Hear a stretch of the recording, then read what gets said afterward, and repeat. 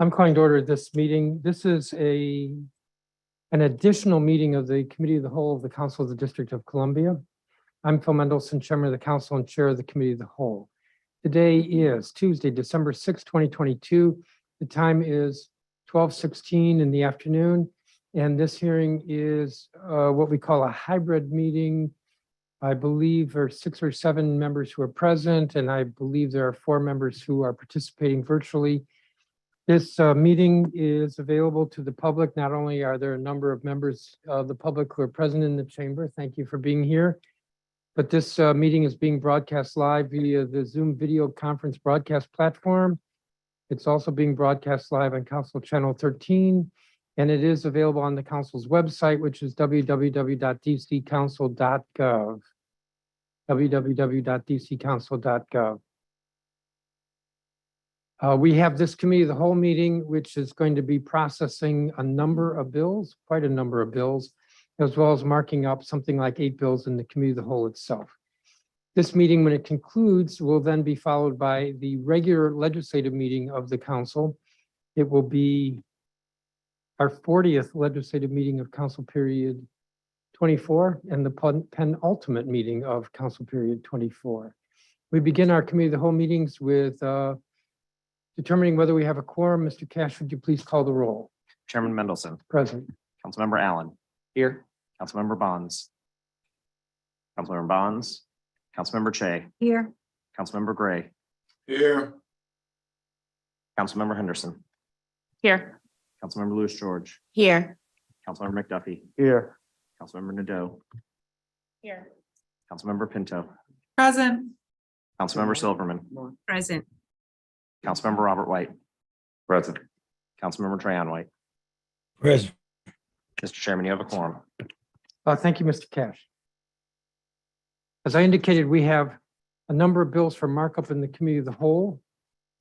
The first is Bill 24-66, entitled the Safe Streets for Students Amendment Act of 2022. This bill was sequentially referred first to the Committee on Transportation and the Environment, chaired by Councilmember Mary Che, and then to the Committee of the Whole. The Committee of the Whole print made a few changes, but to what the Committee on Transportation and the Environment had marked up. But the bulk of the bill that they marked up is the bulk of the bill that is before us in the committee print. So let me recognize Councilmember Che if you would present the bill. Thank you, Mr. Chairman. My committee marked the bill up, Safe Streets for Students Amendment Act on October 20th, 2022. It also incorporated language from Bill 24-565 on the Safe Passage Program. For some context, we know that our students face traffic violence on a daily basis. There are approximately 94,000 students that attend DCPS or public charter schools. Each and every one of these students has some commute to school and therefore potentially faces dangerous interactions with vehicles. Our Vision Zero plans must consider how to best protect these students during these commutes. DDOT has stood up a Safe Routes to School program to focus on student traffic safety, though that office and agency can do more to enhance and accelerate this important work. And traffic violence is not the only risk the students face on their way to and from school. They may also experience bullying, harassment, theft, fighting, and other violence. In fact, a 2020 survey found that 36% of district students feel unsafe or uncomfortable on their school commute. And to address that issue, the Deputy Mayor for Education stood up the Safe Passage Program, which focuses on providing students with the resources they need to feel safe from violence as they travel to and from school. I want to just give quickly a few details of the changes in the bill that are retained by in the COW print today. It requires DDOT and the DME to produce a Safe Streets for Students master plan to be submitted to the council every 5 years. The master plan would also require DDOT to produce a list of traffic safety infrastructure types that it may install in the school zone and the data metrics the agency will use to decide whether or not to install the infrastructure at a given location. It'll create a design manual of sorts to provide clarity to our communities about what DDOT did or did not install. Last, the master plan would include a list of schools ranked by order that they are to receive an action plan, and the ranking will be similar to how we rank our schools for modernizations in the facilities plan. The bill makes several changes also to the Safe Passage program, including expanding membership in the School Safety and Safe Passage Working Group to include parents and school staff and to require the posting of minutes and of the meetings. It also requires laying out the responsibility of CBOs participating in the Safe Blocks program. It requires the DME to update its Safe Passage program.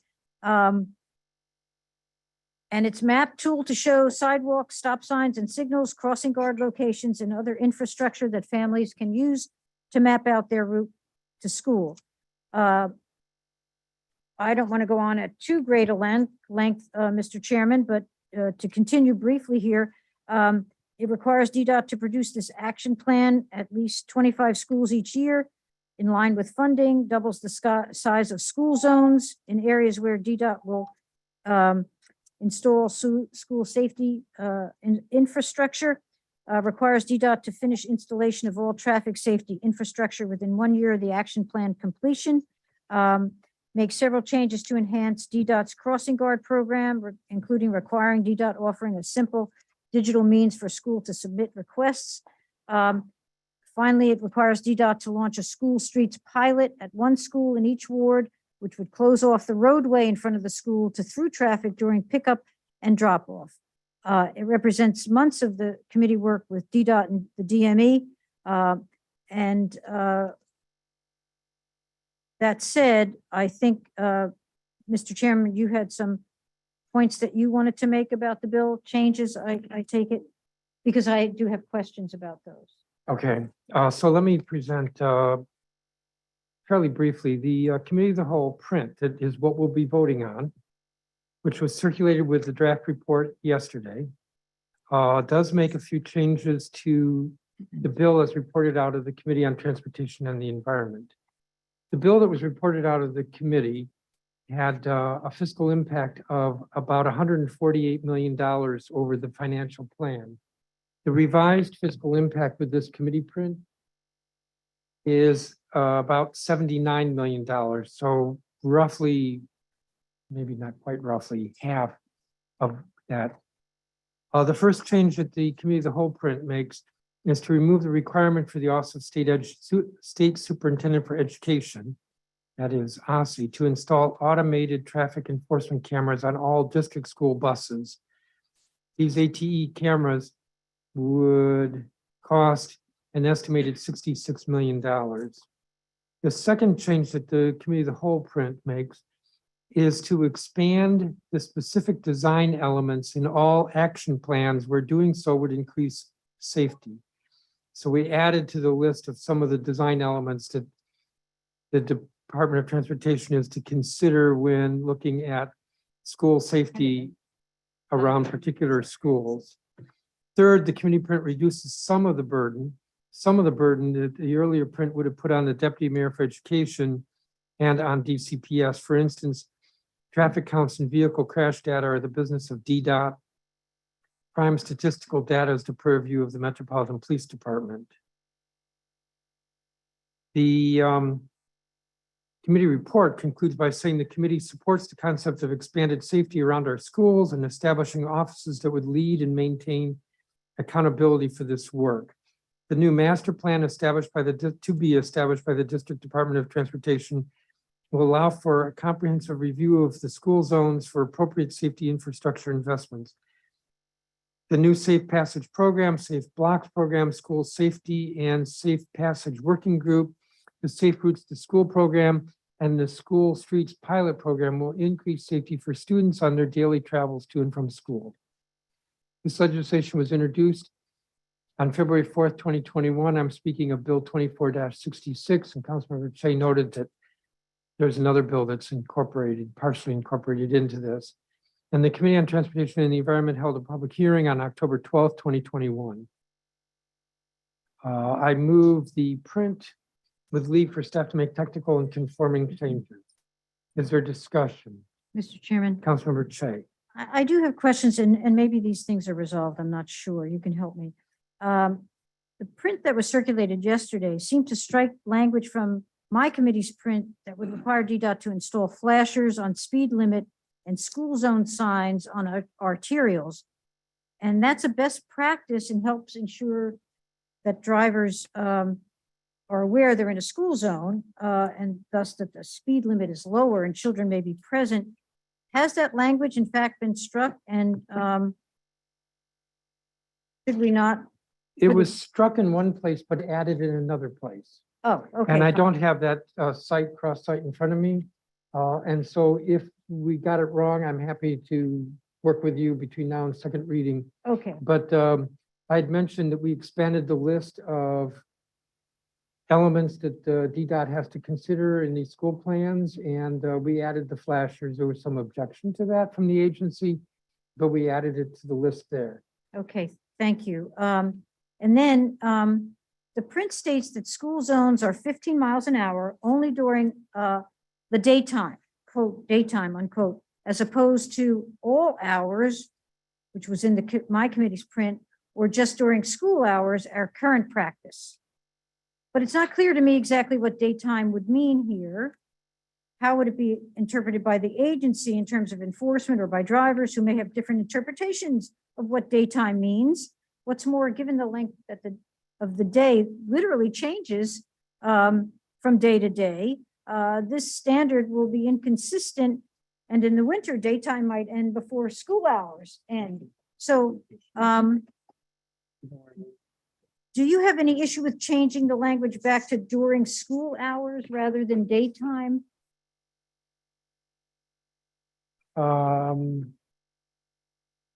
I think the short answer is no. I'm Okay, not sure that's the right word, but actually, I think my thinking here, I'm glad that you read this carefully enough to catch that one word change. My thinking here was that the daytime has a little different meaning. Did you say school hours?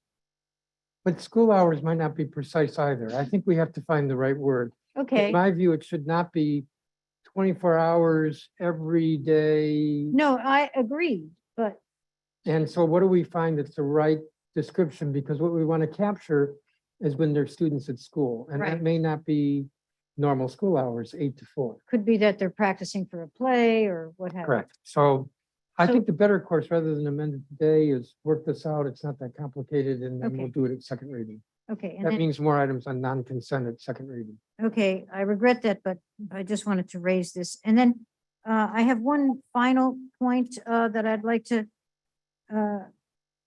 bring up. It says, on the master plan, your print changes the language to only allow DDOT to not install infrastructure called for in the master plan if the installation would not measurably increase safety. So they don't have to do it if it can be established that whatever the installation is wouldn't measurably increase safety.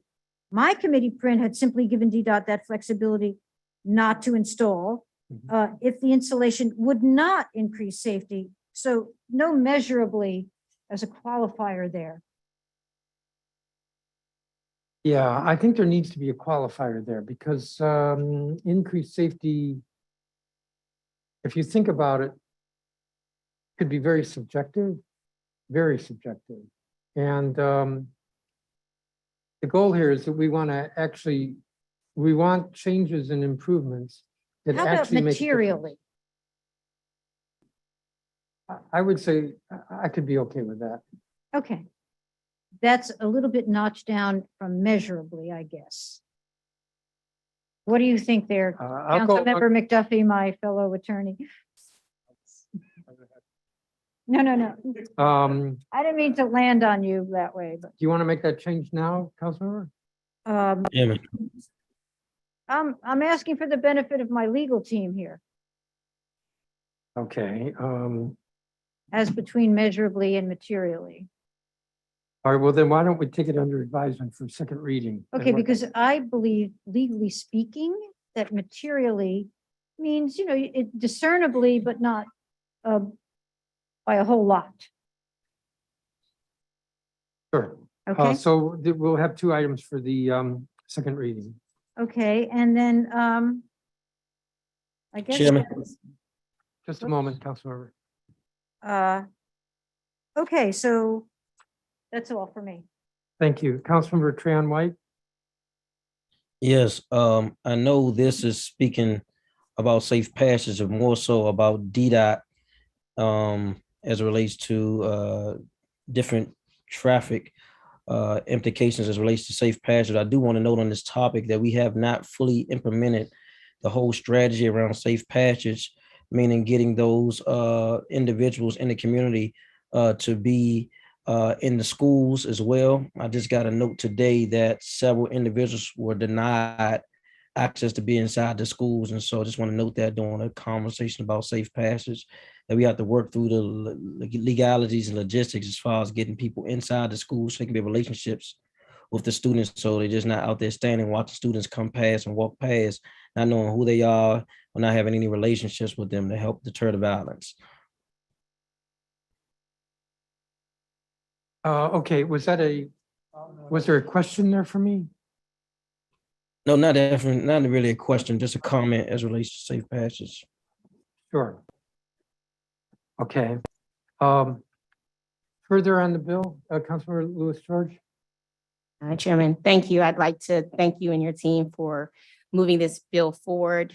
Bill 24-66, the Safer Streets for Students Amendment Act is a combination of Councilmember Henderson's Safe Passage Bill, as well as my Safe Routes to School Act, which I introduced last year with the support of every member of the council. The bill includes major upgrades to DDOT standards for traffic safety infrastructure around our DC public schools and public charter schools, including raised crosswalks and curb extensions at every intersection next to a school, speed humps or speed tables on roads near school entrances, in-street crosswalk pedestrian warning pylons or flashing pedestrian signs, and all-way stops or traffic lights at every local intersection within a school zone. This bill more than doubles the size of a school zone and includes nearby crossing points for students. We know that most schools are in residential neighborhoods and near parks and playgrounds where dangerous driving happens daily. That's why this bill also keeps the reduced speed limit in the school zone 7 days a week so we can safeguard both students and neighbors. The Committee on Transportation and Environment reported favorably on this bill and made several improvements, including making it easier for schools to apply for crossing guards. Schools will now have one simple form they can use to request a crossing guard. Training for a crossing guard is enhanced, and schools will be able to request crossing guards outside of regular hours. It also shifts the responsibility to conduct traffic counts in the crossing guard application process from individual schools to DCPS central office. The Committee of the Whole already reported favorably on the bill, and the version before us today from the CAL makes several notable improvements. However, first, the CAL print clarifies that DDOT must analyze all traffic safety needs of a school, not just within the immediate school zone. Second, the CAL print adds back several specific traffic safety improvements as default infrastructure for all public schools, DCPS and charter, including flashing beacons and raised crosswalks. Third, the CAL print requires that DDOT provide a written explanation for when they're unable to install the prescriptive list of traffic safety improvements because of engineering requirements. I also want to emphasize that this bill recognizes that past traffic installations in DC have not always been equitable. That's why this bill directs DDOT to prioritize schools that are most vulnerable to traffic violence and schools that serve our most at-risk students. All of our city, DC residents are desperately calling out for safe, walkable communities. We will fail them if we only focus on improving safety at one intersection at a time or one school at a time. This legislation creates a proactive, comprehensive, and equitable approach to keeping our students safe. For these reasons, I'm grateful to vote yes today in this committee and later with the full council. Thank you. Thank you, Councilmember. Councilmember Henderson. Thank you, Mr. Chairman. Safe passage to and from schools is an issue I've been working on since my days as committee director for the Committee on Education. I introduced the Safe Passage to School Expansion Act in February of 2021 to ensure that the district has a government-wide multi-agency focus on student safety as our schools reopened for in-person instruction last fall. And I'm pleased to see components of that bill included in this Safe Streets for Students Amendment Act before us today. We have focused for so long on student safety inside of school buildings, but it is critical that we equally focus on an effort to keep students safe from traffic violence and criminal activity as they come to and from school. The unfortunate reality is our students often face incredibly dangerous risk outside of school buildings every single day. Safe Passage and Safe Streets sits at the intersection of the two crises facing our city, dramatic increases in both gun violence and traffic violence in our neighborhoods. Unfortunately, on both of these fronts, we've been losing too many young lives and have had too many young people experience serious trauma, injury, or near misses. I can go into the litany of examples where students and their parents have experienced unfortunate traffic violence and gun violence while traversing to the district in the name of education. But today we are making a great first step towards addressing the intersectionality of education, gun violence, and traffic violence. I look forward to supporting this measure today, working on the oversight of its implementation and continuing to improve safety for our students across the District of Columbia. Thank you, Mr. Chairman. Thank you, Councilmember Henderson. Further on this, Councilmember Allen? Thank you, Mr. Chairman. Let me thank my colleagues for their work in helping introduce these important bills, to Ms. Che for moving through her committee, and then now here at the Committee of the Whole. Much like the Vision Zero Omnibus Act that we passed a couple of years ago, all of this, one, wouldn't have to be necessary if we had a Department of Transportation that would take it upon themselves to take these acts around our communities, our neighborhoods, our schools, our senior centers. But the council has to act. And our next stop, of course, will be to make sure that they are fully funded and that they are implemented to be able to achieve what it is that we want to see done here. But it is imperative that we pass these efforts and push hard to see what we've got to have. I do, Councilmember Che kind of piqued my interest around the hours on the speed limit. I just wanted to voice that since it sounds like we're moving towards some changes in the language for the second reading. As a dad to two elementary school kids, when I pick them up from school, it is dark out already. So daytime hours is just not even close to reflective of the ways in which kids are in school.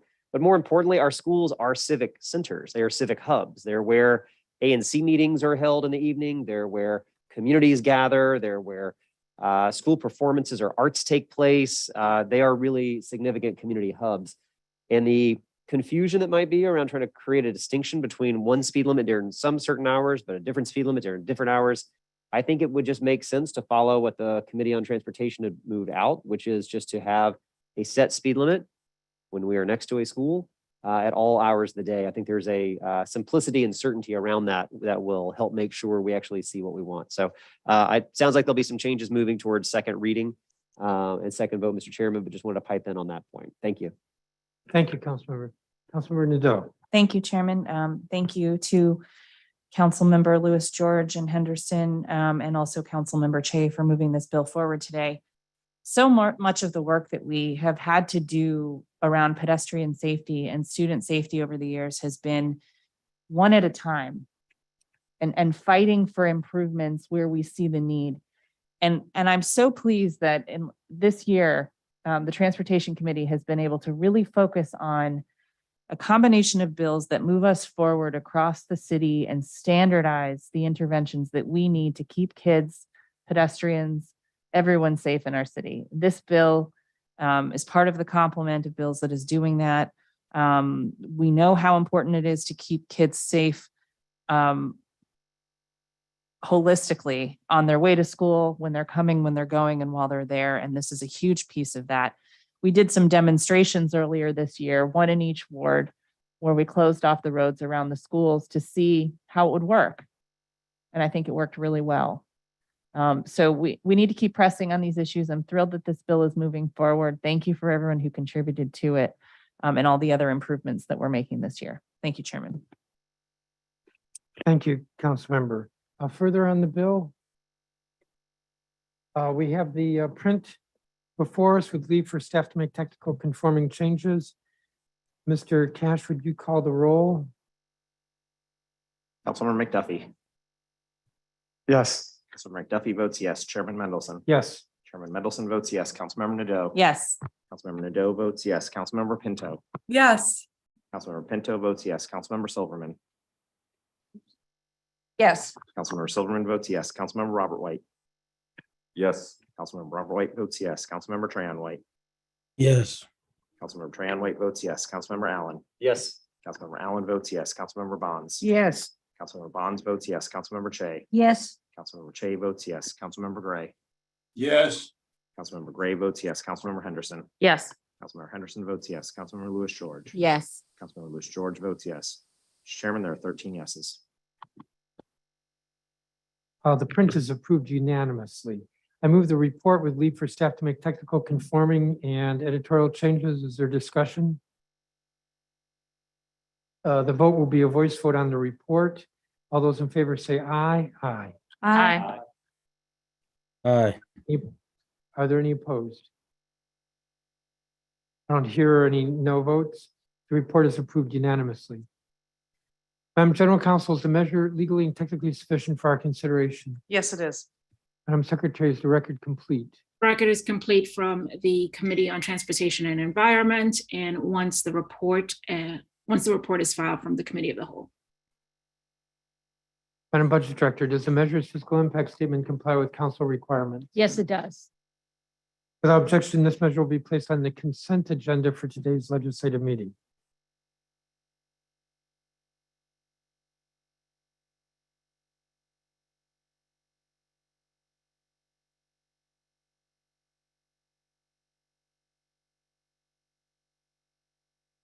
The next measure for consideration and markup is Bill 24-113, Medical Cannabis Amendment Act of 2022.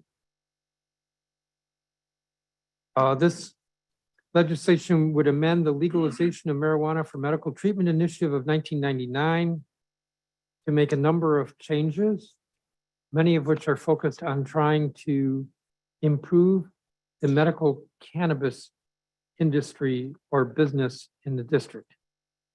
I'm going to go through highlights of changes that are items that are in the bill, allowing qualifying patients ages 21 and above to self-certify for medical cannabis, removing statutory caps on the number of cultivation centers and dispensaries that can locate within a single election ward, setting aside at least 50% of all new manufacturer and dispensary licenses for social equity applicants.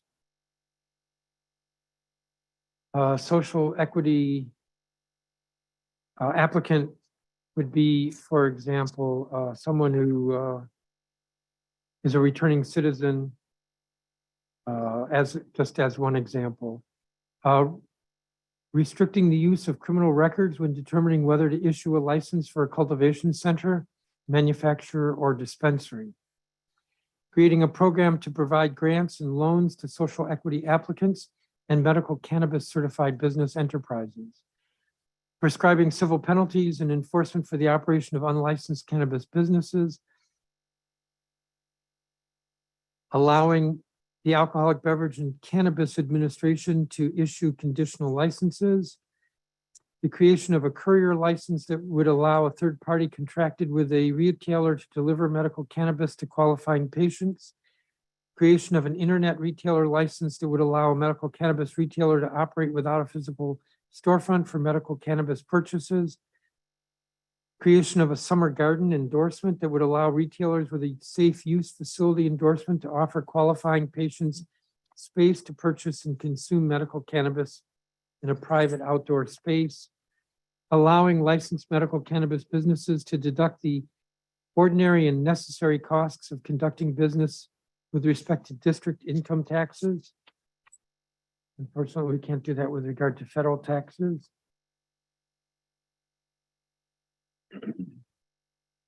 Ensuring that any repayments on loans given to social equity applicants would be credited to the Medical Cannabis Social Equity Fund. Providing that the Alcoholic Beverage and Cannabis Administration shall waive 75% of any non-refundable fees for social equity applicants rather than establishing a process for DSLBD to reimburse. Clarifying that advisory commissions may protest new applications and renewal applications for cultivation centers and manufacturers in addition to applications for retailers and internet retailers. Adding language that would prohibit the holder of a cultivation center license from holding more than one retailer or internet retailer license. Striking requirements for curbside delivery to take place under video surveillance, and allowing cultivation centers that were awarded licenses on or before September 28th, 2022 to automatically receive a manufacturer's license, provided the licensee pays the required fee. As you can see, the bulk of this legislation is focused at trying to ease the burden and provide more opportunities for those businesses that are licensed in the medical cannabis industry.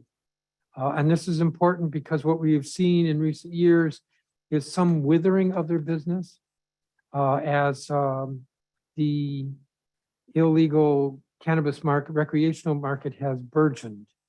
So much of this bill is focused on trying to help the medical. For years, the district's medical cannabis market has been struggling to expand due to high cost of fees to patients and various requirements on medical cannabis businesses that have hindered innovation and placed artificial caps on the number of licenses that could be issued in a given ward. This bill represents an opportunity to correct this dynamic by allowing qualifying patients to self-certify, creating new license categories and endorsements, and striking the statutory cap. I'm reading from the report. The bill attempts to increase access to business ownership by establishing a process for unlicensed establishments to become legal. Again, the bill establishes a process for unlicensed establishments to become legal. It rectifies harms caused to district residents by the war on drugs. It does the latter in a number of ways, including by striking language in our code that excludes anyone with a felony conviction from owning a medical cannabis business or being an employee of a medical cannabis business, and by setting aside licenses for social equity applicants who are returning citizens, family members of returning citizens, or low or middle income district residents. I'll repeat that part. That's what a social equity applicant is a returning citizen or a family member of returning citizen or lower middle income district residents. These are desperately needed reforms that will benefit qualifying patients and residents across the district. This bill was introduced on February 26, 2021, and I want to give some emphasis here in the legislative chronology, because some folks are saying that this bill is rushed. It was introduced a year and a half ago. The Committee of the Whole held a joint hearing on November 19th, 2021, so that was a year ago. That was a joint hearing with the Committee of the Whole, the Committee on Business and Economic Development, and the Committee on Judiciary and Public Safety. The Committee on Judiciary and Public Safety marked up the bill on October 21st, 2021. The Committee on Business and Economic Development marked up the bill on November 29th, 2022. And we now have the bill before us in the Committee of the Whole. I move the print with leave for staff to make technical and conforming changes. Is there discussion? Yes. Councilmember Louis George and then Councilmember McDuffie.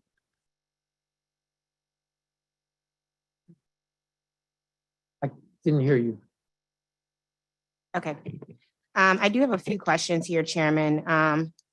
I want to thank my colleagues for their hard work on this legislation to at least try and solve the mess that Congress has created for us by barring us from regulating and taxing recreational use of cannabis, as a majority of other states have been able to do. I'm grateful that we have taken the time to move this bill on a permanent track to allow for a more holistic approach to the many complexities involved in transitioning to a larger medical program in absence of an option to pursue a recreational program. But I am a little concerned with the transition and expansion plan right now. And I'm not convinced that we have the right transition plan. Practically speaking, we simply cannot begin enforcement of fining or shutting down establishments before they have had a meaningful opportunity to become a regulated medical dispensary. Beginning enforcement prematurely means displacing a majority Black workforce, majority DC Native and majority lower income workforce from their jobs. It means pushing customers not into the licensed dispensaries, but to our neighbors in Maryland, or worse, to street deals. The exact problem we are attempting to solve for with Initiative 71 and the precise issue of racial equity implications we have been trying to solve for all along. So talking about the practicalness and logical here, right now, basically, we're claiming that the earliest enforcement can begin is in 165 days from applicability, including after the 60-day window of open applications for a new license by ABRA, preceded by a 30-day lead-up window to this. When has a 30-day window ever been enough time to promote a program, prepare forms, hold information sessions, or otherwise smoothly roll out a major change? Does this 30 days include the time that will be needed to come up with regulations that will be needed to govern which businesses currently located less than 400 feet from one another will be eligible for a license and which ones will need to move?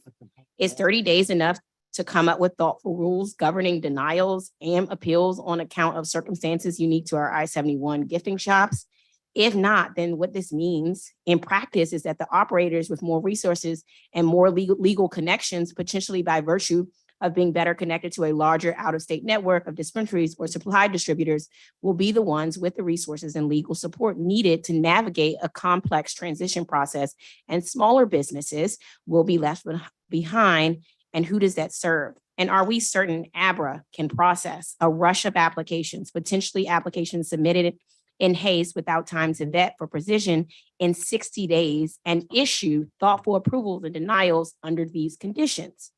And are we certain our appeal process, Chairman, can I have 30 more seconds, please? Without objection. Which is not well or specifically spelled out, will give enough time, meaningful transition to our I-71 operators who desperately want to join the regulated market? And are we certain we can increase our supply chain of locally grown products quick enough to make it feasible or desirable for businesses to transition? For businesses in my ward, largely clustered along Georgia Avenue, almost all of them are in violation of the 400 separation rule. This means they will need to break leases and find a new space to operate from if they have any hope of being approved and continuing to stay in business. One does not simply find a new affordable retail space as a cannabis business in a matter of weeks or in months. So the 165 days, Chairman, I think is not enough to move towards enforcement. It just isn't, practically speaking. And I think we have to answer these really practical questions before we move forward on this. Thank you. Thank you, Councilmember. Many of the timelines that you mentioned are timelines that were in the bill as it came out of the Committee on Business and Economic Development. There was one provision in there that's not in this, which had to do with waiting 225 days. But you mentioned the 30-day, the 60-day. So the way that the committee print works is that ABRA has 30 days to set up the application process. We worked with ABRA. They said this was doable. Then there are 60 days that the current businesses could apply. 60 days, that's 2 months. ABRA indicated that they could handle what you questioned, whether there would be a crush of applications. And then we have a safe harbor for those businesses that apply, that as long as their application is pending, that they don't have to worry about enforcement. And I think then there's a short period of time, if their application is denied, there's a short period of time before enforcement would begin on them. I had a long conversation with Councilmember McDuffie this morning, who's not in agreement with me, but I said that we would be working together between now and second reading to work this out, to refine this, I'll put it that way. It is my goal that businesses that are legitimate and want to get into the legitimate business should be able to do that. And if we have timelines that are too constricted, then I'm open to what is the best timeline. I shouldn't say I'm open to, I want what is the best timeline. The businesses that are not interested in applying, we should not give them a half a year, or whatever grace. In the end, the policy of the district, because of the initiative, is that cannabis, whether it's medical or recreational, is legal.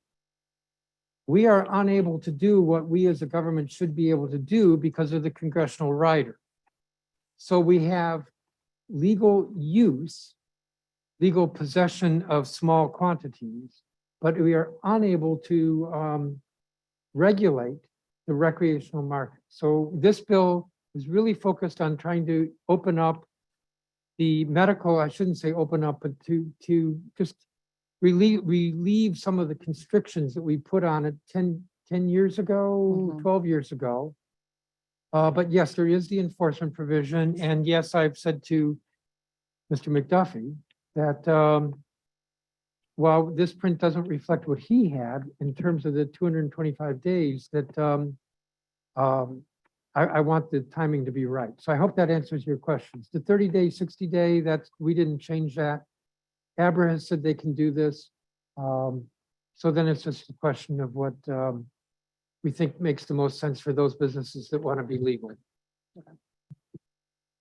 I was a very bad chairman and I did not recognize since the bill was sequentially referred, I didn't recognize Mr. McDuffie. The bill first was marked up by judiciary, but Mr. Allen indicated earlier that he wouldn't be presenting his part. So Mr. McDuffie. Thank you, Mr. Chairman. And I'm going to concede now that I'll likely go over 3 minutes. So I ask for a little grace on that.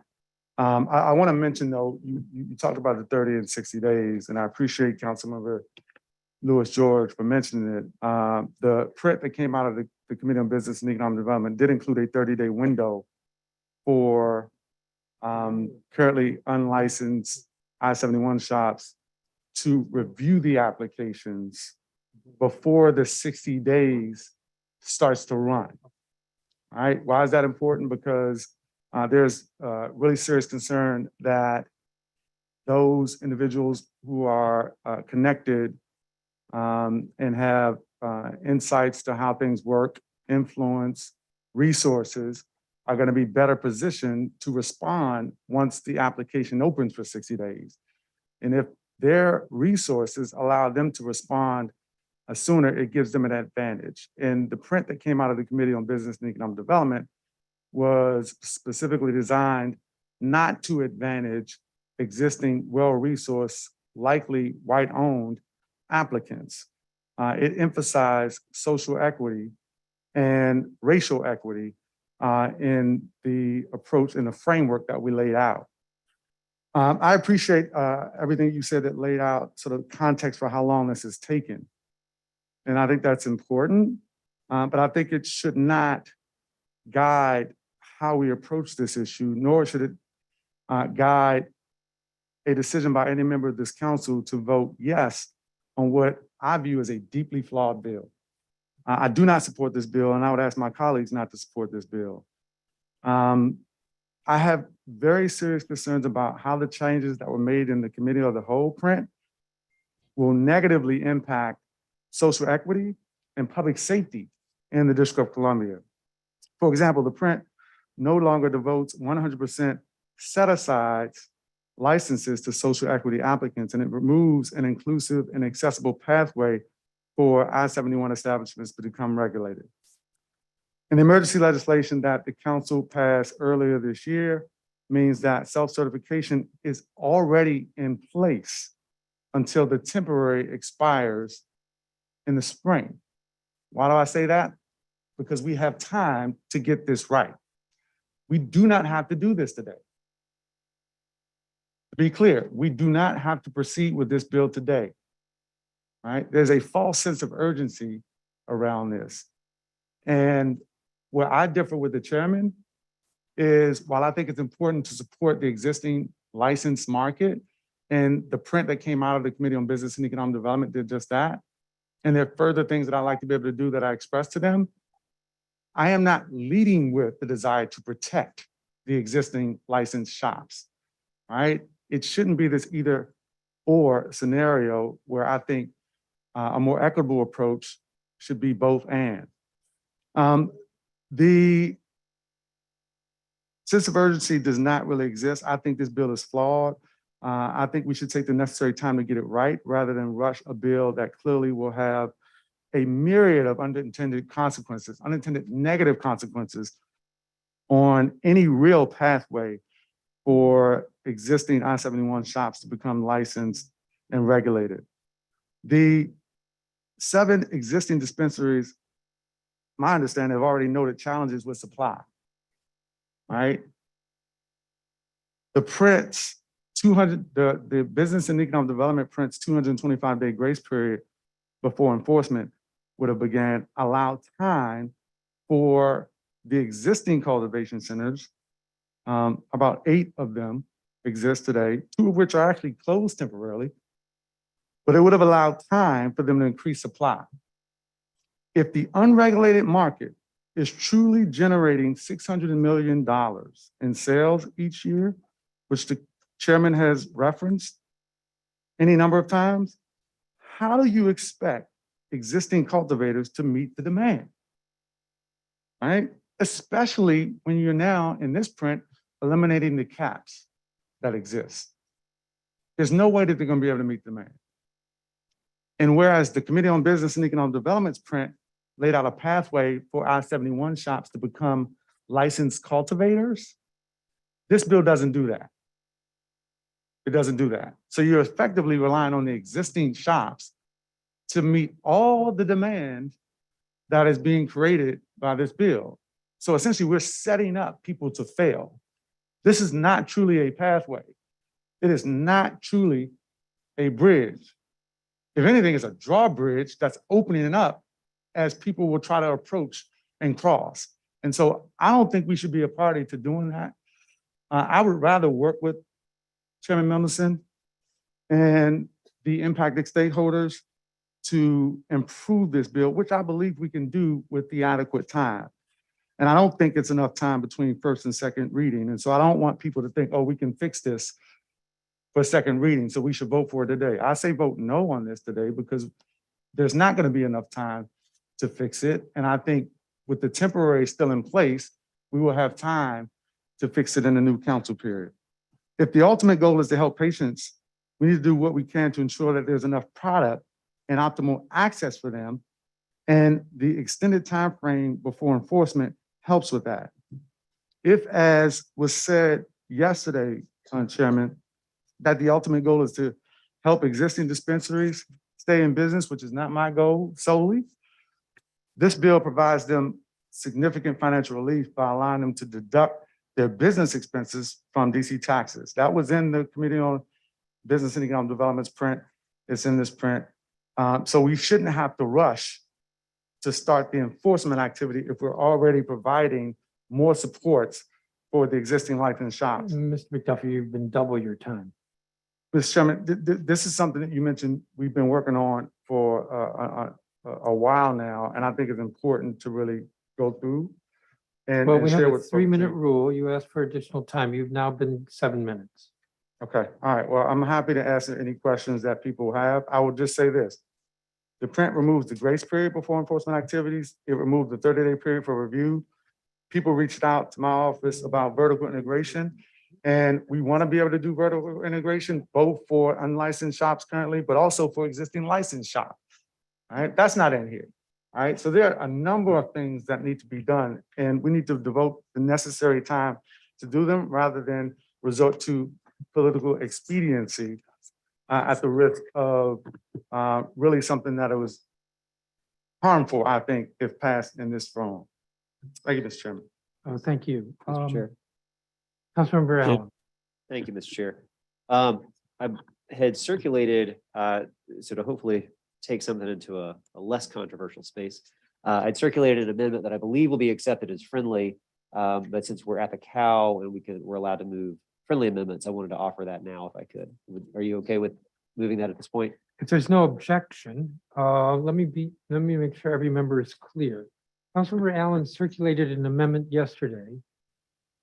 The amendment had to do with, I'm going to say child or. I could describe it Yes, describe it. briefly. I just want to make sure procedurally you were okay with it. Procedurally, if there's no Okay. objection, so describe it. Got it. Thank you. So we have obviously within our code and throughout, when we look at different types of products, we have prohibitions on specific advertising towards children. And so when we were looking through this, one of the things that we have in here, ABRA already has regulations regarding prohibitions on cultivators when it comes to products that are especially targeting children using cartoon labels, things like that. And so what this amendment would do is simply clarify ABRA's current statutory enforcement authority to allow that agency enforcement action against registered medical cannabis cultivation center, manufacturers, retailers, or internet retailers for selling products advertised towards children. So it just provides some consistency across all products, but then also all different license types. So again, I believe this will be accepted as friendly, but just wanted to offer that at this point. Thank you. So the amendment was circulated yesterday. It's linked on the agenda for the legislative meeting. We talked about it very briefly at the breakfast this morning. For the public's benefit, this is a breakfast without food. And so if there's no objection, it would be in order to accept it here at the committee of the whole. Is there any objection from any member to considering this amendment? There's no objection, then it is actually, this is a markup, so if there's no objection, the amendment is accepted. Thank you Hearing very no much. objection, the amendment is accepted. Councilmember Henderson. Thank you, Mr. Chairman. I wanted to speak briefly about this bill, which I think is incredibly important. And echoing a little bit of what Councilmember Lewis George said, and I think what you said, in truth, the District of Columbia can't implement a recreational marijuana program for adult use like 21 other jurisdictions who already have, due to congressional overreach and micromanagement of our local laws. That aside, my priority for this legislation was to ensure that good actors among the various I-71 shops have an opportunity to migrate into our medical cannabis program, which is the only one we currently have, prior to enforcement beginning. For some of you who haven't been following this issue, there was emergency legislation that we had on this earlier this year, or maybe it was last year. I don't know. We've been having this conversation for a very long time. I am not. At that time, I expressed concerns about the emergency that we were doing. And in the interim time, even though I'm not on any of the committees of jurisdiction besides the Committee of the Whole, I've worked with the committee chairs of Committee on Judiciary and Business and Economic Development, their staffs, the Office of the Attorney General, and I've met with ABRA regarding the on-ramp that ensures that the I-71 shops are able to join the medical cannabis industry. I have to change the nomenclature. We're using cannabis now. The measure before us includes some of the language that I worked on that will allow for the I-71 establishments to join the medical cannabis program by lifting the existing caps, and also for opening an application period, provided that the applicant has paid district taxes, has a certificate of occupancy, is not within 400 feet of another cannabis retailer, and must abide by our existing health, safety, and location laws for the medical cannabis dispensary program, such as distance from a school.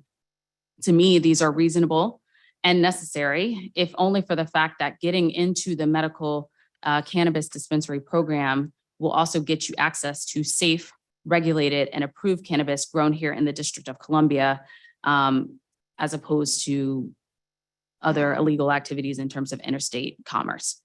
Additionally, there's so much more in this bill that I believe supports our medical programs, such as including cultivators, retailers, and most importantly, patients. I look forward to the day when we can regulate the adult use recreational industry. But until then, I will be supporting this measure before us and looking forward to working with stakeholders on its implementation. Thank you. Thank you, Councilmember Henderson. Councilmember Robert White. Thank you, Mr. Chairman.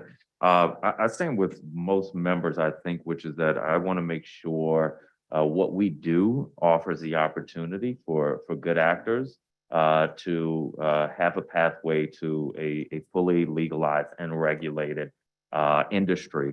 There is, I think, for some people, not all though, a distinction between the reality of many of these stores and the perception of many of them. The reality is that many of them, most of them, are very well run, sophisticated businesses, not sort of this odd, untoward thing happening in communities. And these are folks who are working hard to make sure there is not any unnecessary attention in communities. Not everybody is a good actor, and what we want to focus on are the good actors. And so I think what I'm looking at when I look at the regulations is what gives a proper on-ramp to the good actors. One of the technical questions I have, Chairman, there are in the bill several geographic restrictions. For instance, there can't be a store within 400 feet of another retailer. Within the time limitations, if I own an I-71 shop within 400 feet of another retailer, how much time do I have to find a new space and get a license, and will being within 400 feet prohibit me from getting a license? Mr. Chairman? I thought you're done with your question? Yes. How long would it take you to get a license? How long would it take to find a new location? Would I be able to apply for a license if my location was restricted by this bill? So if I have an existing shop, I'm within 400 feet of another retailer, could I apply for a license?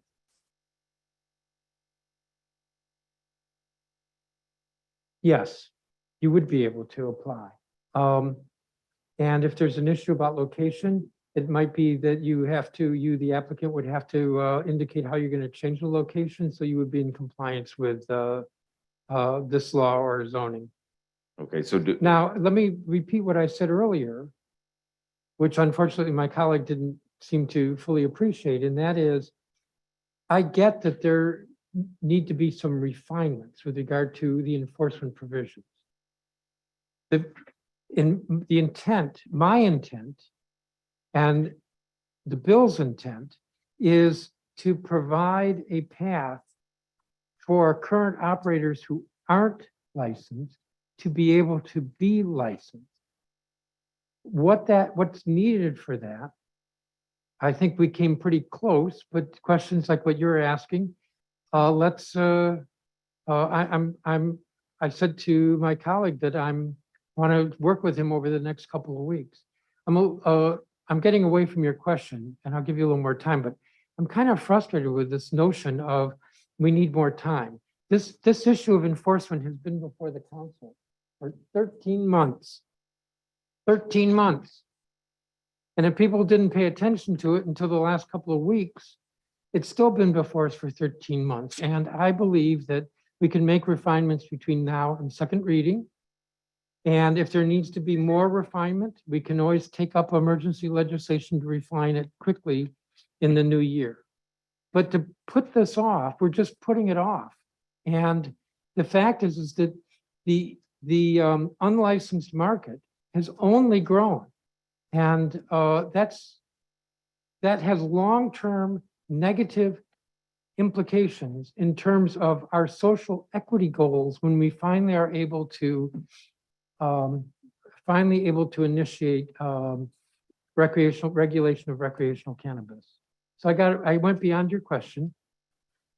Yes, and so on the point of the timing, yes, this bill lingered for a long time. I will admit that many months ago, I stopped paying attention to it because I just didn't think it was going anywhere. Now it's moving quickly. Yes, and you and I it's- spent the weekend together and we didn't talk about this bill at all. And it's and a wonderful weekend it was.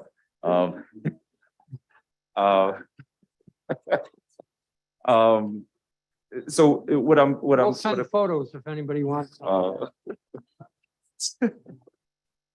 I think you have answered my question on the timing, if I understand your answer. So if I own an I-71 shop that is currently within 400 feet of another retailer, that does not prohibit me from Applying an It application. doesn't prohibit me from getting a license, for being eligible for a license. It might prohibit you from getting it because the location is prohibited. So let's look at that and see if we can make some adjustments so that you being the applicant are able to remedy the situation. Thank you, Chairman. Could I, Mr. Chairman? No. Let me see if, You didn't were you answer the done, question. Councilmember? I'm Wright? done, Chairman. You didn't Chairman. answer the question Yes. accurately. though. Let me see if there's further discussion on the bill. Councilmember Pinto and Yeah. Councilmember Trevon White would like to be recognized, Mr. Chairman. All right, let me just remind colleagues that this is a committee markup and the chair of the committee is the one who is engaging in discussion with members about the bill. And every member will have an opportunity to speak. And there could even be a second round. Madam Secretary, who is next? Councilmembers Pinto and Trevon White. Councilmember Pinto? Thanks so much, Chairman. So can you talk about the transitional licenses a bit more? There's been some conversation raised about the concerns of existing businesses that are looking to get into this new marketplace and making sure that there's a realistic chance that they can do that. How are you thinking through the 60-day time period, why that time period was selected, and if that on-ramp will be easy to follow for our existing businesses?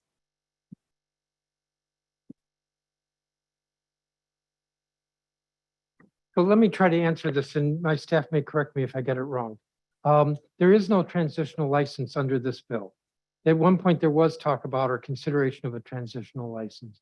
Instead, what there is ABRA has 30 days, if I remember correctly, to get ready to initiate the process. And then any existing businesses that are unlicensed would have 60 days to apply.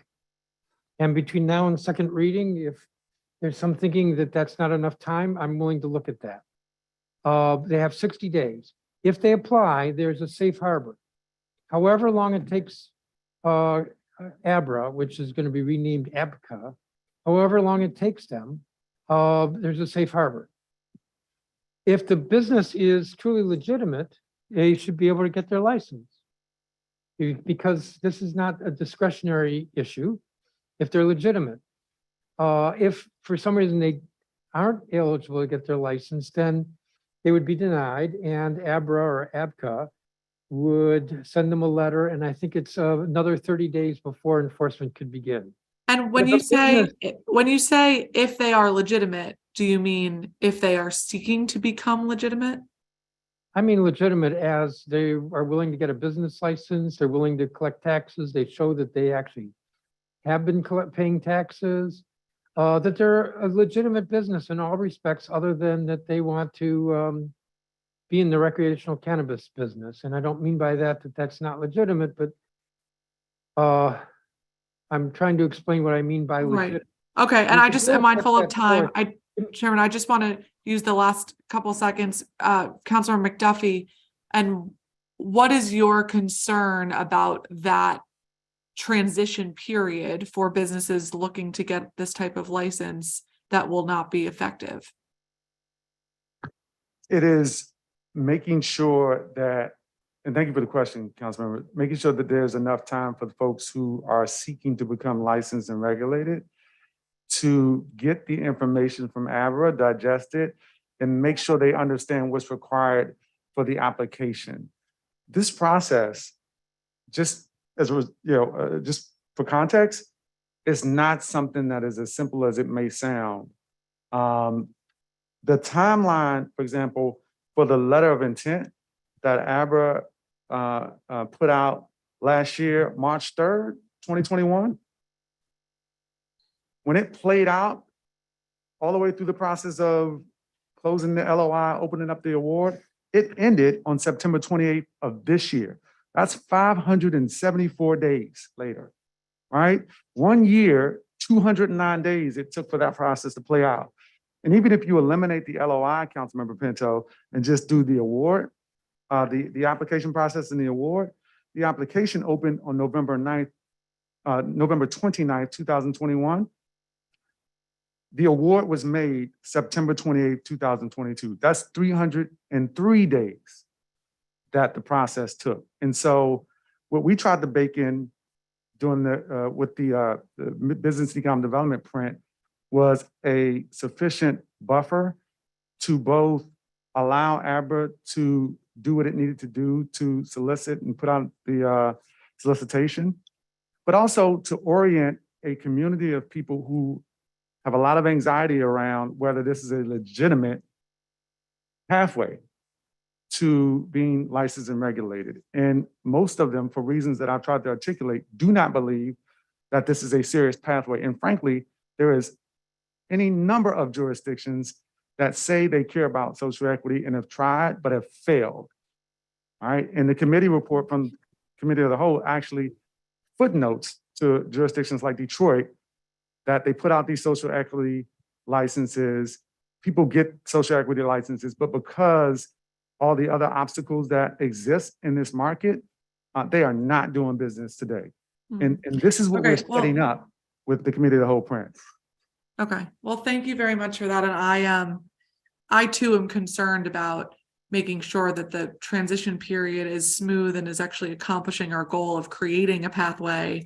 But I'm also sympathetic to the argument the chairman just made about how long we have all been working on this and a concern about delaying it kind of inevitably. So I'll just say, Chairman, if this does pass today, we'll take you up on working on it in the next couple of weeks for some of those time delays to address some of the concerns that have been raised by folks that are in operation currently.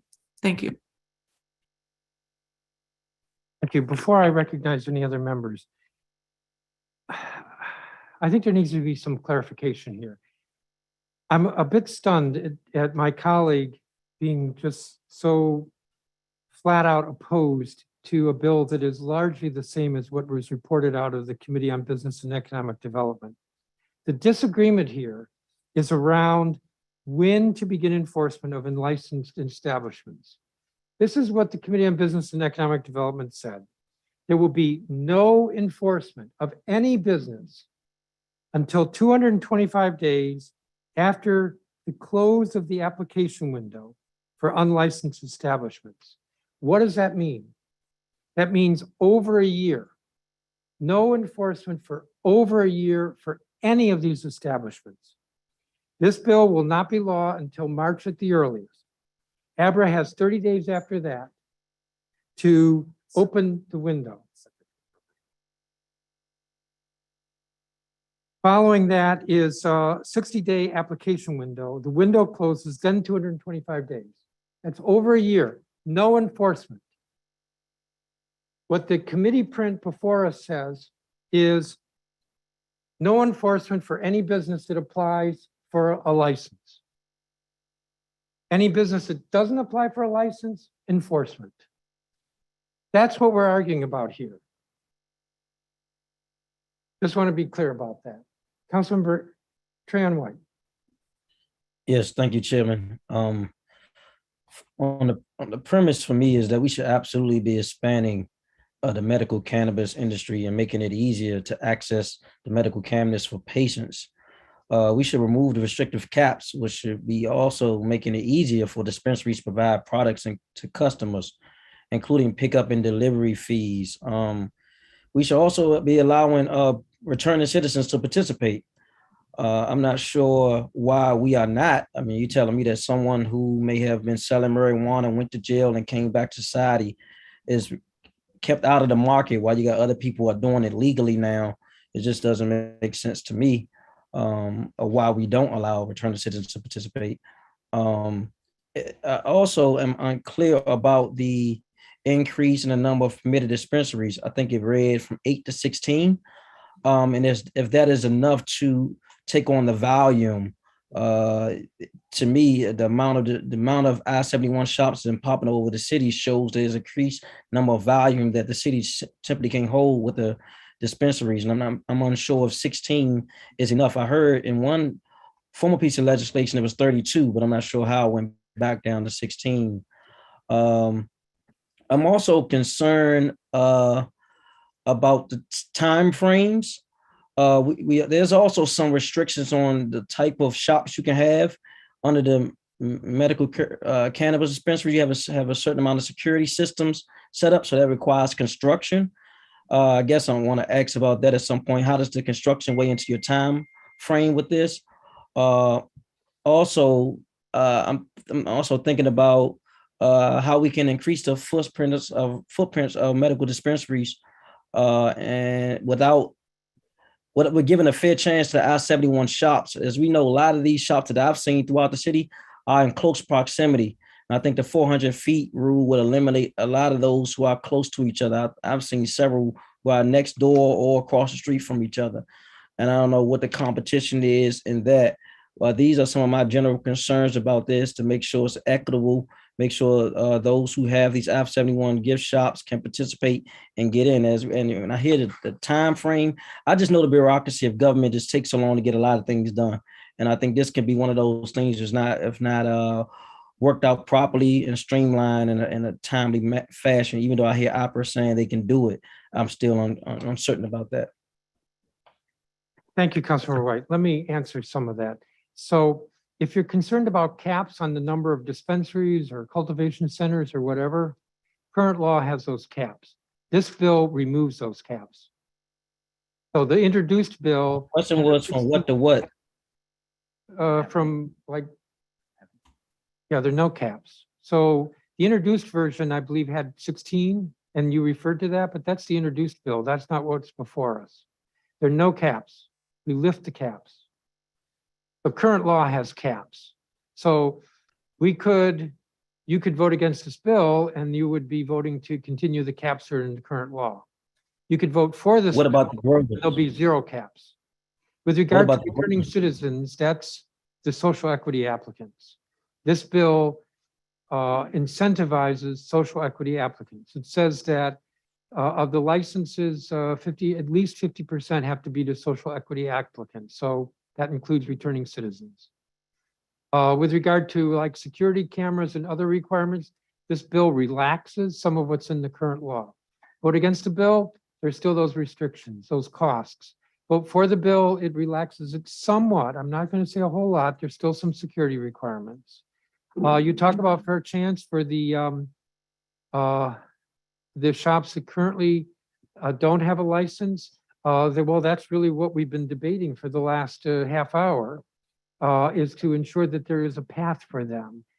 We're not actually debating whether there's a path for them. We're debating when the enforcement should be for those who don't seek to get to become legitimate.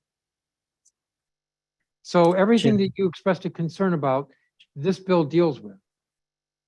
Chairman, I guess my question was about not just the dispensaries, but the actual growers to meet the volume.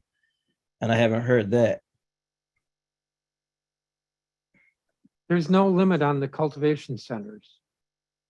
And there was, I think in the current law, there's a limit by ward, how many? No, this bill, no limit on any of that.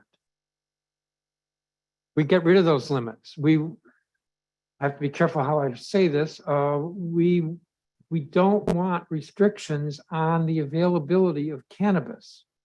Other than that, you should be a legitimate business. You should be licensed to do it. Mr. White? Yeah, Chairman, that's it. Mr. Chairman. There were some other folks in the lineup. Councilmember Henderson, second round. Thank you, Mr. Chairman. I can appreciate the back and forth that we're having in terms of timeline, but I also want to just underscore the process here. So I'm asked a couple of questions. Is it accurate that the Secretary's office is no longer transmitting to Congress right now? That's correct. Okay. They'll be transmitting in January. Okay. Is it accurate that there is a fiscal impact statement on this legislation that would require us to fund it before we can move forward? There is. Hold on.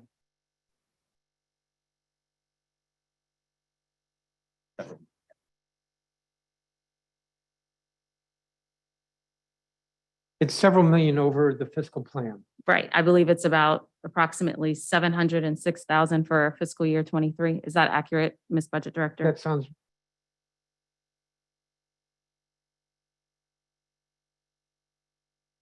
Yes, it's 706,000 in FY 23. Okay, so technically, from a process standpoint, could we move forward with this bill until we fund that $706,000? That's correct. All right. So if we pass this bill today and then fix it in terms of second reading, plus add the 30-day congressional review period for the time that they may or may not be in office, for those who are thinking we vote on this today and it goes into effect today, that is not accurate. Is that correct? That's correct. Okay, so if I own an I-71 shop and under existing law, I want to transition to get a medical cannabis license, and I know my shop is within 300 feet of a school, should I not today start looking for a new place? if I intend to apply for a legitimate license in the future, even though the application period is not open yet. If that's a question to me, it sounds like a good business decision. Rhetorical, but I'm trying to say we're going back and forth in terms of saying there's not enough time for Abra. And I'm trying to underscore here that there is additional time that is built into this process that is not being accounted for. Add to the fact that it is December 6th. The Congress is probably going to be in session throughout the Christmas holiday. It is possible they could remove the rider that is currently on the District of Columbia as it pertains to adult use recreational. And we're going to be dealing with a whole different set of issues come January 23 if that occurs. And so I guess I'm asking these questions to say I can appreciate that folks want time, but there is time built into the process. So if you believe that if we vote on this today, oh no, my business is going to close tomorrow, that is not the case. There is time. In the same way that when we did flavored tobacco, we had to fund it. We had to go through congressional review. Oh, the mayor also gets a review. So I just want to underscore for people what we're talking about here from a timeline perspective.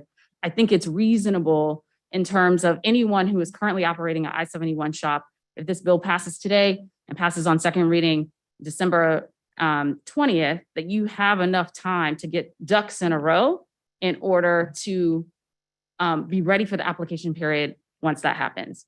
But I also want to underscore too, and we know this, and I think Councilmember Allen mentioned this before, there are already some businesses for whom under the existing standards of health and safety, you would not qualify for a license. And it would probably behoove you to make some changes to get right for that process. Thank you. Thank you, Councilmember. Councilmember McDuffie, second round. Okay. Let me just say, and I appreciate the debate, and I know everybody hears that all the time, but I want to really thank Donnie Crawford on my team and Blaine Stummel and the chairman's team and the folks who worked on this in the Committee on Judiciary, because there has been a lot of work that's gone into it. I don't agree with some really significant areas of this bill before us today. And, I think whatever time is built in the process should be time not to pass a flawed bill, but time to fix the bill and get it right. There's some areas of agreement, but I guess my question would be, why not proceed once we have those things worked out, given how sensitive this is? I don't want anybody to underestimate the serious potential public safety consequences of saying you're going to shut down businesses. Well, the demand won't disappear. People will still want cannabis and they will purchase it. And the question is whether you want them purchasing it in stores in the District of Columbia through a process that allows them to get a license and be regulated and taxed, or do you want them to sell to people who are going to purchase it? Do you want to do that on the corners in streets and alleys across the District of Columbia? I don't want that. I don't want to exacerbate public safety in the District of Columbia by passing a flawed bill. And that's what we're setting up here. Councilmember Trayon White asked about the capacity. And it's important for people to understand there's serious capacity issues. It's a $600 million industry, and yet there are only 8 licensed shops, or even if you count the ones that just got licenses, only a few, about 8 of them are set up to cultivate. There's no way you meet the demand of a $600 million industry, right? With the way that we're proceeding.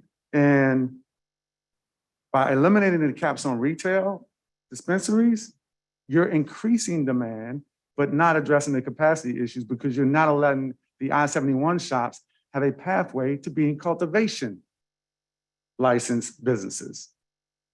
That is unfair, unjust, and inequitable.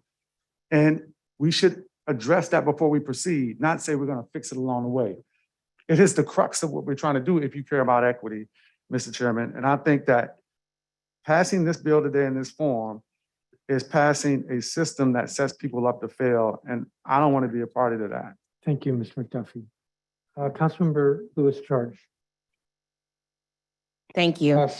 second round. So First, I mean, I think we should just all acknowledge that our government does not work quickly on anything. We've had the HAF pilot program open for a year and people are still waiting condo and mortgage payments. So quickly is not really something that has been in our purview as a government. So what funding does ABRA currently have in its budget to run a robust outreach and education campaign to ready businesses for the transition before the bill's official applicability?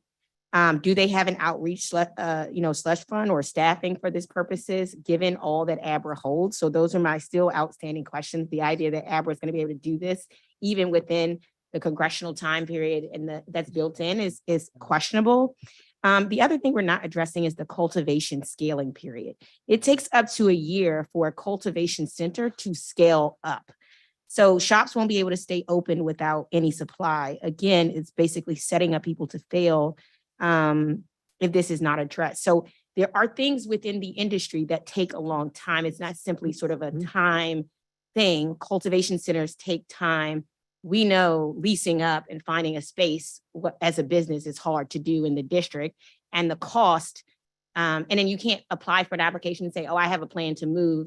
You're subject to the same thing you do when you're looking at real estate. You're going to have to go through closing and that process. So I still think there's just not a sort of understanding of all that it's going to take within the time period that we have to do. And I hope between first and second reading, Councilmember McDuffie, with his expertise and background in this as well, and who he's spoken with, you all can work out something that is realistic so that the actual aim that we're trying to do is actually going to be met, and we're not going to leave people out and behind, because the people who are going to be able to get loans quickly so they can get leased quickly, do that quickly are the same people we know we're going to benefit from this industry. And the people who don't have that source of income and that source to capital are going to be the people who fall behind. And so we want to make sure we're doing that correctly. Thank you.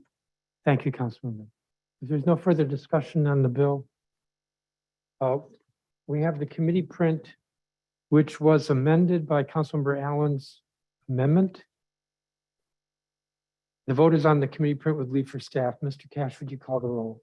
Chairman Mendelson. Yes. Chairman Mendelson votes yes. Councilmember Nadeau. Yes. Councilmember Nadeau votes yes. Councilmember Pinto. Yes. Councilmember Pinto votes yes. Councilmember Silverman. Yes. Councilmember Silverman votes yes. Councilmember Robert White. No. Councilmember Robert White votes no. Councilmember Trayon White. No. Trayon White votes no. Councilmember Allen. Yes. Councilmember Allen votes yes. Councilmember Bonds. Yes. Councilmember Bonds votes yes. Councilmember Che. Yes. Councilmember Che votes yes. Councilmember Gray. Yes. Councilmember Gray votes yes. Councilmember Henderson. Yes. Councilmember Henderson votes yes. Councilmember Lewis George. No. Councilmember Lewis George votes no. Councilmember McDuffie. No. Councilmember McDuffie votes no. Mr. Chairman, there are 9 yeses and 4 nos. The print as amended is approved. I move the report with leave for staff to make technical conforming and editorial changes. Is there discussion on the report? All those in favor of the report say aye. Aye. Aye. Are there any no votes? You can record me as no, Chairman. You can mark me as no. Please record me as no. Please record me as a no, Chairman. The report is approved. Madam General Counsel, is the measure legally and technically sufficient for our consideration? Yes, it is.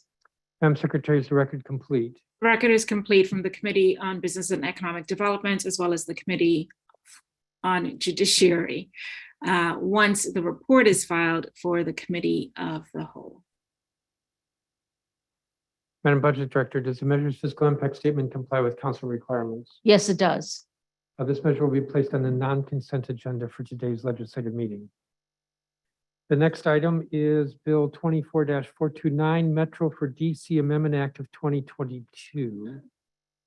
In just a moment.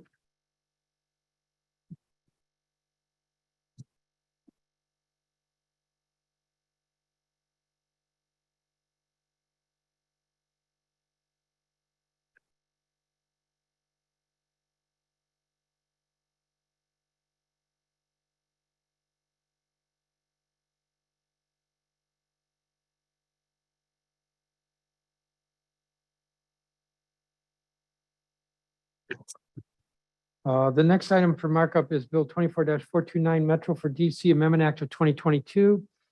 This bill was sequentially referred first to the Committee on Transportation and the Environment, chaired by Councilmember Mary Che, and then to the Committee of the Whole. I'm going to recognize Councilmember Che first. Thank you, Mr. Chairman, for moving Bill 24-429, the Metro for DC Amendment Act of 2022. And thank you, Councilmember Allen, for your leadership on this important bill, which my committee moved earlier this year. The Metro for DC Amendment Act, combined with the fare free bus funding emergency that we'll be considering at today's legislative meeting, will make a huge difference in the lives of district residents and help address some of the biggest local and global challenges that we have in connection with transportation and the environment. This bill critically invests in public transit service and infrastructure improvements, while also making sure all who need to ride can do so, spurring more residents to take public transit. With the converging crises of traffic violence, climate change, and the cost of living increases that we're all experiencing, we need to work to get people out of their cars and onto safer, cleaner modes of transportation, and making sure that economic barriers don't stand in the way. The proposal before us today is an innovative and exciting path forward that can serve as a model for cities around the country. Thank you, Mr. Chairman. Thank you, Councilmember Che. So the bill was referred to Committee on Transportation and the Environment, marked up as introduced.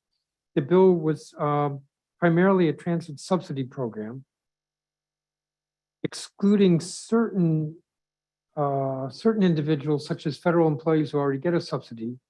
But otherwise, it was $100 a month that would be recharged to the Smart Trip cards each month. The print that's before us is very different. There are 4 parts to it. First, it would fund free bus service within the district. Second, it would take the 12 busiest routes, bus routes, and make them all night, overnight, 24-hour service. Third, it would create a special fund to ensure service reliability. That was in the bills introduced. And fourth, it has what I call a placeholder to subsidize DC residents using rail at $100 a month. But that would not begin for several years. There are a number of reasons for that delay, but one of them is to see what the impact is of free bus service on rail ridership. And the second is that there still are some, I guess I'll characterize it as security kinks that need to be worked out to ensure that the program is completely efficient.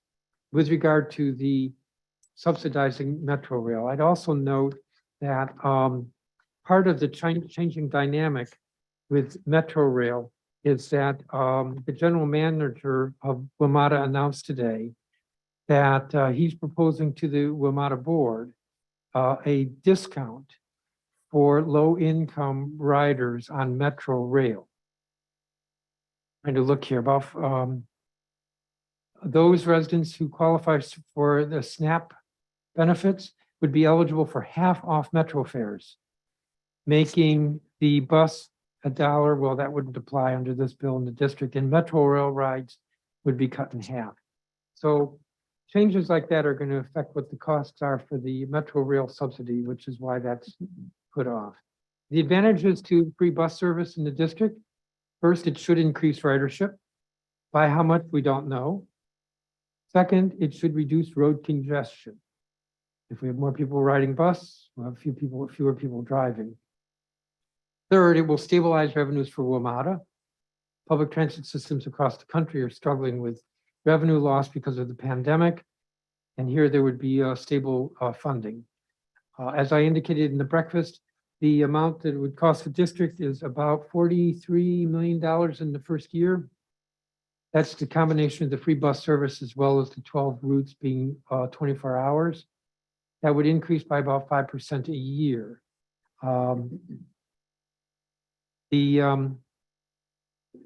The challenge in the district of dealing with fare jumping on buses would go away, and bus service would be more reliable and on schedule, and even arguably faster, because there would be no time for onboarding or rather the time for onboarding would be much quicker. People simply get on.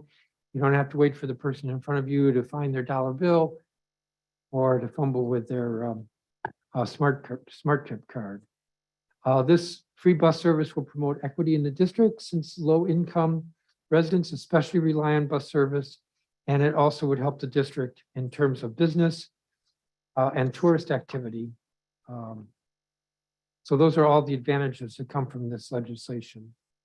What we're seeing is that the free bus service will actually be cheaper than a subsidy because there are a lot of administrative costs to go with the subsidy. This legislation I'm moving this legislation in the committee of the whole today, along with a bill that will be moved on an emergency basis at the legislative meeting that will provide the funding so that this free service could begin as early as next July with the start of the WMATA fiscal year. So with that, I move the print with leave for staff to make technical and conforming changes. And let me see if my colleague, Mr. Allen, wishes to speak. Mr. Allen.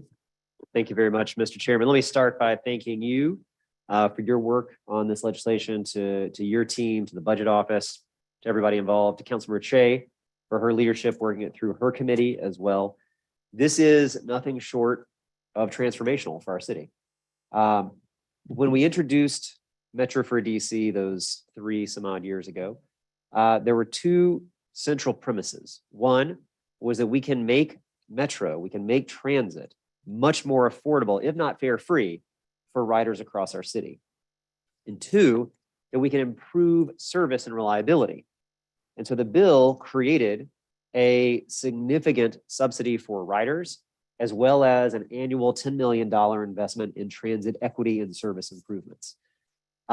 What's before us today is essentially, with the additions that's included, just kind of supercharges this. The ability to achieve our ultimate goal, which is to have fare-free public transit, is achieved.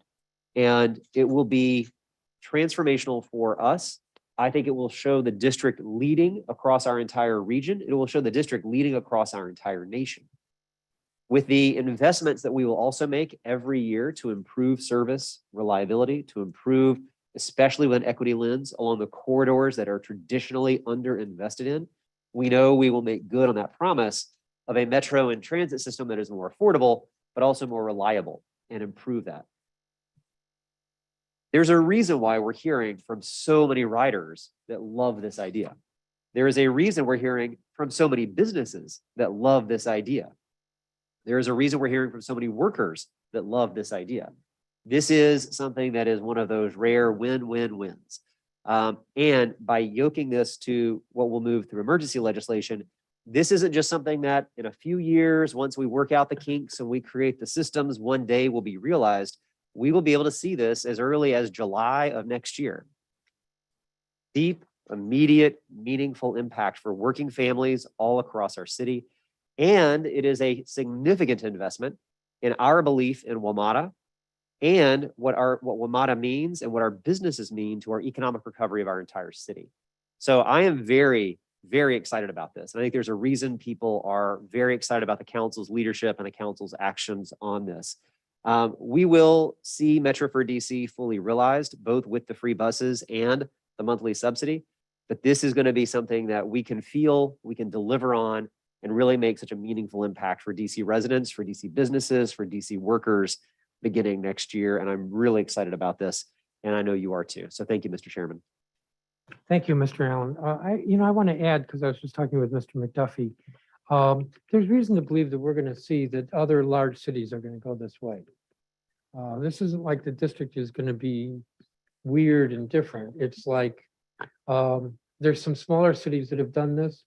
We're the first big city that's proposing to do this, and we're going to see that we're very quickly not going to be alone. And no offense to Kansas City. They're not a big city, but no offense to Well, I them. didn't mention names. There's some folks from Kansas City that got a little upset, but it's okay. It's okay. All right. We do have rules of decorum. Councilmember Lewis George and then Henderson. I think you and Robert mess up the rules of decorum with your weekend discussion. However, I want to say how excited I am about this legislation and thank Councilmember Allen, his team, and Councilmember Chair Mendelson and his team for this. I really think this is just going to be game changing for district residents and for the environmental justice goals and transit equity goals we have as a city. And when the buses are also fully electric, this is also going to be even greater. I want to add one more win in there if I could and just ask you. So, which is our micro transit programs. Did you all consider including micro transit programs like the Neighborhood Connect in the Transit Equity Fund? So currently those programs serve wards 4, 5, and 8, and they help fill the gaps of bus services to, especially along small neighborhood streets. That would be hard for buses to navigate. And I think expanding and heavily promoting this program would be tremendous service for our seniors and people with disabilities who have a harder time within the bus, doing the buses with everyone. So for second reading, would you all be open to working on including this resource as a way to expand shared ride public transit programs in the city? It seems like it would be a fit for the goals of Transit Equity Fund by including more people with mobility limitations. So just something to consider as an added win, as a possibility. But overall, really excited to vote yes on this legislation today. Thank you. Let me answer it this way. I'm more than willing to talk to colleagues about this. My initial reaction is that the Service Reliability Fund is about ensuring that WMATA bus service is as good, if not better.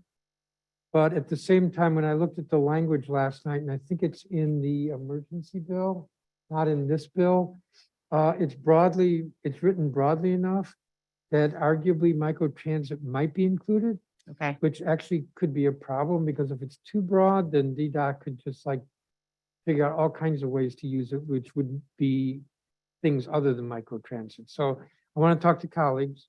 It's possible that the existing language and what we're doing today covers what you're talking about. Okay, great. Thank you. Perfect. Thank you. Councilmember Henderson. Thank you, Mr. Chairman. I voted to support this legislation in the Committee on Transportation and the Environment. I spoke to it then, but it has changed. So I also want to comment here. I was really happy to see that the ideas that I proposed in late October in my bill, the Universal Metro Bus Access Pilot Act of 2022, are now being embraced on a broader scale and much more quickly than I think we even imagined was possible. The public excitement about this bill, the new version of the Metro for All bill, I think revealed exactly what I suspected. That Metro bus is a critical part to our residents' public transportation experience, particularly for residents who are working class and are Black and brown, and who worked much of the pandemic as our essential workers throughout our city. I think that this will provide a reliable, inexpensive transportation option for everyone. And this is going to facilitate lots of positive improvements in residents' quality of life. Of course, we have to still work on reliability in terms of WMATA and Metrobus there. But to borrow of something that the general manager said once, in many ways, this returns the Metrobus to its height as the original rideshare option. And this one is going to be free. So I'm glad that we are doing this, and I appreciate, Mr. Chairman and Councilmember Allen, you're thinking big here and thinking beyond the original proposed legislation. So thank you. Thank you, Councilmember Henderson. Further on the bill, Councilmember Nadeau. Thank And you. then McDuffie. Thank you, Chairman Mendelson. I am so excited about this legislation. I want to thank everybody who worked on it. I love the bus. Ward 1 loves the bus. And we are always in conversation in Ward 1 about ways to make it more reliable. And I'm thrilled about the investments that we are making citywide on dedicated lanes and signals, and the investments in this bill. And I don't want to underestimate how much making bus free also helps with efficiency. Boarding through any door, no line at the fare box. Innovations we're able to apply by also making bus affordable to all. And it also adds overnight service on routes that will help workers, businesses, and nightlife, something I've asked for on behalf of my constituents for many years. I support this measure, and I think we can be proud to say that DC will be the largest city in the country to make transit fare free. We've heard some discussion today about, why we don't want to create a free service that non-residents can take advantage of. But whether or not people using bus are residents, we want them to take transit as much as possible. We want to get more cars off the street, and we do that by making it affordable and reliable. I see this as supporting bus riders as much as this country has historically supported and subsidized roads. In many cases, roads built through neighborhoods that still mostly take the bus. The cost of this bill compared to how much we've subsidized single occupancy vehicles is comparatively quite a bargain. While fare-free bus is getting a lot of attention, I want to make sure we don't forget the number one ask of riders whenever and wherever they're asked is frequency and reliability. And at the end of the day, running more buses and trains is what will be most transformative. I'm glad that the committee print does not present us with an either or choice of frequency versus free fares and provides funds for on-street infrastructure. I'm hoping that the funding will actually be there to meet those needs, and look forward to working together to make sure that happens. Thank you, Chairman. Thank you, Councilmember. Mr. Councilmember Chairman, Silverman? certainly I echo the Oh. sentiments. Oh, I'm sorry. No, go ahead. Is there an issue? I Is someone else ahead of me? put somebody else in the lineup, but I can wait. please proceed. Okay. So certainly, this is a tremendous win for working families, especially transportation is one of the biggest costs they have. I do have a question about what you just mentioned, though, in terms of the General Manager Clark's announcement. So this would lower the cost for us, correct? Metro Rail side?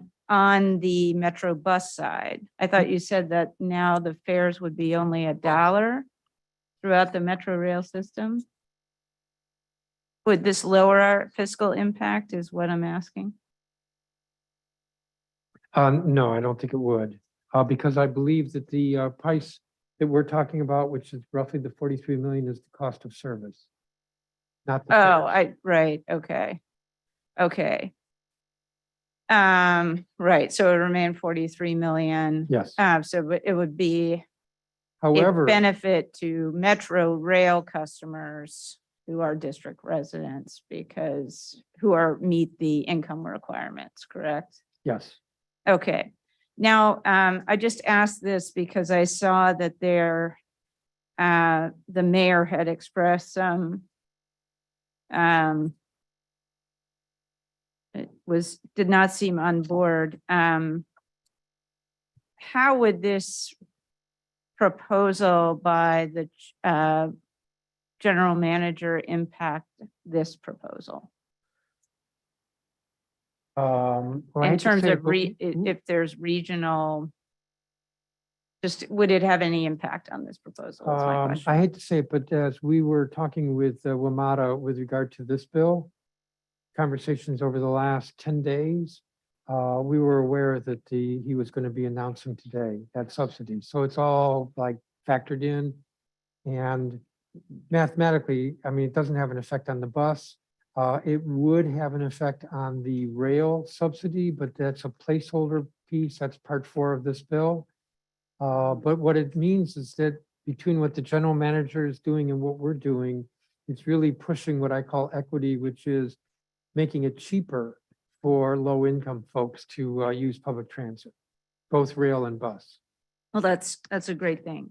I was just curious because this is information I didn't know, and not heard about the lower fare. So that is great. And again, congratulations. I think this is a tremendous win for the district and especially for working families.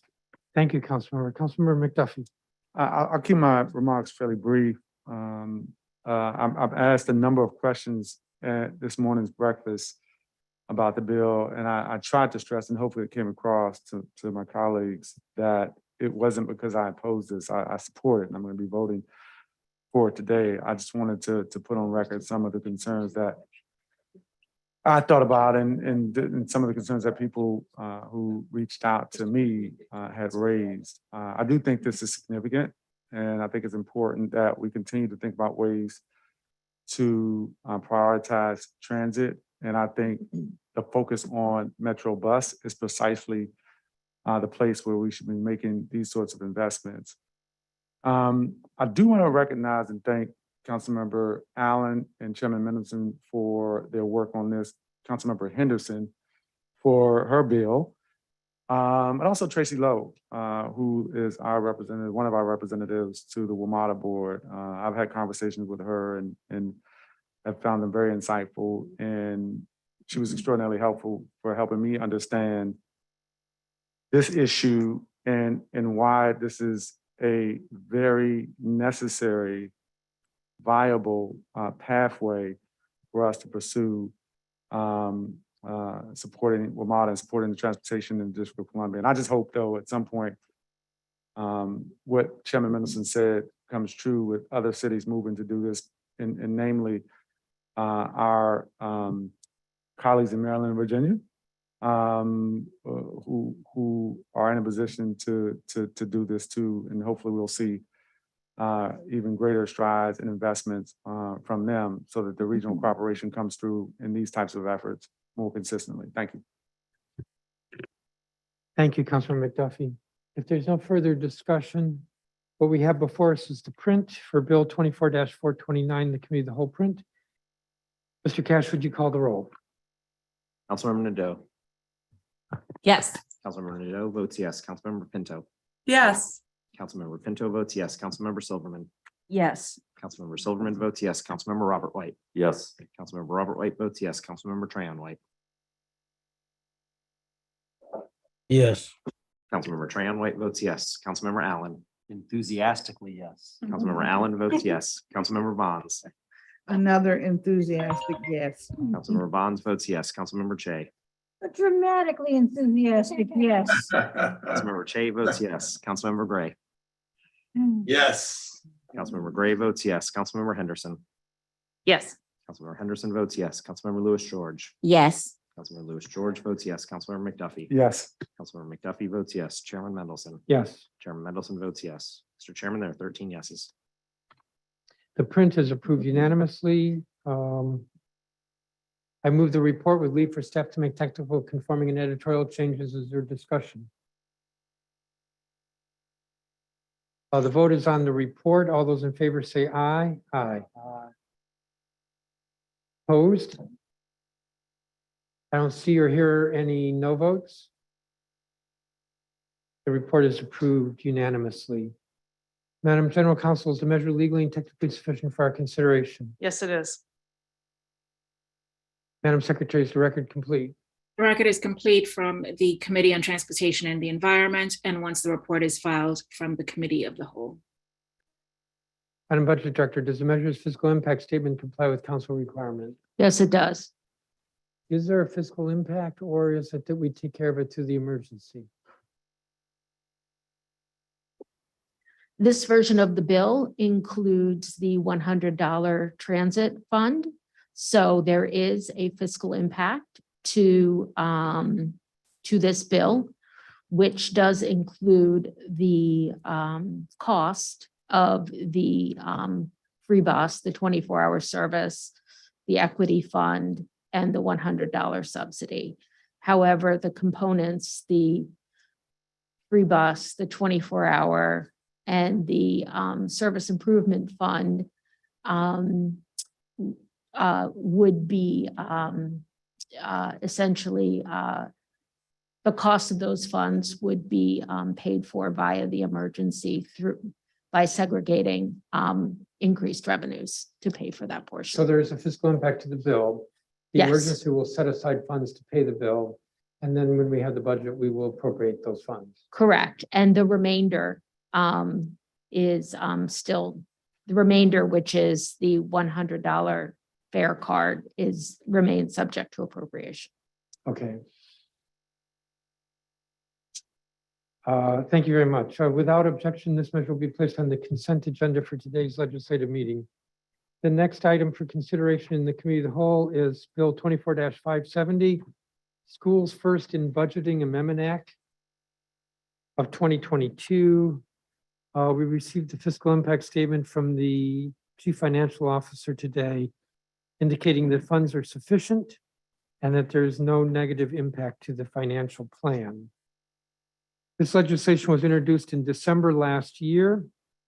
It would revise the method for school budgeting for District of Columbia Public Schools by budgeting the local schools first, based on each school's previous year's budget, with the remainder to be allocated, the remainder of the overall DCPS funding to be allocated between central administration, school support, and school-wide services. The bill sets forth the steps for determining the annual budget for each DCPS school, and it eliminates language in the current law that purports to cap spending by central administration 5% of DCPS's budget, in part because that isn't really followed, and in large part because it's no longer necessary since the schools will receive at least the funding that they've had in the previous year or in the current year. School level budgets will always be held harmless and grow each year by a factor correlated to the higher of the increase in the uniform per student funding formula or the collectively bargained salary for teachers. The calculation of each school's budget will be public record, and the calculations must be published on the DCPS website and included in the budget books provided to the council, which will in turn increase transparency and public input. The primary goal of this legislation is school stability.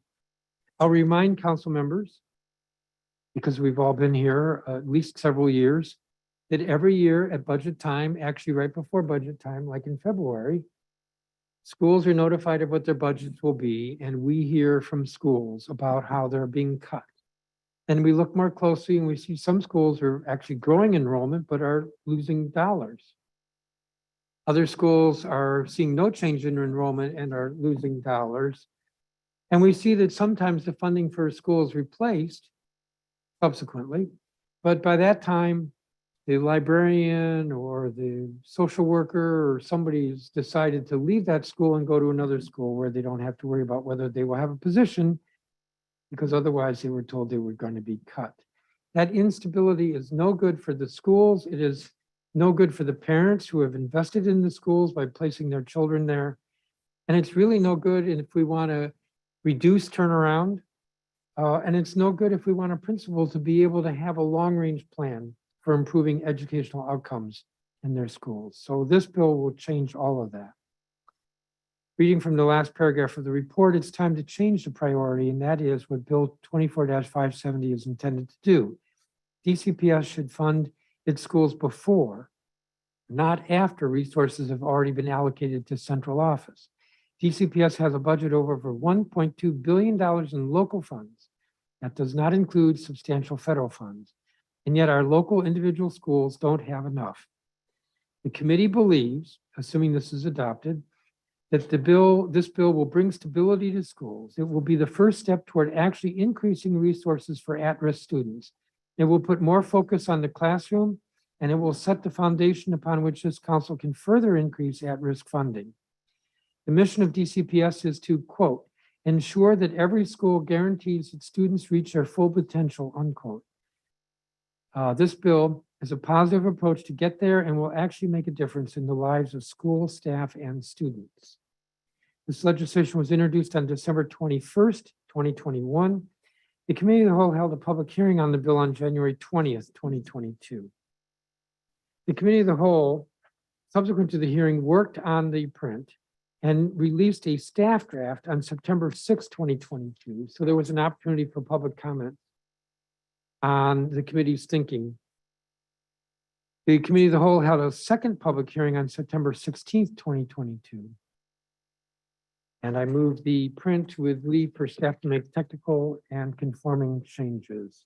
Is there discussion? Councilmember Silverman? Yes, thank you, Mr. Chairman. I do have a question. So I have always been flummoxed by schools budgeting, and your bill addresses, I think, one of the big frustrations. You mentioned it earlier that many of our schools, and I think particularly distressing, is that it seems to be schools east of the river in Ward 7 and 8 have seen their budgets go down. And that's frustrating for us It's frustrating for the schools and for parents and students. And that gets to my question. My understanding of the bill is, and you say this many times in the committee report, that it addresses stability. And I imagine what you mean by that is we're not seeing the budgets go down. But the other frustration I think a lot of parents and students and teachers have is the equity issue and equitable funding. So, it's important to provide equitable funding across schools, certainly in a city where we have stark socioeconomic differences in different neighborhoods. So how does this bill, if we're rebudgeting, how does this bill address the equity issue and equitable funding? Well, the way you phrase the question makes me turn to the racial equity impact assessment, Okay, which concludes that this legislation will likely improve budget predictability, transparency, and public accountability, thereby benefiting Black students and other students of color. okay, This bill, though, is primarily about stability, not primarily about changing the equity. And I agree that we need to get more resources into schools where there are needs for that. And so what this bill does is it protects the new at-risk weight that we adopted last year, mhm, which is based on concentration. mhm. A school with 40% or more at risk gets, on a per pupil basis, additional dollars. If the school has 70% or more at-risk students, it gets more on top of that. And this bill protects that. Mhm. And it enables that we, the council in the future, or the mayor, if she wants, when she proposes the budget, can increase that weight further. And again, those dollars go directly to the schools, and it's based on the at-risk population. So that should help in terms of equity. But I think also that reducing turnover in schools will Mhm. enable that those schools that have huge challenges in terms of Mhm. kids who are struggling to be a grade, that the educational leaders of those schools will be able to do some multi-year planning because they'll know what their resources are. The resources that they have this year, which may not be enough, at least will be the starting point for next year. And we will be able to add to that if we want to. And in that way, there'll be some planning, and that should help with regard to educational outcomes as well. I have to be clear, this bill's about stability. It's not about fixing the inequities, but the inequities will be reduced. I want to say will benefit, but that doesn't sound right. I don't want to prolong the discussion, but I do want to ask one more question. Sure. Thank you, which is, so next, this will go into effect and then I guess the 24 school year. The effect of this bill is that DCPS cannot reduce the budgets of any school. Correct. It's not absolute, just to be honest. So Okay, if a school, let's say, I don't think there are any elementary schools that still have a sixth grade, but I'll just use that example. Elementary school, the sixth grade now goes to the middle school, it would lose funding. Right. The bill and the committee print explains this. If the enrollment drops sufficient that there is no longer a classroom teacher needed, then the funding can be reduced by the value of that teacher, mhm, but no more. So it is possible that a school's funding could be reduced, but it would be reduced only under very controlled circumstances. okay, all right, thank you. And more likely, the school's budget will be increased because we have that inflationary factor that I mentioned. And there are other incentives in here for And increasing. DCPS is going to do this? They'll have to. They're either going to give us budgets they're either going to give us budgets in March that will be in violation of this law, and they'll hear from a whole lot of people, or they will comply with this. Okay, thank you very much for answering my questions. Councilmember Allen. Thank you, Mr. Chairman. And I'm sure that next year we'll see this reflected in either the first, second, or third set of books that we get for the budgets there. First off, I appreciate this is something that I know you've made a priority on trying to tackle the school's budgeting issue. And so I appreciate the hard work that's going into getting to this point here. I specifically had two areas of kind of questions and concerns. I want to give you a chance to kind of help walk us through this, specifically related to the at-risk funding. In the first section, or my first question, has to do with the committee print removes the supplement, not supplant language, speaking to the at-risk funds. I believe that, and I want to give you a chance if you could help outline this for the record, of why that section of the code would be redundant within the new language that you've put forward. And then I have a second at-risk funding question, but can you just explain why under your committee print, essentially the non-supplant language is no longer necessary? Yeah, there are a couple of reasons. And let me just say that I'm open to discussion on whether there's something we can do for second reading. But basically, with this new approach toward the budgeting, the repealed at-risk language loses its practical relevance. And also that the repealed language, as we know from auditors' reports and other public discussion, has been very difficult to enforce. But let me add to that. What happens with the at-risk dollars, which presumably are on a per pupil basis, is that they go to the LEA. And in the case of DCPS, it's a very large LEA. It's got 116 schools. And a lot of those at-risk dollars go to what's called school-wide or school support. Most people don't know what I'm talking about, but there are 4 buckets for budgeting DCPS. One is central administration. It's kind of obvious. That's like procurement, if you will. But the second bucket is what's called school support. And that would be like curriculum development. And what we have seen is that DCPS is very good at shifting dollars. And so they shift some of central into school support. But school support does include some expenditures that are related to at-risk. And like it could be teacher development specifically for special education kids. The third bucket is school-wide. And Mr. Chairman, I just want to make sure I reserve time for my second question. Yes. But I am trying to give you. I know, I just want to make sure I can get my second And I question. hope you're sitting on the edge of your chair. Oh, I'm enjoying on the this edge, you answer. can tell, absolutely. I can even share photos if you want me to.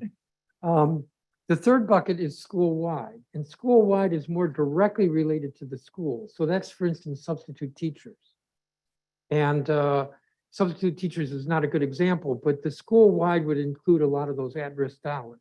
So while we expect that the at-risk dollars are going to be in the individual school itself, there are a lot of that. Most of that's going to end up in school-wide or in school support. And that's why it's been so difficult, so frustrating, that we do this at-risk, and we look at the school, we see the school has a high at-risk population, and yet we don't think they have enough at-risk dollars. That's why we created the new weight, the 40% and 70% concentrations. And with this bill, stabilizing those budgets, we'll be able to add more dollars where there are at-risk needs. Thank you. And I know it's not a quick answer, but since you're giving me my extra time for my second question here, I appreciate the answer to that. One of the spaces that I do feel strongly about, however, is that I believe that we should have language and return to language as in law when the at-risk weight was originally created, which gave principals and school communities the first crack, essentially the priority on deciding how those funds were spent. I believe that our local school communities will know better than the central office will about what their specific schools need and what their at-risk communities really need. I think that'll go a long way to ensure that there's not that central office creep into those funds. And again, that the people who know best what a school's needs are the folks on the ground every day. So I would like to be able to have language included that focuses on having our local school communities help outline what the plan is for those local at-risk dollars. I think we're going to have to sit down and talk through that. I'm not opposed to what you're trying to do. I'm not quite sure how it gets implemented. So I'm happy to work with you on that between now and second reading. I appreciate that. I know I've raised this a few times, so I want to make Yes, sure you that have. I am clear that that is a priority for me. Okay. Give me just a second.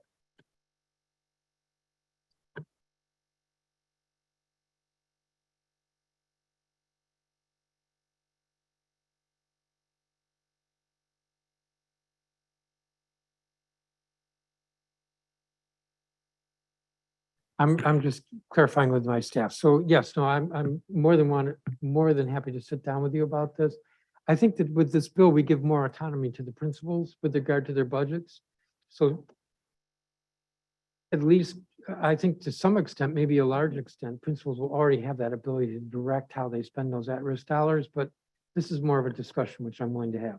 Right. I think that there's been no shortage of intent to have principals and local school communities be able to direct at-risk dollars, but I think in practice, that's just not the way it works. And we see the central office creep in and they tell the school community what they maybe can and can't do. And I think the power needs to shift to the local school community to help make those decisions and guide those. Okay. There was more on this. Councilmember Lewis George. Thank you, Chairman, and thank you to you and your staff for all the hard work that went into this. The School First and Budgeting Bill will resolve one of the main complaints I hear from principals and LSATs every year, that their budgets get cut for no reason and they never know why. Our school leaders need predictability and they need, like you said, stability to ensure they can manage their buildings. And we can't keep changing things at last minute and expect them to do a good job. This bill helps by setting a floor and a clear, plain language rules around when DCPS can make cuts. Even DCPS's new budget model, which is supposed to be more transparent, still leaves room for ambiguity. This bill fixes that. We're making a big step forward today, and I'm grateful for your leadership on this issue. I'm also looking forward to working with you, Chairman, between first and second reading to ensure at-risk funds get used properly. We know DCPS shortchange students often in the past. Schools with a lot of at-risk students often receive lower base level spending once you account for special education spending. And I'm hopeful that we can work together to ensure we keep DCPS accountable for making sure at-risk funds follow students and get used to improve their actual academic achievement. So along the lines of what I think my colleague, Councilmember Allen, was also going down the same road as I was regarding at-risk funds, can we do more to make sure at-risk funds go straight to schools like you did with the concentration weight this year? Because I agree with what Councilmember Allen said about wanting to make sure school level officials have input on how to spend the money. I think the honest answer is no, we can't do more. This bill says that what the schools have, they'll have next year plus inflation. And if I understand your question correctly, can we reach into those other three buckets, central, school support, and school-wide, and pull some of those dollars out and send them directly to the schools? Through this legislation, the honest answer is no. But when we have the budget next year, we could reach into like school-wide and say, look at a particular line, even though that is actually not budgeted by individual lines, and pull some or all of that out and direct that to schools. I want to be careful that we don't start picking schools winners and losers. So I'd like to do it on a more categorical basis, but we could do it that way. Okay. And as far as, I guess, along the same lines of, would it be useful to, in this process, sort of, when we look at the language, I guess the print before us removes the requirements that at-risk funds supplement, not supplant regular formative funds. So, I mean, are you saying no, it's not possible for us to at least change that language? I'm sorry, say that again. So the print right now removes the at-risk funds, requirements that at-risk funds supplement, not supplant regular Correct. formula funds. So I'm saying, is it possible between this reading and next reading for us to at least amend that, change that language? Well, anything's possible. And I'm certainly willing to talk with you about it. Okay. The language, the supplement versus supplant, has been very difficult to enforce. And with this bill, it loses its practical value or practical relevance. My staff was pointing out to me that there's some reporting language that I believe we kept with regard to the at-risk dollars. And I sent a letter to the chancellor a month ago saying, okay, the law requires you give us this report.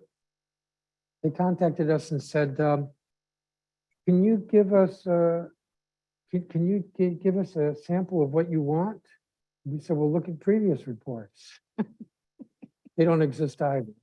So the reporting requirement, I believe we have in this bill, we kept that, but it just is an example of how the at-risk has been much more aspirational. Yeah. And that in turn is a problem because then people are really upset. But the reality is that the at-risk dollars, a lot of that has gone into school-wide and school support. Absolutely. Thank you, Chairman. Councilmember Henderson. Thank you, Mr. Chairman. I have a couple of questions. The committee print that's before us does make some edits in terms of what is used to calculate the total amount of funds under the control of the school. I see that you all have excluded some federal fund buckets, but one that wasn't excluded was Title I. Correct. I wanted to ask sort of your thinking behind that, especially since we know for some schools in certain parts of our cities, the demographics of those schools are changing. They are losing the number of students who would be considered Title I. And so are we saying here that even if a school is losing some of its Title I designation and status, that it will be the responsibility of central office to backfill that funding with local dollars? Yes, we are. So the thinking is this. Again, budget stability. There was an earlier draft that said all funds from all sources, including ESSER funds. Correct. So what the school has this year, it has next year, plus inflation. From a fiscal impact standpoint, we had a problem. Because ESSER, if I remember correctly, is a couple $100 million. Right. Even though it's a much smaller amount that's actually in the schools and the local individual schools. We didn't want a fiscal impact with this bill. So we took out ESSER. There's another federal fund, and I don't remember the name of it, but it's related to turning around the school. Yep. It's transition. Federal investment in schools. And that's meant to be temporary. It's to turn around the school. So you have it this year. If you've turned around in a year or two, you shouldn't keep getting those dollars. So we took that out. But Title I is a more manageable amount. Unlike ESSER, it's not hundreds of millions. It's, I can't remember now, maybe 20, 30 million. And most of the Title I schools this year will be Title I schools next year, so there's no fiscal impact. There might be a couple that the number of students dropped, and so it would lose its Title I dollars. The fiscal cost of that is so low that that's why we have a clean fist. The philosophy behind it is this, that schools need stable funding. So if I remember correctly, Title I is like 35% of the population is low income or free and reduced lunch. And so let's say a school's got 100 kids and 36 of them make the school qualify for Title I. And so they get these additional dollars. And then next year they have 34 kids and they lose those Title I. So they don't need the librarian who was paid for out of those dollars, or they don't need the social worker who was paid for out of those dollars. No, they continue to need those resources. And from a stability perspective, we want the school to be stable. I hear you, Mr. So Chairman. that was the thinking behind it. That's why we kept the Title I in, but we took out the ESSER. I hear you, Mr. Chairman. I would say that our friends in the other LEAs would argue they would also agree with that. However, when their schools lose Title I designation, the city is not providing them additional funding to backfill that as well. So I just leave that as a food for thought. Can I ask another question? Yes. Okay. DCPS currently has some school-based staff that are technically on the central office budget. I learned this a couple of months ago. So for instance, right now, I think Councilmember Che would like this. DCPS is currently doing a pilot where they are doing some food and nutrition service in-house. So cooking on site. But for the 8 schools who are in that pilot, those staff positions are technically considered central office, even though they are working in schools. Does this legislation allow for some wiggle room in terms of considering those special circumstances, in terms of the caps of the amount of money that can be on central versus in schools? Well, there's no cap anymore we took all the caps off. Okay. So if there's somebody who's in central who is on central but is sent to a school, that's not, the school doesn't get that next year. Okay. And then my final question, just from a timing perspective, because we also have the budget resolution that's on the agenda today. What concerns, if any, do you have around the budget process for DCPS already having begun, and now we're giving them a different direction? I don't, because we're early in the process. We have this bill as an emergency today so that it becomes law quickly. And in the end, what we're talking about, even though these changes in individual schools can be substantial and traumatic if it's a cut, in the overall scheme of things, we're not talking about a huge difference in DCPS. Remember, they have a $1.2 billion budget. And so, yes, they will have to adjust, but I don't see it as being problematic. They may, but I don't. Thank you. Any further questions or Councilmember Pinto? Did you want to be recognized? Thank you, Mr. Chairman. I just wanted to thank you and your team for your hard work on this bill, and I'm going to be voting in support of it today, mostly because I know these reforms are needed to increase transparency in the school budgeting process and ensure that our schools have the resources that they need to best serve our students. We've talked about today how the current school budgeting process is really convoluted and leaves many school communities bracing for cuts each year. Parents at Hardy Middle School, for example, had to fight to meet with DCPS leadership, consult with education advocates, and undertake their own budget analysis just to try to disentangle how their children's school budget was determined. And this should not be the case. We owe it to our students, teachers, and principals to remove the fear and uncertainty around school budgets. So I am looking forward to supporting this bill today and ensuring that year over year, budget changes will be clear and that we can get these estimates well in advance of our budget so that we can make adjustments as needed. And I want to thank you and all the parents, educators, and advocates who have pushed for many years to reform the school budgeting process. Thank you. Thank you, Councilmember. Mr. Further? Chairman. Councilmember Robert White. Thank you, Mr. Chairman.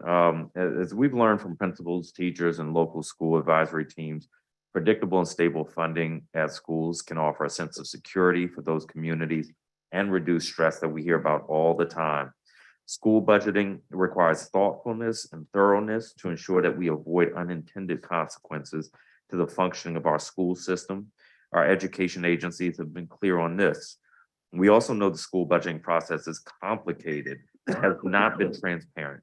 It makes it difficult for schools and for families to know what to expect year after year, and for council to adequately supplement schools that have been underfunded.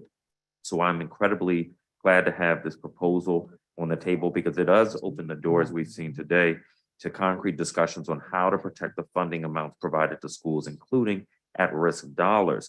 So my question, Mr. Chairman, and we've discussed this in ways, but I recognize your point. One bill can't do it all. This does stabilize.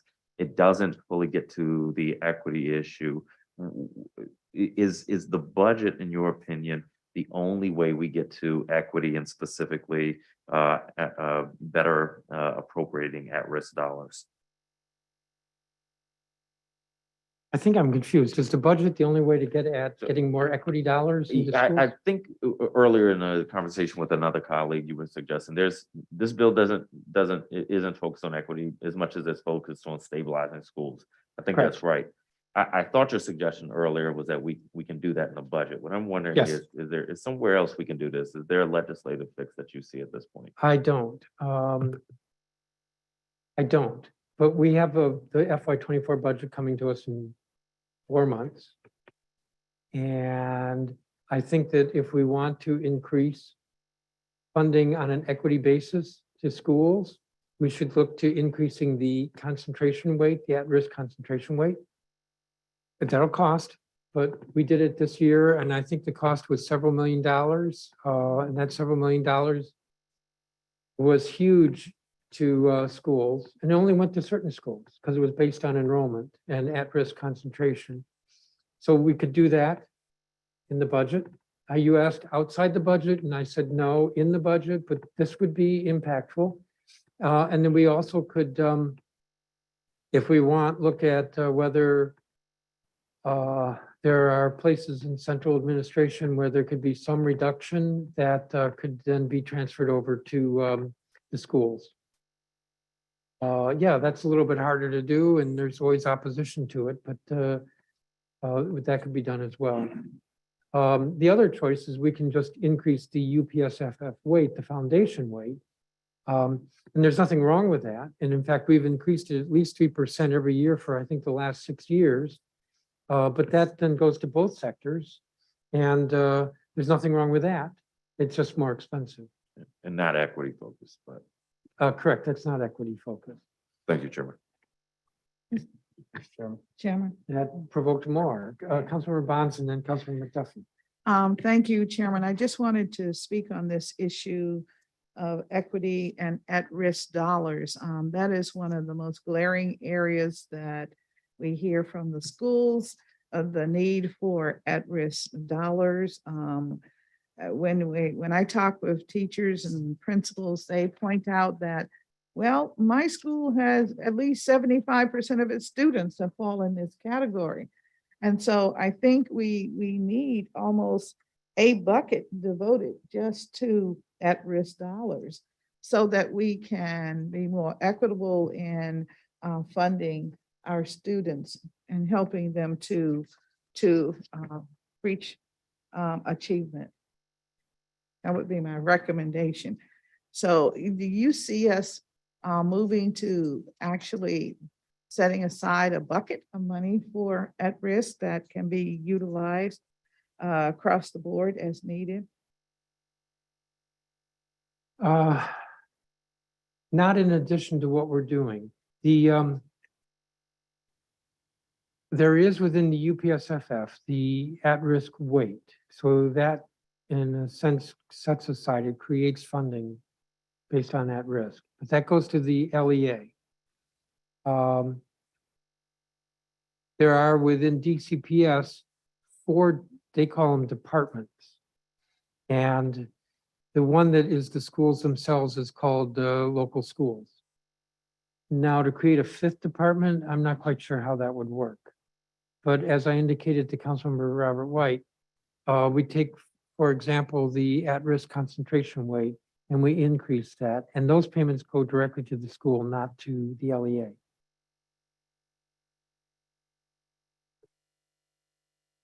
Okay, well, I think it's needed. I mean, it's an area that we discuss every year. We have discussed it since the days of Barbara Sizemore, former superintendent. It Yes. goes pretty far back in our history of trying to provide for our quote unquote at-risk students. And when teachers and principals point out, well, if 75% of my student body falls in that category, we're talking about our school system for the most part. Yes. All right. Thank you. Councilmember McDuffie. Thank you, Mr. Chairman. I appreciate the work on this. I think it's already been said that the primary goal of this legislation is school stability. And I also appreciate that. Also think it's important that the calculation of each school's budget be public record and that the calculation be published to DCPS's website.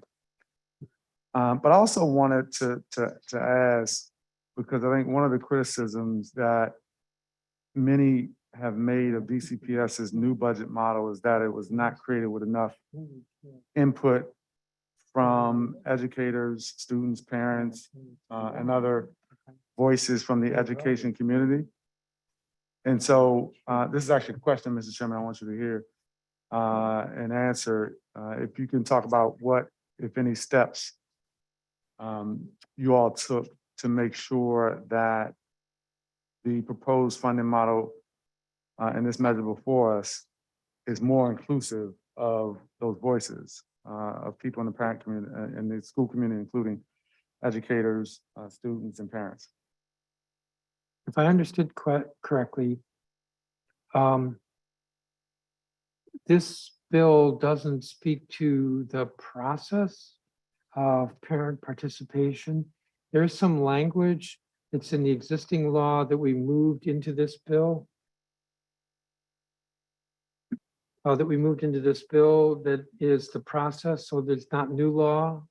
We keep that, but the calculation for figuring out next year's individual school budget is specifically to be a public record, including the calculation itself. And in that way gives the parents information, more information than they have now. If you ask any parent today how their school was funded based on the chancellor's formula that he announced last year, nobody can tell you. Under this bill, if you ask a parent how their school's budget was funded, you'll actually be able to find that online. Does that answer your question? So it's very, this is a level of transparency that doesn't currently exist. No, I appreciate that. Actually, I acknowledge that at the outset. And so I do understand and appreciate that.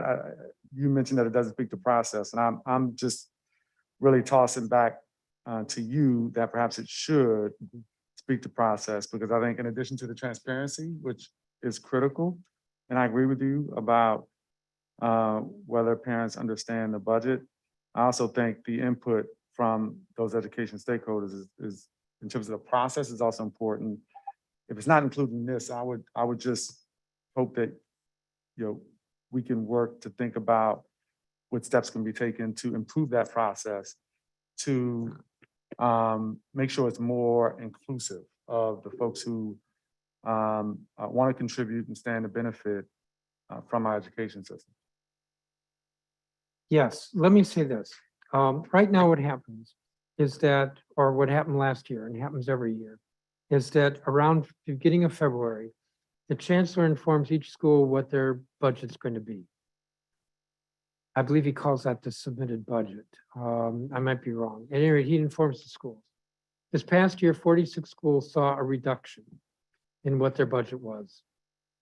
The parents, working with the principals, it's through the LSAT, then for those 46 schools, spend all of their time focusing on how they want to get their money back, recover the money that they was cut.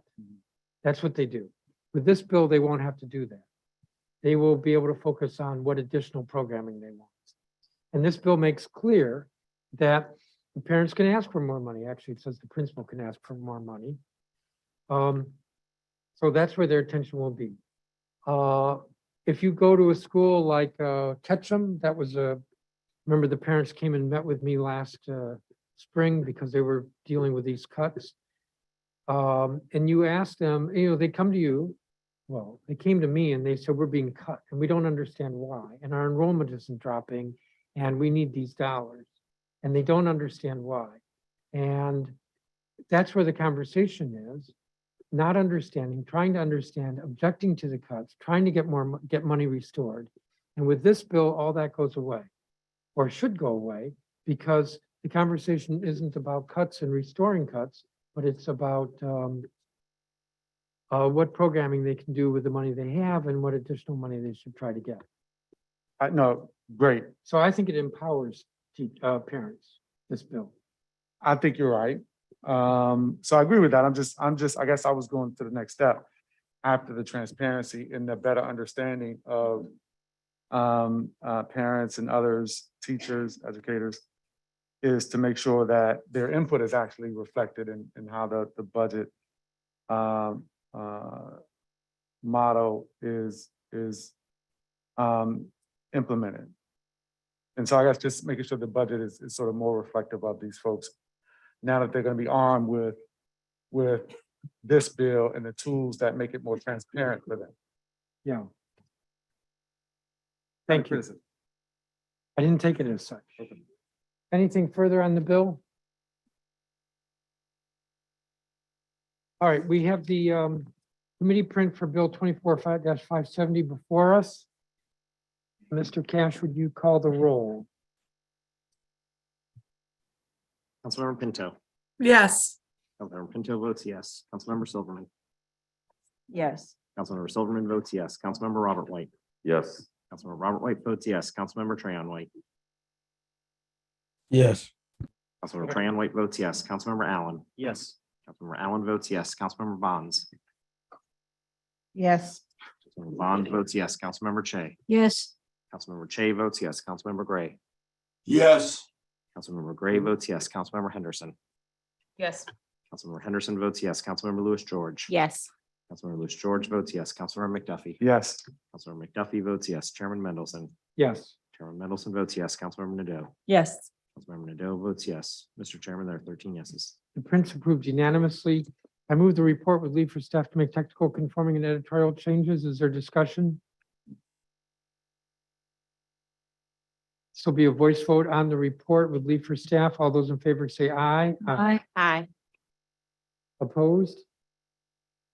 I don't see or hear any no votes. The report is adopted unanimously. Madam General Counsel, is the measure legally and technically sufficient for our consideration? Yes, it is. Madam Secretary, is the record complete? Once the report is filed. Madam Budget Director, does the measure's fiscal impact statement comply with council requirements? Yes, it does. And it has a clean fist. Correct. Without objection, this measure will be placed on the consent agenda for today's legislative meeting. I don't think we've ever spent so long in a committee of the whole markup. The next item is Bill 24-617, the Office of District Waterways Management Establishment Act of 2022.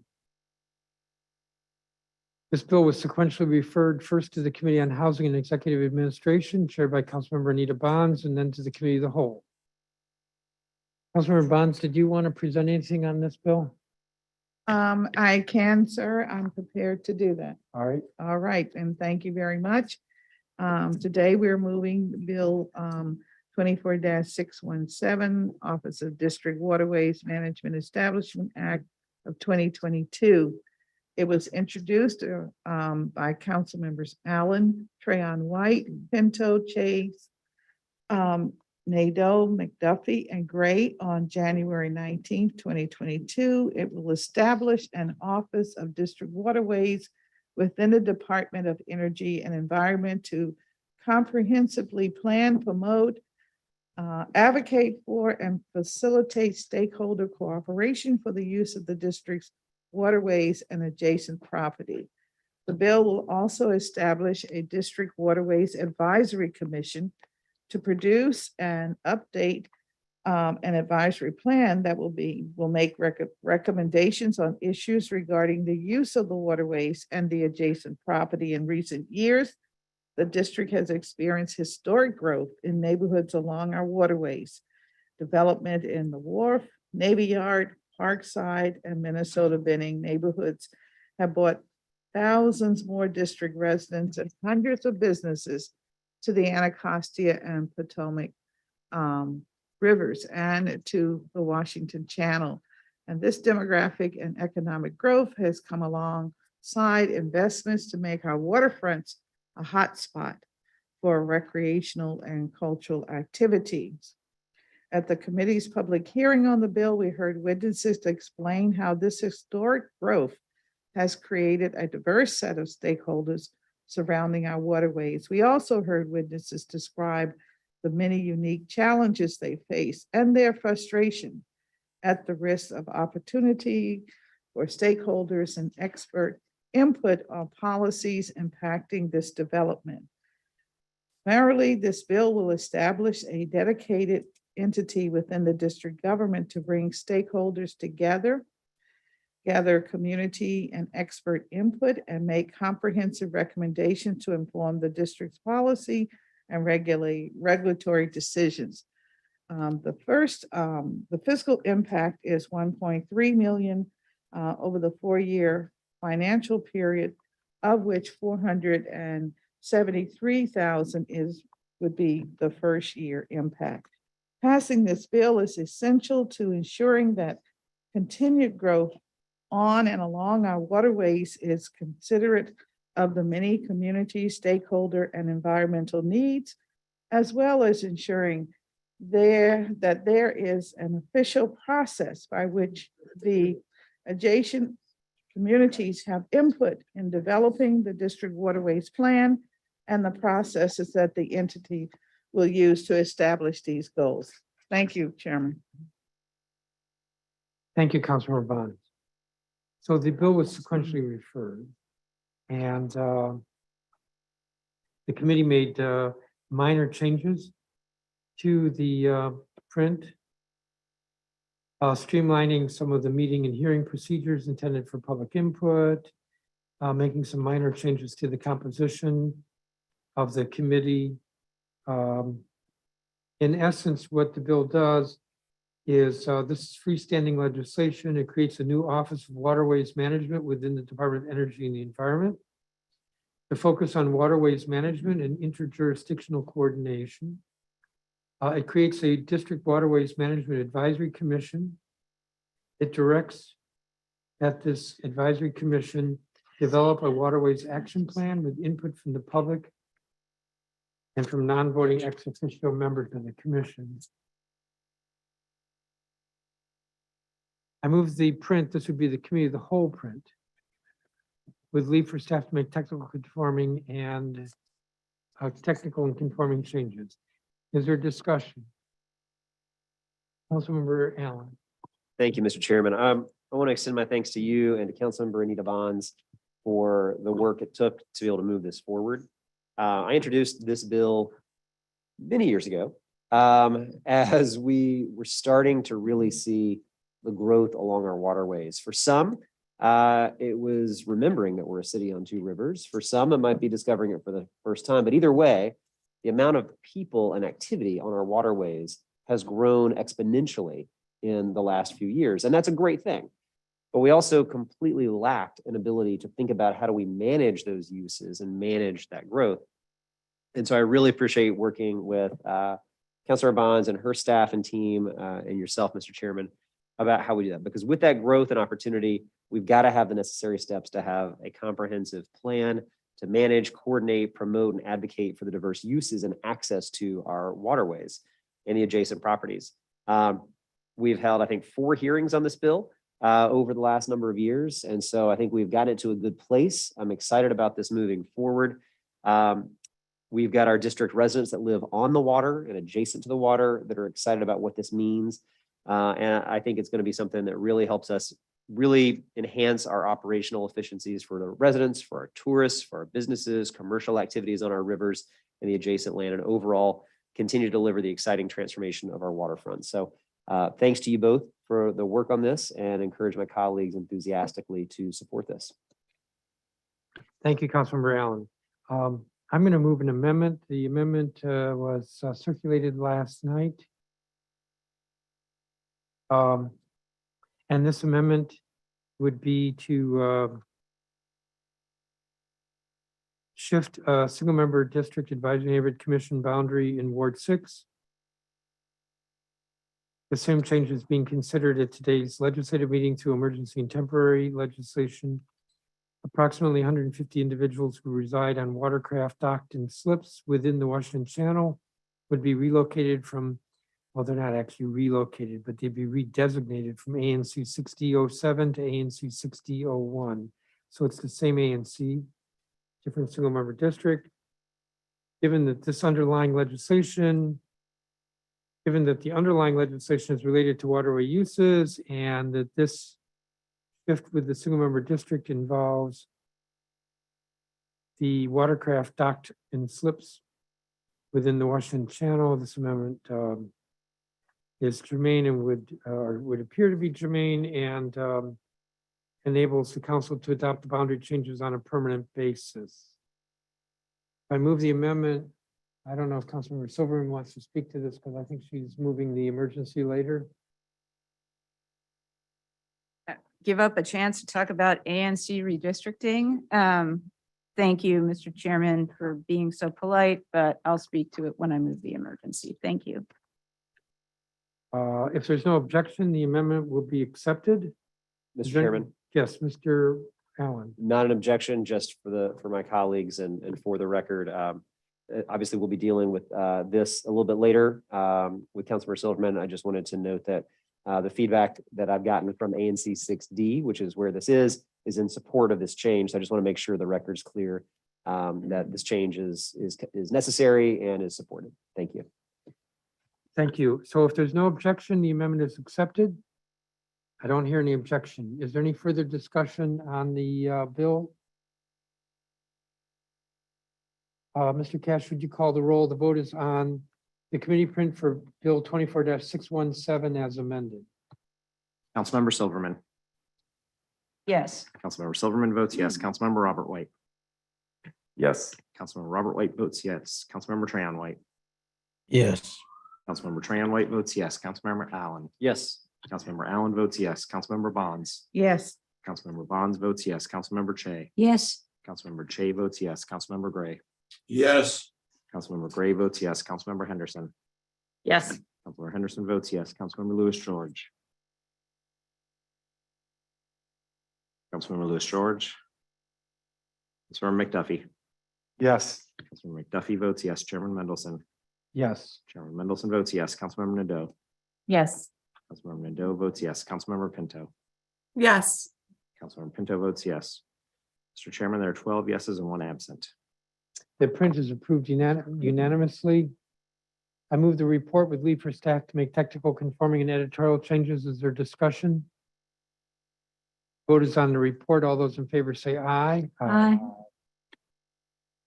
Are there any no votes? I don't see or hear any no votes. The report is approved unanimously.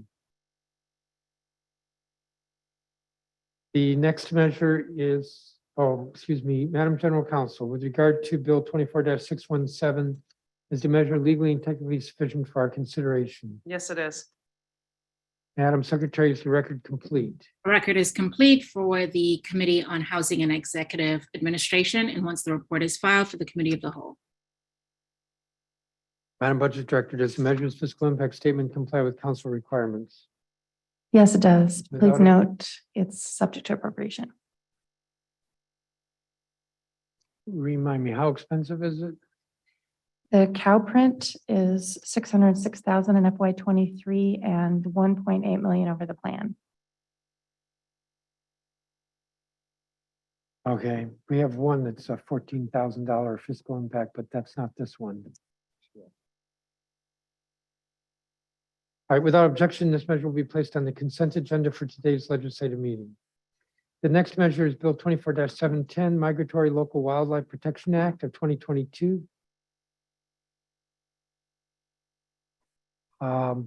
This bill would require both new building construction and substantial improvements of a building to use bird-friendly materials starting January, I think we changed the date from the introduced. Starting October 1st, 2024. Would establish no, it doesn't. As introduced, it would establish a bird-friendly buildings fund, but that's not in the committee print.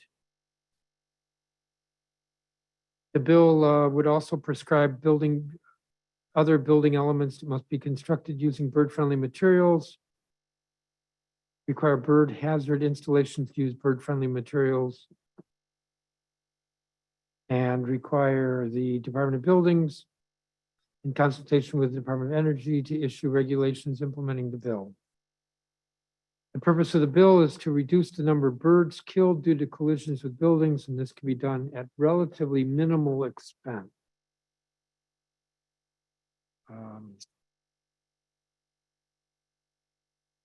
The district is home to a diverse array of birds that play a crucial role in our ecosystem, yet every year an untold number of these birds die from collisions with buildings. Many of these collisions are caused by the use of clear and reflective glass the birds cannot see. To address these preventable bird deaths, this bill would require new construction, renovation of building facades, and specific building elements, renovations of specific building elements to use bird-friendly materials, thereby reducing the number of bird deaths in the district. This may seem like maybe not the most important issue confronting the district. However, The hearing that we had, there was quite a bit of testimony, overwhelmingly in support. And what it pointed out is that there are literally thousands of birds that are killed every year flying into buildings. And in a particular building, it may not seem like a big deal, but actually cumulatively, it's a lot of birds. And the solution to this is pretty simple. There are things that can be done that are pretty cheap, perhaps making exterior glass less reflective, that doesn't change the quality of the building or the quality of life within the building, but it reduces substantially the number of bird collisions. So this bill requires that in the building code. It has a delay period for implementation and should make a difference. With that, I move the print with leave for staff to make technical and conforming changes. Is there discussion? Councilmember Chang. Thank you, Mr. Chairman, for moving this legislation. I'm pleased to see it go forward. The changes here are very modest to our building code, but they'll have a tremendous effect on local wildlife. It'll literally save thousands of birds and other migratory wildlife in the coming years. We know that untreated glass poses a tremendous risk to birds and other migratory local wildlife. In fact, collisions with glass are the second leading man-made cause of death for birds. Tragically, between 365 million and 1 billion birds in the United States die each year due to collisions with glass. And the issue is particularly acute in the district as we're located along the Atlantic Flyway, a major migratory route for birds. And city wildlife tells me that the problem is only growing. And a big part of the problem, of course, as you mentioned, Mr. Chairman, is the transparency and reflectivity of the material on buildings, which makes it impossible for birds to distinguish a solid building. And there are many ways, cost-effective design, and even retrofit that can make buildings bird safe, including bird-friendly products specifically designed to make glass a visible obstacle. And interestingly, building designers already use a number of these techniques for aesthetic reasons, which really underscores how accessible and affordable these design elements are. There may be opposition, I don't know, from developers who worry about cost, of course, but where they've done this elsewhere, the cost is relatively minor. And there's one example out of Atlanta's Zoo Reptile House, built with bird-friendly glass, that added just $32,000 to the project. And in light of the whole project, that was 0.2% of the project's total cost. And there are other examples as well. So thank you, Mr. Chairman, for moving this bill. And I encourage the mayor and my colleagues to prioritize the funding for this bill in fiscal 2024. The amount is quite modest. $250,000 in fiscal 25 and 26. This is beyond affordable. So thank you very much, Mr. Chairman. Thank you, Councilmember Che. Is there a discussion on the print?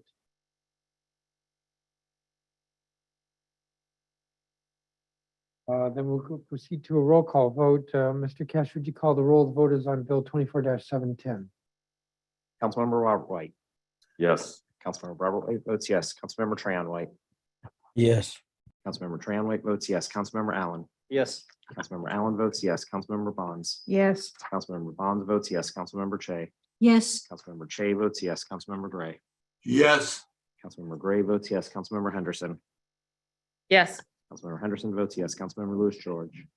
Yes. Councilmember Lewis George votes yes. Councilmember McDuffie. Yes. Councilmember McDuffie votes yes. Chairman Mendelson.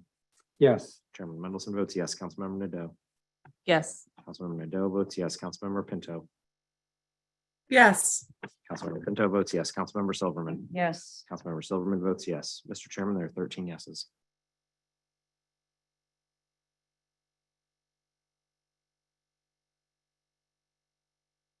Thank you, Mr. Cash. The print is approved unanimously. I move the report with leave for staff to make technical, conforming, and editorial changes. Is there discussion? The vote is on the report. All those in favor say aye. Aye. Aye.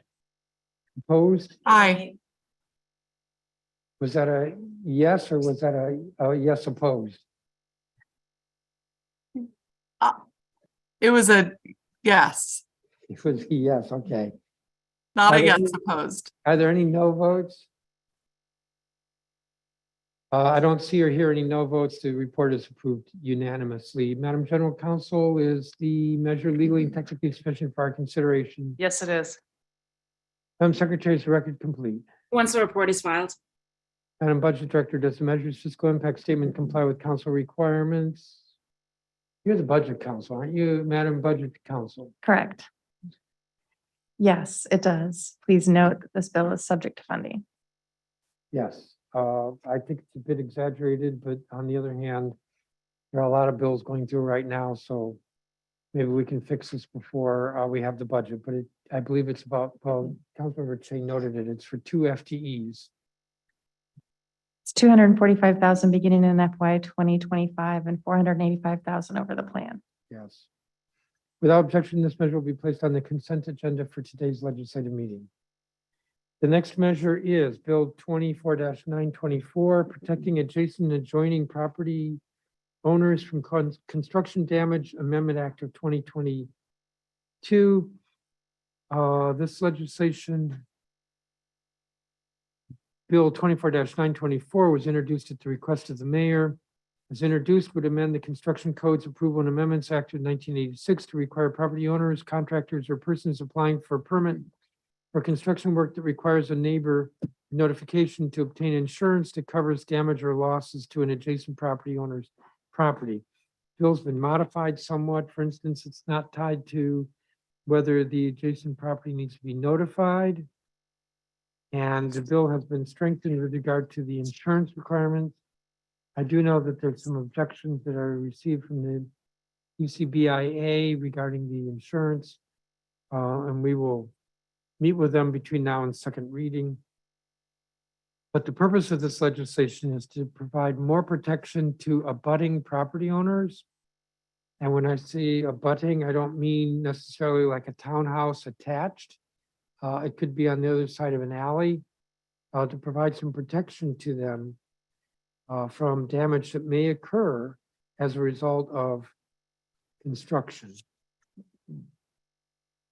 The committee has heard over the years too many complaints from residents, homeowners, even commercial property owners have been damaged by construction and are really struggling to get to be compensated for repairs in the hundreds of thousands of dollars that they have to make.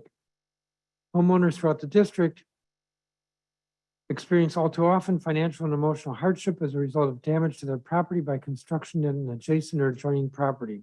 These homeowners have little recourse under current law because current construction insurance requirements do not explicitly protect adjacent or adjoining homeowners.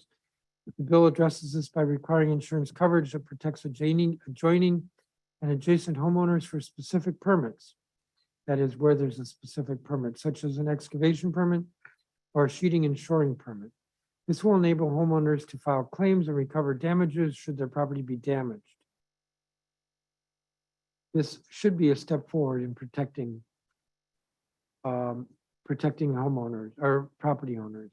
This legislation was introduced on July 5th of this year. The Committee of the Whole held a public hearing on September 30th of this year. I move the print with leave for staff to make technical and conforming changes.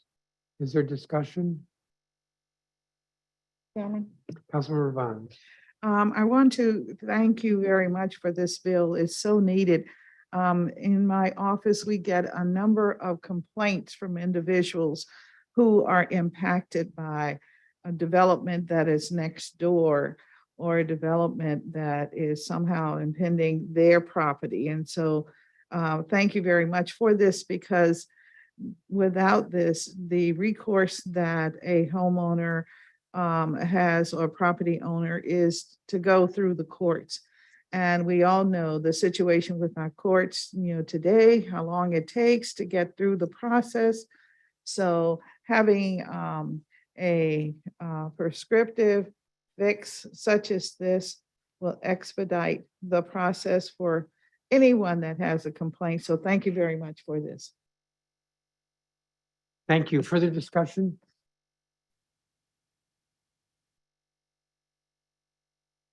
We'll have a roll call vote on the print. This is Bill 24-924. Councilmember Louis George.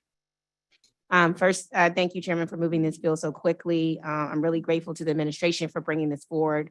There are a number of neighbors in Ward 4 who really could have benefited from this policy being in effect already. I'm thinking of a particular property my team visited during my last care day, where the two neighboring properties, the row house, now have drooping porches, and their backyards have multiple large sinkholes.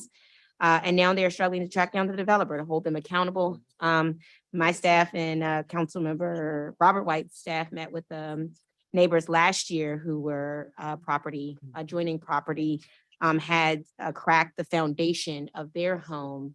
And so I do have a question. So I think this is going to be great legislation. Will neighboring properties be provided with a copy of the insurance information, and particularly the insurance policy contact information?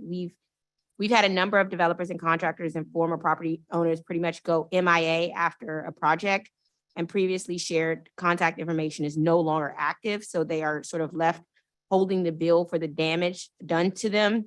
So I suspect that an insurance company is a more permanent business operation, so they may be a more useful point of contact for neighbors in many circumstances. And so I was wondering, would you be open to working together to add some language requiring insurance policy information to be included in some of our existing neighbor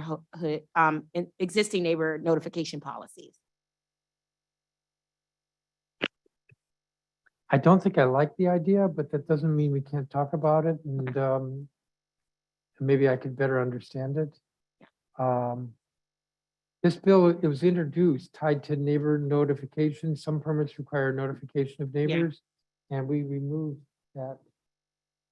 that restriction. So it's broader than just neighbor notification.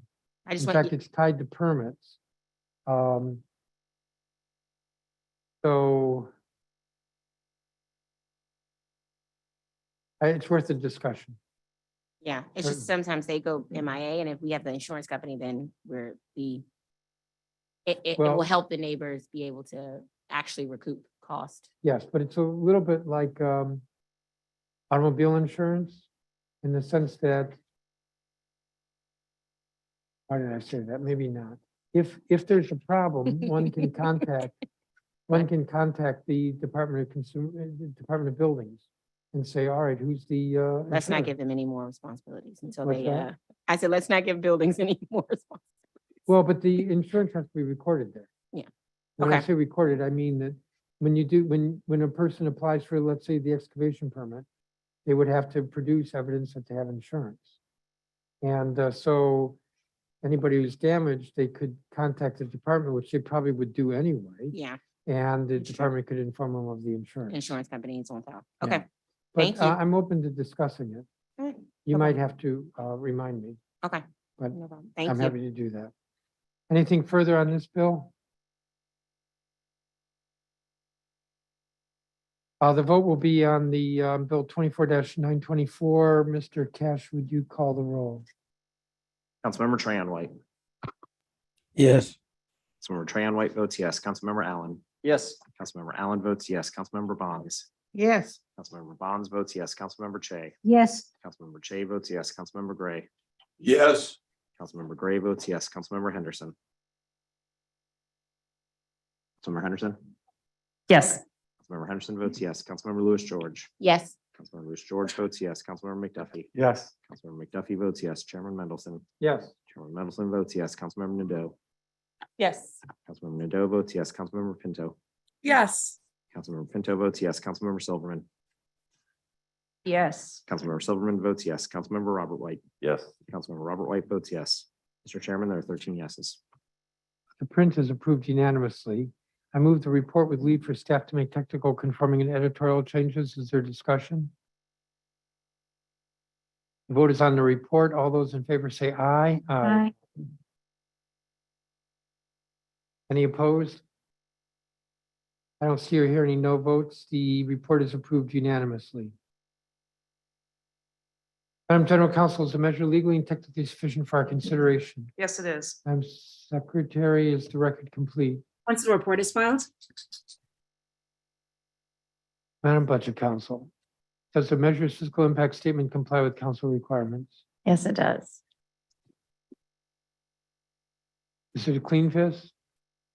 Yes, because the bill was introduced by the mayor. Without objection, this measure will be placed on the consent agenda for today's legislative meeting. The last item for markup in the committee of the whole is Bill 24-989, the Educator Background Check Streamlining Amendment Act of 2022.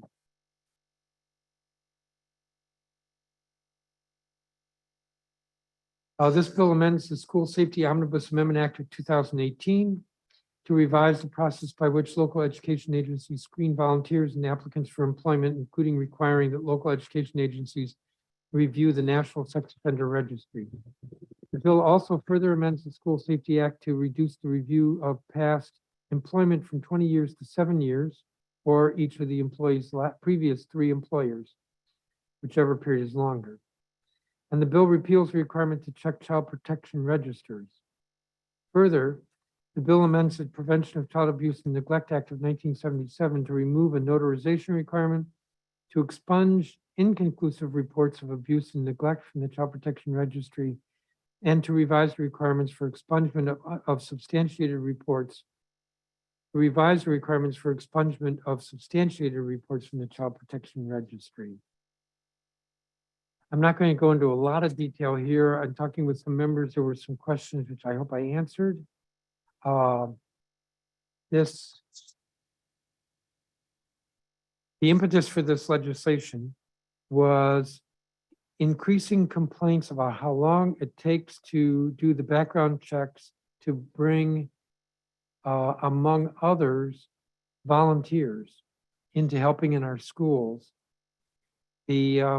It also has affected the promptness by which the schools have been able to hire full-time employees. And so this legislation came out of looking at, taking a look at what the background check requirements are. And this bill makes some changes there. I'm confident that this bill does not relax safety, but does provide for more efficiency in doing the background check.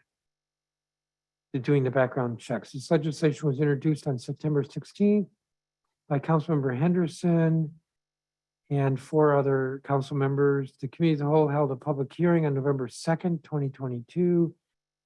And I think I'll leave it at that and move the print with leave for staff to make technical and conforming changes. Is there discussion on the bill? Councilmember Henderson. Thank you, Mr. Chairman. I introduced the Educator Background Check Streamlining Amendment of Act of 2022 in September, along with you, Mr. Chairman, and several of our colleagues. I think we can all agree that students are best served in nurturing environments that are adequately staffed by caring and qualified educators and volunteers. I know we are committed to providing safe learning environments for our students and ensuring that classrooms and after-school programs are fully staffed.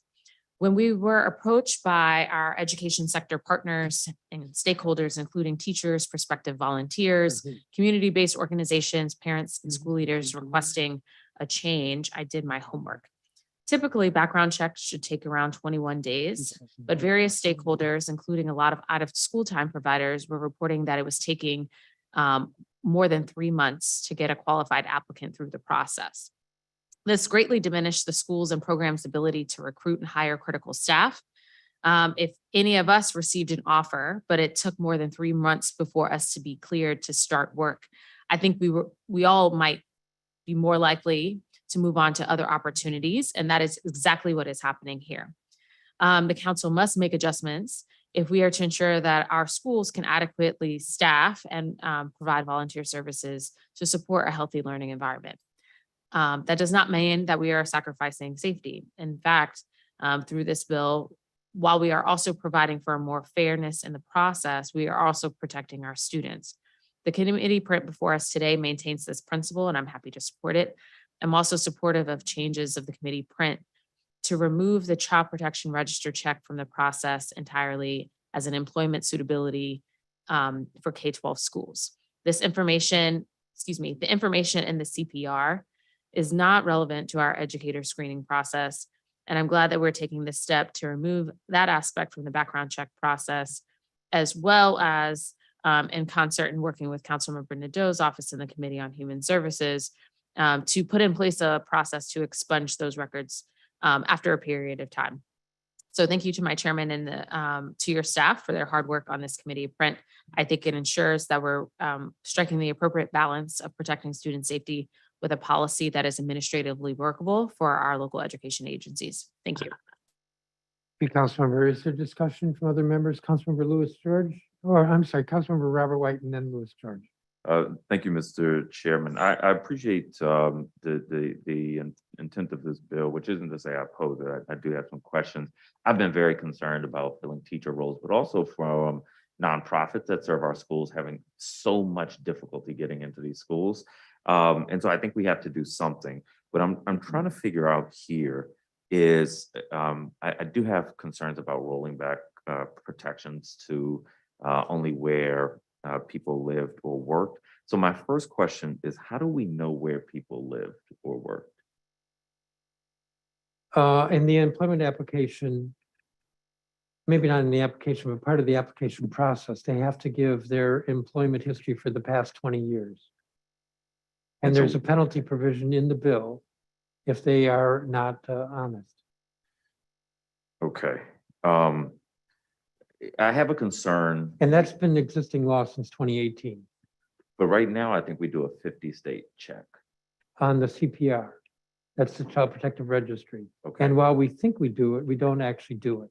And the reason why we don't actually do it is because the registries are not publicly available. So the district, whatever the agency is, will check with, let's say, Pennsylvania, because the applicant said they worked in Pennsylvania, and they may or may not get the information from Pennsylvania. Okay. So the questions I would have, if it's okay, Mr. Chairman, through you to the drafter of the bill is there, do you have concern? Should we have concern about people not being honest about where they've lived or worked, about them traveling for sex that may be illegal? And what does this look like for charter schools in other states? Should we be just operating differently instead of changing our process? Let me take a first stab and then you, Councilmember Henderson. I don't think we should be concerned. It is possible that somebody could try really, really hard and figure out how to work around the system. But what the current law requires is that an applicant has to provide their job history for the past 20 years. We don't change that.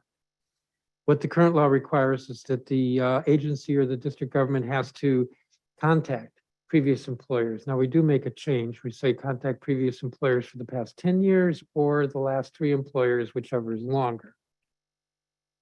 They're supposed to ask of those employers if there are any allegations, any reason to suspect that there was abuse or neglect. And abuse or neglect could include sexual abuse. It would include sex trafficking. The existing law requires a criminal background check. The bill doesn't change that at all.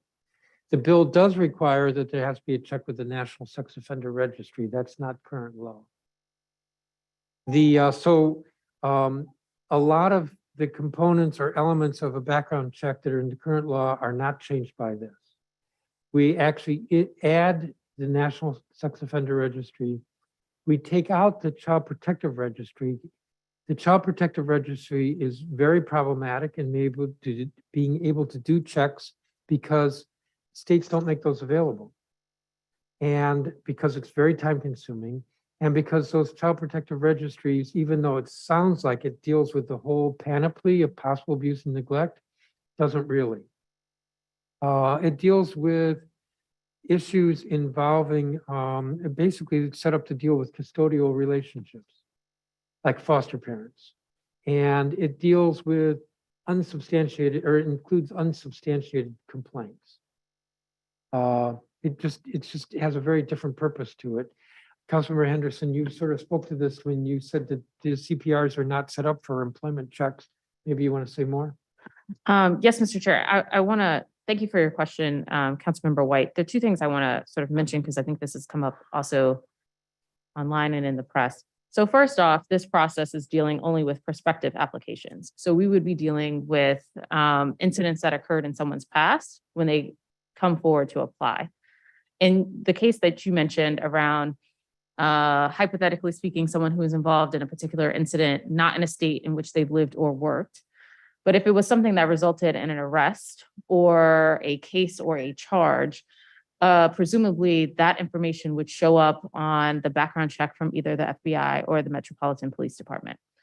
The Child Protection Register check, and I think this is also part of the weird pieces here, is that each jurisdiction states do this differently.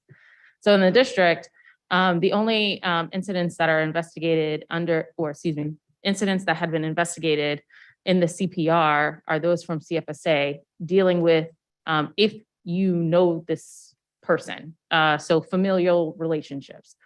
So if, I don't know, let's say Joe Schmo off the street was engaged in a situation with someone they didn't know, that was a young person, that would be investigated by MPD. It would not be investigated by CFSA. So it would not show up in a CPR. It would show up in the MPD records. Does that make sense? Yes, that's very Okay, helpful. so I just want to add those clarifications in because I think that some of that got muddled in the Washington City paper article. Thank you. Mr. White, anything further? No, thank you very much. Thank you. Councilmember Nadeau? Thank you, Chairman. I look forward to voting in favor of this critical legislation today, and I strongly urge my colleagues to do the same. On November 8th, as chairperson of the Committee on Human Services, I submitted comments in support of this legislation. I'll repeat here what my bottom line was then. Under the status quo, we are asking CFSA and the LEAs to waste time and money doing a kind of background check that doesn't make our kids safer. That would be the case even if we were just asking CFSA to check DC's register and not the registers of any other state. As I said in my comments, there are no studies that demonstrate a relationship between maltreatment substantiation and fitness for childcare employment or employment in other occupations. Similarly, there are no studies that show that the use of registry data in employment screening has reduced childcare-based maltreatment. In other words, barring a parent from employment because they were substantiated for neglect does not make other kids safer. I continue to especially strongly support creating a robust register expungement mechanism. If anyone is going to rely on the register in any context, what's on there has to mean something. And we have to make sure that the harms of lifelong placement on a register, a civil life sentence, don't do more harm than good.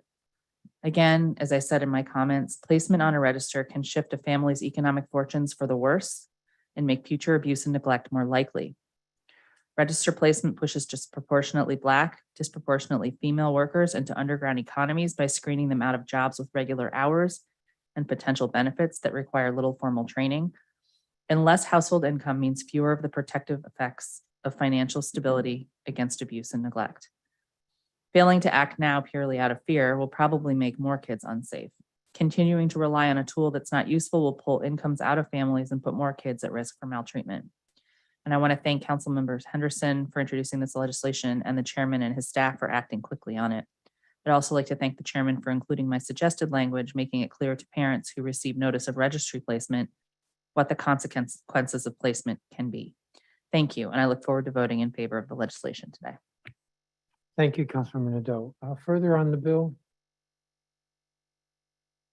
All right, the vote will be on the print for Bill 24-989. Mr. Cash, would you call the roll? Councilmember Allen. Yes. Councilmember Allen votes yes. Councilmember Bonds. Yes. Councilmember Bonds votes yes. Councilmember Che. Yes. Councilmember Che votes yes. Councilmember Gray. Yes. Councilmember Gray votes yes. Councilmember Henderson. Yes. Councilmember Henderson votes yes. Councilmember Lewis George. Yes. Councilmember Lewis George votes yes. Councilmember McDuffie. Yes. Councilmember McDuffie votes yes. Chairman Mendelson. Yes. Chairman Mendelson votes yes. Councilmember Nadeau. Yes. Councilmember Nadeau votes yes. Councilmember Pinto. No. Councilmember Pinto votes no. Councilmember Silverman. Yes. Councilmember Silverman votes yes. Councilmember Robert White. Yes. Councilmember Robert White votes yes. Councilmember Trahan White. Yes. Councilmember Tran White votes yes. Mr. Chairman, there are 12 yeses and 1 no. The print is approved. I move the report with leave for staff to make technical conforming and editorial changes. Is there discussion on the report? By voice vote, all those in favor say aye. Aye. Nay. Are there any no votes? Mr. Chairman, please record me as voting no. Councilmember Pindle will be recorded as voting no. Madam General Counsel, is the measure legally and technically sufficient for our consideration? Yes, it is. Madam Secretary, is the record complete? Once the hearing record and report are filed. Madam Budget Director, does the measures disclosed in that statement comply with council requirements? Yes, it does. What's the and- cost? $14,000 in capital in FY 24, I believe. So, not a huge cost. Is- 14,000. This is not a figure that could be absorbed. You only have what you have before you. Correct. Um, Ordinarily, I would say yes. However, this is a contract for upgrading a system, so we would need to discuss with him to see what the limitations are. Thank you. There's no objection. This measure will be placed on the consent agenda for today's legislative meeting. Mr. Chairman, is this still for the background bill? Yes. Could you place that on non-consent, please? The measure will be on non-consent. That concludes the items for markup in the committee of the whole. We have a long day ahead of us, and I can't believe that we have spent 3 hours on committee of the whole markup, but that's good. That means that we're discussing things. I'm going to propose that we take a recess, but I'm going to suggest a 20-minute recess, and I need to talk to one member, and I think folks may want to get something to eat. But let's see if we can't get back together at 3:55. We will have the other measures from other committees, and I'm going to start without knowing that everybody is here, as long as we have a quorum, Here. to go through the other measures. We're still in committee of the whole, and we haven't gotten to the 19-page agenda for the legislative meeting. The time is 3:34, and we are in recess for 20 minutes.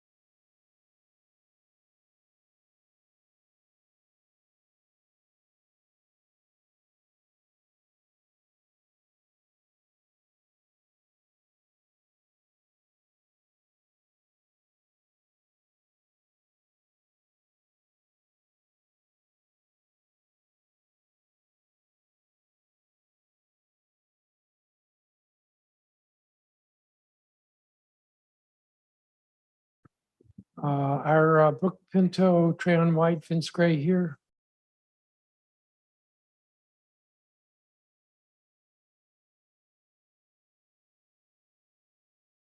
Councilmember Pinto, are you here? Yes, excellent. Just checking to see that we have a quorum. Councilmember Trayon White, are you here?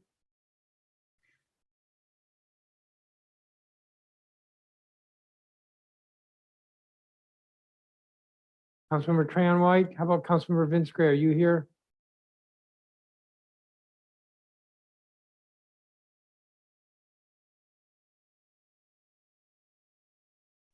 Present. Excellent.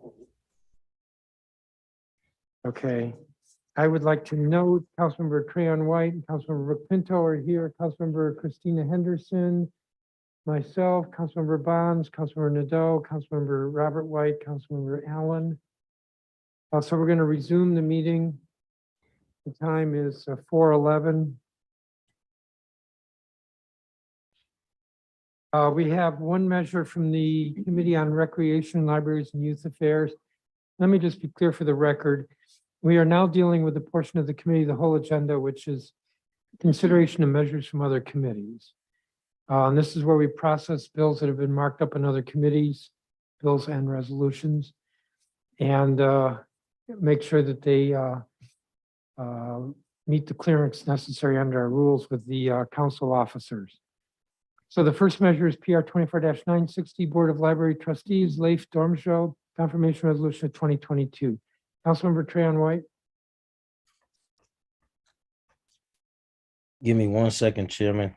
Sure. Notes. And I meant to acknowledge this earlier. I'm glad to see you since you indicated yesterday you were fighting the flu. Yeah.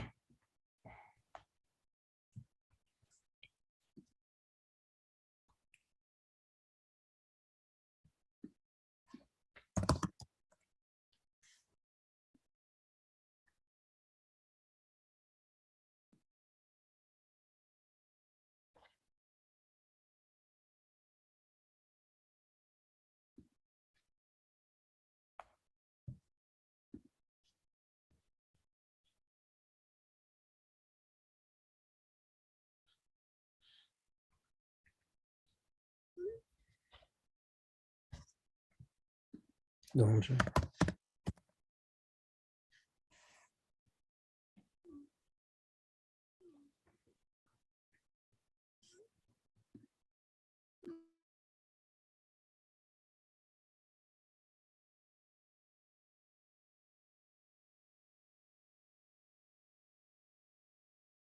Councilmember Trayon White, are you ready, or do you want us to go come back to you? I apologize, Chairman. I know we took a while to get here, but it still caught me on guard. If you can come back to me, that'd be appreciated. Okay. Let's go through Committee on Human Services, and then we'll come back to you. You might have to remind me. So we're going to turn to measures reported out of the Committee on Human Services, chaired by Councilmember Brianne Nadeau. The first is Bill 24-120, Emergency Rental Assistance Reform and Career Mobility Action Plan Program Establishment Amendment Act of 2022. Councilmember Nadeau. All right, thank you, Chairman. The legislation was introduced on March 1st, 2021 by you and Councilmember Bonds as the Emergency Rental Assistance Reform Amendment Act of 2021. Because the bill incorporates the text and purpose of Bill 24-801, the Career Mobility Action Plan Program Establishment Act of 2022, it has since been renamed. This bill makes permanent two sets of emergency and temporary measures reforming the Emergency Rental Assistance Program, or ERAP, and allowing the Department of Human Services, or DHS, to continue operating its Career Map pilot program. ERAP supports district residents facing housing emergencies by paying for overdue rent, late fees, and court costs, as well as security deposits and the first month's rent for residents moving into new homes. Before the pandemic, residents were only eligible for ERAP if someone in their household was under the age of 18, a senior, or disabled, and if their income did not exceed 125% of the federal poverty level. But the pandemic threw the arbitrary nature of these restrictions into stark relief. Council responded by passing emergency legislation to expand access to ERAP, and the provisions of this legislation have now been in effect for more than 2 years. As public witnesses unanimously contended at the hearing on the bill, There's no reason to return to pre-pandemic status quo when it was too hard for the households most in need to access ERAP. In addition to making permanent those improvements to ERAP, this bill allows DHS to continue operating its 5-year Career Map pilot program without relying on repeated rounds of emergency and temporary legislation. Households participating in the flexible rent subsidy program, the district's rapid rehousing program for families, are chosen to participate in Career Map via lottery. Career Map makes a holistic 2-generation approach to supporting families. It just doesn't just help families make rent. It sets parents and children up to succeed in the long term by providing a tailored suite of services and supports.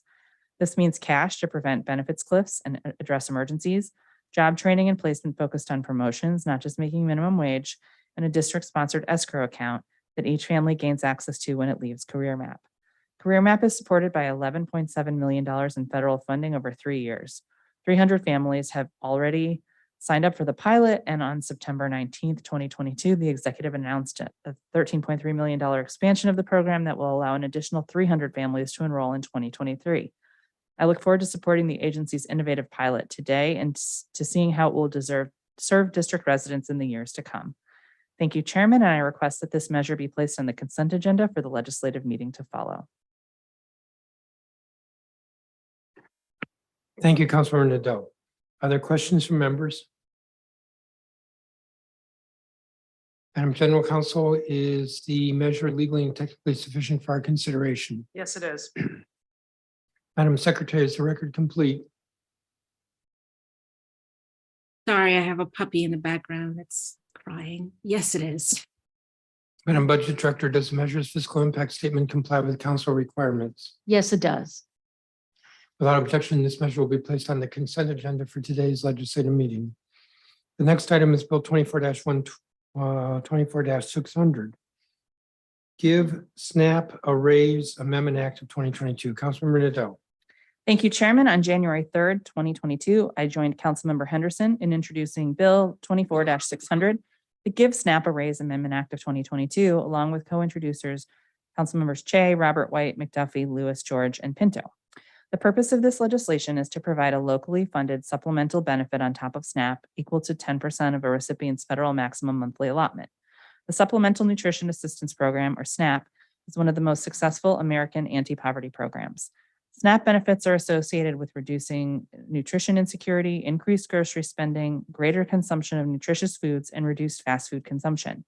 These benefits are especially critical for residents of the district where nearly 140,000 low-income households rely on SNAP. SNAP allotments vary depending on family size and income, with minimum and maximum allotments adjusted annually based on the conservative Thrifty Food Plan. In 2022, for example, a household of 2 would receive a minimum monthly allotment of $20 and a maximum monthly allotment of $459. Most SNAP recipients, however, do not receive benefits even close to the maximum, and the average pre-pandemic benefit for a district resident was only $149 per person. Because the district has one of the highest costs of living in the United States, this creates a significant gap between what families need to survive and what they receive in benefits. That means that most SNAP beneficiaries must turn to cheaper, less healthy food options, leading to harmful long-term health, educational, and economic consequences. This legislation will provide a much-needed boost to the district's neediest families, ensuring increased food security and the opportunity to purchase healthier foods. I'd like to thank the Economic Security Administration at DHS for collaborating with my team to find a way to give SNAP a raise that was fair, effective, and easy to implement. And I'd like to thank Councilmember Henderson and her staff for introducing and helping flesh out this critical legislation. Thank you, Mr. Chairman, and I request that this measure be placed on the consent agenda for the legislative meeting to follow. Thank you, Councilmember. Are there questions from members? Mr. Chairman. Councilmember Henderson. Thank you, Mr. Chairman. I want to thank Councilmember Nadeau and her staff. There's going to be a question, I promise. I want to thank Councilmember Nadeau and her staff for the work that they put into this bill. I do have a few questions about the legislation before us, and forgive me if you mentioned some of these in your presentation, Councilmember Nadeau, but I think they are worth repeating. Is it true that in 2019, approximately 94,000 residents in the District of Columbia depend on SNAP? Yes, it is.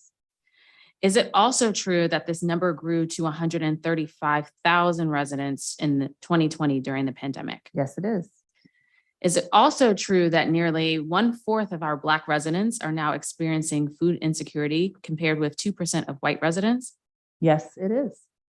Is it true that more than half of the households currently exhaust their SNAP benefits within the first 2 weeks of the month, which I've learned actually has grocery store implications in terms of development?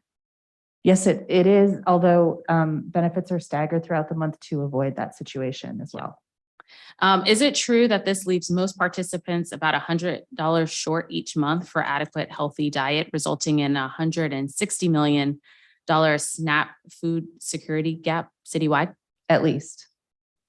Is it true that increasing SNAP benefits can reduce child poverty and improve health education outcomes? Undeniably. Is it true that passing this legislation will have an economic ripple effect that could sustain investments in grocery stores in areas with high SNAP utilization and are considered to be food deserts? Yes. Is it true that providing a local SNAP supplement, as this legislation does, will allow recipients to spend their earned income on other necessities such as transportation, healthcare, childcare, et cetera? That's the idea. And is it true that our most important action after this vote is to work collectively and collaboratively with our colleagues in the executive to ensure that this incredibly important policy is funded in the FY24 budget? Yes, and I believe we began that conversation at the Safeway Feast a couple weeks ago. Yes, we did. And finally, is this a very big deal? It's a very big deal. Awesome. Well, I'm glad that I will be voting in support of this today. Thank you so much, Councilmember Nadeau and the Committee on Human Services for moving this forward. Thank you, Mr. Chairman. Councilmember Henderson, why can't all council members ask questions like that? Be They careful didn't what go you to the wish for. freshman training. All right, no more freshman training. Any other questions from individuals? Madam General Counsel, is the measure legally and technically sufficient for our consideration? Yes, it is. Madam Secretary, is the record complete? Yes, it is. Madam Budget Director, does the measure's fiscal impact statement comply with council requirements? Yes, it does. And the cost of the bill is 51.2 million in FY23 and 213 million over the 4-year plan. Okay. Without objection, this measure will be placed on the consent agenda for today's legislative meeting. Bill 24-857. Preserving our kids' equity through trusts and fostering stable housing opportunities. Amendment Act of 2022. Councilmember Nadeau. Thank you, Chairman. On June 14th, 2022, council members Robert White, Bonds, Henderson, Lewis, George, Che, and Pinto joined me in introducing this legislation as the Preserving Our Kids Equity Through Trust Amendment Act of 2022, also known as the Pocket Act. Because it now incorporates the text and purpose of Bill 24-941, the Fostering Stable Housing Opportunities Amendment Act of 2022, my committee renamed it the Preserving Our Kids Equity Through Trust and Fostering Stable Housing Opportunities Amendment Act of 2022. This legislation is an omnibus bill that fundamentally changes the way Child and Family Services Agency manages the Social Security benefits of youth in care, provides housing to youth aging out of care, and administers subsidies for kinship caregivers. Since 2007, CFSA has been screening disabled and orphan children for eligibility for Social Security benefits, applying to be their representative payee, and then seizing their benefits to make them pay for the costs of their own care. These benefits, typically more than $700 a month, are children's property under federal law, and taking them is not only a breach of the public trust, but a breach of the fiduciary duty that violates the Constitution. As a result of what the agency identifies as its federal revenue management and maximization strategy, disabled and orphan children who could have left care with tens of thousands of dollars leave with nothing. They sometimes leave with balances owed to the Social Security Administration. The Pocket Act ends this practice, ensuring that children's money ends up in their own pockets, not the government's. Rather than making children pay for their own care, under the Pocket Act, CFSA would have to conserve children's benefits in accounts that avoid transgressing federal resource limitations. This legislation also functionally ends homelessness for youth aging out of foster care by matching them with non-competitive as-needed federal housing vouchers and makes the close relative caregiver subsidy pilot program permanent. I'd like to thank the Children's Law Center, the National Center for Housing and Child Welfare, and Professors Daniel Hatcher and Amy Harfeld for their extensive technical assistance on this legislation and their years of passionate advocacy on behalf of vulnerable youth. Most importantly, I'd like to thank the current and former foster youth and foster parents whose stories inspired this legislation. Because of your courage and initiative, no district child will ever again age out of care with a balance owed to the Social Security Administration and no place to live. Thank you, Mr. Chairman, and I request that this measure be placed on the consent agenda for the legislative meeting to follow. Thank you, Councilmember Nadeau. Are there questions from members? Madam General Counsel, is the measure legally and technically sufficient for our consideration? Yes, it is. Madam Secretary, is the record complete? Yes, it is. Madam Budget Director, does the measure's fiscal impact statement comply with council requirements? Yes, it is. Yes, it does, and it is subject to appropriations. How much? 1.5 million in 2023 and 6 million over the 4-year plan. Thank you. Without objection, this measure will be placed on the consent agenda for today's legislative meeting. PR 24-904. Director of the Office for the Deaf, Blind, and Hard of Hearing, Carrie Cook. Confirmation resolution of 2022. Councilmember Nadeau. Thank you, Chairman. The purpose of proposed resolution 24-904 is to confirm Acting Director Carrie Cook as the Director of the Office for the Deaf, Blind, and Hard of Hearing, or ODDHH. The mission of ODDHH is to advance the civil rights of the deaf, blind, and hard of hearing communities by ensuring and overseeing district-wide compliance with the laws that affect them. Acting Director Carrie Cook is extremely qualified to take on the task of being the director for this new office. Ms. Cook has been the Acting Director of ODDHH since June 2022.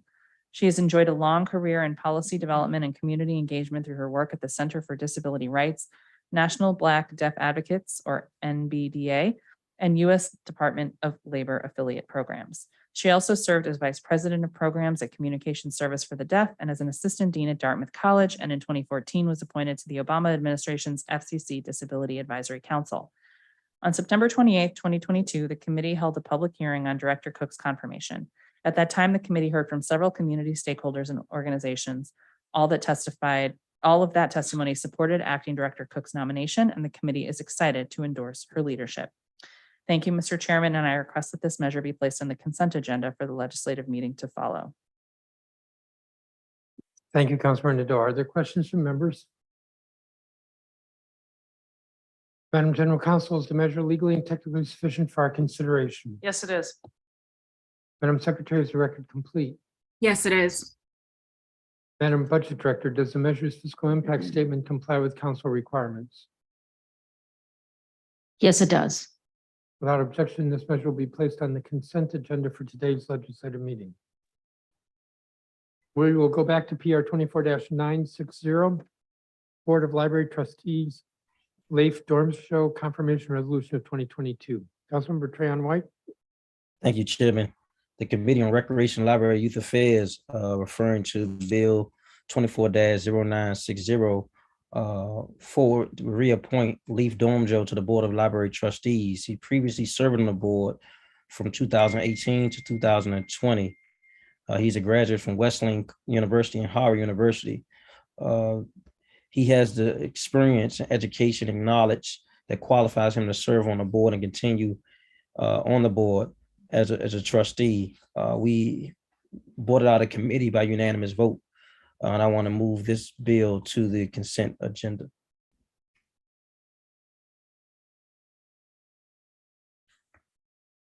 Thank you, Councilmember. Are there questions from members? Madam General Counsel, is the measure legally and technically sufficient for our consideration? Yes, it is. Madam Secretary, is the record complete? Yes, it is. Madam Budget Director, does the measure's fiscal impact statement comply with council requirements? Yes, it does. Without objection, this measure will be placed on the consent agenda for today's legislative meeting.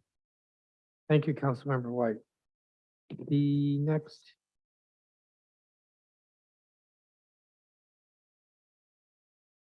two measures are from the Committee on Government Operations and Facilities chaired by Councilmember Robert White. The first is Bill 24-129, Inspector General Enhancement Amendment Act of 2022. Mr. White. Thank you, Mr. Chairman. The Inspector General Enhancement Amendment Act of 2022 was introduced on March 1st, 2021 at the request of the Inspector General. This legislation addresses a gap in the law between the responsibility of the OIG to independently investigate crimes like bribery, embezzlement, and Medicaid fraud, and the powers they need to do so effectively. Specifically, in order to remove ambiguity in the law and ensure the integrity of OIG criminal investigations, the Inspector General has requested clearly demarcated authority for his criminal investigators to carry less lethal weapons in addition to the firearms they already carry, to make arrests when there is probable cause to do so, to seek and execute arrest warrants, and to enter into partnerships with other law enforcement agencies. These are all powers that similarly situated investigators, both in the district and in other jurisdictions, already have. The Inspector General also requested that his criminal investigators be officially designated in the DC Code as law enforcement officers. That reform is included in other legislation on this agenda. While the Inspector General has made a compelling case that the specific law enforcement powers requested are necessary for OIG to effectively and safely carry out the office's mission, I do take expansions of law enforcement power very seriously. That's why my committee has tailored the bill as introduced, and we added a number of safeguards to ensure transparency and accountability. These include clarification that use of force restrictions apply to OIG employees, mandatory use of force reporting, limitations on law enforcement partnerships to protect our sanctuary city status, and the establishment of a body-worn camera program for OIG criminal investigators. Taken together, we believe this bill meets a real need for the OIG through a thoughtful and balanced approach.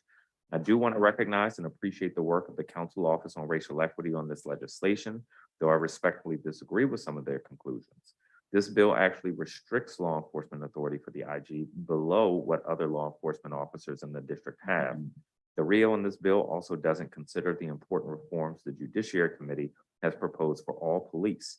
In addition to that, though the RIO points out important realities about potential abuses of any types of weapons by law enforcement authorities and how the criminal justice disproportionately impacts people of color, it was those reasons that led us to work hard to tailor this bill and add a variety of safeguards.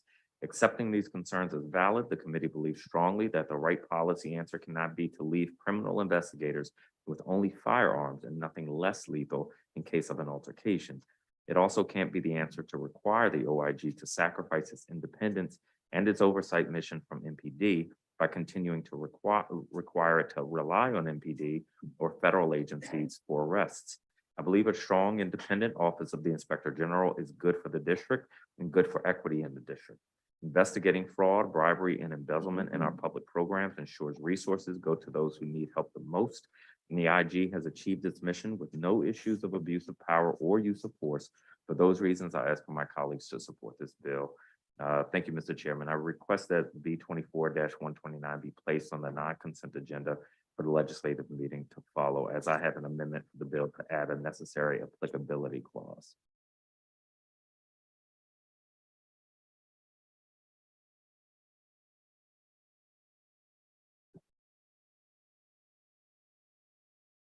I think it is on the non-consent. Here's what was circulated, yes. That's right. Are there questions from members?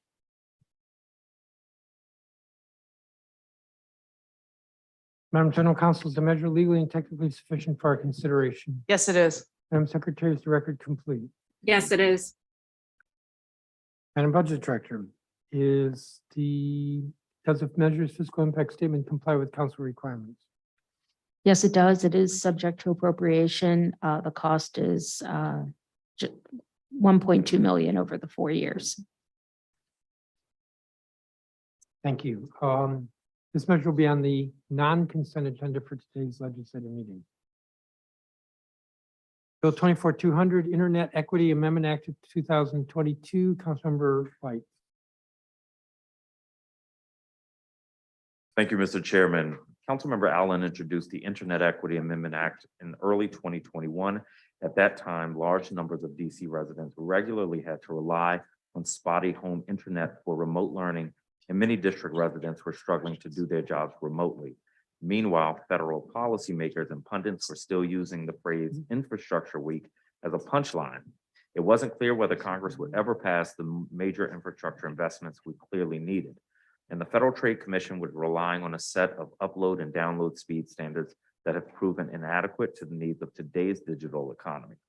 Councilmember Allen's bill stepped into the gap with a proposal for the Office of the Chief Technology Officer, or OCTO, to assess what speed our residents would need and then push the service out at that level to certain lower income households at a guaranteed maximum percentage of their income.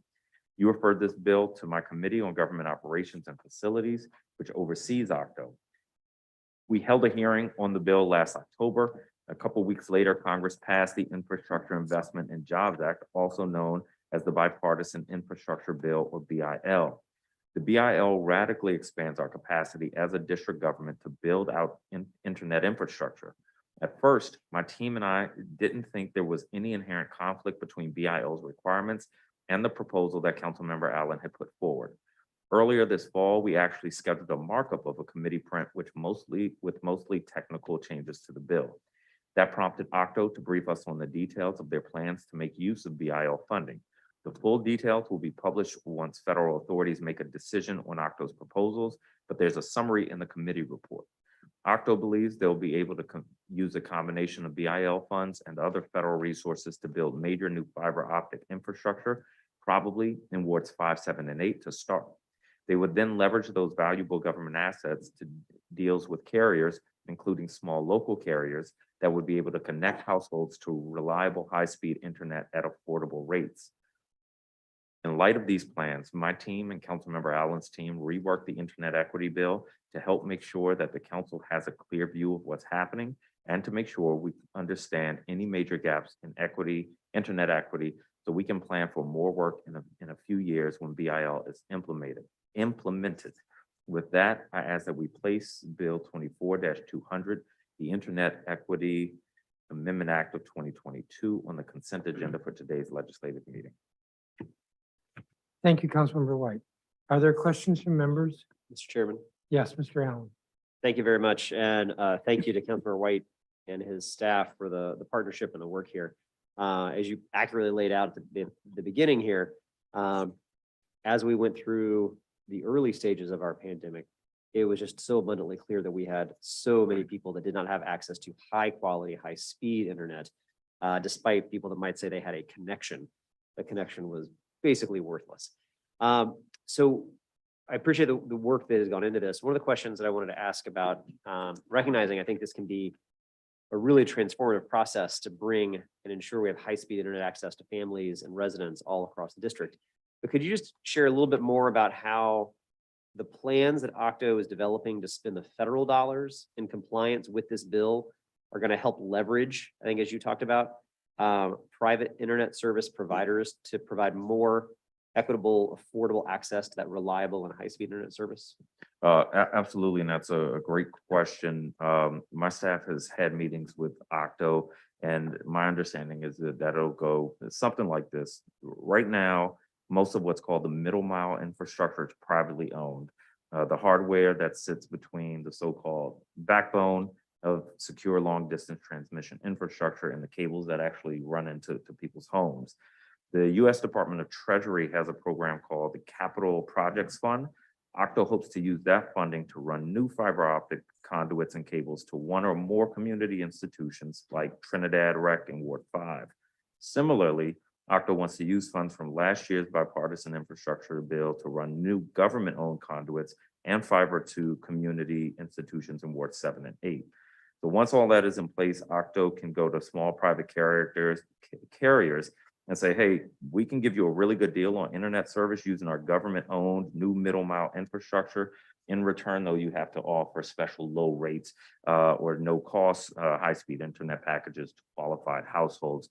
So we are pretty confident that providers will be interested in this deal because OCTO is already implementing a version of it with their community internet program. Fantastic. Thank you. I appreciate that. And while my last question, I did not have the benefit of the freshman training, but I guess I would ask, is this a big deal?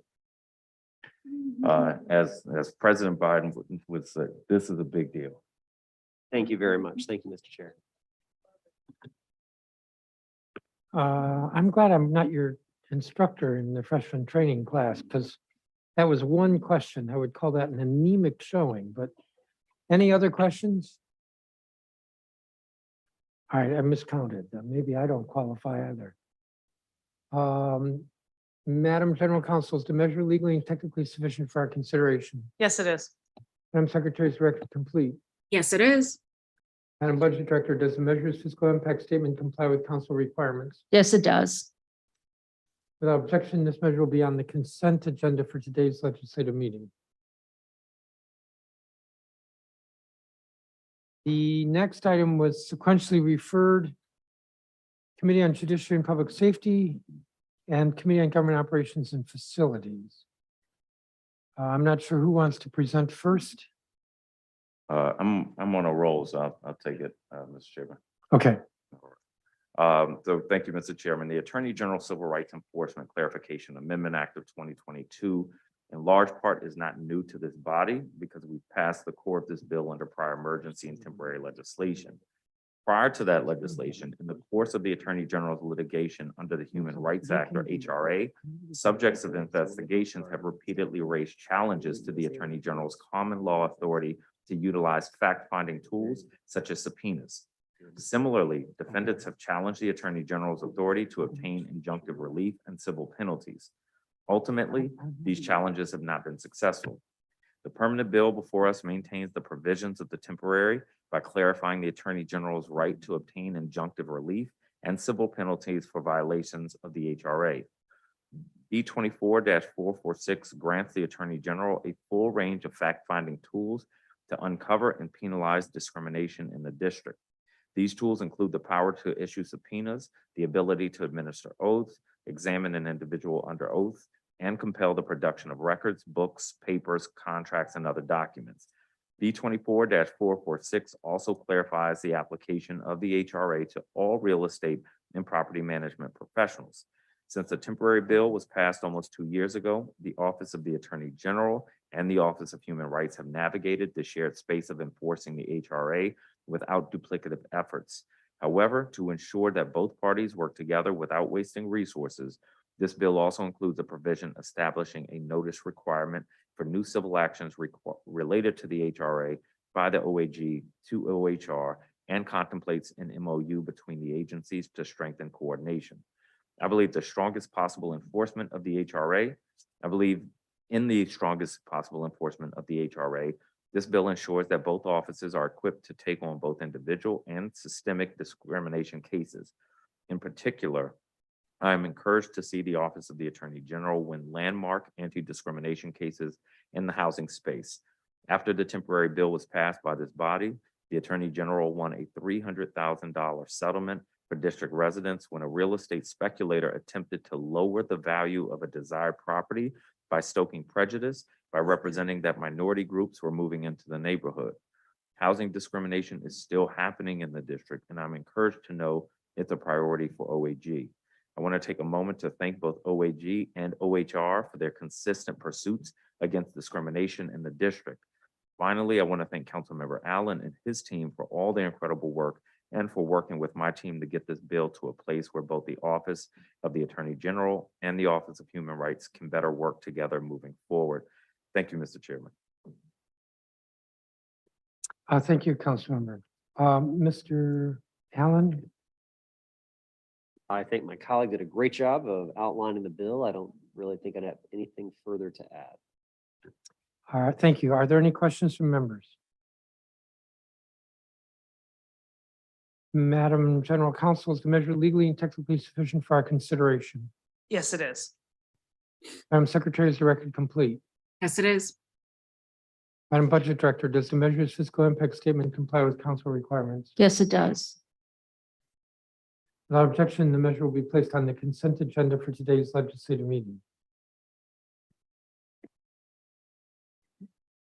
The next two items were reported out of the Committee on Business and Economic Development, chaired by Councilmember Kenya McDuffie. First is Bill 24-228, Fair Meals Delivery Act of 2022. Councilmember McDuffie. Thank you, Mr. Chairman. Bill 24-228 was introduced on April 29th, 2021 by myself. It was referred to the Committee on Business and Economic Development on May 4th, 2021. The committee held a public hearing on this bill on October 25th, 2022, and the committee marked up the bill on November 29th of this year. Like its emergency and temporary counterparts, the measure would require restaurants and third-party meal delivery platforms to enter into express agreements that would authorize third-party meal delivery platforms to collect meal orders and deliver meals prepared by the restaurants to customers. This provision would enable restaurants to know who or what platform would be carrying out meal delivery services to its customers. This legislation would also prohibit third-party meal delivery platform from advertising or marketing the contact information, image, or likeness of a restaurant on its platform without first entering into a written agreement with the restaurant. Further, the bill would require a third-party meal delivery platform that already publishes a restaurant's information without an existing agreement to remove the information from its platform. Third, the proposed measure would impose a 15% fee limit on the final purchase price of online orders made with third-party meal delivery platforms. There is an exception to this fee cap when restaurants opt in to plans a third-party delivery platform provides that include additional services such as advertising for a higher fee. And just so it's clear, these third-party delivery platforms will also provide a plan that is limited to no more than 15% fee cap. As has been discussed in the breakfast and during the actual markup of the bill, I'm going to be moving an amendment to this measure at the legislative meeting to follow, which will clarify the fee cap language. The amendment is going to make clear that the fee cap shall not exceed 15% except for when a restaurant decides to enter into an agreement with the delivery platform for services in addition to those core delivery services. And finally, to ensure that compliance with this legislation occurs, the bill includes an enforcement provision. A violation of this bill shall be a violation of the Consumer Protection and Procedures Act, enforceable by the Attorney General of the District of Columbia as an unfair or deceptive trade practice. And we work with the OAG on some additional language, which is also included in the amendment that I'm going to move at the legislative meeting. With that, I ask for the measure to be placed on the agenda for the legislative meeting to follow.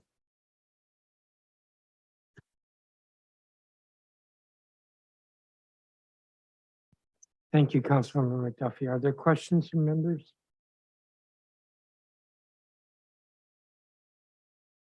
Madam General Counsel, is the measure legally and technically sufficient for our consideration? Yes, it is. Madam Secretary, is the record complete? Yes, it is. Madam Budget Director, does the measure's fiscal impact statement comply with council requirements? Yes, it does. Measure will be placed on the non-consent agenda for today's legislative meeting. Bill 24-466, St. Elizabeth East, Parcel 13, Surplus Declaration and Disposition Approval Act of 2022. This bill was reported out of Committee on Business and Economic Development and also the Committee on Government Operations and Facilities. Who did the declaration?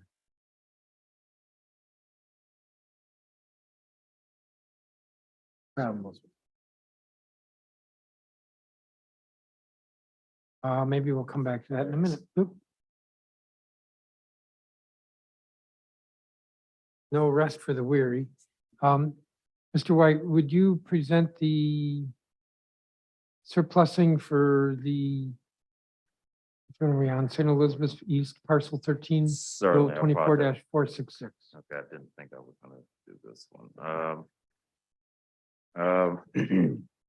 Thank you, Mr. Chairman.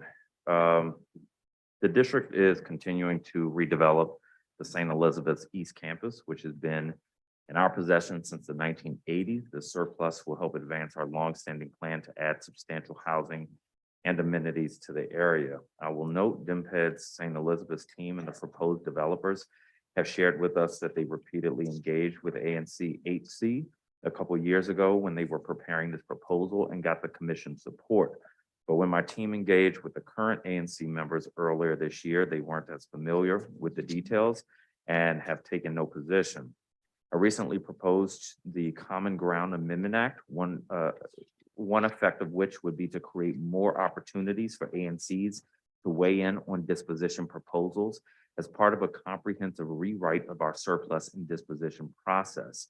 For now, I want to take this opportunity to call on DMPED to make sure that they proactively reach out to the newest commissioners when they're sworn in next month and help them work through the process of negotiating a community benefits agreement with the developers.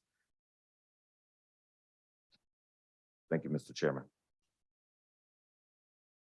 I'd ask that that's be on the, this would be on the non-consent agenda. Well, actually, I'm going to turn to Councilmember McDuffie now.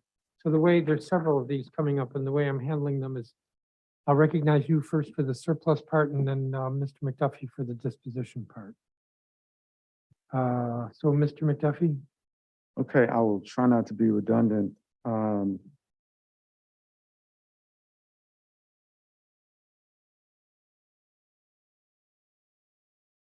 The St. Elizabeth campus is a national historic landmark that was transferred to the district by the federal government in 1987. As a result of declaring the property no longer needed for a public purpose, this measure, which is Bill 24-466, would dispose of parcel 13 to Neighborhood Development Company, LLC, pursuant to DC Official Code 10-801 and subject to a 99-year ground lease. Neighborhood Development Company, or NDC, plans to construct approximately 21,000 square feet of retail and commercial space, in addition to approximately 421 residential units and 240 underground parking spaces. And by law, at least 30% of the units will be affordable. With that, I would ask that the measure be placed on the non-consent agenda for the legislative meeting to follow. Thank you. Are there questions from members? Madam General Counsel? Chairman? Yes, Councilmember Vines. Thank you. Thank you very much. And I go back to some of the questions that I had earlier during our breakfast. And I really think that as we are doing the disposition on these surplus properties, we really need to slow down enough so that we take into consideration what is our overall plan for the land in the District of Columbia. We continue to do this piecemeal. And I really think we need a strategy that goes beyond zoning, that is more intentional in meeting the needs of the residents of the District of Columbia. So that's just my opinion that I wanted to share with everyone today. Chairman. Thank you, Councilmember Bonds. Are there questions from anyone else? Chairman. Councilmember Tran White. Yes, I guess I want to know from any of the committee chairs, was there a revised chart of the reconfiguration of the numbers of affordability sent to anyone's office?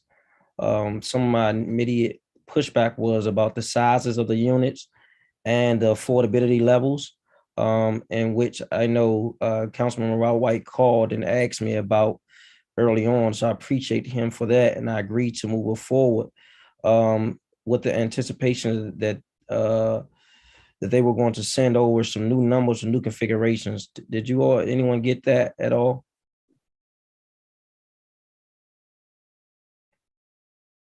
Mr. McDuffie, Mr. White? I'll respond to that. I believe that Councilmember White, you sent a letter to DMPED about this, and they responded to you and not to the committee. So I don't have anything. I suspect that you will get their response, but the committee has not gotten anything from DMPED. And if you haven't, if I might, Mr. Chairman, and if you have not yet gotten a response, Councilmember Tran White, I'm happy to reach out to DMPED immediately following this hearing to make sure that you do get a response to that.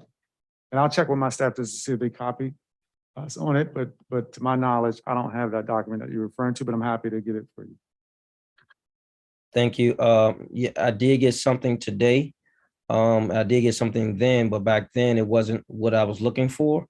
So what I got today, I have to scrub through that and look through this today to see what it really is. I just want to know that you get on the committee for official on the record, review of the numbers. Thank you, Chairman. Thank you, Councilmember. If there are no further questions, Madam General Counsel, Councilmember Janice Lewis George. Yeah, just a procedural question. I requested most of these to be on the non-consent agenda. Do you prefer if I make comments now? I was planning on waiting to the legislative meeting. I had asked for them to be on non-consent. No, not comments, not now. Okay. And even if comments were permitted, it's on the non-consent already, Right. so we don't really gain anything. All right. Good to know. Thanks.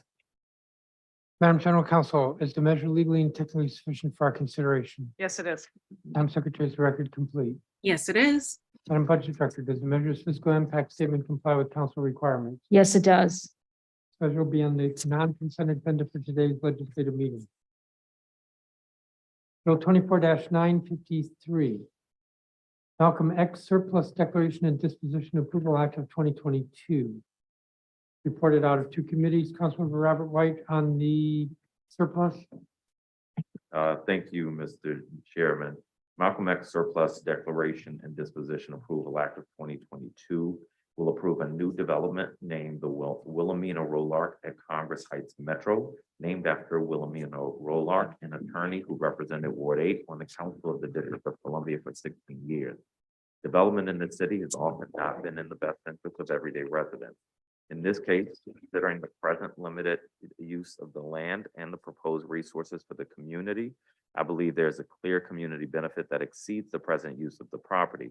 I'm encouraged to know that the proposed development is projected to create approximately 23 permanent jobs for district residents, over 551 temporary jobs, and approximately 180 total residential rental units, all of which will be affordable dwelling units for rent to households with maximum incomes up to and between 30 and 60% of the area median family income. Presently, there are only basketball courts on this lot. During the public hearing on this, I was told the basketball courts would be moved to another part of the larger property. For these reasons, I support this disposition. Councilmember McDuffie, do you have anything to add? Sure, I'll add, in terms of the disposition, that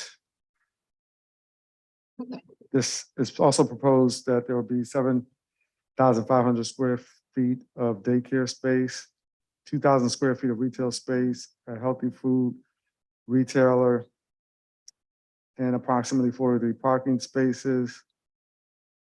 And I think the rest was covered by Councilmember Robert White. And this is also a disposition that is occurring pursuant to DC Code 10-801 and is subject to a 99-year ground lease. Actually, this is notwithstanding, I believe, 10-801 and subject to a 99-year ground lease. And I'd ask that it be placed on, I think this is the consent agenda for the legislative meeting to follow. Thank you, Mr. McDuffie. Are there questions from members? Councilmember Lewis George and then Thank you. Henderson. I think this is how we do good affordable housing. So my question is, how is it that this deal and disposition is able to achieve 100% affordability and others can barely scratch the surface on generating deeply affordable housing like this? Though I strongly support mixed income, mixed use properties, that mix needs to prioritize affordability and community-oriented retail like grocery stores and childcare programming. I'd love to see more proposals like this coming out of our city and are the exact dispositions I think we should be supporting. How you make that happen? I have a bill that I wrote to reform the surplus property because I agree that we can do better. I don't think they'll all end up here, but I think we can do a lot better, and I think we have to. So my team spent a lot of time drafting a major reform to our Surplus Property Act, again called the Common Grounds Bill. I introduced that just a few weeks ago, and I intend to reintroduce it next month and hopefully move it in the next council. Awesome. Thank you. And I'll also say, thank you for the question. I'll say that we are doing better than we had been in terms of prioritizing deeply affordable housing. What you're seeing in a number of the projects that are being disposed of for the purpose of multifamily development or development in general are subject to the provisions of 10-801, which I authored and require affordable housing on district-owned land up to 30% where it's close to transit. You also see that we're getting some additional proposals for some of the RFPs, both from DMPIT, but also DACD, that are prioritizing larger family units. And so I don't think every project needs to come in similar to this one. I think this is the priority in terms of getting more deeply affordable housing in the District of Columbia, which I think we can agree with. But I also think we need to have a diversity of our housing stock to meet the needs of residents across incomes. And the Committee on Business and Economic Development has certainly been prioritizing that. So thank you for the question, Councilmember Lewis George. Thank you, Bill. Councilmember Henderson for a question. Thank you, Mr. Chairman. I guess I'm not entirely sure if this goes to Councilmember McDuffie or Councilmember White. I went to the hearing on this bill, and so I know the answer from DMPED, but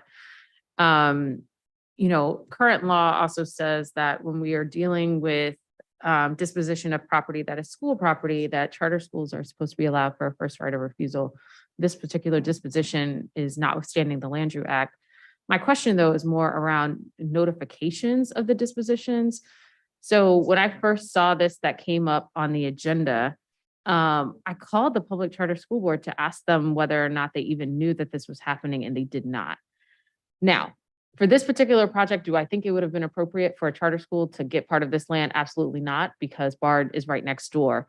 But I'm thinking in terms of, as we talk about the reform process going forward, you know, DMPED can get through a whole process before even having to notify anyone that they're planning to no longer use the facility. And so my question is, are we contemplating what are the notification requirements here, or are we previewing our plan to, I don't know, try to get rid of Landrieu in the future? I'm curious here, your thoughts on that. And I think it probably is Councilmember White, not Councilmember McDuffie. So you hit the nail on the head. When I questioned DMPED at these surplus hearings, it's clear that no one is driving the ship. DMPED is focused on development. They're not focused on, is there a library here? Have we let all the schools know? Do they need a playground? What is necessary here other than housing? And that is the flaw in our process.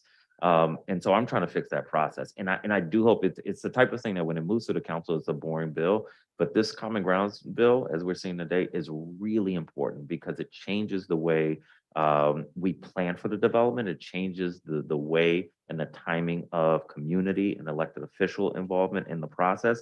Right now, these plans are fully baked before they bring anything to the community. And so I think the process really has to be reformed, and my hope is that we'll be able to get that done early next year.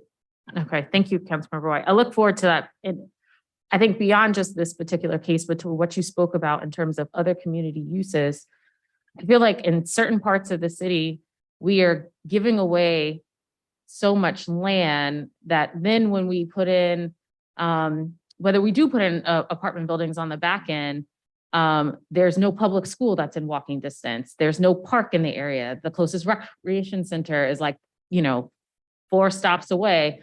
So I feel like, especially since we just did the comp plan, it would be incumbent upon us to sort of rethink how we do our dispositions as well for government properties. Thank you. Can I, Mr. Chairman? For question and answer, yes. Oh, okay. I was answering the question that was posed earlier, so it's actually an I'll just answer to the note that it's, question. I believe, 5 after 5. I appreciate that. My watch is working as well. So I think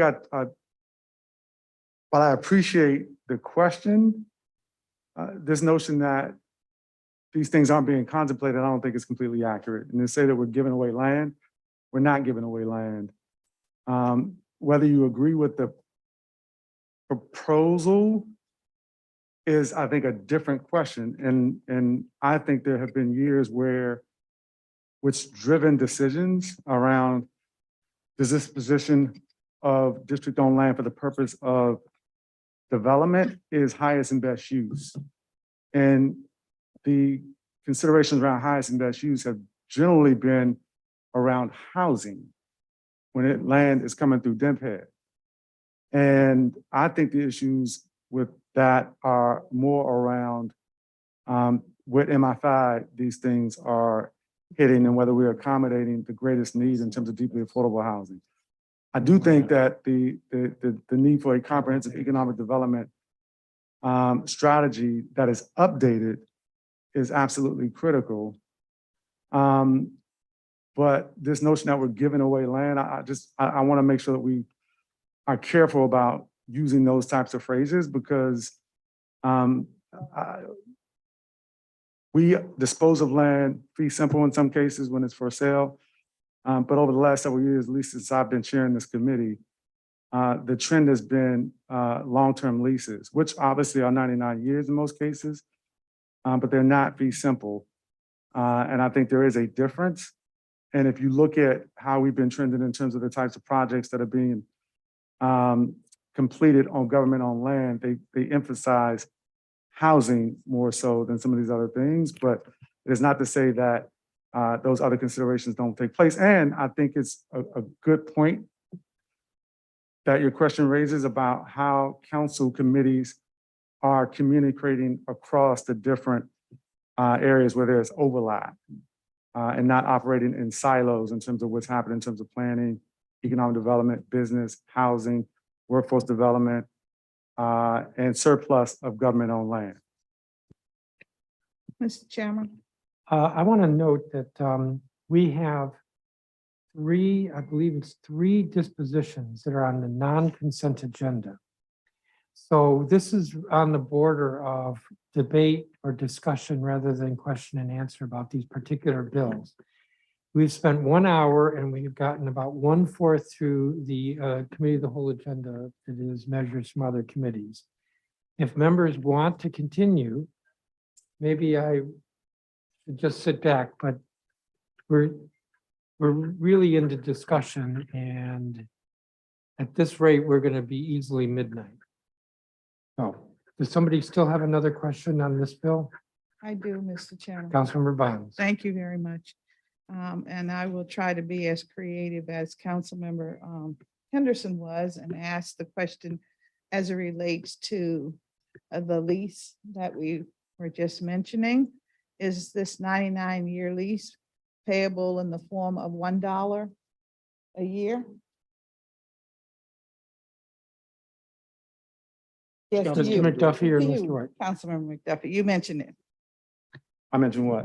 You mentioned the lease. So This is a project, I believe, that is a 99-year lease. okay, and is the amount of remission for the lease $1 per year? Yes.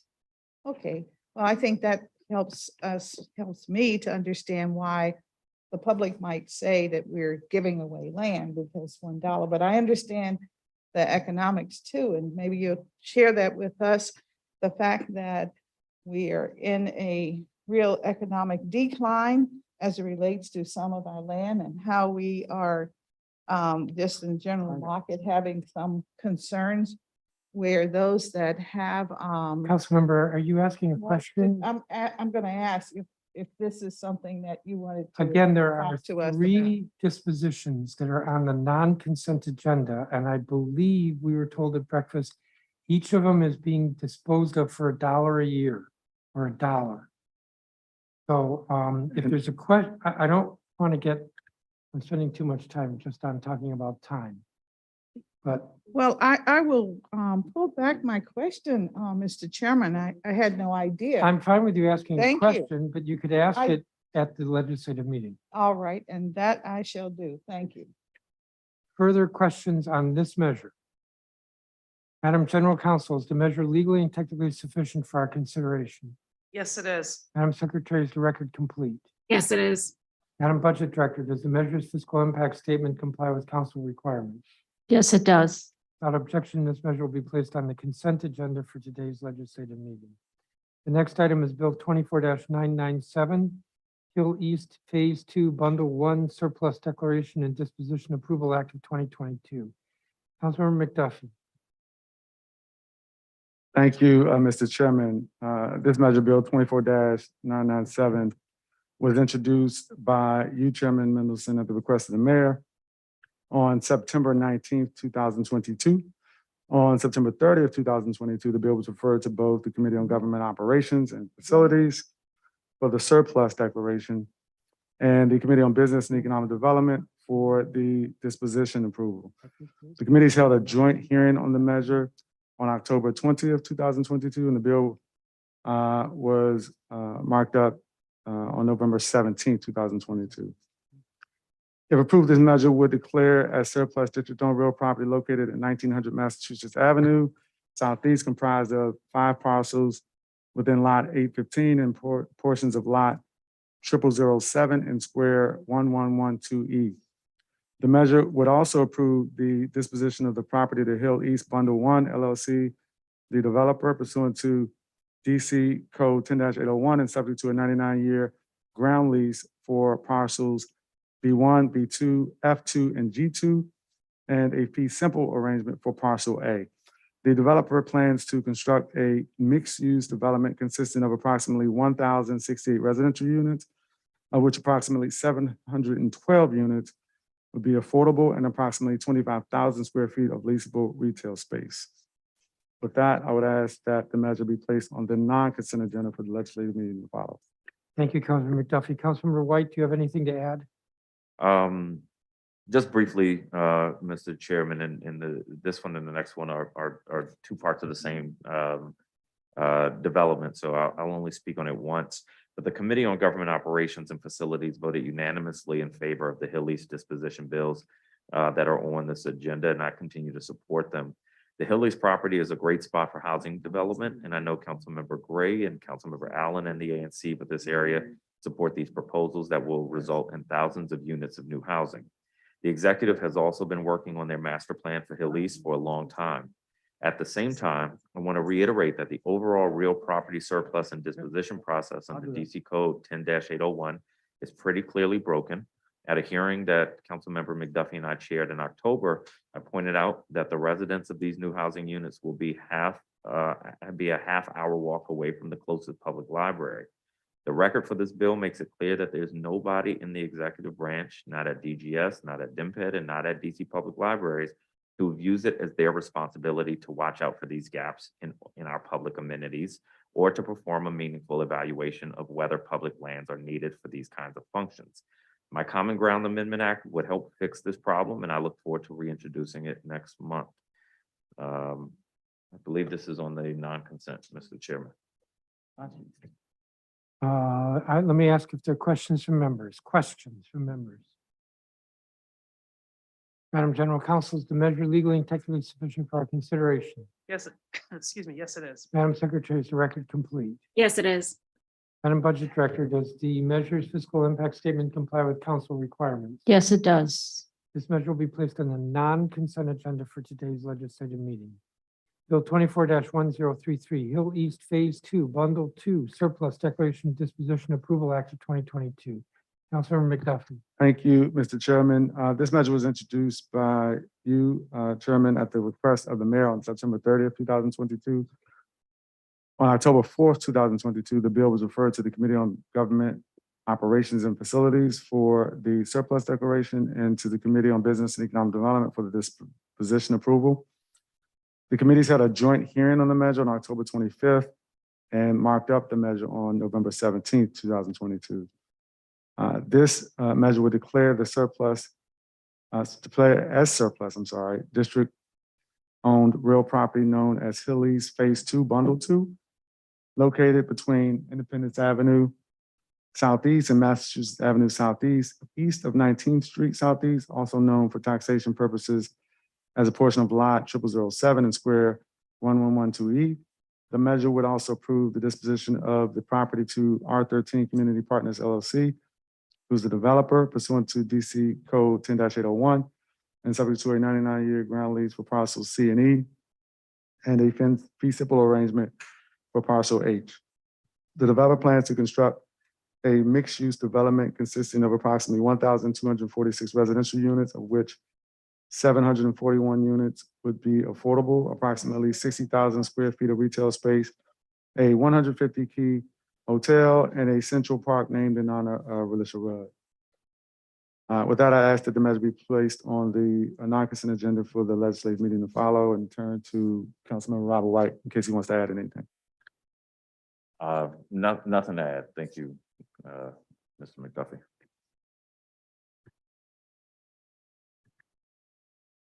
Thank you, Councilmember McDuffie. Are there questions from members?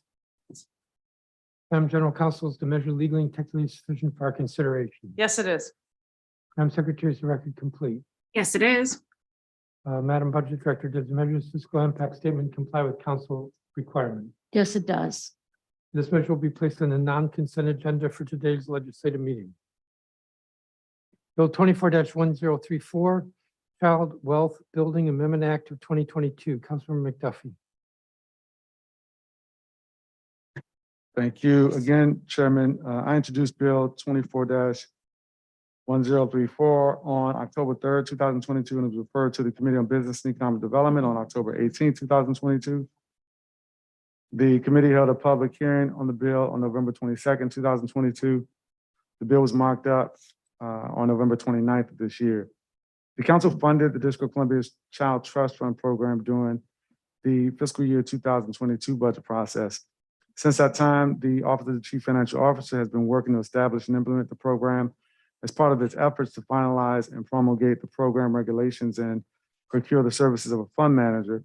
The OCFO determined that a few clarifying amendments to the law were necessary. These amendments allow the OCFO to establish a single fund from which it would dedicate monies to eligible children and permit the parents and guardians of the eligible children who lack capacity to receive updates from OCFO on the monies held in trust. With that, I'd ask for the measure to be placed on the consent agenda for the legislative meeting to follow. Thank you, Councilmember. Are there questions from members?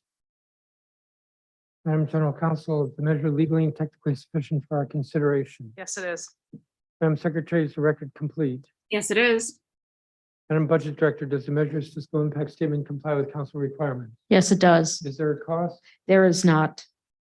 Without objection, this measure will be placed on the consent agenda for today's legislative meeting.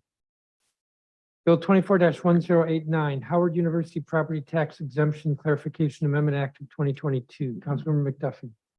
Thank you, Chairman. I introduced Bill 24-1089 along with you, Chairman, on October 31st, 2022. It was referred to the Committee on Business and Economic Development on November 1st, 2022. The committee held a hearing on this measure on November 22nd and marked up the measure on November 29th, 2022. If approved, the bill would provide a real property tax exemption and other tax relief for the Drew Hall Dormitory located at 500 Harvard Street Northwest on Howard University's campus, so long as such property is used for the purposes set forth in Howard University's charter. I'm going to turn to the chairman to see if he has anything he wants to add. I know this came up in the breakfast this morning, but I'll ask for the measure to be placed on the consent agenda for the legislative meeting to follow. Are there questions from members? Madam General Counsel, is the measure legally and technically sufficient for our consideration? Yes, it is. Madam Secretary, is the record complete? Yes, it is. Madam Budget Director, does the measure's fiscal impact statement comply with council requirements?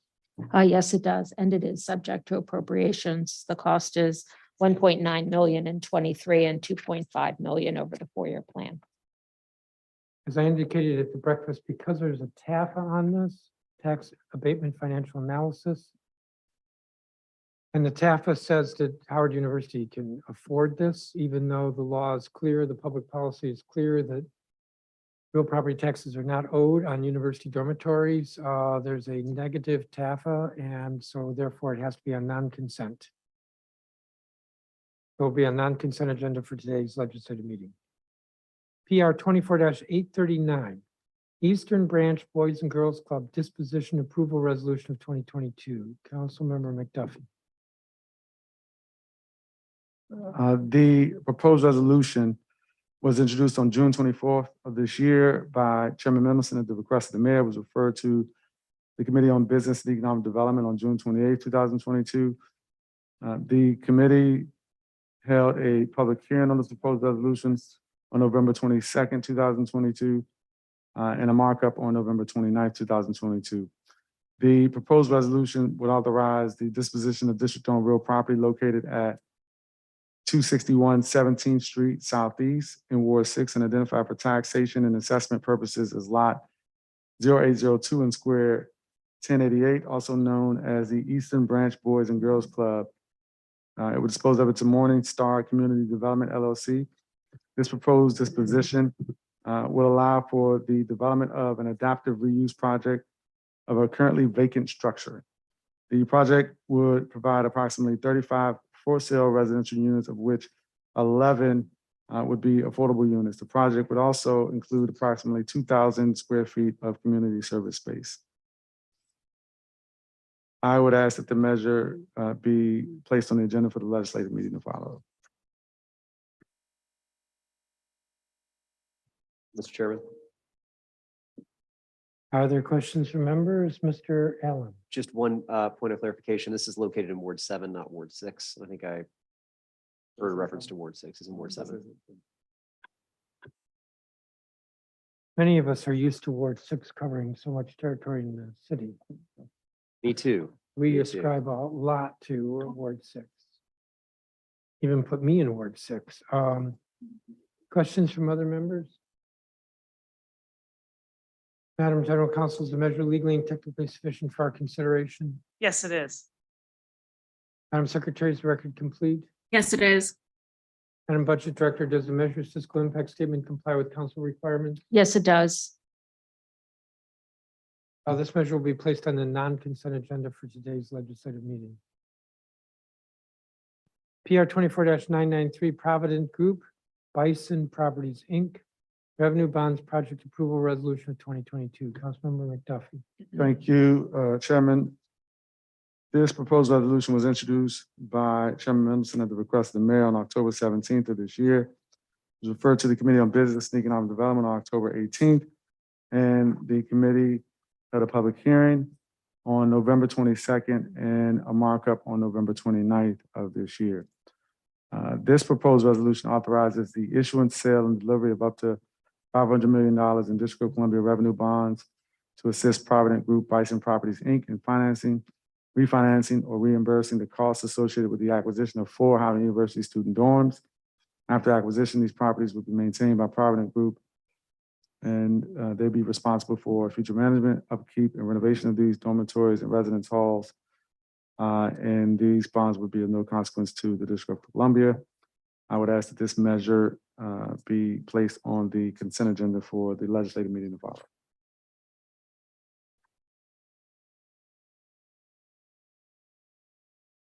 Thank you, Councilmember. Are there questions from members? Madam General Counsel, is the measure legally and technically sufficient for our consideration? Yes, it is. Can staff work on my microphone? Because I'm not blaming General Counsel. That's I believe you said it was legally and technically sufficient. Madam Secretary, is the record complete? Yes, it is. Madam Budget Director, does the measure's fiscal impact statement comply with council requirements? Yes, it does. Without objection, this measure will be placed on the consent agenda for today's legislative meeting.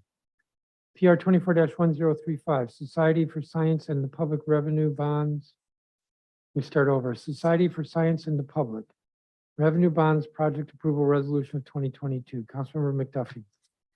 Thank you, Chairman. Proposed resolution 24-1035 was introduced by Chairman Mendelson at the request of the mayor on October 28th, 2022, and referred to the Committee on Business and Economic Development on November 1st, 2022. The committee held a public hearing on the measure on November 22nd, 2022, and marked it up on November 29th. of this year. If approved, this measure would authorize the issuance, sale, and delivery of up to $25 million in District of Columbia revenue bonds to assist Society for Science. The loan would refinance, finance, or reimburse costs associated with the purchase and renovation of real property at 800 8th Street Northwest. Once the purchase and renovation are complete, the Society for Science plans to use the space as its headquarters and site of an educational space for it to teach children various STEM subjects and lessons as part of the Society's new STEM Innovation Hub. With that, I would ask for the measure to be placed on the consent agenda for the legislative meeting to follow. Thank you, Councilmember. Are there questions from members? Madam General Counsel, is the measure legally and technically sufficient for our consideration? Yes, it is. Madam Secretary, is the record complete? Yes, it is. Madam Budget Director, does the measure's fiscal impact statement comply with council requirements? Yes, it does. Without objection, this measure will be placed on the consent agenda for today's legislative meeting. Bill 24-785, Greener Government Buildings Amendment Act of 2022. This was sequentially referred Committee on Government Operations and Facilities and Committee on Transportation and the Environment. I'm not sure who goes first. I'll go. Councilmember Che. Okay. My committee marked up Bill 24-785, the Greener Government Buildings Amendment Act of 2022 on November 30th, 2022. Reducing greenhouse gas emissions is obviously a critical piece in our fight against climate change. And as we know, buildings account for a huge proportion of energy used in the district. And the greenhouse gas emissions we emit, about 75%, is the lion's share of our emissions. As a result, reducing emissions from our buildings is the most important step we can take to achieve carbon neutrality. Earlier this year, my committee, advanced and the council both passed and funded a critical piece of legislation on the climate, namely the Clean Energy DC Building Code Amendment Act of 2022. That law requires that the mayor adopt a net zero energy building code by December 31st, 2026. That law will ensure that new and substantially renovated buildings in the district are constructed to be highly energy efficient and produce renewable energy on site wherever possible. As those changes apply to all new buildings, they also cover government-owned buildings as well. Thus, DGS must comply with these net zero energy building requirements by the end of 2026. The bill before us would accelerate the net zero energy requirements for district-owned buildings, requiring the district to comply as of the effective date of this legislation.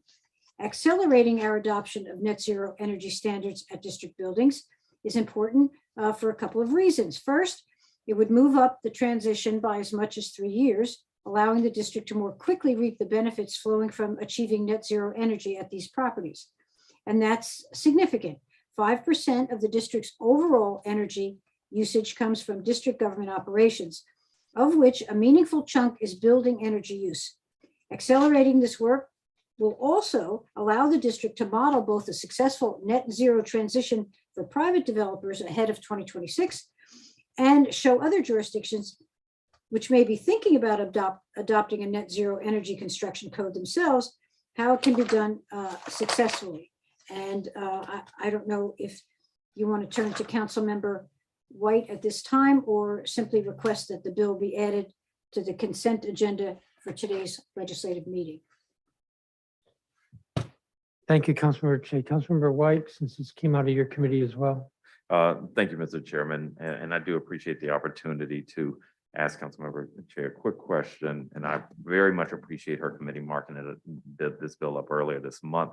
I introduced this measure at the urging of the Sierra Club DC chapter, Washington Interfaith Network, and Interfaith Power and Light. As introduced, the bill would have required the Department of General Services, or DGS, to construct all of our new government buildings to a standard that allows them to offset their annual energy consumption with renewable energy generation. This net zero energy standard would also apply to substantially improved buildings or those where modernization work is worth at least half of the building value. More recently, Councilmember Che led us in passing both a net zero mandate that will apply to public and private buildings by the end of 2026 and a ban on new fossil fuel appliances that will apply to public buildings starting in 2025. The mayor signed both these bills into law this year. In my opinion, the Greener Government Buildings Act would position the district government as a leader in the hard work our community must do to curb our greenhouse gas emissions. I'm particularly excited about the biennial trainings and that the bill will make DGS provide to local workers and businesses. DGS continues to raise concerns about their ability to build net zero energy buildings. I, of course, introduced and moved this bill because I think there is ample evidence that both the net zero energy construction and renovation is possible and that it is absolutely critical to address our climate change crisis.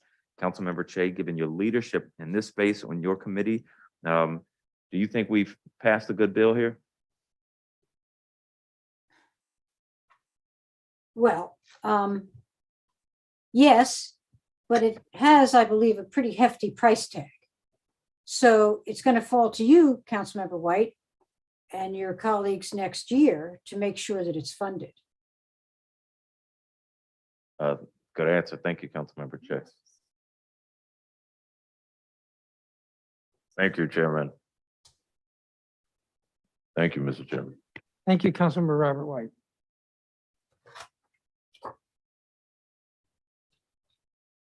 Further questions from members? Councilmember Che, I have a question. I believe you acknowledged in your statement that we recently passed legislation requiring that all new buildings would have to get off fossil fuels by, I think you said 2026. That is, as new buildings are built after that, they would have to be renewables or something like that. Yes. This is accelerating that for government buildings. And I believe it is effective as soon as this becomes effective. So then wouldn't that have an impact, like a financial impact on bills like schools that are currently in the pipeline? Well, you know, I can't account for how the budget is parsed in the future. I mean, we fund zillions of things. I'm maybe overstating that, but you know, how we allocate our money. But I would just add, schools are terrifically important, and maybe somebody will see it as a either this or that. I don't see it that way, but you know, that will have to await, you know, the values that come into play first through the mayor and then through the council in terms of how we fund things. I think we should be clear, and that's Chairman. kind of why I'm asking you about this, what the effect is on buildings that are right now in the pipeline, or they're in the capital budget for FY 23 or 24. Let me turn to the budget director. Hi, the fiscal impact statement issued by the CFO incorporates the cost of conforming identified projects or projects that are in the CIP to this net zero standard. And that is an $8 million cost in FY 23. So the majority of the costs of this bill are actually capital costs. So of the 8.46 million in 23, 8 million of it is capital that would be conforming existing projects. And then it says that throughout the financial plan, if there are others, that it would need to be added. But I believe that that calculation or that exercise was done by DGS. And So Mr. Chairman, it would I'm sorry. increase the cost of current capital projects by $8 million, but that is an accounting for only 1 year. Well, that answers that question. Chairman. But Yes, Mr. Councilman? Chairman, you did ask me about, I thought you said, you know, I can't say precisely when this will go into effect, but I don't understand it as requiring a restart of any projects that are already underway, if that's what you were asking.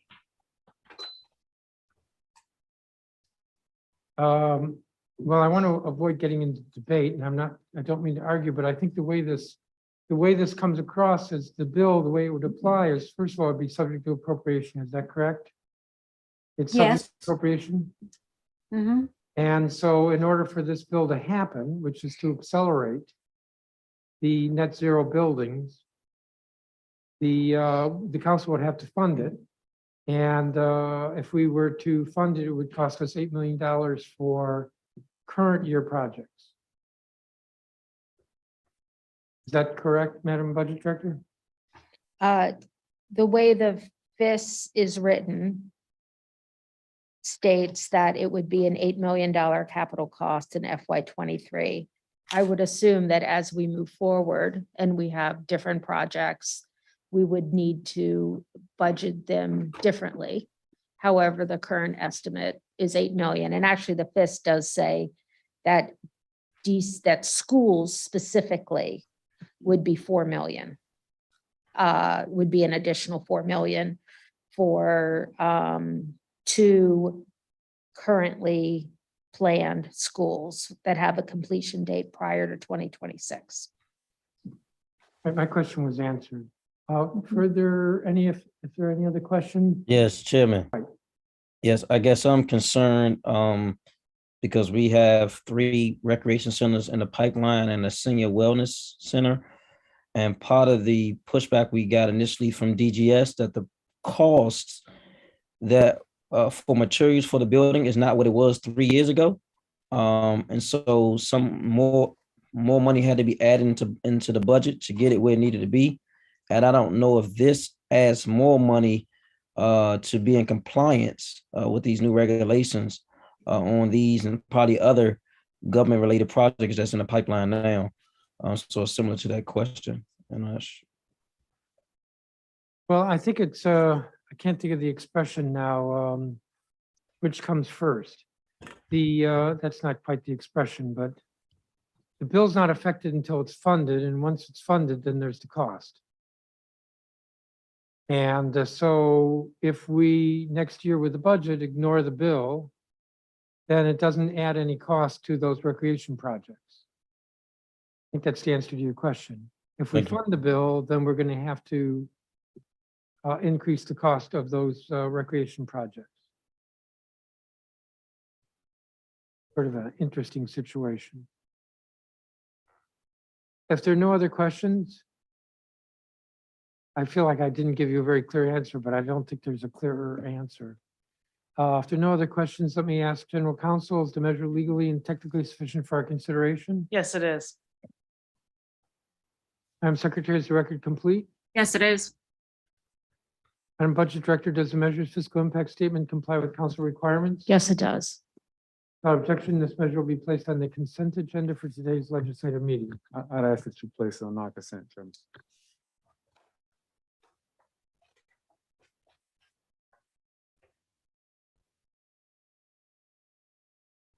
The measure will be on non-consent. The next item is Bill 24-932, Wastewater System Regulation Amendment Act of 2022. Councilmember Che. Thank you, Mr. Chairman. My committee marked up the bill, Wastewater System Regulation Amendment Act of 2022 on November 17th, 2022. Earlier this year, DC Water approached my committee to propose 2 amendments to the portion of the code governing discharges into the district's wastewater system. DC Water has already pursued these changes via rulemaking, but those new regulations will not be effective unless the council actually amends the law. The first change in the bill would authorize DC Water to reduce the size of solids that may be discharged into our sewer system to those less than 1 inch in diameter. Currently, the code sets the maximum diameter of solids at 1 inch. DC Water has found that at that size, discharged solids can cause damage to pipes, wastewater pumps, and other equipment, including creating blockages that cause pipe failures. This means greater maintenance needs throughout the sewer system, and thus higher costs to DC Water and ultimately to ratepayers. Therefore, the bill authorizes DC Water to reduce the permissible size of solids to less than 1 inch via its regulations, which DC Water has already done, setting the maximum at 1/2 of an inch. Second, the bill authorizes the discharge of cooling waters into the district's wastewater system. What are they? Well, cooling waters are waters that are used in industrial processes to efficiently remove heat from equipment. You know, some equipment operates, it heats up. And These cooling waters that they use for these purposes can include chemicals and other contaminants which must be removed. Currently, industrial users must treat these waters themselves in-house and may only discharge them into MS4 stormwater system, which then are ultimately released into the river. Currently, those discharges must be pursuant to and conform with an EPA permit. DC Water has proposed instead that these cooling waters be released into the sewer system and that responsibility sit with DC Water, not the industrial user, to treat the waters. Now, I want to be clear, the industrial users would still pay the full cost for the treatment through assessed water rates and permits that they enter into with DC Water, but those costs would be meaningfully less than they are now, as DC Water is able to capture a number of cost efficiencies given the volume of water the agency actually treats every day.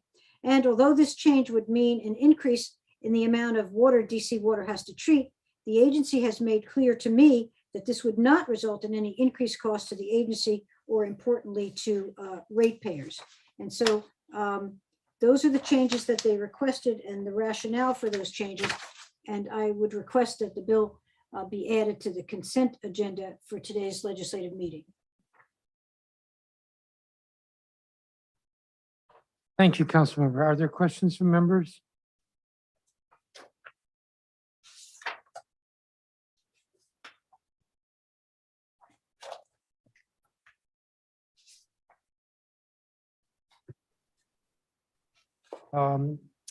Madam General Counsel, is the measure legally and technically sufficient for our consideration? Yes, it is. Madam Secretary, is the record complete? Yes, it is.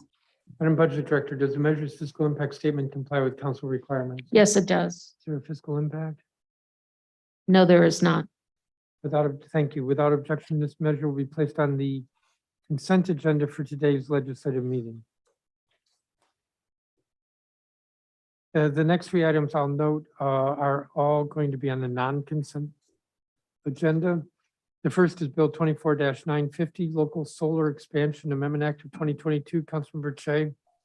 Yes, I'll address that. But when you say the next three items, the two after this are ones for purposes of amendment.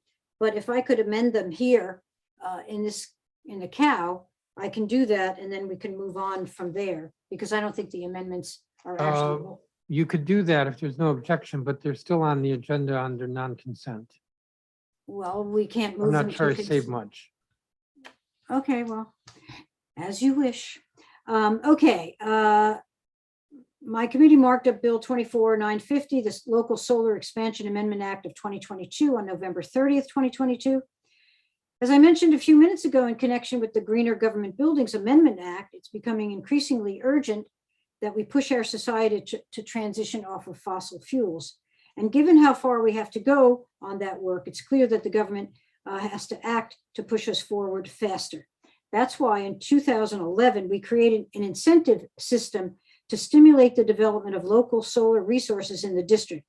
The local solar carve-out, as it's often referred to, has been effective at doing just that, creating an industry with over 1,000 local jobs while increasing our climate resilience and helping reduce our emissions in an amount equivalent to taking tens of thousands of cars off the road. It's also supported our Solar for All program, which is now providing significant energy costs to over 9,000 low and moderate income households in the district. For example, I was out at Fairfax Village for a ribbon cutting for exactly this, and it's going to cut the electricity bills of those folks in half. Now, in order to understand the problem that this bill is aimed at, you need to understand some points about our carve-out and how it works. Without getting too far into the nitty-gritty details, the policy requires electric suppliers in the district, essentially Pepco, to get an increasing share of their electricity from solar energy produced in the district. And that requirement is now up to 10%. Pepco and other suppliers comply with the law by buying solar energy certificates or credits in an amount equal to a certain percentage of their electricity sales each year. Owners of solar systems get these certificates known as SRECs when their systems generate a certain amount of electricity. The price of SRECs is influenced by two things: basic market forces, supply and demand, and the price of the alternative compliance payment, which is the enforcement mechanism for the carve-out. Electricity suppliers have to pay a compliance fee if they can't find enough SRECs to meet their local solar quota. If there's a scarcity of SRECs, the price of SRECs go up until it gets close to the price of the compliance fee. If there's a glut of SRECs, the prices will plummet. And by the way, that compliance fee is set by statute, so it is now scheduled to drop over time starting in 2024. So here's the problem. Thanks in part to the pandemic, which reduced electricity usage in the district by over 10%, we currently have an oversupply of solar production under the current solar carve-out. Now, that of itself might be a good thing, and it is, because it means we're achieving our goals. But as I said, an oversupply also causes SREC prices to plummet. This turns out to be a very big problem for our solar industry. Solar panels have a hefty upfront cost, so solar developers usually finance that cost with bank loans, and banks are famously unwilling to take big risks. So volatility in the price of SRECs can scare lenders, making it harder and more expensive for solar developers to get financing and reducing the number of projects that they can do. That's exactly what is beginning to happen here, and it has happened in other jurisdictions. At the same time, the compliance price is set to drop substantially in 2024, which will also push down SREC prices. All of this is likely to lead to layoffs in the solar industry and long-term disinvestment from local solar. This bill would raise the solar carve-out percentage and make the compliance fee phase down more gradual over time, again, helping to stabilize the market and keep our solar industry and the program that it supports, like Solar for All, strong. And I would request that this bill be added to the consent agenda for today's legislative meeting. Thank you, Councilmember. And thank you for that explanation. Are there questions from members? Councilmember Louis George? Chairman, I have no questions. I would ask this be placed on the non-consent agenda, and my remarks will be made there. Thank you. Madam General Counsel, is the measure legally and technically sufficient for our consideration? Yes, it is. Madam Secretary, is the record complete? Yes, it is. Madam Budget Director, does the measure's fiscal impact statement comply with council requirements? Yes, it does. Is there a cost? There is not. It actually generates a small amount of revenue. Calm down. Thank you. This measure will be placed on the consent agenda on the non-consent agenda for today's legislative meeting. Bill 24-1000, Battery Stewardship Program Amendment Act of 2022. Councilmember Che. I introduced this bill on September 19, 2022. The committee held a hearing on it on October 27, 2022, and it was unanimously approved at a markup on November 17, 2022. The bill includes a number of amendments that were proposed to the Committee on Transportation and the Environment by the Department of Energy and the Environment, which implements the district's battery and electronics stewardship laws. The amendments make very few substantive changes to those laws. Rather, they're largely technical edits and clarifications to better facilitate DOE's implementation of the associated programs and to provide clarity to covered manufacturers on how to comply with the law's requirements. It also extends certain deadlines in order to ensure the relevant parties have sufficient time to come into compliance.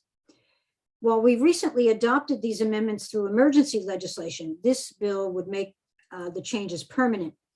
Finally, and unrelated to the battery, but still dealing with our waste situation, the committee print requires DPW to provide certain data to the council and mayor upon the completion of the curbside composting pilot program in order for the council to have access to information on that important program.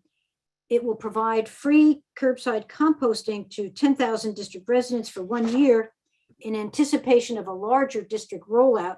And the pilot was established in the fiscal 23 local budget and will begin operating in the new year but it didn't include any requirements for DPW to provide the council with data on the program's outcome. And that would be vital information for us to continue to move to a permanent program. Now, you don't want me to say anything about the amendments here and just wait and put it on non-consent? That's what you want? Mr. Chairman? There's really not efficiency in trying to put it on consent because it's on the agenda on non-consent. Yeah, but that's And a we're not going to typing reprint the thing. agenda, so we're just going to get to it when it's on the non-consent agenda. So you could move the amendment now, but you're still going to have to move the bill when we get to the legislative meeting. Okay, we'll just wait.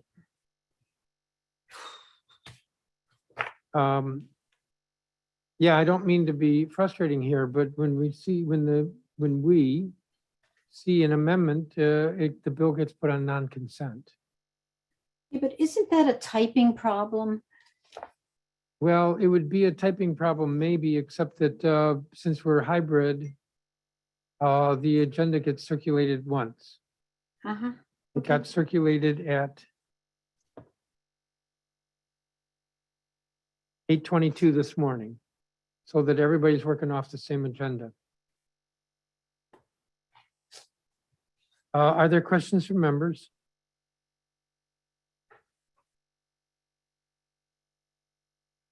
I mean, Councilmember Che, you look dejected, but aren't you happy that this bill will finally be passed on a permanent basis and there'll be no more emergencies and temporaries? don't Oh you my feel like goodness, I'm celebrating? ecstatic.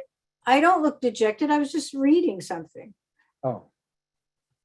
Madam I'm General happy. Counsel, Do you want me to do a happy dance? That's a great answer. Madam General Counsel, is the measure legally and technically sufficient for our consideration? Yes, it is. Madam Secretary, is the record complete? Yes, it is.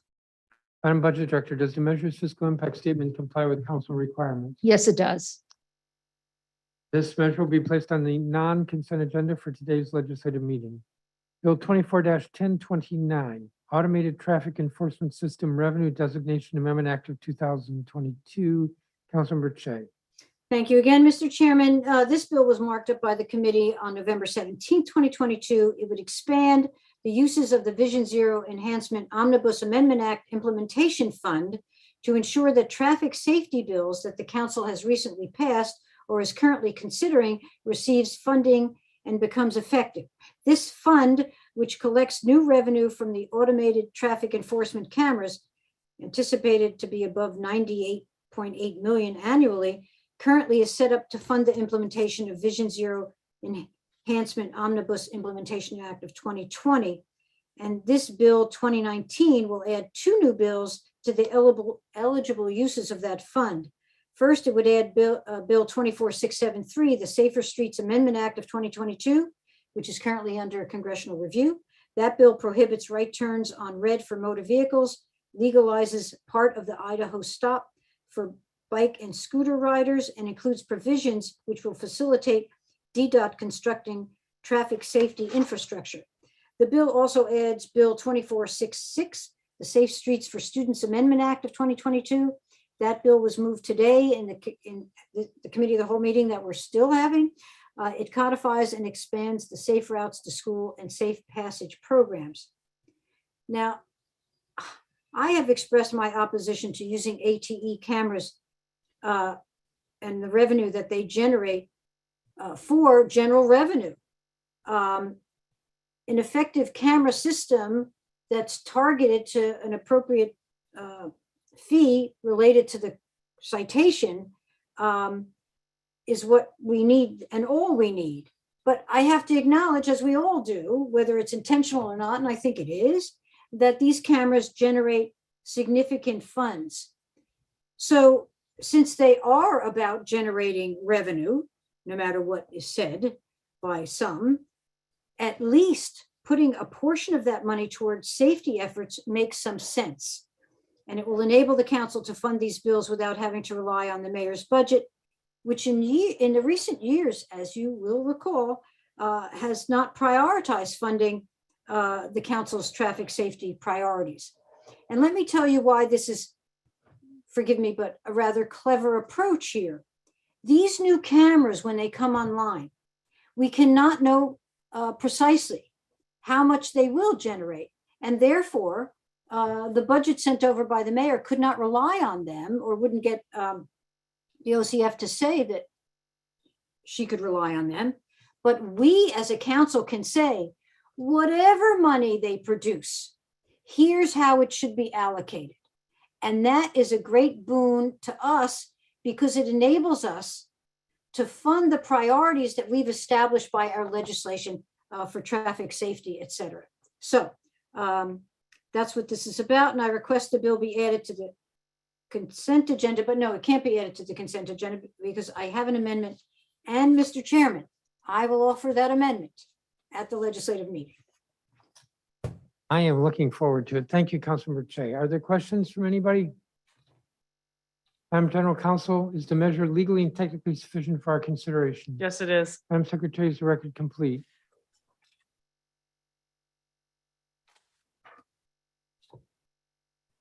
Yes, it is. Madam Budget Director, does the measure's fiscal impact statement comply with council requirements? Yes, it does. Any cost? No, it allocates revenue. This measure will be placed on the non-consent agenda for today's legislative meeting. The next measure was reported out of the Committee on Labor and Workforce Development, chaired by Councilmember Alyssa Silverman.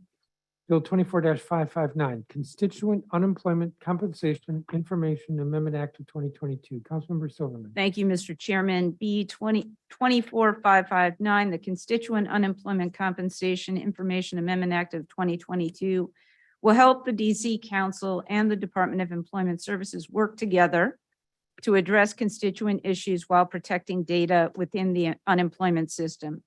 The bill is substantially similar to bills passed on emergency and temporary bases in 2021 and earlier this fall. B 24-559 explicitly tells DOES the circumstances under which they must provide unemployment insurance information to the council when constituents reach out to their council member for help. And that happens many, many, many times. For most information requests, DOES will just have to make sure there is some form of reasonable evidence that a constituent requested council help, such as an email from the constituent making that request. Occasionally, council offices may ask for larger data sets or data on an ongoing basis, as long as the parties have a data sharing agreement in place. All of these guidelines for data sharing have been taken directly from federal unemployment regulations. B 24-559 will help to ensure that the executive and legislative branches of government can effectively carry out their respective roles, serving the public while keeping the district's unemployment program safe and secure. Mr. Chairman, I ask that this be put on the agenda for the legislative meeting. Thank you very much.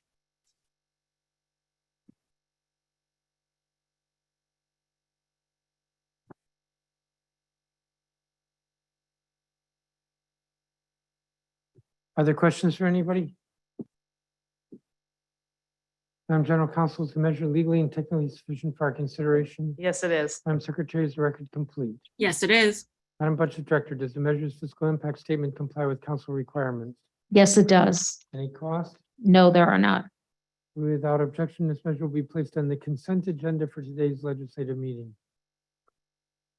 From the Committee on Health, chaired by Councilmember Vince Gray, there are six measures. Bill 24-53, District Government Parental Bereavement Leave Amendment Act of 2022. Councilmember Gray. Thank you very much, Mr. Chairman. This legislation was introduced last January by you, Chairman Mendelson, and on behalf of the mayor. It expands the district government employee bereavement leave benefits to allow employees to be eligible for an additional 2 weeks of paid leave following the death of a minor child, a late term miscarriage, or a stillbirth. I want to commend the mayor, and I also want to commend you, Councilmember Silverman, and the Committee on Labor and Workforce Development, which did a great deal of work in order to be able to get us to where we were with a markup. So I would like to take the opportunity, if I might, to just have you say a word, Councilmember Silverman. I thank you very much for all the work that you did in helping to make this happen. Thank you very much, Councilmember Gray. I appreciate your remarks and I agree with them. We actually are putting this on the non-consent agenda to speak to it. So thank you very much for your work, your committee's work on moving this forward. I appreciate it very much. Thank you very much, Councilmember Silverman. And I appreciate your work as well. So thank you. I appreciate it. Are there questions from members? Madam General Counsel, is the measure legally and technically sufficient for our consideration? Yes, it is. Madam Secretary, is the record complete? Yes, it is. Budget Director, does the measure's fiscal impact statement comply with council requirements? Yes, it does. Is there a cost? No, there is not. This measure will be on the non-consent agenda for today's legislative meeting. Bill 24-133, Personal Medical Record Fee Amendment Act of 2022. Councilmember Gray. Thank you so much, Mr. Chairman. This legislation was introduced by Chairman Mendelson. This bill limits fees charged by the healthcare providers and providers and other providers with respect to healthcare services. The committee print clarifies that the fees provide parties also would be responsible for retrieving with personal records, personal medical records and fines. It also increases the time records could be restored from 3 years to 5 years. I'd like to thank both the trial lawyers, excuse me, and the medical records storage companies for their feedback to help get us to this point. So thank you very much, Mr. Chairman. And I will look forward to this being on the consent agenda. Thank you, Councilmember Gray. Are there questions from members? Madam General Counsel, is the measure legally and technically sufficient for our consideration? Yes, it is. Madam Secretary, is the record complete? I'm sorry, I keep disappearing because I'm potty training a puppy. It's not fun. Yes, the record is complete, Mr. Chairman. You know, I just don't think that's legislative business. I've got to explain why I'm ripping and running, Mr. Chairman. Other business. Want to do a two-year-old? Just calm down, Madam Secretary. I believe the secretary said the record was complete. Madam Budget Director, does the measure's fiscal impact statement comply with council requirements? Yes, it does. Without objection, this measure will be placed on the consent agenda for today's legislative meeting. We are now at item AA, Bill 24648, School Psychologist Licensing Clarification Amendment Act of 2022. Councilmember Gray. Thank you very much, Mr. Chairman. This legislation was introduced by Council members Henderson, Allen, Lewis George, McDuffie, Nadeau, Silverman, and Chairman Mendelson. So thank you all very much. This legislation amends the legislation occupations Revision Act to add school-based psychiatrists at charter schools to the current general licensing exemption provided by the DC Public Schools under the Board of Psychiatry. This also codifies the legislation, the perinatal mental health task force mandate, which also approved earlier this year by emergency legislation, Mr. Chairman.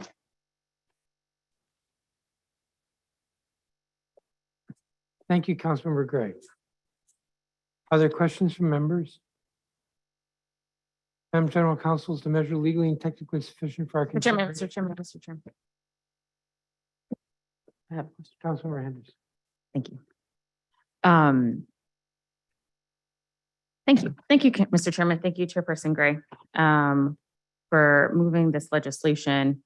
I think with the increasing ever need for behavioral health professionals in our schools, this is part of the reason I introduced this legislation. My question is coming, don't worry, Mr. Chairman. But this is going to be on the consent agenda. So Councilmember Gray, I just have one question for you. Is it true that this bill will ensure that both of our education sectors will have the same laws and regulations pertaining to the licensing of school psychologists going forward? It does indeed, Councilmember Henderson, and thank you so much for your work to introduce the legislation and to work with us through our committee to be able to move this effort forward. So thank you so much. Thank you. Thank you, Mr. Chairman. Thank you, Councilmember. Any other questions from members? Madam General Counsel, is the measure legally and technically sufficient for our consideration? Yes, it is. Madam Secretary, is the record complete? Yes, it is. Madam Budget Director, does the measure's fiscal impact statement comply with council requirements? Yes, it does. Without objection, this measure will be placed on the consent agenda for today's legislative meeting. Bill 24-830, Protecting Health Professionals Providing Reproductive Health Care Amendment Act of 2022. Councilmember Gray. Thank you very much, Mr. Chairman.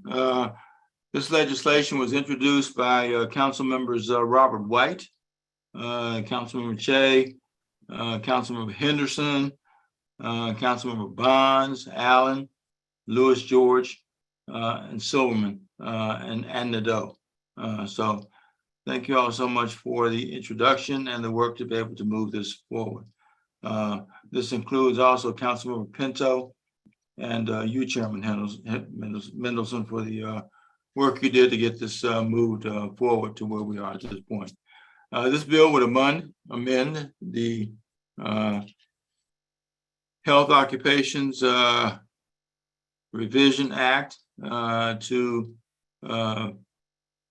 prohibit automatic disciplinary measures against healthcare workers licensed by the District of Columbia for providing abortion or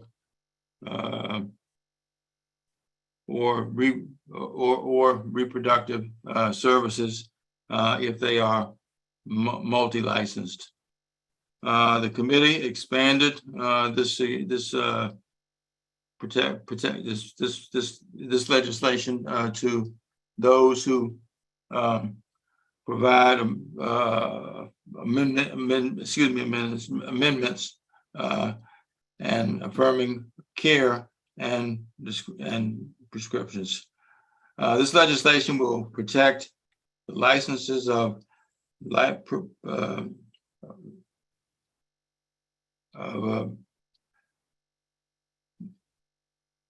district physicians who provide those healthcare services, protect them from adverse actions in other jurisdictions.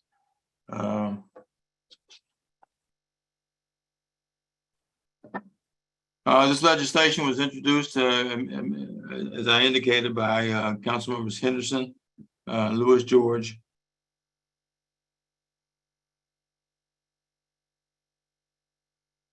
Chairman, and I asked this be agendized for the upcoming, for the meeting upcoming, legislative meeting upcoming. Thank you, Councilmember. Other questions from members? Mr. Chairman. Councilmember Robert White. Thank you, Mr. Chairman. Losing the constitutional right to abortion access this year has been devastating. In the midst of so much loss and fear, district leaders have truly come together to try and limit the damage within our borders. When Council members Henderson and Nadeau introduced bills to clarify our government's commitment to reproductive justice and make the district a human rights sanctuary, I worked quickly to hold a hearing and move them forward for unanimous votes earlier this fall.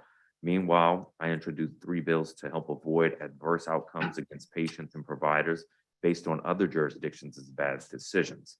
I appreciate Councilmember Gray and his team working hard to bring this one before us today. This is just the latest example of DC leaders fighting together for our residents' rights. I also want to say I greatly appreciate that the Health Committee has inserted a provision to help ensure that gender-affirming care will not trigger disciplinary action by our professional licensing boards. Jurisdictions across the country are backsliding into horrific mistreatment of their transgender residents. We absolutely will not go along with that, and the print before us helps make that sure. There are a couple provisions that I could use some clarification on the record, so I do have a couple questions. The bill would create a new DC code section 3-1205-14E11C that protects practitioners from discipline related to, quote, medication that was prescribed for its intended purpose, end quote. What scenario did you have in mind with this provision, Councilmember Gray? We were hoping to be able to work with you between now and second reading on some of the challenges, some of the questions that you've raised. And I would like to work with you, Councilmember White, to be able to get to that. I would appreciate that. My second question, the committee print, unlike the bill as introduced, also seems to add a provision saying that only conduct that takes place in DC qualifies for the bill's protections and not conduct in other jurisdictions. Is this something we could also work on between first and second reading, Councilmember Gray? Absolutely, Council Member. I appreciate that very much. Thank you for raising that. And let's work together between now and second reading in order to be able to get those questions answered and addressed effectively. We'll do that. Thank you for that, Councilmember Gray. Thank you, Chairman. Okay. Thank you, Councilmember White. Further questions? Madam General Counsel, is the measure legally and technically sufficient for our consideration? Yes, it is. Madam Secretary, is the record complete? Yes, it is. Madam Budget Director, does the measure's fiscal impact statement comply with council requirements? Yes, it does. Is there cost? There is not. Without objection, this measure will be placed on the consent agenda for today's legislative meeting. Bill 24-942, consent for the Vaccination of Minors Amendment Act of 2022. Councilmember Gray? So moved, Mr. Chairman. The consent for vaccination of minors Amendment Act of 2022. And I appreciate your leadership in helping to get this to this point at this stage. Again, the legislation was introduced by Councilmember Che and myself. And it will allow minors who typically to be recognized as independent to receive vaccinations, such as those who are emancipated or are married. This legislation would also allow health providers to vaccinate minors who have made reasonable attempts to contact the parent or legal guardian for permission. This bill explicitly does not circumvent any federal law or regulation. So it would not prevent any parent from being informed of any vaccinations that are associated with this. So thank you, Mr. Chairman, and we'll look forward to continuing to work with you and our colleagues to be able to move this forward. Thank you, Councilman McGray. Are there questions from members? Yes, is this on the consent agenda or not? It will be on the non-consent agenda.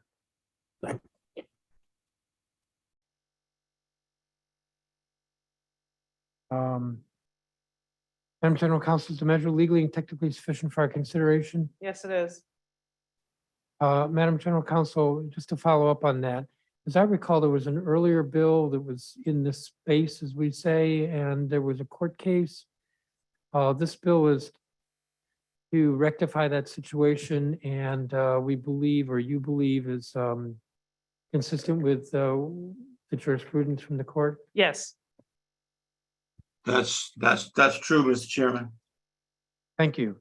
Madam Secretary, is the record complete? Yes, it is. Madam Budget Director, does the measure's fiscal impact statement comply with council requirements? Yes, it does. Any cost? No costs. This measure will be placed on the non-consent agenda for today's legislative meeting. Bill 24-943, High Need Healthcare Career Scholarship and Health Professional Loan Repayment Program Amendment Act of 2022. Councilmember Gray. So moved, Mr. Chairman.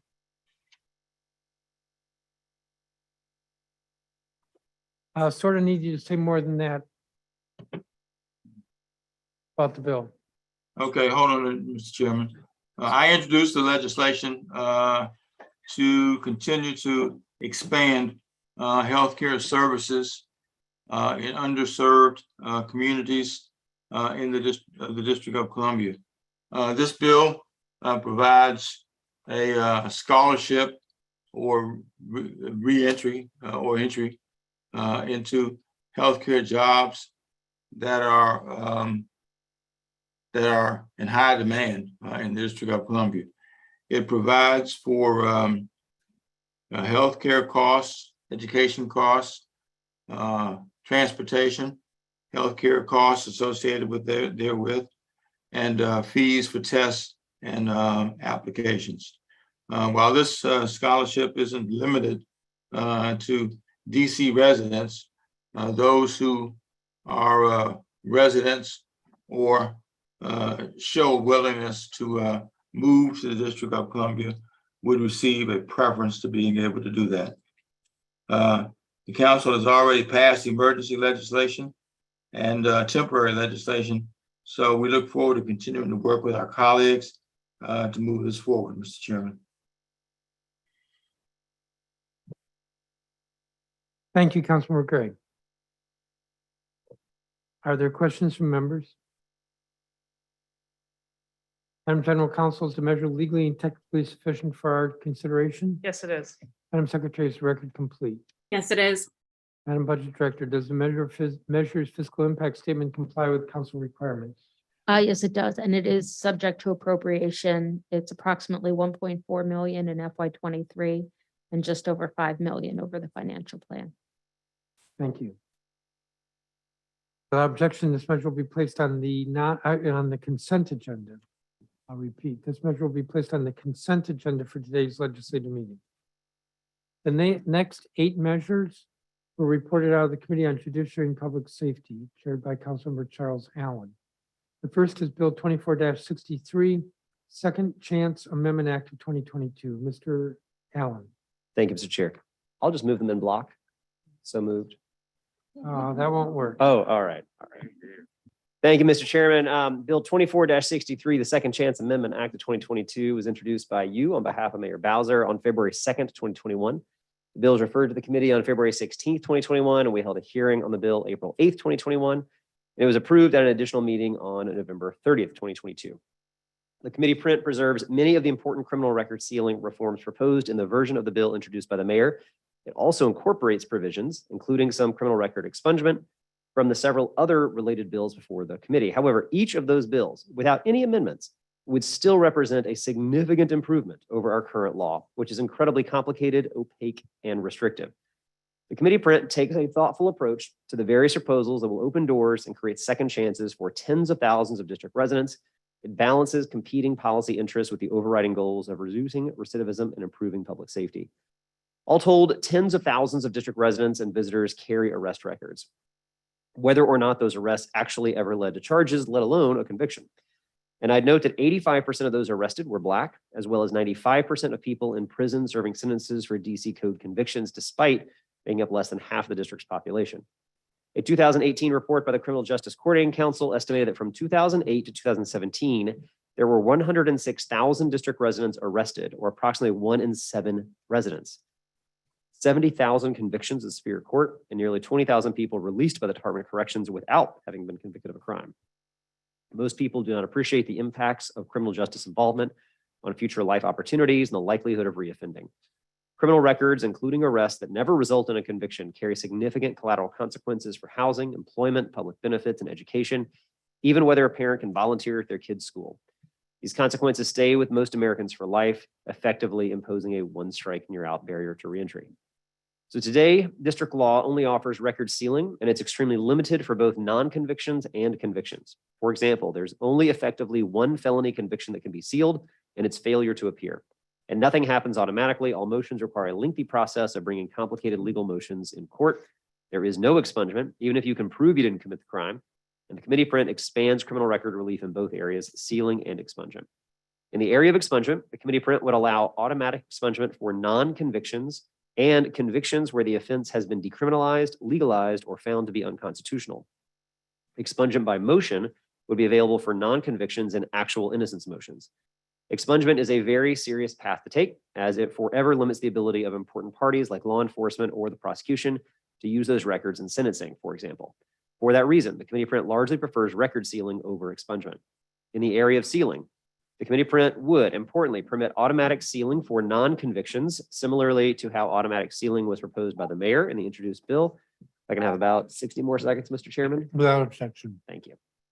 However, we would not provide automatic sealing for certain serious offenses, which would be better handled in the adversarial setting by motion before an independent judge, and where the perspective of a victim could be taken into account, like domestic violence or child custody cases, abuse of the elderly, crimes requiring sex offense registration, and dangerous crimes and crimes of violence.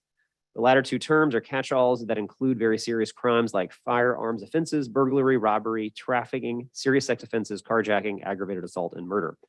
Committee print would also allow automatic sealing for all misdemeanor convictions except those in the list I just mentioned after 10 years. And lastly, the committee print would allow sealing by motion for non-convictions for the list of offenses carved out from automatic sealing that I had just mentioned, and also for all convictions except those that are the most serious listed in the district sentencing guidelines. Eligible convictions would be subject to waiting periods of 5 years for misdemeanors and 8 years for felonies. Finally, the bill importantly includes protections and legislation introduced by Councilor Robert White to restrict the use of criminal history information after a record has been sealed or expunged, making violations of that new prohibition enforceable by the Office of Human Rights. Before I close, I especially want to thank Mayor Bowser, Councilor Trayon White, Councilor Henderson, Councilor McDuffie, and Councilor Robert White for introducing the bills that form the basis of the print before us, and the many organizations and individuals who have advocated for reform over many years. Thank you, Mr. Chairman. And I ask for this bill to be added to the consent agenda for the legislative meeting to follow. Thank you, Councilmember Allen. Are there questions from members? Councilmember Miss- White? Thank you, Mr. Chairman. I want to really thank Councilmember Allen and his team for working to make a lot of progress in the space of criminal sealings and expungements. The nature of policy is compromise, and I know that there's a lot of compromise in this bill, but I don't want residents to miss how necessary, how impactful, and how important this bill is. I have instruments over there. DC has one of, right now, the most restrictive sets of laws in this space. For example, the district has never offered expungements of records except in extremely limited circumstances. Under our current law, over 30 misdemeanor offenses don't even qualify for sealing, and only one felony can be sealed. We are so far behind most of the country. Under the proposed law, only 10 of the most serious offenses do not qualify to be sealed or expunged. This means virtually all offenses in the district are eligible for sealing under this bill.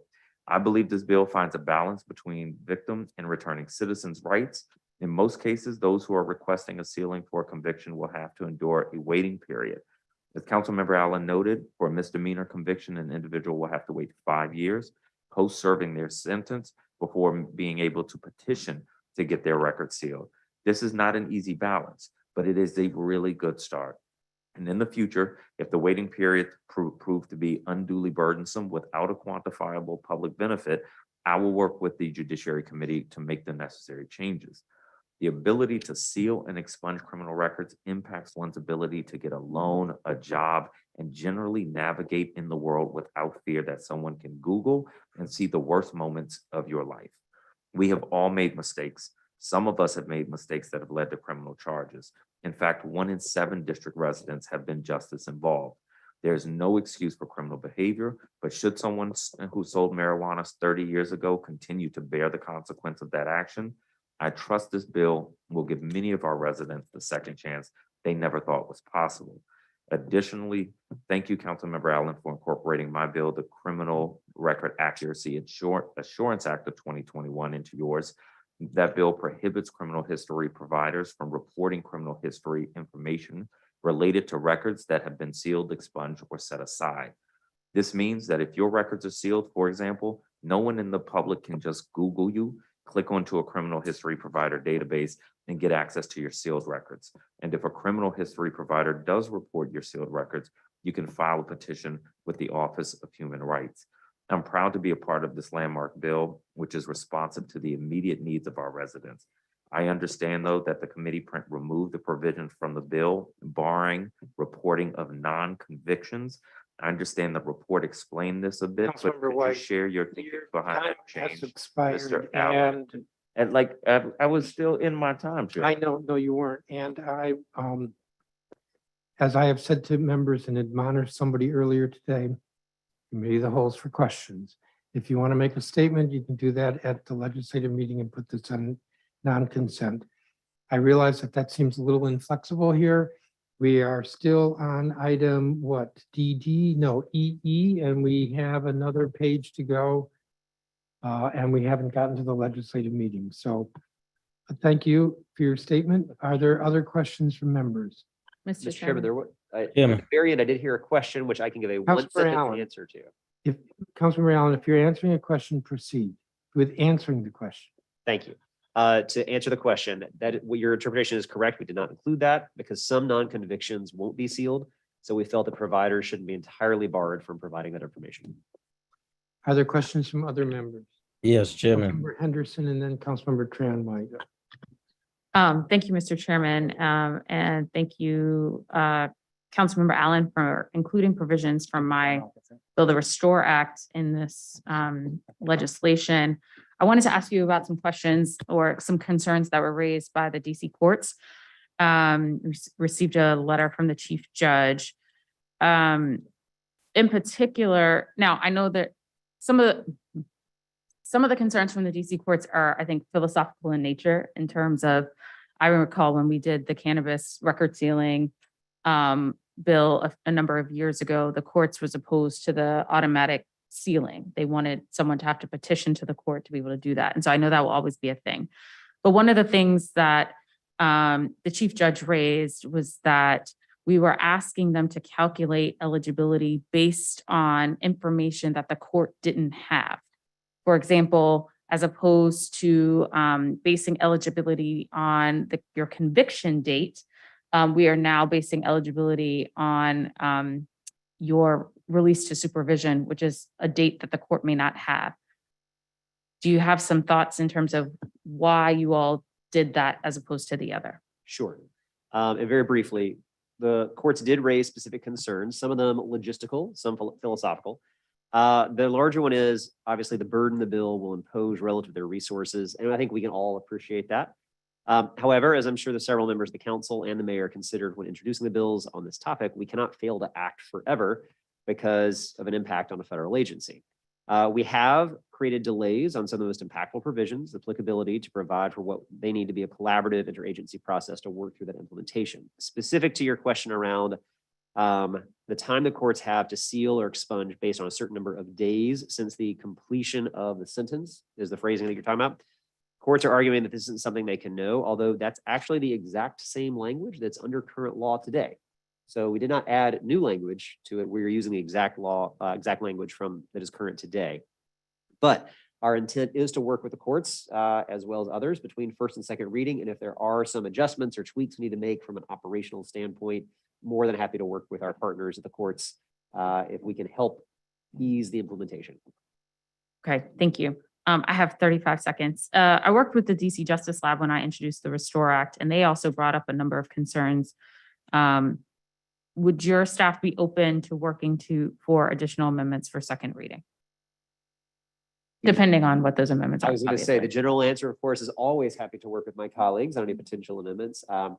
There are, phenomenal organizations like DC Justice Lab, I think, have helped advocate for helping make sure that this bill is moving forward. I will full well acknowledge it does not include everything that they have advocated for. And some of those are policy decisions that we in the committee made that we may not find ourselves to agree on, but always happy to have conversations with you and colleagues about any potential amendments.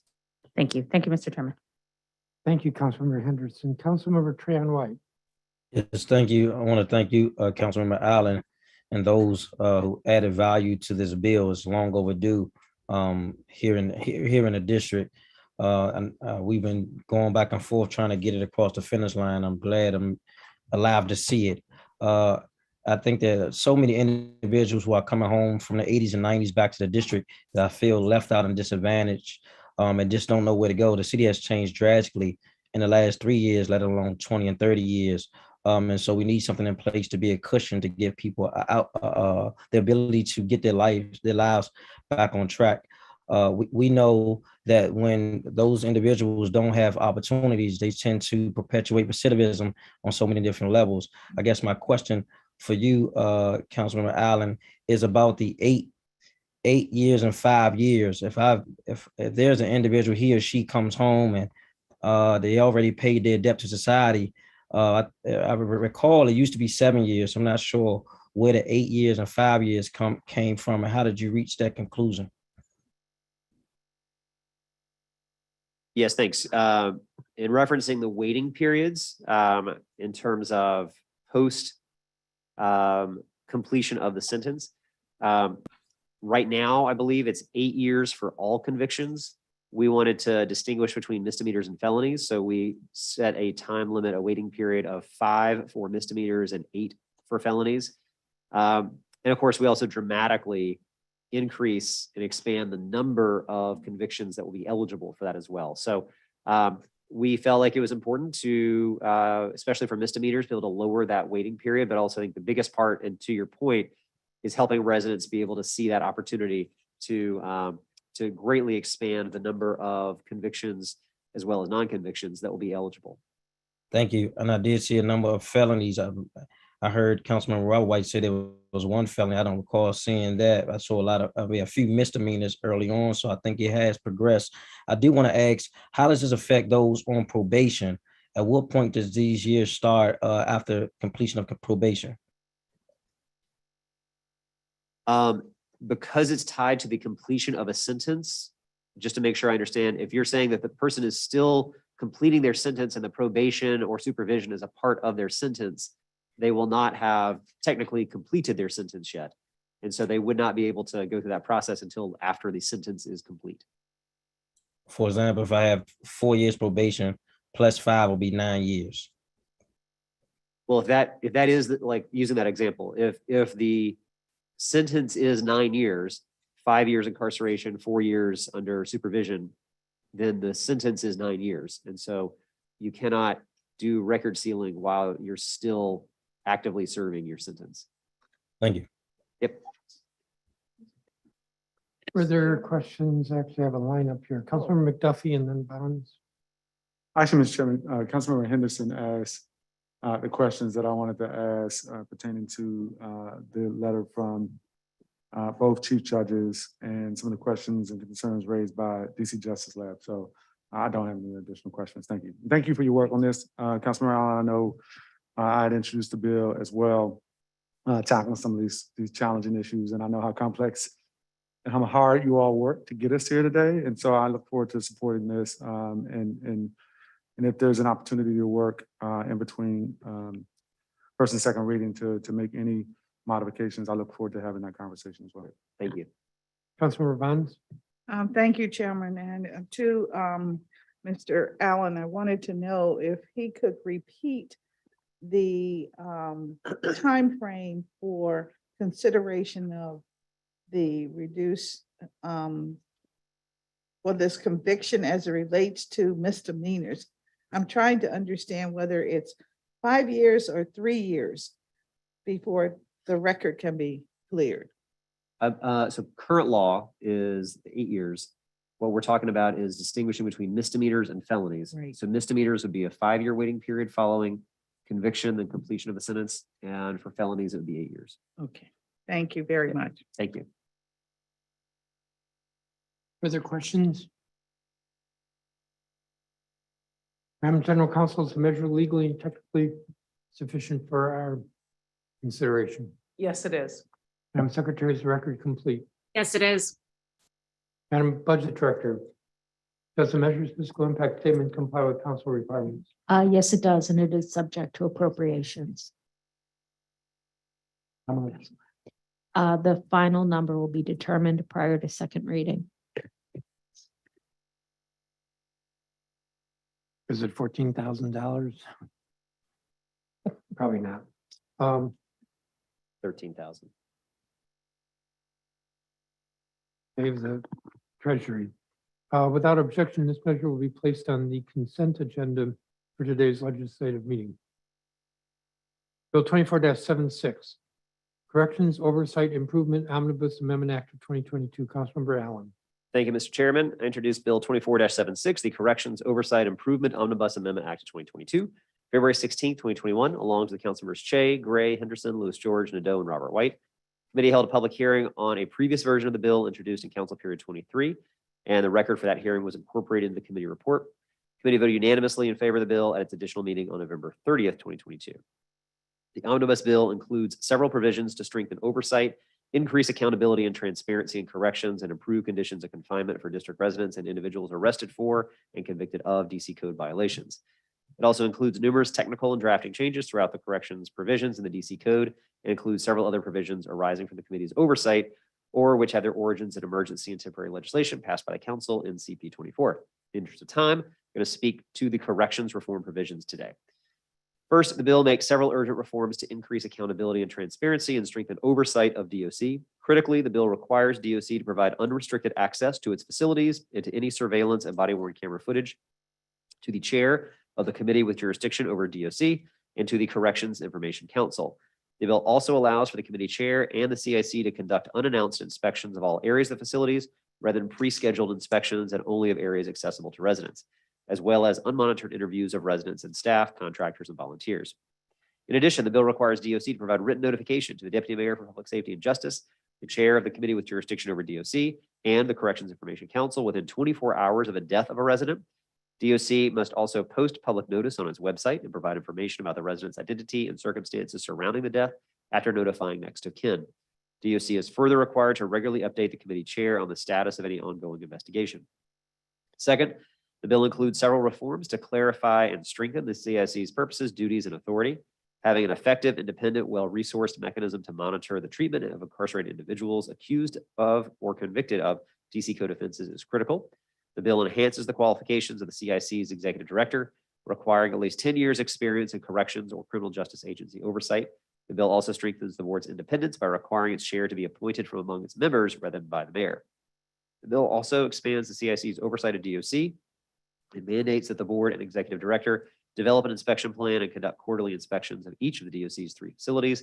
The bill also gives the CIC authority to review all deaths of residents in DOC facilities and requires the CIC to transmit reports within specified timelines on deaths in DOC custody. The bill further requires the CIC to generate reports on specific topics of concern, including contracting for and the provision of food services in the DOC facilities, use of force by DOC personnel, and use of safe cells, segregation, disciplinary housing, and the prevalence of contraband in DOC facilities. Lastly, the bill creates a panel of special education attorneys for emerging adult defendants at the DC Superior Court. Creating this panel will increase the number of attorneys available by ensuring financial compensation, sufficient training, and judicial support for this type of practice. The committee funded this section of the bill through the FY23 budget process. Thank you, Mr. Chairman. I request this measure be placed on the consent agenda for the legislative meeting to follow. Thank you, Councilmember. Are there questions from members? Madam General Counsel, is the measure legally and technically sufficient for our consideration? Yes, it is. Madam Secretary, is the record complete? Yes, it is. Madam Budget Director, does the measure's fiscal impact statement comply with council requirements? Yes, it does, and it is subject to appropriations. How much? 575,023 and 2.3 million over the 4 years. Thank you. Without objection, this measure will be placed on the consent agenda for today's legislative meeting. Bill 24-93, Uniform Family Law Arbitration Act of 2022. Councilmember Allen. Thank you, Mr. Chairman. You introduced Bill 24-93, the Uniform Family Law Arbitration Act of 2022 on February 22nd, 2021, at the request of the Uniform Law Commission. The bill was referred to the committee on March 2nd, 2021. The committee held a public hearing of the bill on May 13th, 2021. And it was approved unanimously at the additional meeting on November 22nd, 2022. Committee print would enact the Uniform Law Arbitration Act, which governs the arbitration of family law matters before the Superior Court. Arbitration is an out-of-court process in lieu of litigation in which parties submit a dispute for resolution to an impartial third party known as an arbitrator. Arbitration has existed for decades in the commercial or employment law context. Arbitration of family law matters is a growing field among family law practitioners, and the print sets out the procedures that would govern the arbitration of family law disputes, such as disputes over property, child custody, or child or spousal support. Arbitration of family law disputes is appealing for many reasons. First, the parties can resolve their dispute in a private forum, avoiding the publicization of discrete, personal, or sensitive issues. Second, the parties choose the arbitrator, allowing the parties to select an individual who has knowledge and experience in the subject matter at issue. Third, the parties decide the scope of the arbitration, which can range from pure economic issues to child-related disputes. Fourth, the parties work with the arbitrator to decide on rules applicable to the arbitration, where the arbitration will be held, and the days in which the hearing or hearings will take place. And lastly, the costs of preparation and appearing at the arbitration are significantly less than the cost of litigating the dispute in court. Thank you, Mr. Chairman. I request this measure be placed on the consent agenda for the legislative meeting to follow. Thank you, Councilmember Allen. Are there questions from members? Madam General Counsel, is the measure legally and technically sufficient for our consideration? Yes, it is. Madam Secretary, is the record complete? Yes, it is. Madam Budget Director, does the measure's fiscal impact statement comply with council requirements? Yes, it does. Is there any cost? No, there are not. There's no objection. This measure will be placed on the consent agenda for today's legislative meeting. Bill 24-320, Comprehensive Policing and Justice Reform Amendment Act of 2022. Councilmember Allen. Thank you very much, Mr. Chairman. All 13 members joined together to introduce Bill 24-320, the Comprehensive Policing and Justice Reform Amendment Act of 2022 on June 15th, 2021. The bill was referred to the committee on June 29th, 2021. Committee held a hearing on an earlier version, Bill 23-882, on October 15th, 2020. Committee approved Bill 24-320 at its November 30th additional meeting. The bill before us today isn't about police practices in Minnesota or Kentucky or anywhere else in the country. It is a response to what happens right here in the District of Columbia. It's a response to communities that have been underserved and over-policed for decades. It's about the interactions from the friendly to the fatal that affect how we view police. It's the very basic idea that when society entrusts people with extraordinary powers, there should also be an equally extraordinary system of transparency and accountability. So let's talk about what the bill does to reform policing practices on the front end by changing how police interact with members of the public. The bill bans the use of neck restraints and extends this prohibition to prohibit the use of other asphyxiating restraints. It requires that MPD use Miranda-like warnings before seeking to conduct a consent search and allows for the exclusion of evidence when those warnings are not provided. It prevents officers from consulting their BWC footage prior to writing an initial report. The bill also establishes more nuanced frameworks for determining when an officer is permitted to use deadly force, less lethal weapons and riot gear, as well as when officers can engage in vehicular pursuits. The restrictions on the use of vehicle pursuits are based on provisions in Bill 24-213, the Law Enforcement Vehicular Pursuit Reform Act of 2021, which is introduced by Councilmembers Louis George, Bonds, Che, Nadeau, Robert White, and Trayon White on April 19th, 2021. The bill also strengthens transparency in policing and MPD's management in several key ways. The bill overhauls the public's access to BWC footage by requiring the mayor release BWC for officer-involved deaths or serious uses of force. The bill also codifies a process through which the subject of the footage or their next of kin are notified with notice of and an opportunity to object to the release of the footage. And the bill requires the mayor provide the chair of the Committee on Judiciary and Public Safety and the councilor representing the ward in which the incident took place with unredacted BWC footage upon request. The bill makes two significant changes regarding the public's access to disciplinary records for officers. First, the bill requires that the Office of Police Complaints maintain a publicly accessible database that contains information related to certain sustained allegations of misconduct. And second, the bill clarifies that the personal privacy exemption under FOIA does not apply to disciplinary records. These two changes were pulled from Bill 24-356, the Strengthening Oversight and Accountability of Police Amendment Act of 2021, a bill that you, Mr. Chairman, introduced. The bill also includes provisions from Bill 24-254, the School Police Incident Oversight and Accountability Amendment Act of 2021, which was introduced by Councilmembers Christina Henderson, Louis George, McDuffie, Pinto, and Robert White, to require that local education agencies and MPD report out certain data related to law enforcement actions taken on school grounds or at school-related events. And the bill integrates provisions of Bill 23-1002, Metropolitan Police Department Overtime Spending Accountability Emergency Act of 2020, which have been introduced by Councilors Brianne Nadeau, myself, Councilmember Gray, Robert White, to require MPD submit overtime reports to the council every pay period. And if I have just 60 more seconds, Mr. Chair. Without objection. Finally, the bill takes a number of steps to improve how MPD, OPC, and other agencies can respond to cases of misconduct. Perhaps the biggest change is that the bill precludes MPD from negotiating away its ability to impose adequate discipline on officers. We've heard for years that one of the greatest barriers to a meaningful system of discipline has been protection secured through collective bargaining agreements. The bill eliminates that barrier. The bill also expands OPC's jurisdiction by empowering OPC to receive and investigate complaints related to an officer making false statements and to receive complaints related to certain law enforcement officers employed by the Office of the Inspector General. It also allows OPC to initiate complaints of its own. The bill again draws on provisions from your bill to create the new position of Deputy Auditor for Public Safety.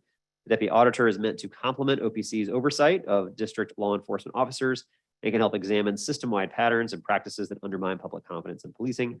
The bill requires the Deputy Auditor conduct an assessment to determine whether MPD officers have ties to white supremacists or other hate groups that may affect the officer's ability to carry out their duties properly and fairly or may undermine public trust in MPD, something proposed by Bill 24-112, the White Supremacy and Policing Prevention Act of 2021, which was introduced by Councilmembers Louis George, Bonds, Henderson, McDuffie, Nadeau, Pinto, Tran, White, and myself.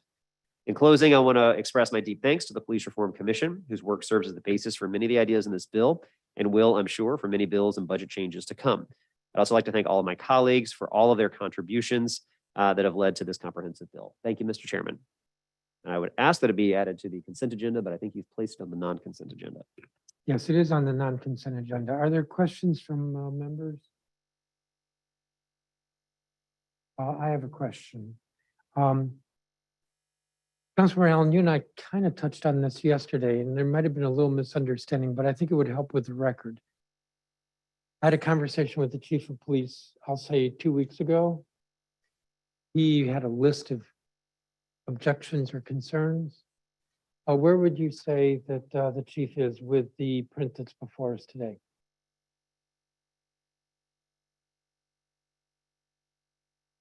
I think it's always a very difficult thing to have me try to speak on behalf of the chief of the police department. So I would want to hazard and be very careful about that. I would say, however, that there are many stakeholders in this bill.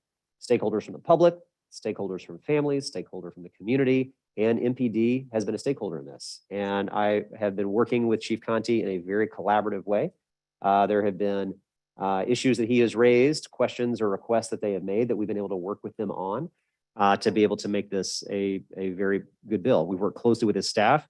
From my perspective, there's not a lot of daylight between the language that they had asked for and the work that we'd had. It's been a very collaborative process, but I would hesitate to ever try to speak for the chief. Well, maybe I should rephrase my question. I recall he had a list. Now, this was a couple of weeks ago.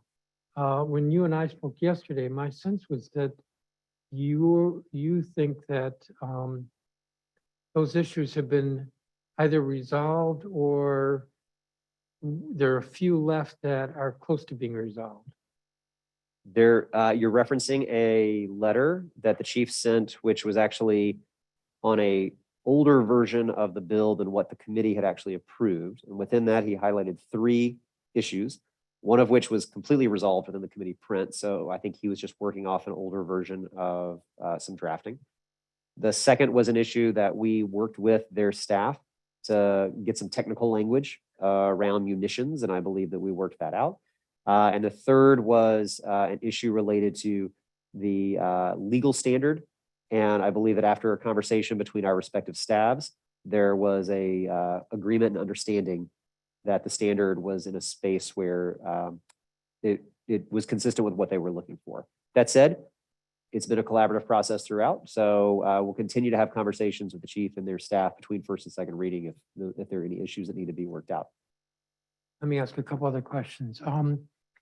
I believe you told me that there had been some concern or misunderstanding with regard to chases. You want to speak to that? Yes. I think, obviously, we're talking about policing oversight and reform. So there will be areas where we're able to work with MPD to make changes. There will also be things where we're going to be making reforms and changes to the agency that the agency hasn't made themselves. But when it comes to the issue around initiating a vehicular pursuit, the way that the legal standard is created is to make sure that there is a clear legal standard about knowing that the pursuit leads to death or serious bodily injury. So it's all about how do you create the appropriate legal standard for the action that would then be taken. And what's in the bill is know that it Knowing, would, correct. Not just that it's possible, but it's knowing. so it's more definitive that there could be that outcome and then it's prohibited. Correct. So you think there is a clarity in the bill on that point? Absolutely. Yes.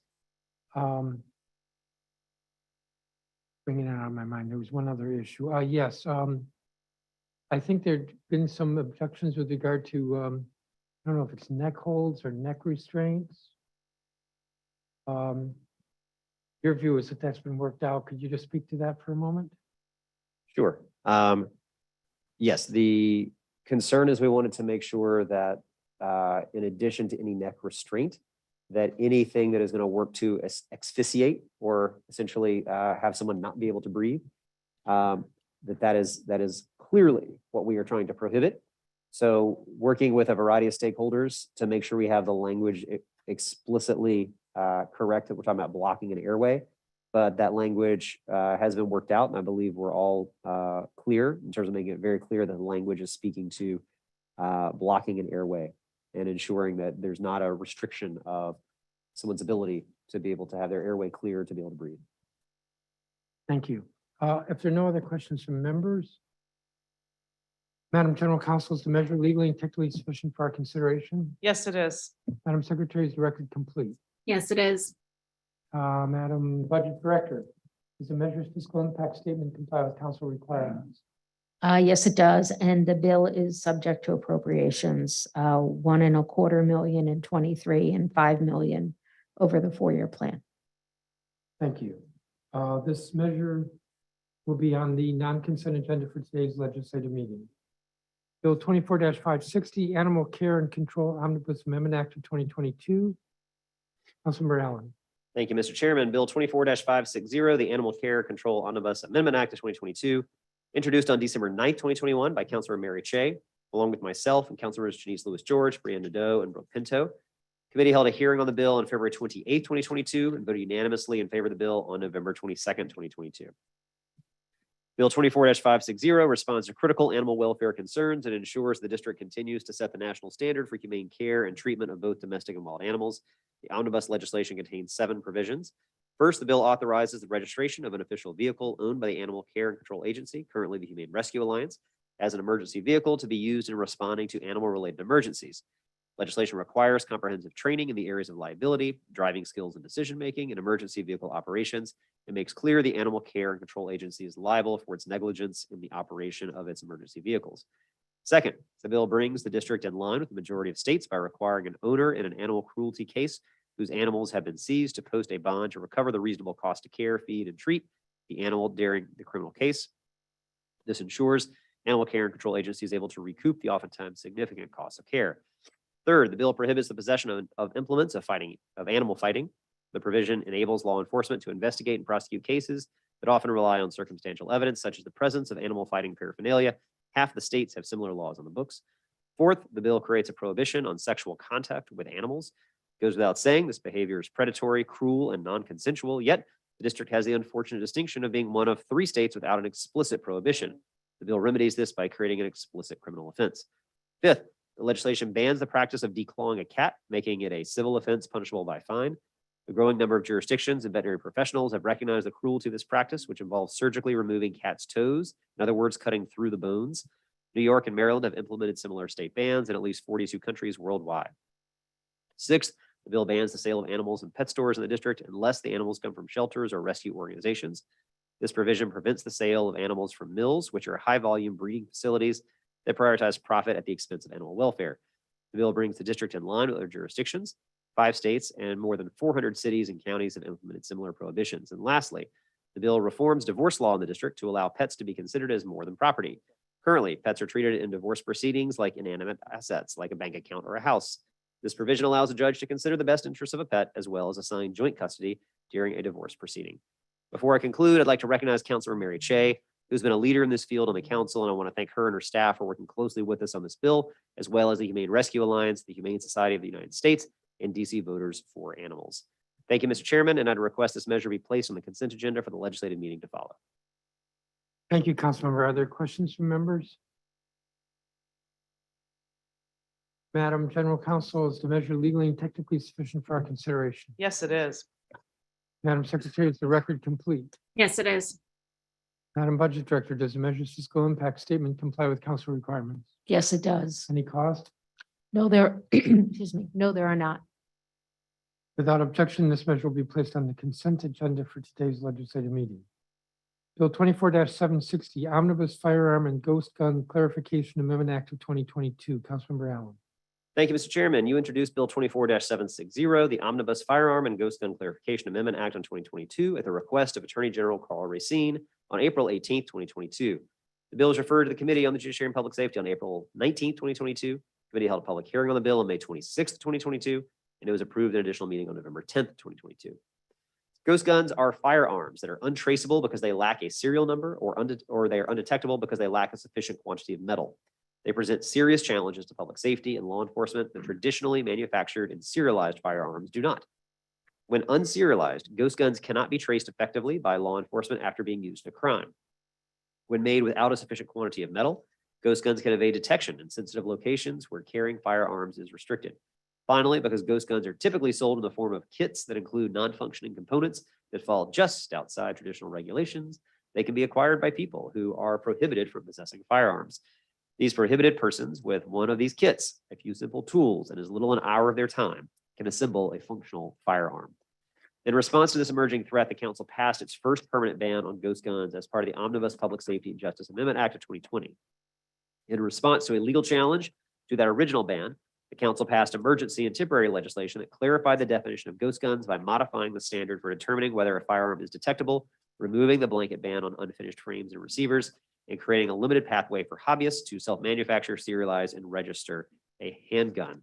These changes were made to ensure that our ghost gun law is consistent with the Second Amendment and be able to maintain our laws. This bill builds off this emergency and temporary legislation by making these necessary clarifications to the law permanent. The bill also strengthens the district's gun safety laws in a number of other important ways. For example, many of the district's gun laws, such as the requirement that a firearm be registered, don't apply to law enforcement officers, even those that are off duty and work in other jurisdictions. These exemptions go beyond what is required under the Federal Enforcement Officer Safety Act. Bill 24-760 would, using the federal law as a model, limit exemptions from the district's gun laws to these qualified law enforcement officers who carry the requisite photo identification. The legislation strengthens other aspects of the district's gun safety laws. For example, current law prohibits individuals who are licensed to carry a concealed pistol from carrying a pistol while impaired. The bill extends this prohibition to all individuals, not just licensees. The bill also expands the type of court orders that, when in effect, prohibit their subject from possessing firearms. District law currently prohibits individuals from possessing firearms if they are subject to a court order, such as a civil protection order, that requires the subject of the order not harass, assault, stalk, or threaten another person. But not all civil protection orders use that exact phrase and may instead require the subject of the order stay away from or have no contact with another person altogether. So the bill makes clear individuals subject to a no contact or stay away order must also relinquish possession. Finally, the bill clarifies that failure to adhere to the requirements regarding the lawful transportation of firearms is a criminal offense prosecutable by the Office of the Attorney General. Thank you, Mr. Chairman. I request this measure be placed on the consent agenda for the legislative meeting to follow. Thank you, Councilmember Allen. Are there questions from members? Madam General Counsel, is the measure legally and technically sufficient for our consideration? Yes, it is. Madam Secretary, is the record complete? Yes, it is. Madam Budget Director, does the measure's fiscal impact statement comply with council requirements? Yes, it does. Is there any cost? There are not. I received a note that Councilmember Pinto would like this on non-consent, so this will be on non-consent for today's legislative meeting. Bill 24-838, Restoring Trust and Credibility to Forensic Sciences Amendment Act of 2022. Councilmember Allen.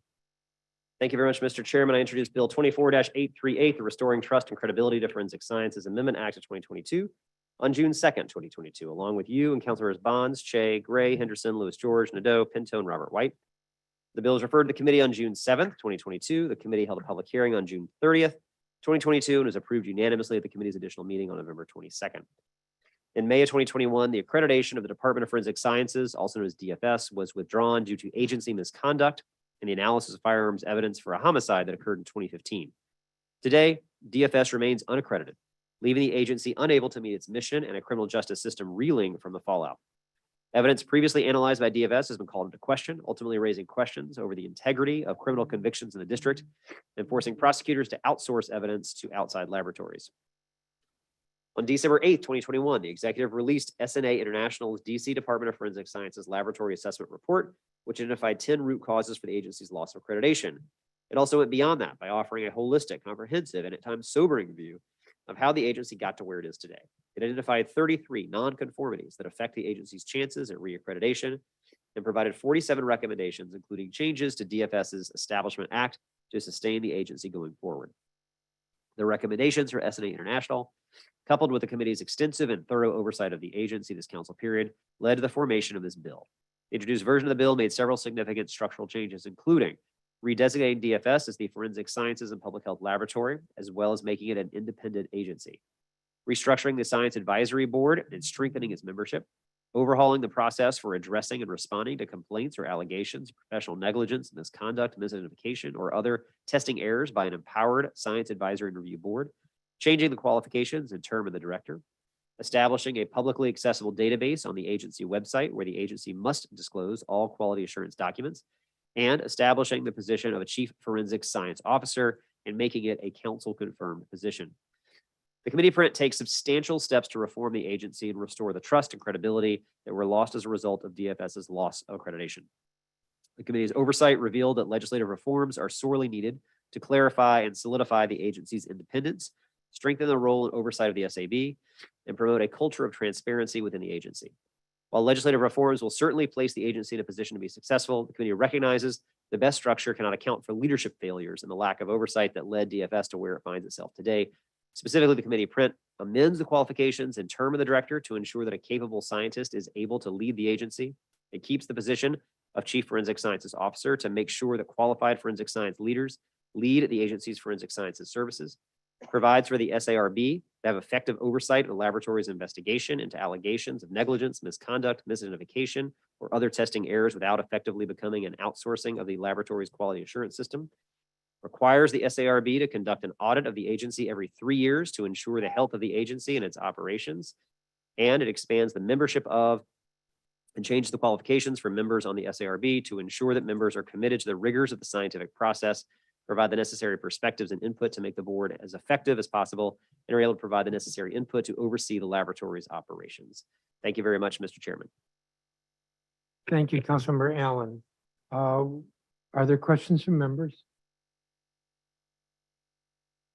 Madam General Counsel, is the measure legally and technically sufficient for our consideration? Yes, it is. Madam Secretary, is the record complete? Yes, it is. Madam Budget Director, does the measure's fiscal impact statement comply with council requirements?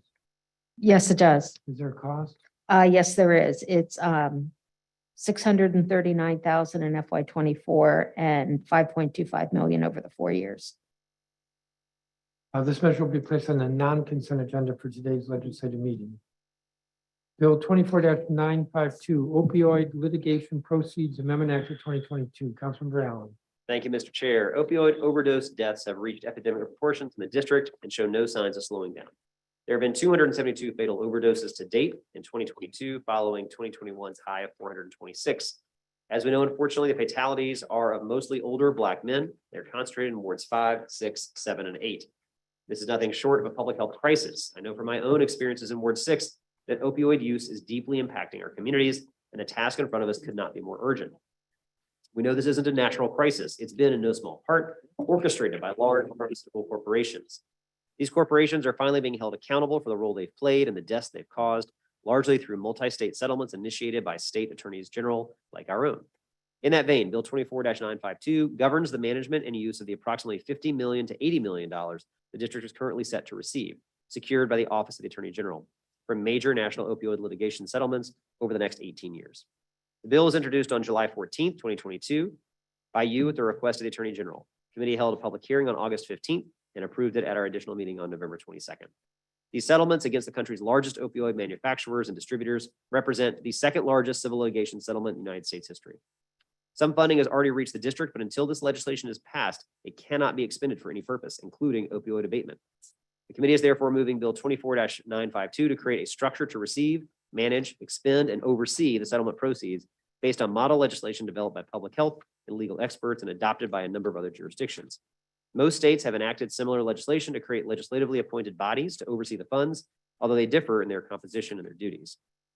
The committee print creates an Office of Opioid Abatement within the Department of Behavioral Health, which will support an opioid abatement advisory commission composed of agency and council leadership, individuals with professional experience in the subject matter, and also with those with lived experiences.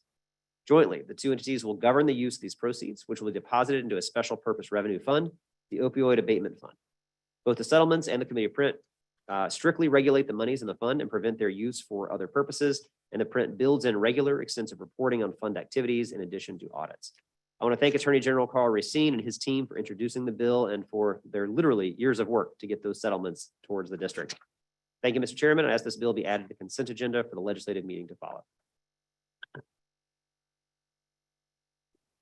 Thank you, Councilmember Allen. Are there questions from members? Madam General Counsel, is the measure legally and technically sufficient for our consideration? Yes, it is. Madam Secretary, is the record complete? Yes, it is. Madam Budget Director, does the measure's fiscal impact statement comply with council requirements? Yes, it does. It does have a fiscal impact, but it is a fiscal impact just pending a reprogramming from one agency to another. So even though there is a cost, funds are available. They just need to be moved. So will there be an applicability section? Yes, until the reprogramming is effectuated. Okay. Seems a little weird, but I won't argue it. It's basically we adopt it and the executive can fund it. You just have to do the reprogramming. Without objection, this measure will be placed on the consent agenda for today's legislative meeting. The next item is Bill 24-712 Domestic Worker Employment Rights Amendment Act of 2022. I want to bring up a procedural issue. Councilmember Silverman, you've had this, you have this on non-consent on the legislative agenda because you wanted to speak to it. There are a number of folks who are here who want to, I guess, hear that discussion. I'm going to propose that we take a recess after this committee as a whole. Because we've been meeting for another like 3-hour block, 4-hour block. And you had said to me, can we be considerate of these folks who are here? This is the last item on the committee, the whole agenda. Okay. So do you want to speak to this rather than the ordinary questions? And do we do that here and then we don't have discussion at the legislative meeting? Mr. Chairman, since we're calling an audible, a highly unusual audible here, I want to look to the workers who have advocated for this. They want to see the vote. And I've explained to them our procedure, but if they want us to speak to it now, which will not be the vote, why don't you guys give me so this is not going to be the first vote. It is just going to be placing it on the agenda for later. If you all would like to have me speak to it now, which is what I understand from you, Mr. Chairman, you're Correct. asking. If you all want to speak to it, want me to speak to it now, I will do so. And then folks don't have to stick around. I agree with you, Mr. Chairman. I've discussed this many times. I think there's just an interest in seeing the actual vote. But yes, okay, they want to see it now. So, oh, no, they want to see the vote, Mr. Chairman. So they would like to see the statement made with the first vote at the legislative Right. session. That's fine. Then let me recognize the committees this is sequentially referred for presentation by the committee chairs and then if there are questions, and then we will I'll reserve, adjourn. I will not speak to it now, Mr. Chairman. Okay. So this bill, the Bill 24-712 Domestic Worker Employment Rights Amendment Act of 2022 was sequentially referred and reported out of three committees. The Committee on Government Operations and Facilities, chaired by Councilmember Robert White, the Committee on Labor and Workforce Development, chaired by Councilmember Alyssa Silverman, and the Committee on Business and Economic Development, chaired by Kenya McDuffie. So I'm not sure who's going to present first. All right, Councilmember McDuffie. Thank you, Mr. Chairman. The Domestic Worker Employment Rights Amendment Act of 2022 was introduced on March 15, 2022, as you mentioned, by Councilmember Silverman, along with myself, Council members Robert White, Councilmember Allen, Bonds, Henderson, Lewis George, Nadeau, and Pinto. On June 28th of this year, the measure was sequentially referred to the Committee on Government Operations and Facilities, as well as the Committee on Labor and Workforce Development and the Committee on Business and Economic Development. The Committee on Labor and Workforce Development held a public hearing on the measure on June 16, 2022. And the measure was marked up in the committee by the first two committees on October 21st of this year and by the Committee on Business and Economic Development on November 17, 2022. If approved, the bill would eliminate the historic exclusion of domestic workers from the protections of the DC Human Rights Act and the DC Occupational Safety and Health Act. The measure would require a services contract with specific information included when a hiring entity employs a domestic worker. It would also establish a voluntary mediation process that parties can use if a dispute arises in the domestic work context, and it would specify the powers of the DC Attorney General and the mayor to enforce the law, among other things. This bill is important for a number of reasons, but because it dismantles longstanding labor policy and rectifies a legacy of slavery that unfairly has excluded Black women and other women of color from crucial employment benefits and worker protections for nearly a century. In DC, this bill is a testament to the longtime advocacy and commitment of domestic workers, and I want to thank them for that. I also want to thank my colleagues, Councilmember Silverman, as well as Councilmember Robert White and their teams for their hard work and for working with my team to advance this bill. So with that, I'll turn it back over to you, Mr. Chairman, to see if Councilmember Thank Robert you. White has it. Councilmember Robert White, so your committee reported this out as well. Do you have? No, if this is going to be on the non-consent, I'll speak to the bill later, Chairman. All right. And Councilmember Silverman, same for you? All right. Let me see if members have any questions. Let me just a second.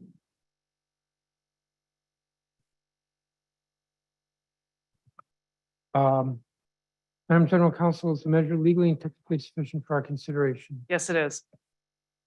Madam Secretary, is the record complete? Yes, it is. Madam Budget Director, does the measure's fiscal impact statement comply with council requirements? Yes, it does, and it is subject to appropriations. There's a cost of $742,000 in FY '23 and just under $2.5 million over the 4 years. Thank you. So this measure will be placed on the non-consent agenda for today's legislative meeting.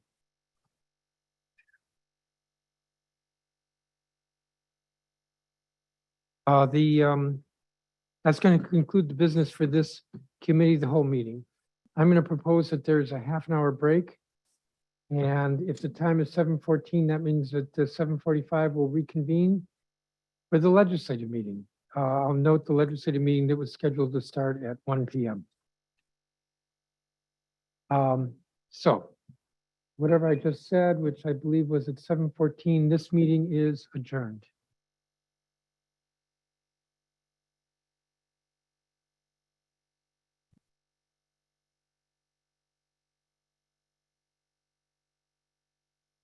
There's pizza in the back.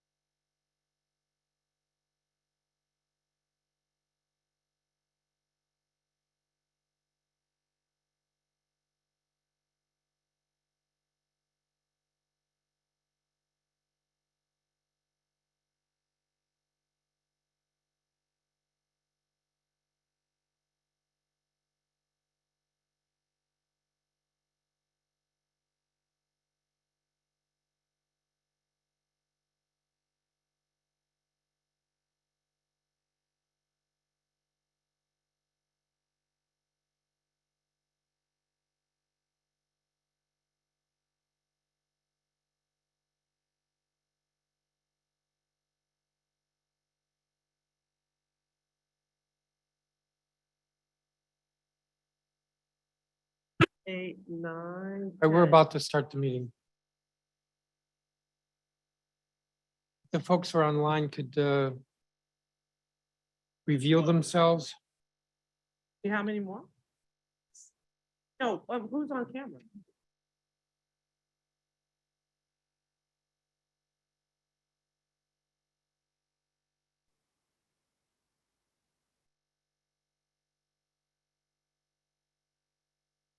I'm calling to order this meeting. This is the 40th legislative meeting of the Council of the District of Columbia, or Council Period 24. Today is Tuesday, December 6, 2022. The time is 8:16 p.m. This meeting is being conducted in the council chambers, room 500 of the Johnny Wilson Building, but also a number of members are participating via Zoom. The public is able to watch this meeting either in person in the chamber or via Council Channel 13 or the council's website or the Zoom video conference broadcast platform.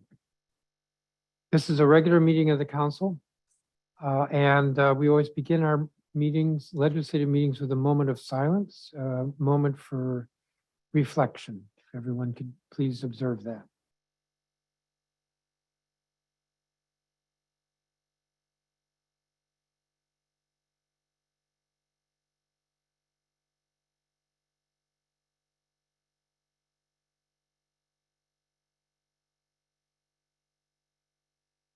Madam Secretary, would you please call the roll? Councilmember Allen, Here. Councilmember Bonds. Councilmember Bonds, Councilmember Che, Here. Councilmember Gray, Councilmember Gray, Councilmember Henderson. Here. Councilmember Lewis George. Councilmember Lewis George. Councilmember McDuffie. Here. Chairman Mendelson. Present. Councilmember Nadell. Here. Councilmember Pinto. Present. Councilmember Silverman. Present. Councilmember Robert White. Present. Councilmember Trayon White. Present. Mr. Chairman, you have a quorum. I'm present. Madam Secretary, Thank you, Councilmember Lewis George. thank you. Mr. Chairman, you have. Thank you, Madam Secretary. We have the filing of committee reports and special reports. I recognize the Chair Pro Tem, Mr. McDuffie. Thank you, Mr. Chairman. I will move to waive the reading of the Secretary's report. There's been a motion to waive the reading of the report. Is there discussion on the motion? All those in favor of the motion to waive the reading of the report, say aye. Aye. Are there any no votes? Not hearing any no votes, the motion carries unanimously. We have the Secretary's report of introductions.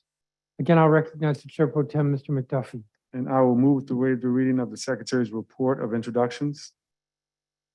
There's been a motion to waive the reading. Is there discussion on that motion?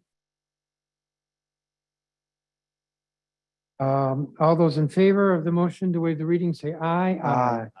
Aye. Are there any no votes?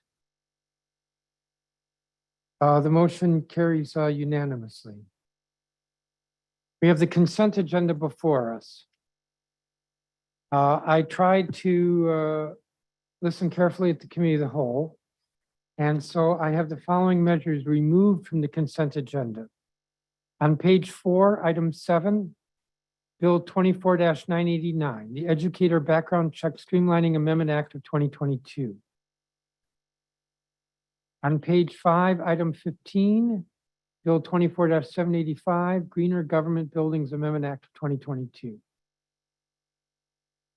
On page 6, item 26, Bill 24-760, Omnibus Firearm and Ghost Gun Clarification Amendment Act of 2022.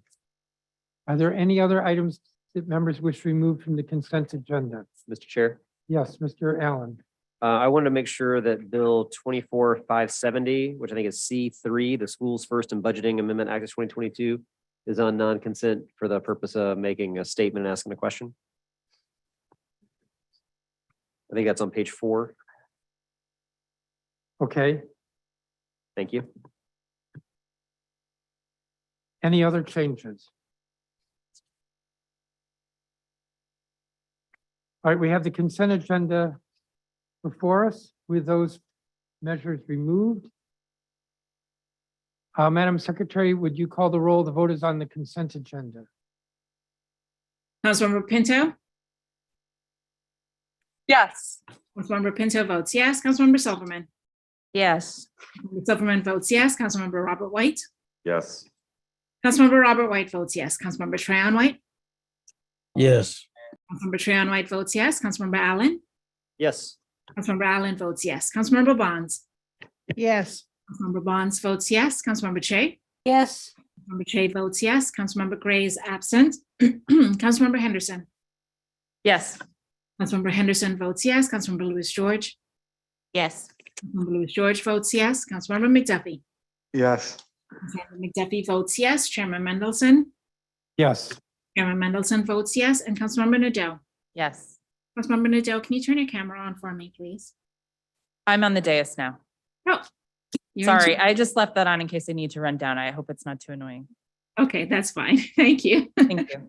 Councilmember Nadeau votes yes. Mr. Chairman, there are 12 yeses and 1 absent. The consent agenda is approved unanimously. Turning to page.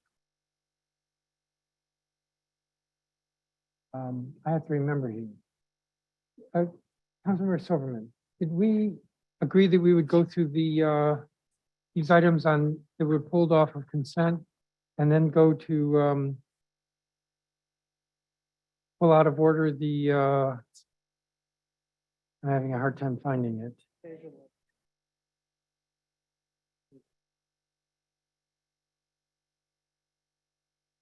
Okay, there's only one present, but are we good for it? Right. Well, all right, so when they come in, if there's no objection, we'll take that out of turn. All right, so we'll take on page 4, Bill 24-570, Schools First in Budgeting Amendment Act of 2022. Councilmember Allen. Thank you, Mr. Chairman. As I talked about during the committee of the whole, there's a lot that's really important and really good in this. I am concerned about the at-risk funding language. I know I shared with you some draft language for an amendment. I'm not going to move that at this time, but do plan on working with you between now and second reading in a couple of weeks to see if we can get some language in there to fine tune some of that risk funding and make sure that we are using those funds in that equitable way and with our local schools being able to have a stronger voice in how they make sure those at-risk dollars are not supplanted and are being able to use the schools. And I just for the record here, that's something you're willing to work with between now and second reading. Yes, you shared some language with me, and my intent is either for the two of us to sit down or the two of us with a couple of staff folks to sit down, go through it. Your intent is one that I support. We just need to work through it in terms of the language. Great. I appreciate that. Thank you very much. And I'll support this here today and look forward to working with you the next couple of weeks. Thank you. Is there anything further on the bill? We'll have to do a roll call vote on the bill. Madam Secretary, the vote is on Bill 24-570. Councilmember Silverman. Yes. Councilmember Silverman votes yes. Councilmember Robert White. Yes. Councilmember Robert White votes yes. Councilmember Trayon White. Yes. Councilmember Trayon White votes yes. Councilmember Allen.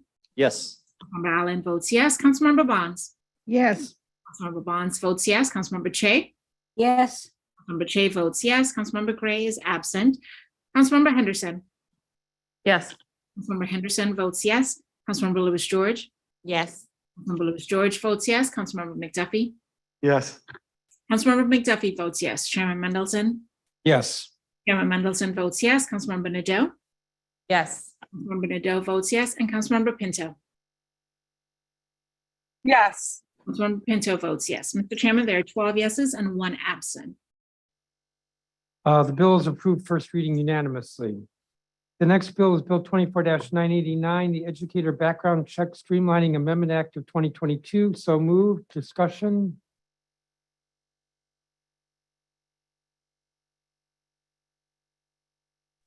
Mr. Chairman, Yes, Councilmember Pinto. I support the mission that you all are trying to accomplish here and making sure that these applications are streamlined and done in a more expeditious manner, but I can't support the bill today in its current form. I think there's more work that needs to be done to make sure that all of the people who are entrusting to be with our children every day have full background checks. And so I can't support this bill today, but just want to thank you all for your work on trying to get this target right. Thanks. Thank you. So Councilmember Pinto and I discussed this last night, and I looked up testimony from the hearing. The issue here is that what we did with the current law regarding background checks is we removed the requirement to check the Child Protective Register, which is the CPR. But we added a requirement to check the National Sex Offender Registry. Child Welfare, which is the agency responsible for investigating allegations of abuse and neglect. The director testified at the hearing, and I will read. We urge the council to include in this bill the removal of the CPR check from the educator background check process. Because the CPR check is primarily intended for individuals in a parental or custodial role, not school staff, contractors, or volunteers. Without the CPR check, the background check process will still include a federal and local criminal background check and a check of the National Sex Offender Registry, which would effectively capture any report of abuse or neglect for which there was an arrest or conviction. Further in his testimony, he said, adding the CPR check for employment suitability purposes expands its use beyond its originally established purpose. Prior to a 2018 act by the council, the CPR checks were legally required in the district for two primary reasons: to license foster or adoptive home, or to make a custody decision for a kin caregiver, and as part of the background check process for staff in a residential facility or for a licensed childcare provider due to the role being a custodian of children. So the CPR has a role that is different than and inappropriate for the background checks that this bill is about. And the director of CFSA, whom I trust with regard to child welfare issues, was very comfortable and very clear that we should exclude the CPR check from this process. And that's what this bill does. So I would urge my colleague to change her mind. And if there's no further discussion, I will ask for a vote. Council, and Madam Secretary, would you call the roll? The vote is on Bill 24-989. Councilmember Robert White. Yes. Councilmember Robert White votes yes. Councilmember Trahan White. Yes. Councilmember Trahan White votes yes. Councilmember Allen. Yes. Councilmember Allen votes yes. Councilmember Bonds. Yes. Councilmember Bonds votes yes. Councilmember Che. Yes. Councilmember Che votes yes. Councilmember Gray is absent. Councilmember Henderson. Yes. Councilmember Henderson votes yes. Councilmember Lewis George. Yes. Lewis George votes yes. Councilmember McDuffie. Yes. Councilmember McDuffie votes yes. Chairman Mendelson. Yes. Chairman Mendelson votes yes. Councilmember Nadeau. Yes. Councilmember Nadeau votes yes. Councilmember Pinto.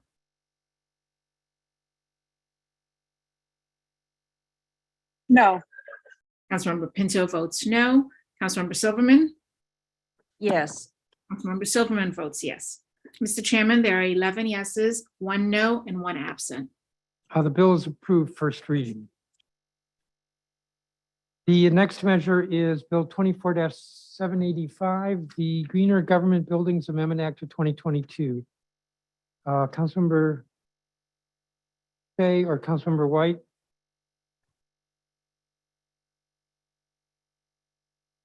Somebody say something?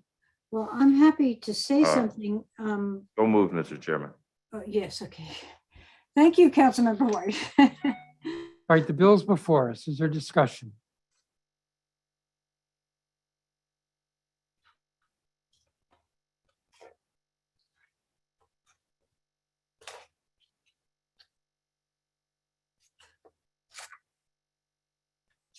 Yeah, thank you, Mr. Chairman. I asked to take this off of consent because there are issues that were raised by people who reached out to our office. I think you already covered some ground about projects that are already budgeted for, so I won't revisit that. I will just acknowledge on the record that I share the concern that you raised about the potential for delaying existing projects. I also want to make sure that we're mindful of the fact that though we have, I think, one of the most aggressive clean energy laws in the country, we still have a federal government that is investing significantly in things like hydrogen. And so understanding how this bill will prevent the district from potentially utilizing federal government funds in its buildings is something that I think we have to be mindful of as we're moving forward. And I wanted to make sure I put some of these concerns on the record, where who was included in the work that went into this bill in terms of the advocacy, who was included in the input of stakeholders, were labor unions a part of these discussions that took place? And, has the committee discussed potential job loss with the workers who might be impacted negatively by this sort of bill? And how might it affect historic buildings? It's just some of the things that concerns that have been raised with my office that I wanted to make sure the record reflected. Thank you, Mr. Chairman.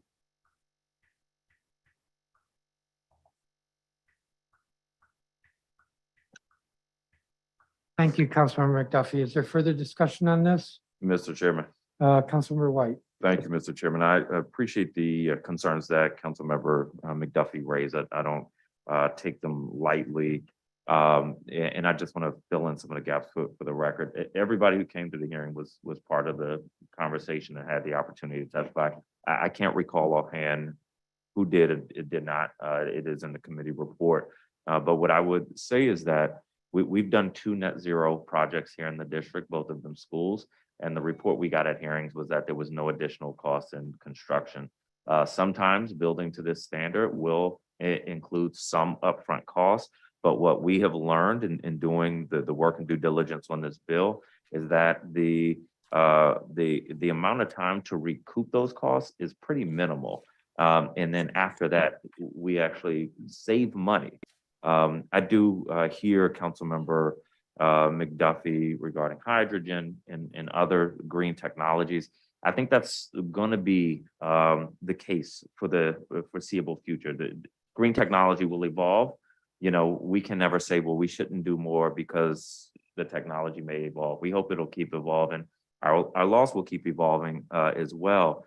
But we do have, I think, an obligation as a government to set the standard so that when the rest of the city has to comply with this and they start saying, no, we can't do it, we can say, yes, you can, because we've done it. And so if we don't set the standard, I think we jeopardize the progress that we can make in greening the city. And I think that this sort of generation of people, we have an obligation to do everything that we can, because I think we recognize that climate change is real, that we've got to make real changes in response to it, and government has to be a leader in this.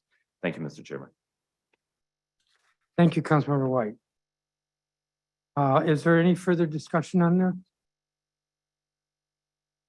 The vote will be on Bill 24-785. Madam Secretary, would you please call the roll? Councilmember Tran White. Yes. Councilmember Tran White votes yes. Councilmember Allen. Yes. Councilmember Allen votes yes. Councilmember Bonds. Yes. Councilmember Bonds votes yes. Councilmember Che. Yes. Councilmember Che votes yes. Councilmember Gray is absent. Councilmember Henderson. Yes. Councilmember Henderson votes yes. Councilmember Lewis George. Yes. Councilmember Lewis George votes yes. Councilmember McDuffie. Yes. Councilmember McDuffie votes yes. Chairman Mendelson. Yes. Chairman Mendelson votes yes. Councilmember Nadeau. Yes. Councilmember Nadeau votes yes. Councilmember Pinto. I think we've lost Councilmember Pinto. Councilmember Silverman. Yes. Councilmember Silverman votes yes. Councilmember Robert White. Yes. Councilmember Robert White votes yes. Mr. Chairman, there are 11 yeses and 2 absent. I'm sorry, what was the vote again, Madam Secretary? 11 yes, 2 absent. The bill is approved unanimously. The next item is, I'm going to go to the Omnibus Firearm and Ghost Gun Clarification Amendment Act, Bill 24-760. And then we will, if there's no objection, take the domestic workers. On the Bill 24-760, Councilmember Allen. Thank you, Mr. Chair. I'm not going to repeat everything from the committee of the whole. This is just a bill that specifically strengthens the district's gun safety laws in a number of important ways. And with that, so moved, Mr. Chair.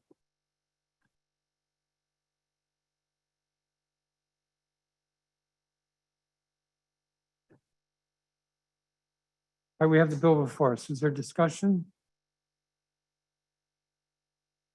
So, Mr. Chairman, Councilmember Pinto had requested that this be added to the non-consent agenda, but it seems like we've lost her on the Zoom.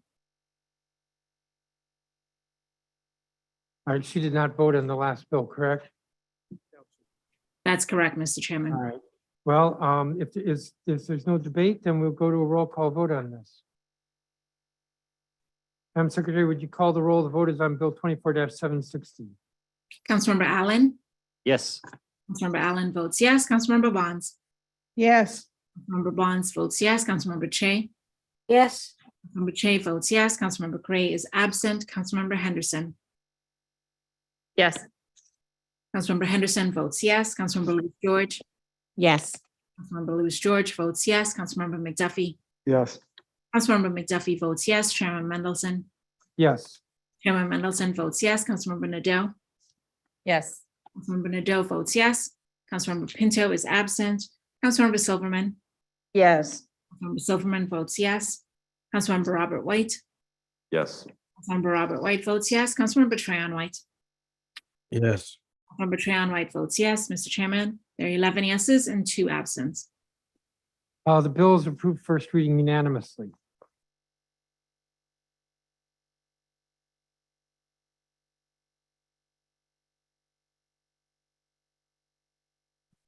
If there's no objection, we will take out of turn Bill 24-712.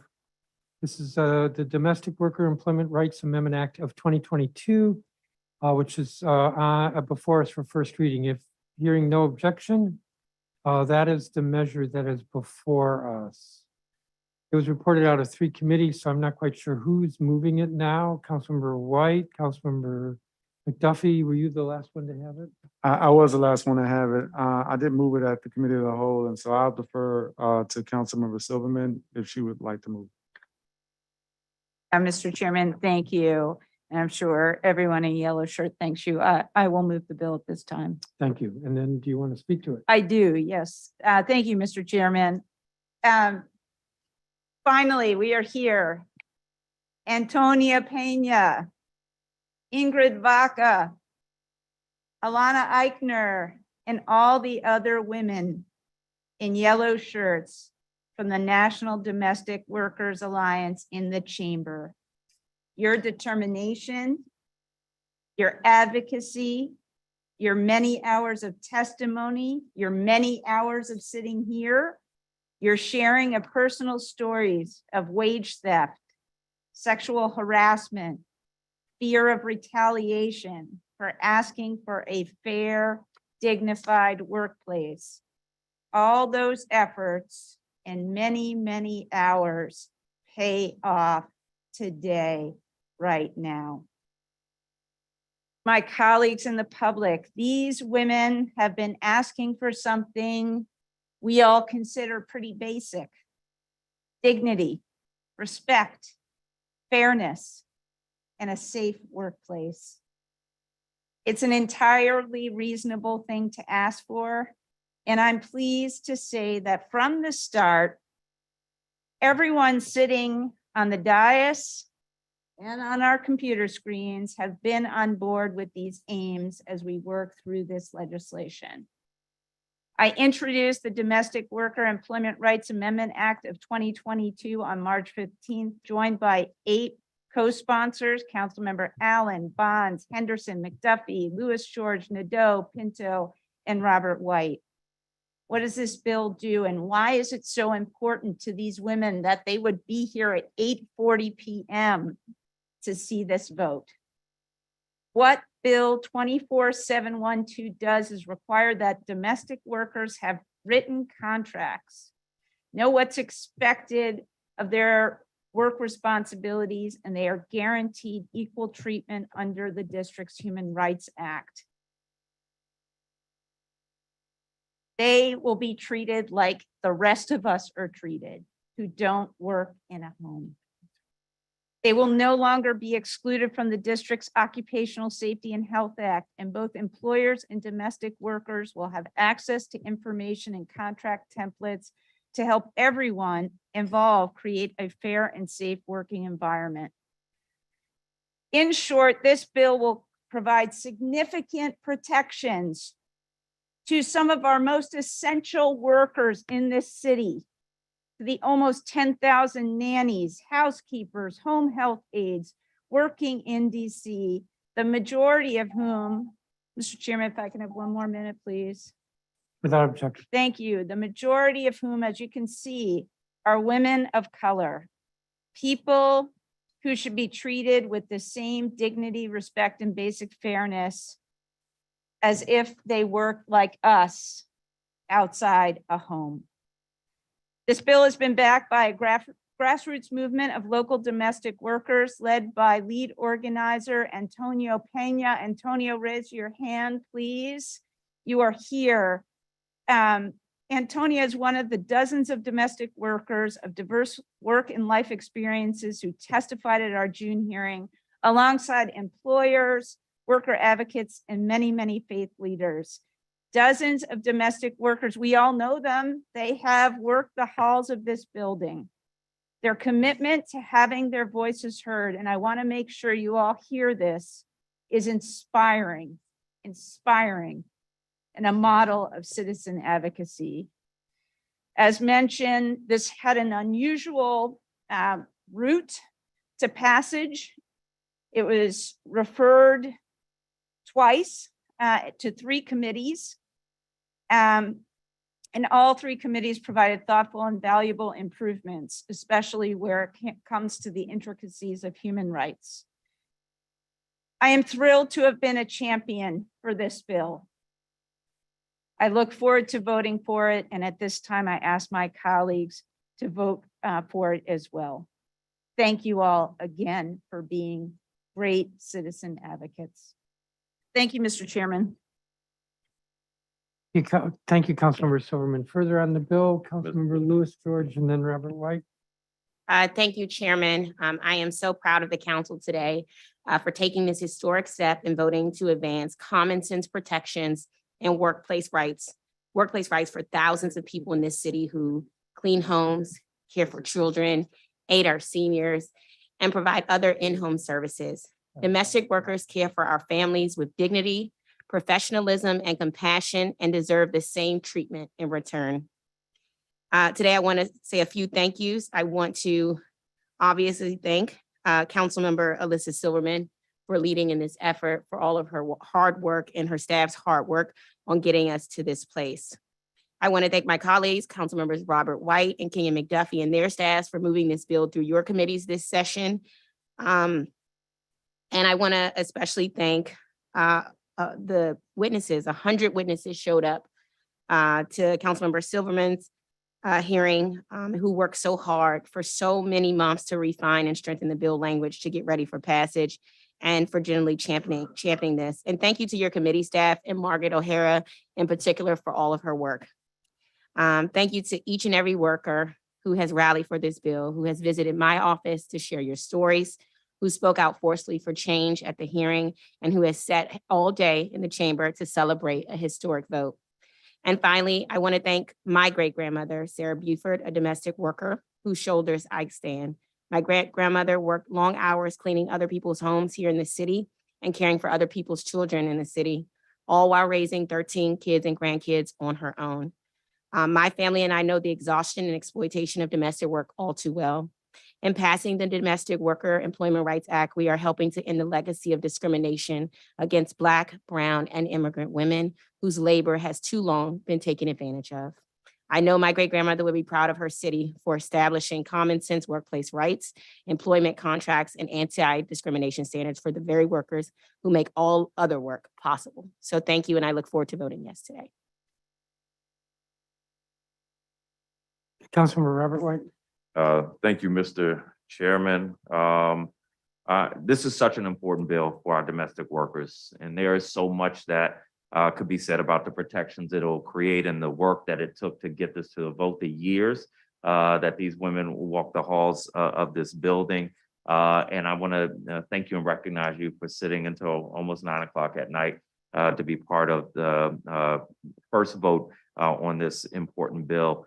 And I want to thank three groups in particular. First, the staff of the Office of Human Rights that submitted thoughtful written testimony and engaged repeatedly with my team to help make sure that this important anti-discrimination protections in this bill were taken into account and that we could get this bill to a place where it could pass committees. Second, Councilmember Silverman and her team, with support from the General Counsel's office, put a ton of effort into updating the substance of this bill and shepherding through a very difficult process.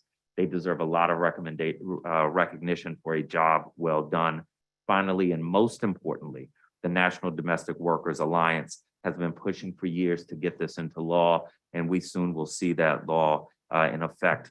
Their professional staff have been engaged and thoughtful. Their members took time out of their busy lives to show up repeatedly at the Wilson Building.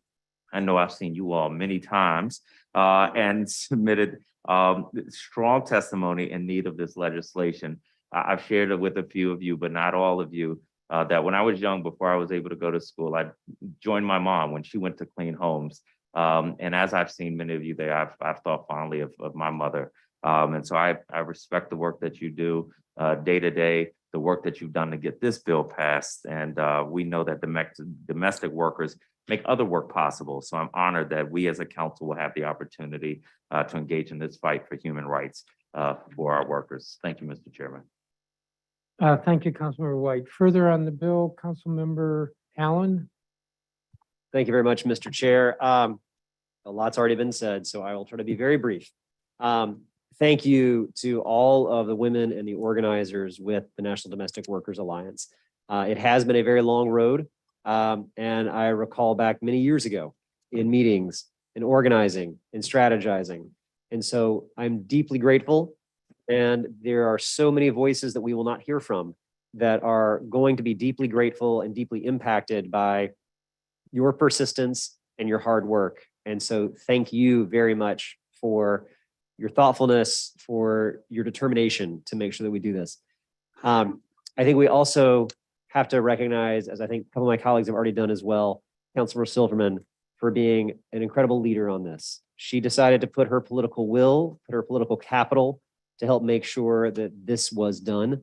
And so while all of us here on the council will be proud of our votes today, I just want to single out my colleague and with gratitude and appreciation for really having the political will and using her political capital to help make this happen. So thanks to everybody for that and congratulations. Thank you.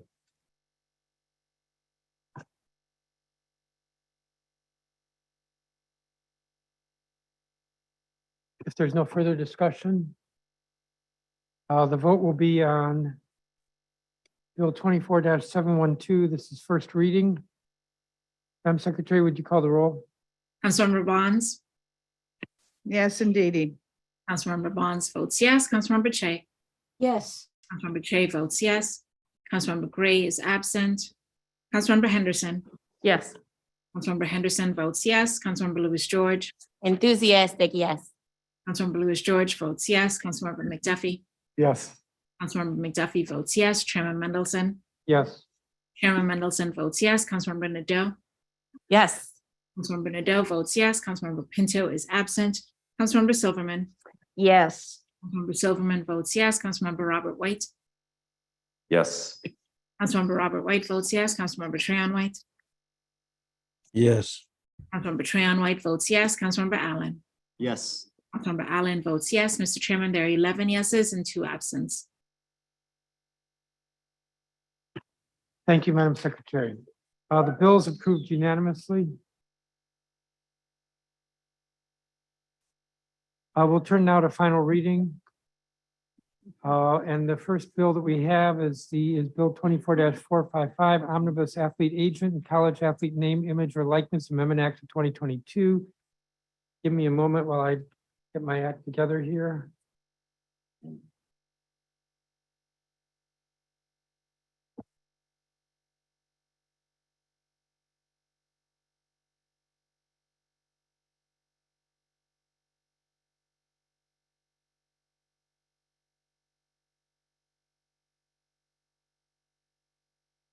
The reason this is on non-consent is because there's an amendment that I circulated.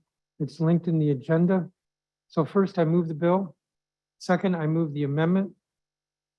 The amendment does 3 things. It allows institutions more flexibility in assisting college athletes with compliance with the law, institution, conference, and association rules. The amendment restores the introduced language in the bill to make clear specific actions educational institutions may not take with regard to athletes in name, image, and likeness. And the amendment clarifies that college athletes and their institutions covered by Subtitle A of Title II, which probably means nothing in this discussion, are exempt from liability under the Consumer Protection Procedures Act. I believe I said I move the amendment. If there's no objection, it will be accepted. Is there any objection to the amendment? I don't hear any, so the amendment is accepted.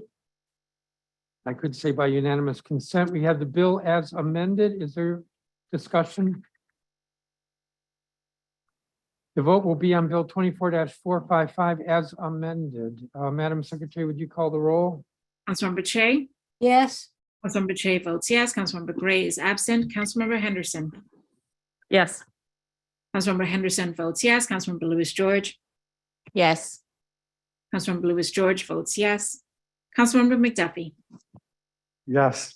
Councilmember McDuffie votes yes. Chairman Mendelson. Yes. Chairman Mendelson votes yes. Councilmember Nadeau. Yes. Councilmember Nadeau votes yes. Councilmember Pinto is absent. Councilmember Silverman. Yes. Councilmember Silverman votes yes. Councilmember Robert White. Yes. Councilmember Robert White votes yes. Councilmember Trahan White. Yes. Councilmember Trahan White votes yes. Councilmember Allen. Yes. Councilmember Allen votes yes, and Councilmember Bonds. Yes. Councilmember Bonds votes yes. Mr. Chairman, there are 11 yeses, 2 absent. The bill is approved unanimously. The next bill is Bill 24-301, Business and Entrepreneurship Support to Thrive Amendment Act of 2022. There is an amendment that I circulated to this. The amendment was circulated earlier today, so it's not linked on the agenda. I also have an oral amendment. Give me just a second.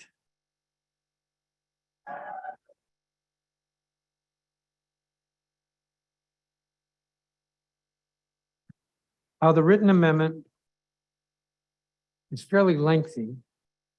It's actually pretty simple. In the committee print for Bill 24-301, the regulation of body artists was mistakenly delegated to the Department of Health. Licensing and regulation of body artists currently takes place through the Department of Licensing and Consumer Protection's Board of Barber and Cosmetology, not through the Department of Health.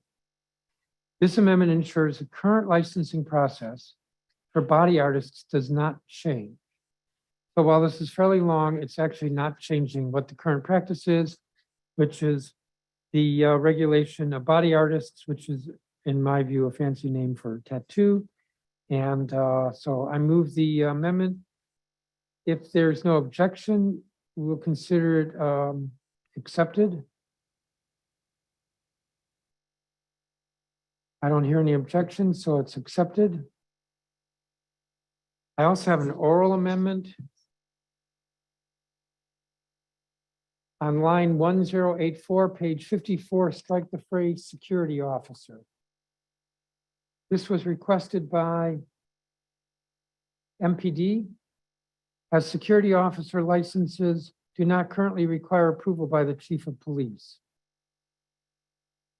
So this is an oral amendment to strike the phrase security officer on line 1084 on page 54 of the bill.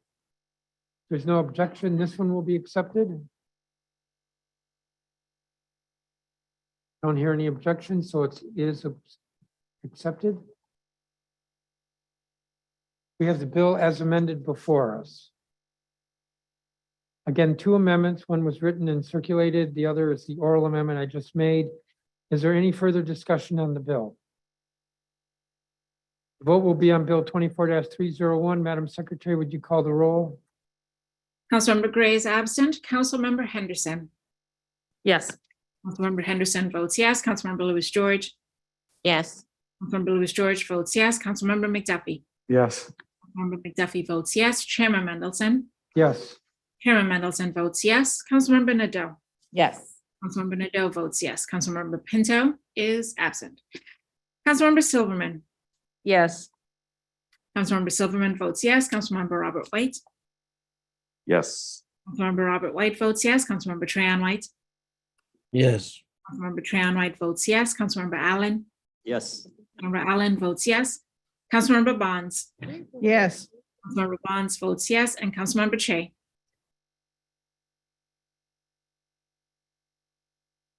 Yes. Councilmember Che votes yes. Mr. Chairman, there are 11 yeses and 2 absents. The bill is amended, is approved, final reading unanimously. The next bill is 24-665, Access to Advanced Placement Exams Amendment Act of 2022. This is also on non-consent because I have an amendment to it. The amendment is linked on the agenda. The bill deals with homeschooled students. Because they're not regularly enrolled in a school, it's difficult for them to access advanced placement exams. That's what the bill speaks to. We've tried to carefully craft this, and after it was approved on first reading, we received some comments from DCPS. So the rationale of this amendment, well, the amendment reads, this act shall not be construed to require DCPS to offer a test to a non-enrollee student, that would be a homeschooled student, when that particular test will not be offered at any DCPS school during the relevant school year or term.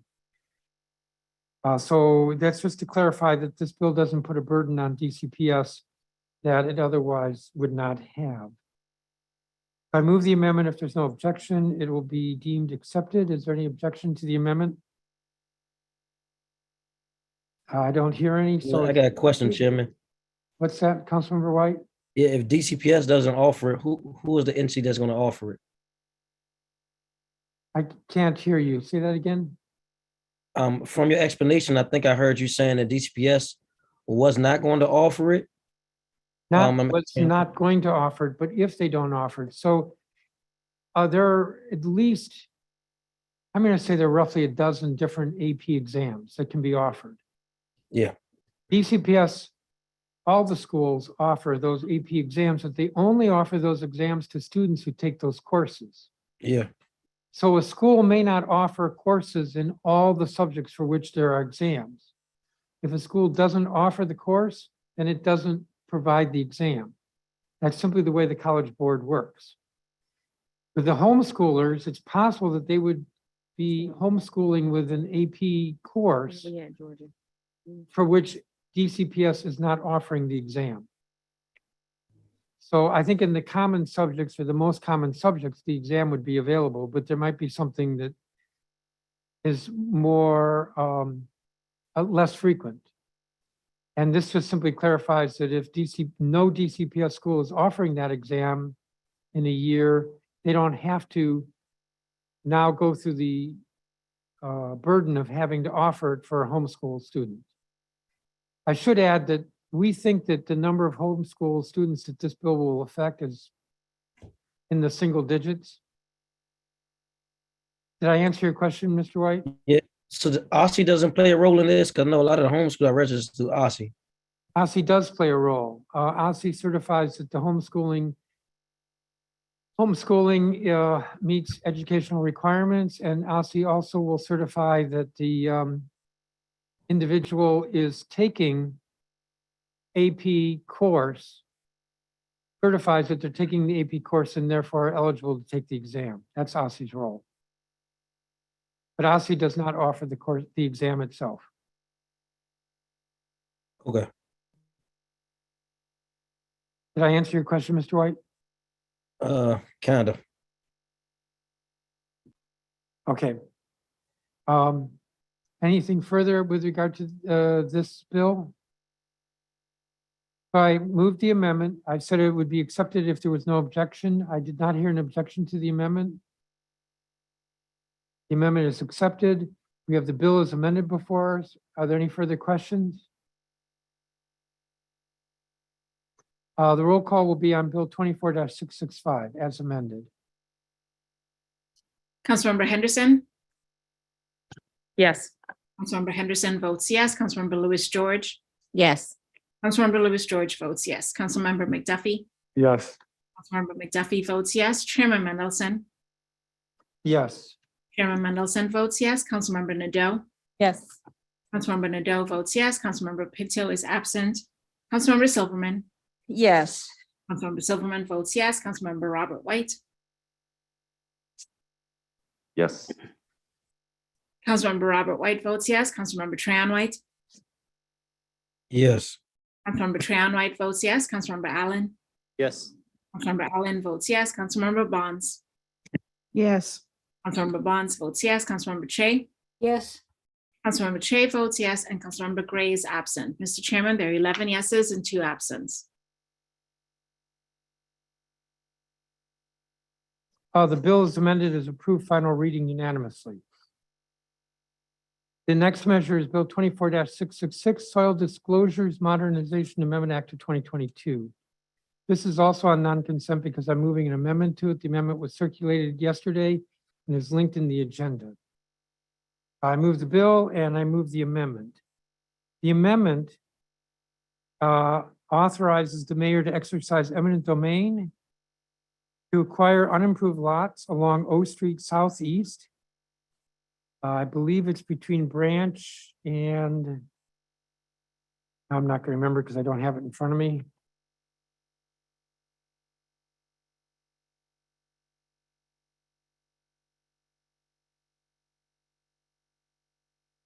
Between Branch Avenue and Carpenter Street Southeast. For the purpose of protecting the structural integrity of what is known as the O Street Wall. That's what the amendment is. I move the amendment. I do want to ask our budget director. I believe there's a fiscal impact to this eminent domain. It doesn't require the mayor to exercise it because we can't. The FIS does not, excuse me, the bill does not have a fiscal impact because all we're doing is authorizing the use of eminent domain. And if the mayor were to exercise it, she would need to appropriate or Ask us to appropriate. yes. Okay, so there's no fiscal impact. So I move the amendment. Is there discussion? If there's no objection, the amendment will be accepted. I'm not hearing any objection. At-large members should be very familiar with what I'm talking about. We have the bill as amended before us. Is there discussion? The roll call will be on Bill 24-666 as amended. Madam Secretary? Councilmember Lewis George, Yes. Councilmember Lewis George votes yes. Councilmember McDuffie, Yes. Councilmember McDuffie votes yes. Chairman Mendelson, Yes. Chairman Mendelson votes yes. Councilmember Nadeau, Yes. Councilmember Nadeau votes yes. Councilmember Pinto is absent. Councilmember Silverman, Yes. Councilmember Silverman votes yes. Councilmember Robert White, Yes. Councilmember Robert White votes yes. Councilmember Trahan White, Yes. Councilmember Trahan White votes yes. Councilmember Allen, Yes. Councilmember Allen votes yes. Councilmember Bonds, Yes. Councilmember Bonds votes yes. Councilmember Che, Yes. Councilmember Che votes yes. Councilmember Gray is absent. Councilmember Henderson. Yes. Councilmember Henderson votes yes. Mr. Chairman, there are 11 yeses and 2 absent. The bill as amended is approved unanimously. Final reading. The next measure is Bill 24-996, Senior Nutrition, Health, and Wellbeing Act of 2022. Councilmember Bonds? Thank you, Chairman.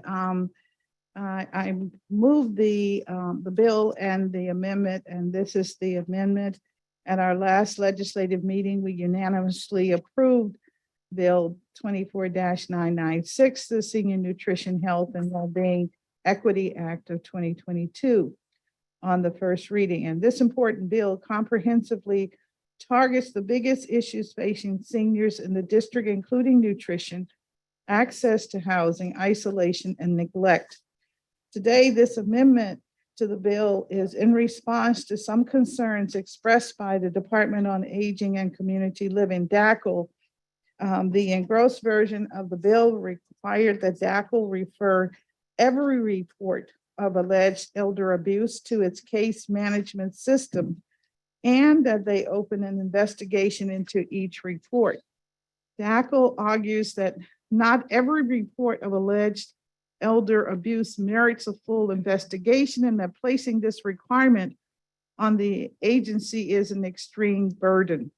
The intent of this bill is to only ensure that allegations of elder abuse are properly referred to DACL's trained case management staff, and not to require that each report receive a full-blown investigation. This amendment makes a minor change to clarify that all reports of alleged senior abuse, neglect, or financial exploitation shall be referred to DACL's case management system for proper resolution, referral, and/or investigation. And this change will ensure that DACL will be able to effectively and responsibly administer the law. And so I move the amendment, sir. Thank you, Councilmember Bonds. We have the amendment before us. If there's no objection, the amendment will be accepted. I don't hear any objection. The amendment is accepted. We have the bill as amended before us. Is there discussion? Madam Secretary, would you call the roll? The vote is on Bill 24-996. Councilmember McDuffie. Yes. Councilmember McDuffie votes yes. Chairman Mendelson. Yes. Chairman Mendelson votes yes. Councilmember Nadeau. Yes. Councilmember Nadeau votes yes. Councilmember Pinto is absent. Councilmember Silverman. Yes. Councilmember Silverman votes yes. Councilmember Robert White. Yes. Councilmember Robert White votes yes. Councilmember Trayon White. Yes. Councilmember Trayon White votes yes. Councilmember Allen. Yes. Councilmember Allen votes yes. Councilmember Bonds. Yes. Councilmember Bonds votes yes. Councilmember Che. Yes. Councilmember Che votes yes. Councilmember Gray is absent. Councilmember Henderson. Yes. Councilmember Henderson votes yes. Councilmember Louis George. Yes. Councilmember Louis George votes yes. Mr. Chairman, there are 11 yeses and 2 absent.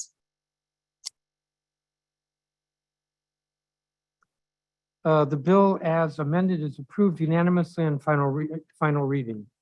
The next measure, we're on first reading now, is Bill 24-53, District Government Parental Bereavement Leave Amendment Act of 2022. Mr. Gray is not here, so I will move it in his place and pray that nobody asks me questions.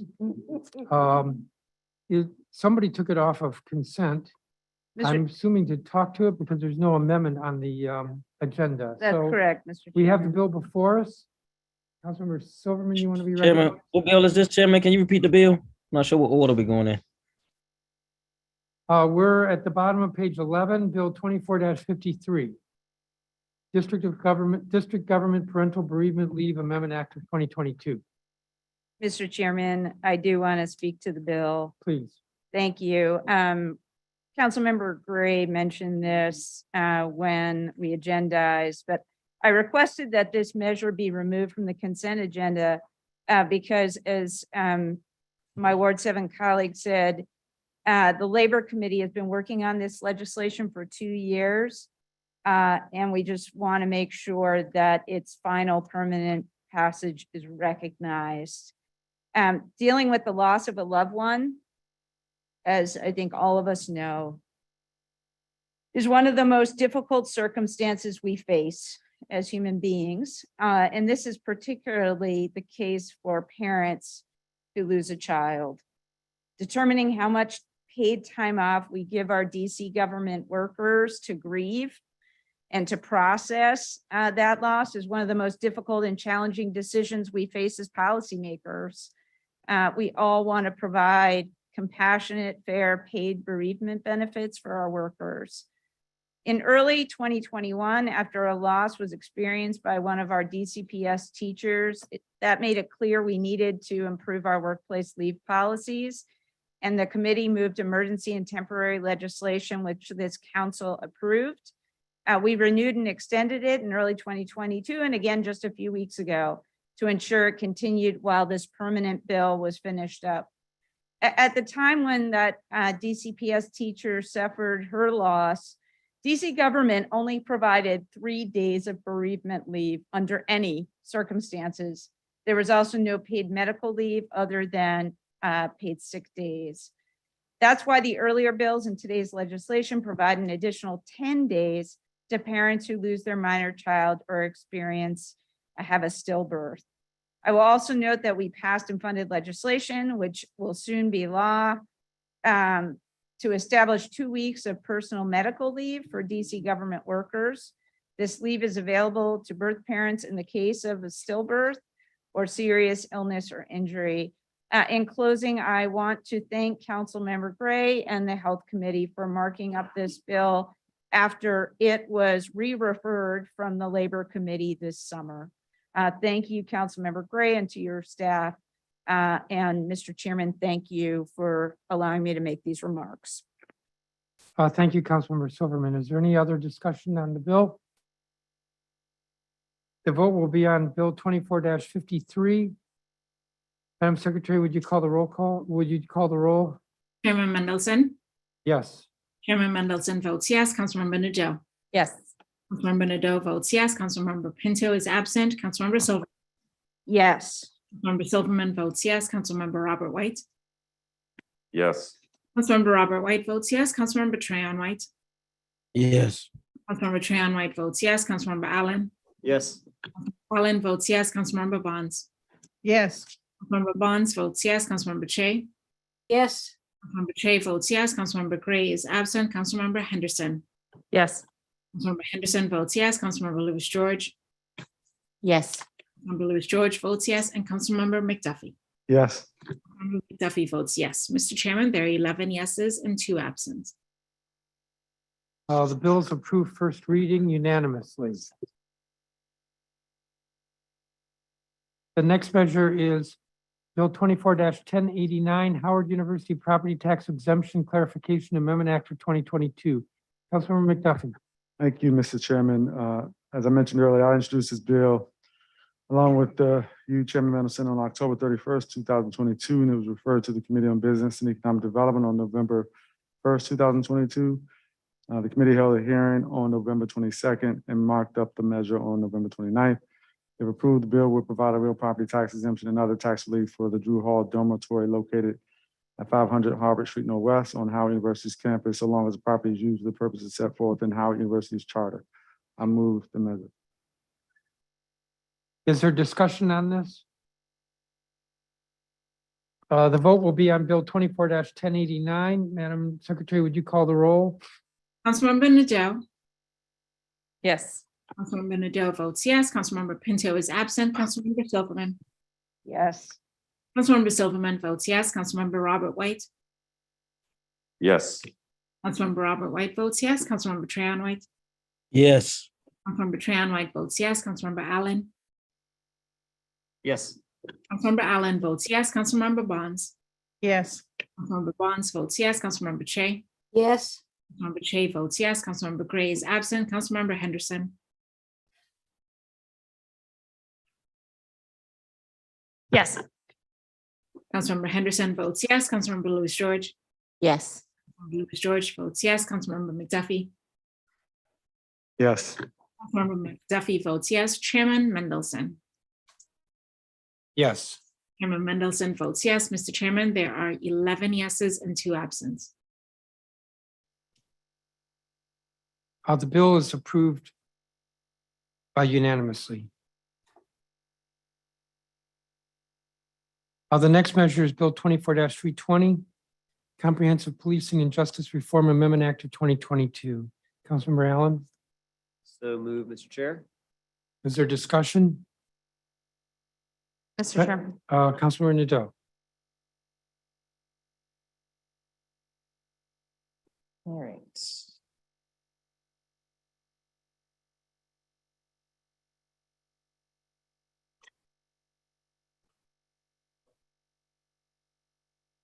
Sorry, Chairman. I think I'm out of order here. What item are we on now? What's that? Oh. Yes. The measure before us is Comprehensive Policing and Justice Reform Amendment Act. No, Mr. I Chairman. didn't have anything, no. Councilmember Robert White, did you want to be recognized? Yes, thank you, Mr. Chairman. I want to thank Councilmember Allen for, among many other things, working with me to incorporate provisions from both the Inspector General Enhancement Amendment Act as introduced, which we discussed earlier today, and my bill on the Bias and Threat Assessments Evaluation Amendment Act of 2021 into this important legislation. I introduced my bill on bias in policing in response to the January 6th terrorist attacks on our city and our democracy.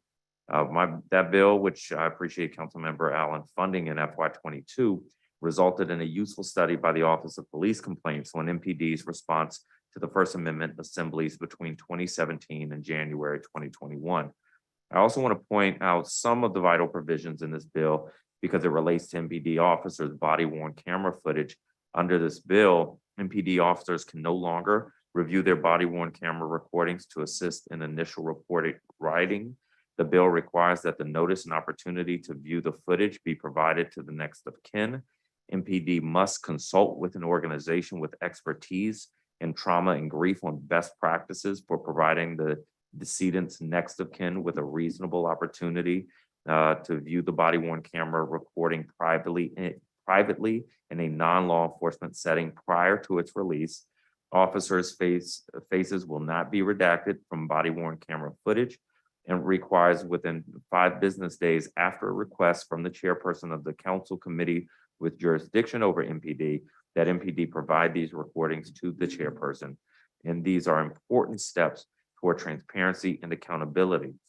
This bill also imposes necessary restrictions on MPD hiring practices and transparency, such as preventing MPD from hiring officers who engaged in serious misconduct in another police department and creating a publicly accessible database starting December 31st, 2024, containing records related to the officer's discipline.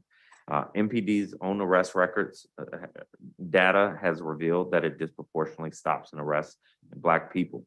The CJCC reported Black people in DC are arrested almost 7 times as often as white people for opioid-related offenses. Last month, Beloved Community Incubator received data from the DC Sentencing Commission that shows that more than 95% of the 433 people arrested for vending-related offenses, primarily vending without a license from January 2018 to September 22, were vendors of color, and almost 80% of the vendors arrested were Black.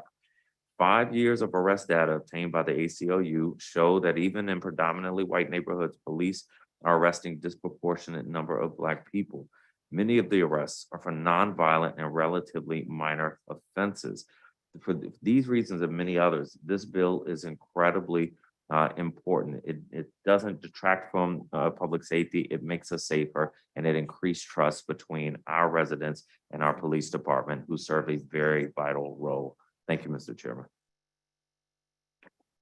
Thank you, Councilmember White. Is there further discussion? Mr. Chairman. Councilmember Henderson. Thank you, Mr. Chairman. I wanted to thank Councilmember Allen and his staff for their work on this important bill. I also wanted to express my appreciation for this legislation, including a bill I introduced, the School Police Incident Oversight and Accountability Amendment Act of 2021. We know that students of color, students with disabilities are disproportionately impacted and affected by school discipline policies compared to their white counterparts, but the data gets spotty when it comes to data when police officers are involved. We introduced this at the recommendation of the Police Reform Commission because the data that's often released by MPD and the Office of the State Superintendent of Education does not include disaggregated demographic data to permit a fuller evaluation of the impact of MPD school-based activities. Therefore, this bill includes requirements that publicly accessible data collection for analysis of race, gender, age, disabilities, be made available. I believe that this will help improve accountability for youth arrest, and I look forward to working with all of you on the implementation of this aspect of the bill. Thank you, Mr. Chairman. Thank you, Councilmember. Further discussion? The vote will be on Bill 24-320. Madam Secretary, would you call the roll? Councilmember Pinto is absent. Councilmember Silverman. Yes. Councilmember Silverman votes yes. Councilmember Robert White. Yes. Councilmember Robert White votes yes. Councilmember Trahan White. Yes. Councilmember Trahan White votes yes. Councilmember Allen. Yes. Councilmember Allen votes yes. Councilmember Bonds. Yes. Councilmember Bonds votes yes. Councilmember Che. Yes. Councilmember Che votes yes. Councilmember Gray is absent. Councilmember Henderson. Yes. Councilmember Henderson votes yes. Councilmember Lewis George. Yes. Councilmember Lewis George votes yes. Councilmember McDuffie. Yes. Councilmember McDuffie votes yes. Chairman Mendelson. Yes. Chairman Mendelson votes yes. Councilmember Nadeau. Yes. Councilmember Nadeau votes yes, and Councilmember Pinto is absent. Mr. Chairman, there are 11 yeses and 2 absents. The bill is approved unanimously on first reading. The next measure is Bill 24-838, Restoring Trust and Credibility to Forensic Sciences Amendment Act of 2022. Councilmember Allen, So moved, Mr. Chair. is there discussion? I have 2 amendments that I circulated earlier, and I will move each of them. I discussed these with Councilmember Allen. I actually discussed a number of concerns I have regarding the bill, but these 2, I believe, are can be accepted as friendly. The First Amendment would strike the 2 attorneys that would be newly added to the Science Advisory Board. Right now, the board has 9 members. With this amendment, the board will continue to have 9 members. What would have been added? 2 seats, one for a member with experience in criminal prosecution and one for a member with experience in criminal defense. While attorneys can certainly speak to court rules regarding the admission of forensic evidence at trial,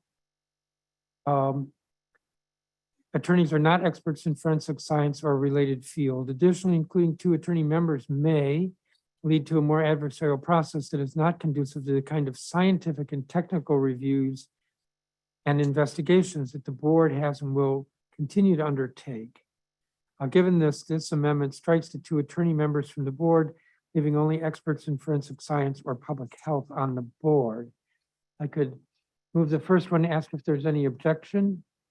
If there's no Well, I think I have to accept them as friendly, but I have a comment before I do so. Please. Would you like to do both of them at one time or have me I do was each one? about to ask if you want me to do both, I'll do both. Why don't you speak to both and then I'll make my statement, then accept. Okay, the second amendment would strike from the committee print authority for the stakeholder council, which is a bit more political. It's not the same as the Science Advisory Board. Strike from the stakeholder authority, the stakeholder council, strike from the council the authority to issue a resolution recommending the termination of the director or the chief forensic science officer, or to issue a written finding of good cause to support the termination of the director or the chief forensic sciences officer. Granting this body the authority to issue a resolution calling for the director's termination or the newly created position of chief forensic science officer's termination is not in line with the original purpose of the stakeholder council, The stakeholder council is made up of a representative of this council and some non-DC government officials. So as such, the amendment strikes the language which would otherwise grant the stakeholder council that authority. So I move both amendments. If there's no objection, they'll be accepted. Councilmember Allen? Thank you, Mr. Chairman. I'm going to speak to both first. First, let me, for the benefit of our colleagues, note for the record, so SNA, which was the entity that came in to do the evaluation of DFS and all the problems, had recommended, one of their recommendations after their audit and analysis was that a member be added to the SAB with experience in either criminal prosecution or defense. SNA identified the need for such a member because the work being produced by the agency ultimately gets framed and put forth by attorneys at a criminal trial. And certainly, legal practitioners in the courtroom have a familiarity and understand the ways in which forensic sciences are going to be a part of criminal prosecutions or the defense. The committee decided to include 2 seats so that we would not find ourselves having to choose between either prosecution or defense, but have 2 seats, one for prosecution, one for defense, following feedback that we'd received from both the USAO, our prosecutor, and Public Defender Service at the bill's hearing. I would also note that just because members come from a structurally adversarial system does not necessarily indicate their membership would turn the board into a behaviorally adversarial one. That said, if we want the board to be focused on science and the integrity of methodologies and procedures used at the agency, then we can reconsider the 2 attorneys as permanent members of the board. I would like between first and second reading to identify a mechanism that would allow the board to get the perspective that SNA had identified and recommended. To your second amendment, the intent with including the provision that you propose to strike was to foster cooperation and collaboration between the stakeholders of the agency so that we can avoid stakeholders independently calling for the removal of the director or the chief forensic science officer. Of course, as we saw in the events leading up to the agency's loss of accreditation or the resignation of its most recent director, individual stakeholders can obviously still call for the removal of a director on their own or as a group of individuals, just not as a stakeholder council. So materially doesn't really change anything. So with that, I can accept both of those amendments as friendly. Thank you, Mr. Chair. Thank you, Councilmember Allen. If there is no objection, the amendments will be accepted. Hearing no objection, they are accepted. Is there further discussion regarding the bill as amended? Hearing none, the vote will be on Bill 24-838 as amended. Madam Secretary, would you call the roll? Councilmember Silverman? Yes. Councilmember Silverman votes yes. Councilmember Robert White? Yes. Councilmember Robert White votes yes. Councilmember Trahan White? Yes. Councilmember Trahan White votes yes. Councilmember Allen? Yes. Councilmember Allen votes yes. Councilmember Bonds? Yes. Councilmember Bonds votes yes. Councilmember Che? Yes. Councilmember Che votes yes. Councilmember Gray is absent. Councilmember Henderson? Yes. Councilmember Henderson votes yes. Councilmember Louis George? Yes. Councilmember Louis George votes yes. Councilmember McDuffie? Yes. Councilmember McDuffie votes yes. Chairman Mendelson? Yes. Chairman Mendelson votes yes. And Councilmember Nadeau? Yes. Councilmember Nadeau votes yes. Mr. Chairman, there are 11 yeses and 2 absents. Thank you, Madam Secretary. The bill is approved first reading as amended unanimously. The next measure is Bill 24-129, Inspector General Enhancement Amendment Act of 2022. Councilmember White. Thank you, Mr. Chairman. As I mentioned earlier, the Attorney General Civil Rights Enforcement Clarification Amendment Act of 2022 makes permanent the emergency and temporary bill passed by this body almost 2 years ago. This permanent bill goes a bit further by making several additional clarifications. In short, the goal of this bill is to remove barriers for OAG pursuing discrimination actions in the district pursuant to the Human Rights Act. It's important that as our chief attorney in the city, the Attorney General can identify, investigate, and prosecute those who would come here and choose to discriminate. In that light, this bill grants the Attorney General a full range of fact-finding tools to uncover discrimination. These tools include the power. Oh, I'm sorry, Mr. Chairman. I have too many generals in my statement. This is not the Attorney General, this is the Inspector General. You could just say so moved. Actually, after my first sentence of the last statement, I thought the same thing. So moved, Mr. Chairman. All right, and I believe you have an amendment, Mr. Wright. Yes, so the amendment is simply adding an applicability clause because of the cost of the bill. What is the cost of the bill? Is it $14,000? I have to ask the budget office. It's not much.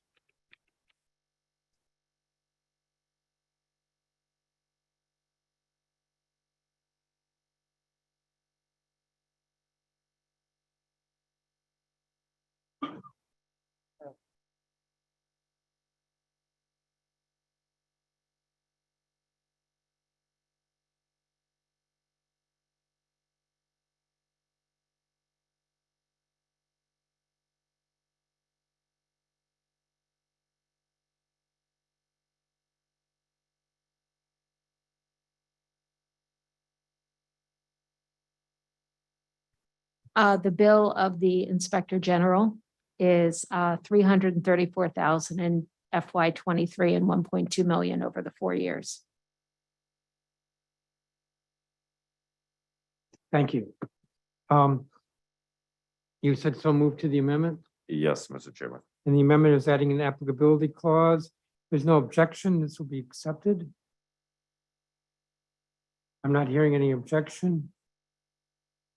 The amendment is accepted. We have the bill as amended. Is there discussion? The vote will be on Bill 24-129. Madam Secretary, would you call the roll? Councilmember Robert White. Yes. Councilmember Robert White votes yes. Councilmember Trahan White. Yes. Councilmember Trahan White votes yes. Councilmember Allen. Yes. Councilmember Allen votes yes. Councilmember Bonds. Yes. Councilmember Bonds votes yes. Councilmember Che. Yes. Councilmember Che votes yes. Councilmember Gray is absent. Councilmember Henderson. Yes. Councilmember Henderson votes yes. Councilmember Lewis George. Yes. Councilmember Lewis George votes yes. Councilmember McDuffie. Yes. Councilmember McDuffie votes yes. Chairman Mendelson. Yes. Chairman Mendelson votes yes. Councilmember Nadeau. Yes. Councilmember Nadeau votes yes. Councilmember Pinto is absent, and Councilmember Silverman. Yes. Councilmember Silverman votes yes. Mr. Chairman, there are 11 yeses and 2 absents.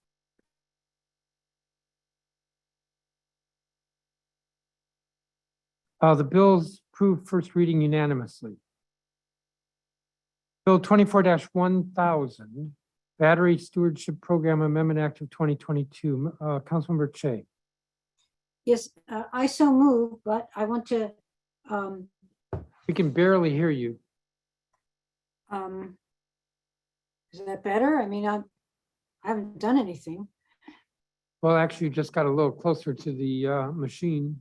Okay, so I so move, but the reason why I took it off of consent is that I have an amendment, and the amendment for this particular bill, these stewardship programs deal with producer liability, and DOEE is in charge of dealing with the entities that take back these batteries. And the basis of the amendment is to, it's largely technical, but there's a need to clarify language to make it consistent with what DOEE does in administering the program, and changing other aspects to clarify, for example, that organizations submit amended, not updated plans and language to that effect. The amendment was distributed. And so there are basically these clarifying amendments, and that's really all there is to that. So I would move the amendment.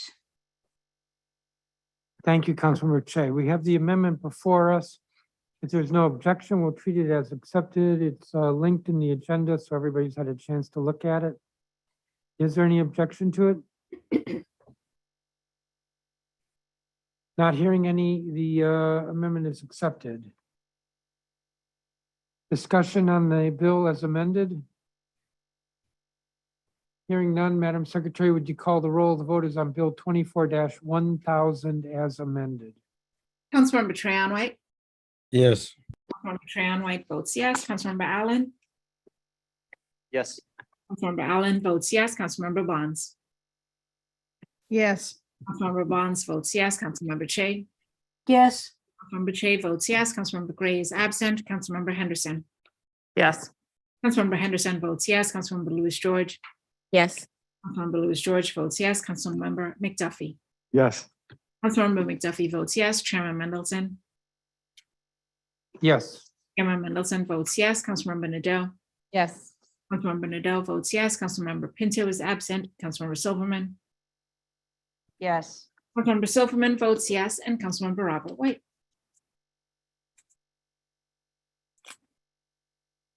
Councilmember Robert White. Yes. Councilmember Robert White votes yes. Mr. Chairman, there are 11 yeses and 2 absents. Thank you, Madam Secretary. The bill is approved unanimously on first reading as amended. The next bill is Bill 24-113, Medical Cannabis Amendment Act of 2022.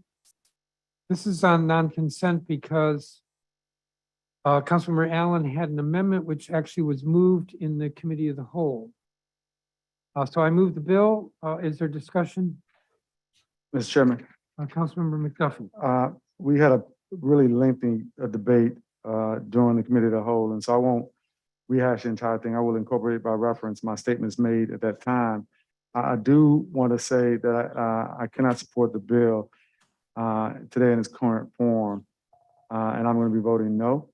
But I do plan to keep working with you and your team and Councilmember Allen and others to improve this bill, to make it more equitable, racially, economically, and more aligned with the realities of our current cannabis market, which I think we all acknowledge is significantly hampered by the congressional rider. And so I think we agree on more things in this bill than we disagree with. And I look forward to hopefully hashing out the remaining disagreement areas so that I can support this bill when it comes up for second reading. Thank you. Thank you. Yes, we ought to be agreeing on more things than disagreeing with on this bill because the bill is, with the 2 major exceptions, exactly what came out of your committee.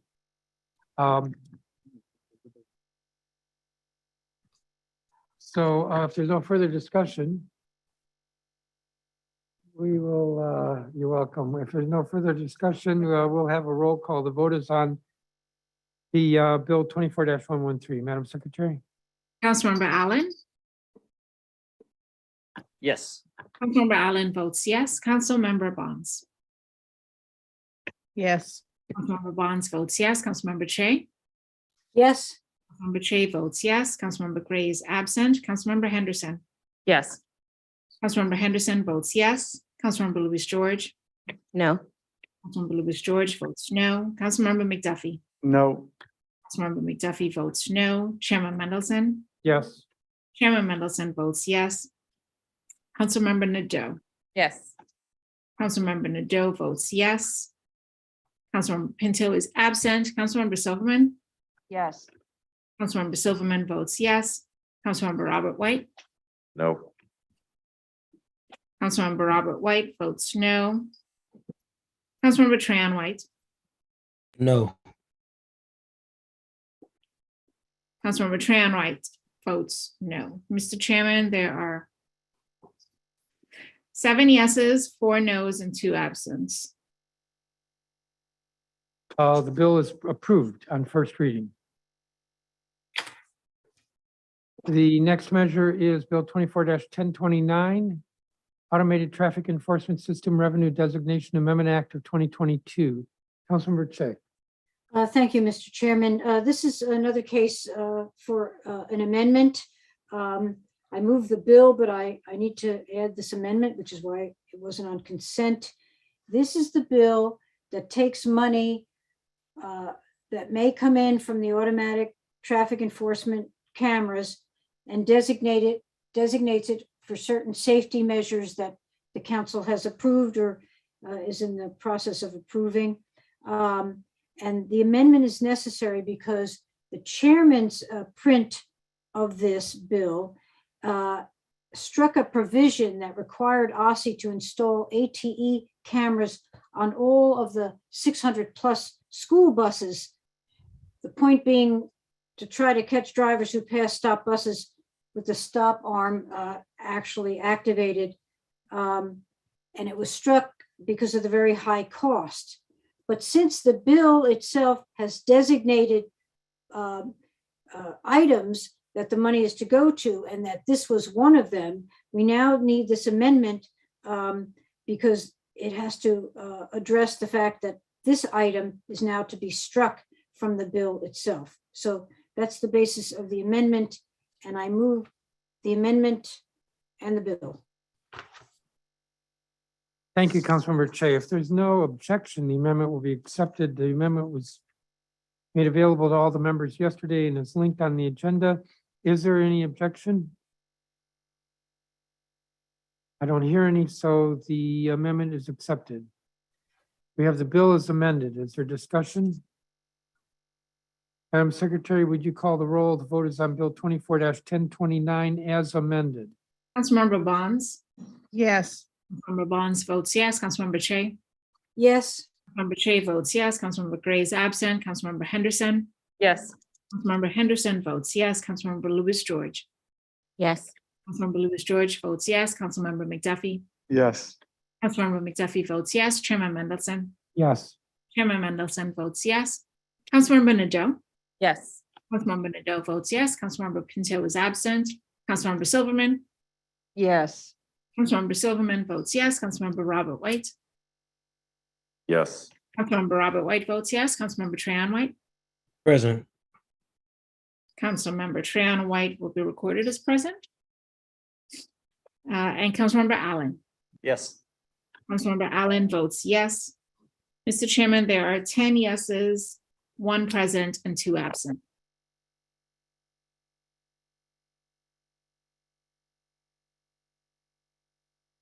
Thank you, Madam Secretary. The bill is approved unanimously on first reading.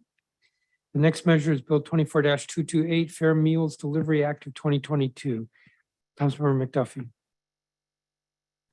I'm all over the place.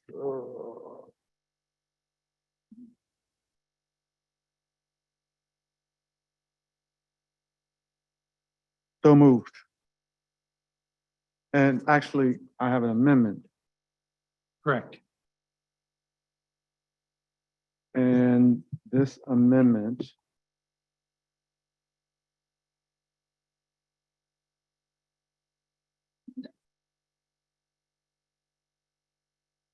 would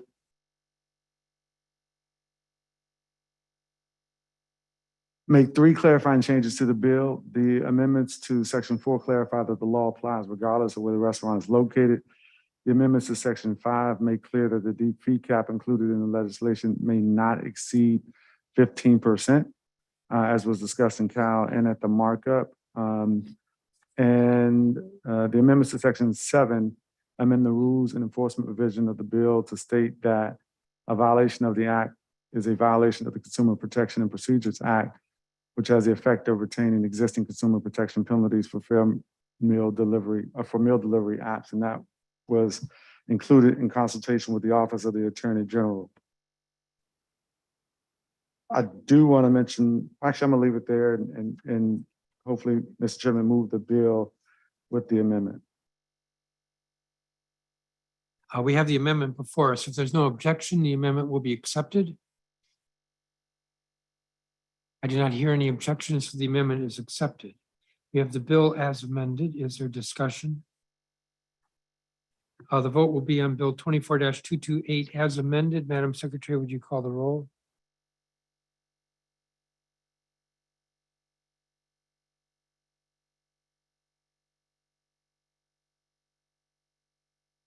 Councilmember Che.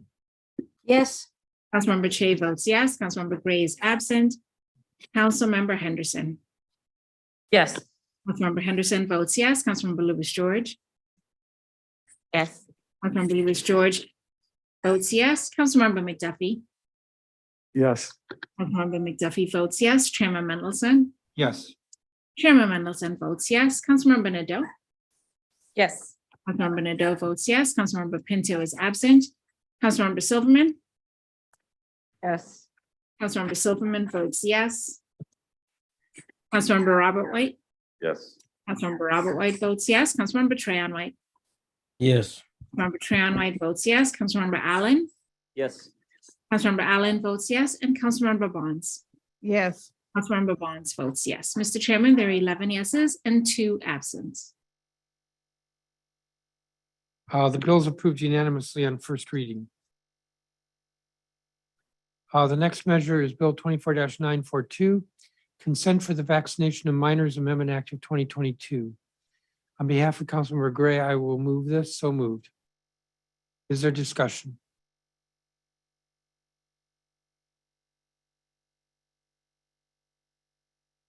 Hearing no discussion, Madam Secretary, would you call the roll? The vote is on Bill 24-942. Councilmember Gray is absent. Councilmember Henderson. Yes. Councilmember Henderson votes yes. Councilmember Louis George. Yes. Councilmember Louis George votes yes. Councilmember McDuffie. Yes. Councilmember McDuffie votes yes. Chairman Mendelson. Yes. Chairman Mendelson votes yes. Councilmember Nadeau. Yes. Councilmember Nadeau votes yes. Councilmember Pinto is absent. Councilmember Silverman. Yes. Councilmember Silverman votes yes. Councilmember Robert White. Yes. Councilmember Robert White votes yes. Councilmember Trayon White. No. Councilmember Trayon White votes no. Councilmember Allen. Yes. Councilmember Allen votes yes. Councilmember Bonds. Yes. Councilmember Bonds votes yes. Councilmember Che. Yes. Councilmember Che votes yes. Mr. Chairman, there are 10 yeses, 1 no, and 2 absent.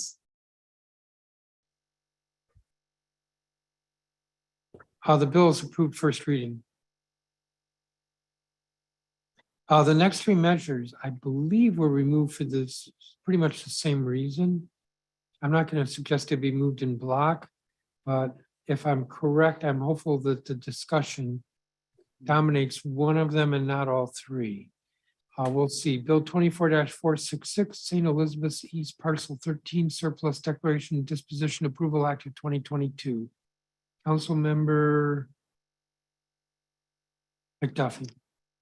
Thank you, Mr. Chairman. I would actually like to move all 3 of them in block if there's no objection, so that the members who'd like to can speak to the bills. I think Well, then let's try that. If there's no objection, bills, numbers 12, 13, 14 will be moved in block. I'm not hearing any objection. That's Bill 24-466, St. Elizabeth's East Parcel 13 Surplus Declaration and Disposition Approval Act of 2022. Bill 24-997, Hill East Phase 2 Bundle 1 Surplus Declaration and Disposition Approval Act of 2022. And Bill 24-1033, Hill East Phase 2 Bundle 2 Surplus Declaration and Disposition Approval Act of 2022. These were reported out of 2 committees. I recognize Councilmember McDuffie. Councilmember White also reported them out. Councilmember McDuffie. So move. Councilmember White. So moved. Moved twice. Is there discussion? Councilmember Louis George.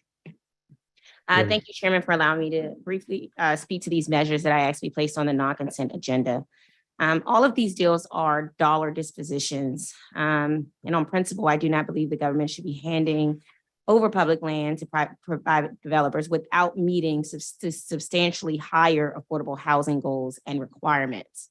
While all of the dispositions meet the 30% affordable housing requirement of the comp plan, as I noted at the breakfast, 3 of the 4 dispositions, the 2 Hill East bundles and the St. Elizabeth's dispositions, have minimal set-asides and goals for our extremely low-income residents earning less than 30% of MFI. And one of them, the Eastern Branch disposition, has no goals for 30% MFI units. All their affordable units will be priced for 50% to 80% MFI earners. Additionally, very few of the deals include 3-bedroom family-size unit, which is particularly concerning at the St. Elizabeth's deal, where we know there's so much land to build on, yet the developer plans in the packet sit down to the council only to include mention of studios and 1-bedrooms and minimal 2 bedrooms. For public awareness too, the Hill East bundles between them from what I can tell, will only be building 37 three-bedroom units that are affordable at less than 50% MFI earner rents. That's 37 out of 2,100 units across these developer projects. That's 1.7% of units that will be affordable for families. And it's not right. You know, by contrast, the Malcolm X disposition deal we voted for today we left on the consent agenda was because that was a disposition which was 100% affordable units.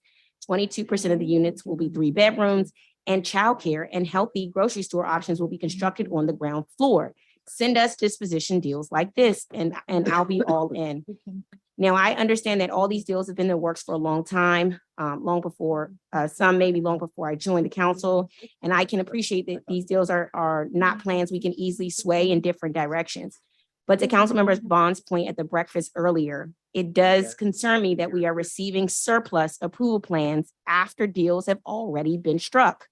To me, this is not a process that is rooted in transparency or with an interest of public development of public space.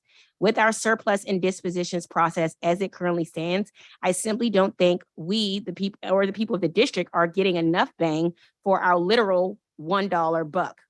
And that our city should be better served by holding ourselves to higher standards where the government is responsible for generating a more significant amount of deeply affordable housing. So that is why I'll be voting no on these disposition surplus deals today, as well as on the Eastern Branch deal that is later on the agenda. We have an opportunity with these dispositions. A $1.99 year lease means that we should be getting more for district residents, especially as we have affordable housing crisis. Thank you. Is there further discussion on this? Yeah, Mr. Mr. Chair. Chairman, Councilmember Silverman. Oh, thank you, Mr. Chairman. I concur with my Ward 4 colleague. So there's a perception that DC government gives sweetheart deals to real estate developers that have strong ties to the Wilson Building. And that when we are in desperate need of affordable housing, we don't get anywhere near in return for what we give developers in valuable land. That's the bang for the buck argument. And I would say this bill drives that perception. This bill will give land right next to a metro to a developer for $1 a year for 99 years. I'm speaking about the St. Elizabeth's one. In exchange, the developer will build 421 apartment units, retail space, underground parking. What do we get? 29.9% of the units will be affordable at income levels of up to 50% AMI. So just for the public's knowledge, 50% AMI for a family of 3 is $64,000 a year. And then the rest of this next to the Congress Heights Metro will be what the market will bear. The appraisal that was prepared for DEMPED estimates the developer's profit at $19.5 million. We need more affordability here. Hill East, again, this there's 2 different Hill East bundles. Bundle 1 gives 5 acres of the land, that's valuable land along the Anacostia River, to Donatelli and Blue Sky Development. 4 parcels of land will be leased for 99 years, $1 per year. A 5th parcel will be sold for $1 more. Now, again, 1/3 of the units will be affordable just slightly above the statutory minimum of 30%. Another 1/3 will be made available to households making up to 20% more than the area median income. And the final 1/3 will be market rate. The appraisal estimates a developer's profit, $23.9 million. We need much more affordability here. Again, the third bill, which is the Hill East Bundle 2, perception. Now, again, this gives 6 acres of land on Reservation 13 to developers through a 99-year lease at $2 per year. I'll just say that we don't get the bang for the buck. So I'll be voting no on all 3 of these as well. Thank you. Thank you. I'm going to jump in here. So listening to what my colleague just said, you may be right. But then again, you're speaking of perception, and the perception may be wrong. $1 to sell a parcel for $1 sounds horrible, but it may not be. It's a function of the economics. And as I sit here, I can't say what the economics are. I do think that the council would be better off if we did our own appraisal on these projects, so we could see what an appraiser independent of the executive branch says with regard to pricing and valuation. There is going to be a discount on the value of the land if in turn we're going to depress the return on the land by requiring affordability. 30% may be too little. And then again, it might be the right amount. Because it's an equation that looks at the value of the land, the cost of the construction, what the rate of return is, and so forth. So we are reacting to perception. The perception may be correct, the perception may be wrong. We do our own appraisal, which is what I would recommend going forward. And I don't want to give a blank check, but the committee of the whole could help to pay for the appraisal, which is a few $1,000s, I believe. Then we could answer these questions more objectively. But straight up, $1 may be outrageous and it might be reasonable. 30% may be outrageous and it might be reasonable. We just don't know, or I don't know. Further on this bill. Mr. Chairman. Councilmember Chairman. Bonds and then Robert White. Chairman. Thank you very much, Chairman, and I did raise the issue of these properties in our breakfast meeting. My purpose for raising it is that's to give us an opportunity to begin to think about the amount of surplus that land that we have in the city and how we're going to utilize it. I really and truly believe that we are well past the point of looking at our land use in a more descriptive way as it meets the needs of the community. With regards to the equations that we're trying to talk about here on the dais, I think as we look to doing our quote unquote own appraisal, we also have to take into consideration the how the developers can borrow or cannot borrow the resources that they need in order to construct these projects. It is common knowledge that it's very difficult for any developer to get anywhere, whatever the 0 to 30% housing requirement is seldom funded through the private sector lending community. And that's why the Housing Production Trust Fund is so important to many of these deals. And I just hope that we remember that. So it's the cost of the process of making the construction that also has to be considered. And so my point was not to poo-poo a particular project, but to simply say, okay, now we don't have much land left. Let's start looking at it more definitively and how it really addressed many of our needs across the city. So thank you. Chairman. Thank you, Councilmember Bonds. I have in the lineup Councilmember Robert White and then Trayon White. Councilmember Robert White. Thank you, Mr. Chairman. I really am glad we're having this discussion. My chairman probably doesn't remember this, but I was very frustrated with the appraisals from DMPED a few years ago. And I asked the chairman if he would fund from the committee of the whole an independent appraisal for a project. The appraisal came back pretty much the same as what DMPED gave us. So I went back to thinking, what do we do? And then I got frustrated with more of the proposals because I felt like exactly what Councilmember Louis George said. We should have higher standards. We need more bedrooms. We need more affordable housing. I found myself constrained by the law because the council cannot amend these packages sent by the administration under law. So we can pass them or not pass them. Where the committee found ourselves is every time looking at a project where all the testimony was positive, us knowing that we could do better, but the choice that's in front of us is some affordable housing or no affordable housing. Leave some affordable housing or leave the land vacant. Not gonna leave the land vacant, but I still believe we could do better. So I asked my committee team, I sent them with an assignment. I said, look, develop a bill to fix this. They developed the Common Ground bill, which we introduced several weeks ago. This bill will engage the community to assess the needs before development and plans start, which is different than what happens now. It will produce more affordable housing and more bedrooms. So these issues we're talking about, the way we address them is in a bill that I introduced recently. I'm going to reintroduce it in January. And I really would like to have the support of my colleagues in moving this through. I welcome amendments, I welcome scrutiny, but we have got to change this process. And we have a bill to do that. And I hope that members will stay engaged on this issue. Thank you, Mr. Chairman. Thank you, Councilmember. Councilmember Trayon White. Yes, thank you, Chairman.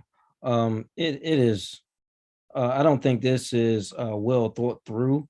Initially, I was trying to get support from the administration on how to move this forward, and I was assured that the affordabilities would change.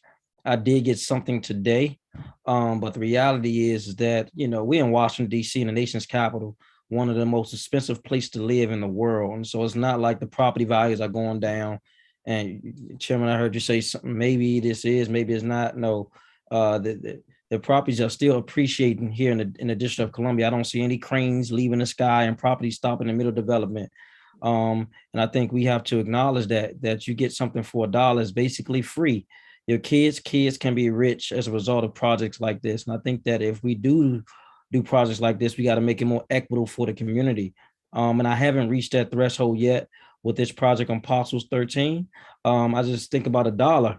You can't buy Snickers with $1 no more. In fact, McDonald's don't even have the dollar menu anymore. So I don't even know the rationale by even putting $1 on that outside of trying to meet basic requirements without giving away for free, because that's basically what it is. I think that we have to have more input on these processes and more conversations. And even with the one in Ward 8, outside of speaking to the administration, the developers have not met with me at all. So I want to ensure that we are doing our due diligence, that we're doing the best for the residents to ensure more affordable housing for the residents right now while we're in a housing crisis. We are in a housing crisis right now. We can't just be giving away land because it's on the table. So I look forward to having more dialogue and conversation about it as this conversation continues. But I wanted to say that for the record, they did send something, but we want to push a little harder. Mr. Chairman. Thank you, Councilmember White. Councilmember Robert White. Thank you, Mr. Chairman. I'm a bit confused about what to do at this point.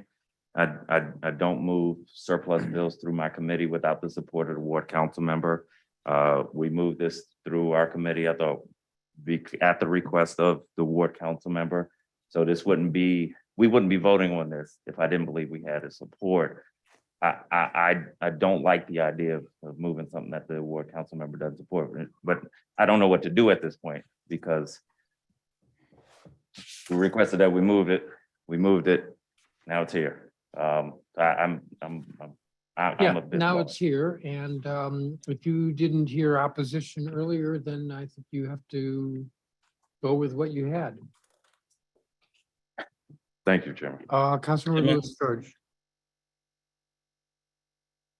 Chairman, I just thank you. And I agree with you, Chairman. There's going to be instances where, you know, it's a good deal. And we talked about that earlier. The Malcolm X was a good deal for us. And so there are obviously going to be instances.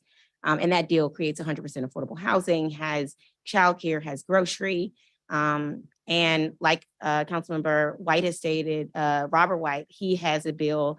I do too have a bill, the Green New Deal for housing, which also is a tool that can be used to take some of our land near transit and for us as a government to build housing ourselves so that we can aggressively address this problem. So I don't think, I'm not reacting to the perception. I really am reacting to the reality of our affordable housing crisis here in the district that we hear from residents every day and we see every day, and the displacement we have to go through every day.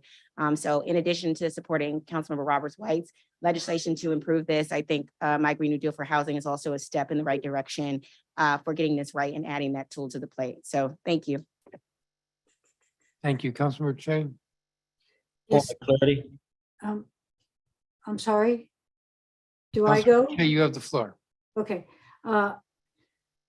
Like, I guess, Councilmember White, I'm in a quandary about this because way back when, some committee years ago where I had surplusing, I encountered these same issues. And the problem is DEMPED as far as I can see.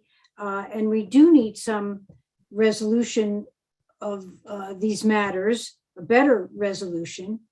You know, some years ago, we were in a sorry state, economically, and we had to like give all sorts of things away to get what we wanted. But that's not where we are today. And maybe we're too eager to give away things. And you're right, Councilmember Trayon White, you can't buy anything for $1. It's just a symbolic thing to say that some benefit was given. But the question is, what do we do now? It's an understatement to say these are not very great deals, but they're not unusual. And we need these efforts by Councilmember Louis George and Councilmember Robert White to have some fixes. So I hope this is the incentive to do that, but I don't think I'm prepared to go so far as to actually vote no. But it's problematic. I have to concede that. Thank you, Mr. Chairman. Mr. Chairman. Councilmember McDuffie. I want to thank folks for the robust debate on this. I do share the concern that we're living in a city where there's a crisis of affordability when it comes to our housing market. We have done more than most cities when it comes to our commitment to funding more units of affordable housing. When you look at the amounts, the hundreds of millions of dollars that we have directed to our Housing Reduction Trust Fund, the reality is it's not enough. What we should be mindful of, I think, is that we're talking about a couple of issues here. There's an issue whether we get a good deal when we dispose of our land for the purpose of development, whether it should be used for something else altogether, or if we agree that it should be used for housing, whether the housing that we're getting meets the demands and the greatest needs that we have with our residents, particularly our most vulnerable. But then there's also the issue of whether we want to fund it to a greater extent and where we identify the means to do so. I do believe that, it's not an either or, it's a both and. It's just, I also think that, when this is obviously an appropriate time to have this discussion, but it does make it more challenging to wait to this point when the bills are pending a first vote to raise some of these things, as opposed to, when they're having, DEMPED is having the surplus and disposition public hearings, when the ANCs are considering these measures. You talk about Hill East 1 and 2, they were both supported by the ANCs. They testified at the hearing. The public hearings were an opportunity to weigh in on this. The hearing held by the committees, government operations and business economic development, was another opportunity to weigh in on this. And this obviously presents an opportunity today to weigh in the way that we've done it. I do look forward to, talking with my colleagues and working with them to think about the best way to advance the city's economic interests, with making sure that we're growing appropriately without displacing people, and tackling what is one of the greatest challenges that we're facing. It's the housing affordability. And so I appreciate the debate today. I would encourage my colleagues to support the measures before us today, bearing in mind the serious concerns that you all have raised and how we can, moving forward, tackle what is proven to be an intractable issue. Thank you. Thank you.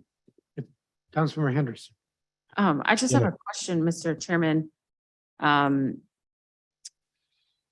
guess this is relevant to the St. Elizabeth's one as opposed to Hilly says Councilmember Gray is not here. Is there an interest here to postpone? I'm just trying to, it seems as though there might be, because I think Councilmember White was looking for some additional information, but if not, we can move forward. Who are you asking the question of? That White, yep, Robert White. So, I'm not looking for information. I'm confused. So I'm frustrated.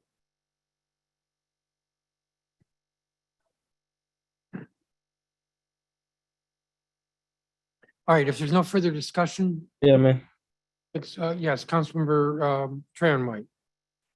Yeah, I just want to give clarity on a statement that there was no opposition. There was opposition from me in this project. And I sent the email and included the members on that, trying to get clarity on affordability levels and the number of bedroom sizes. And I was promised that that will be corrected. And so to say there was no opposition is not fact, and I did not get what I felt like was meeting the threshold of what we needed, especially here in Ward 8, one of the poorest communities per capita in the country. And so I've expressed that to the administration. They have been sending me stuff today as a result of my pushback. So I want to apologize to Councilman Robert White if he felt that there was no opposition, but I definitely had opposition, and definitely wanted to see them do better with a project like this that we giving away for free.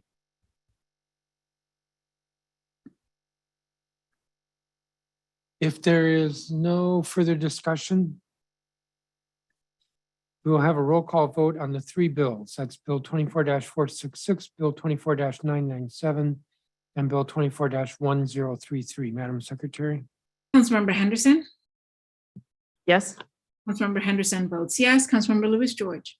No. Councilmember Lewis George votes no. Councilmember McDuffie. Yes. Councilmember McDuffie votes yes. Chairman Mendelson. Yes. Chairman Mendelson votes yes. Councilmember Nadeau. Yes. Councilmember Nadeau votes yes. Councilmember Pinto is absent. Councilmember Silverman. No. Councilmember Silverman votes no. Councilmember Robert White. Yes. Councilmember Robert White votes yes. Councilmember Trayon White. No. Councilmember Trayon White votes no. Councilmember Allen. Yes. Councilmember Allen votes yes. Councilmember Bonds. Yes. Councilmember Bonds votes yes. Councilmember Che. Yes. Councilmember Che votes yes, and Councilmember Gray is absent. Mr. Chairman, there are 8 yeses, 3 nos, and 2 absents.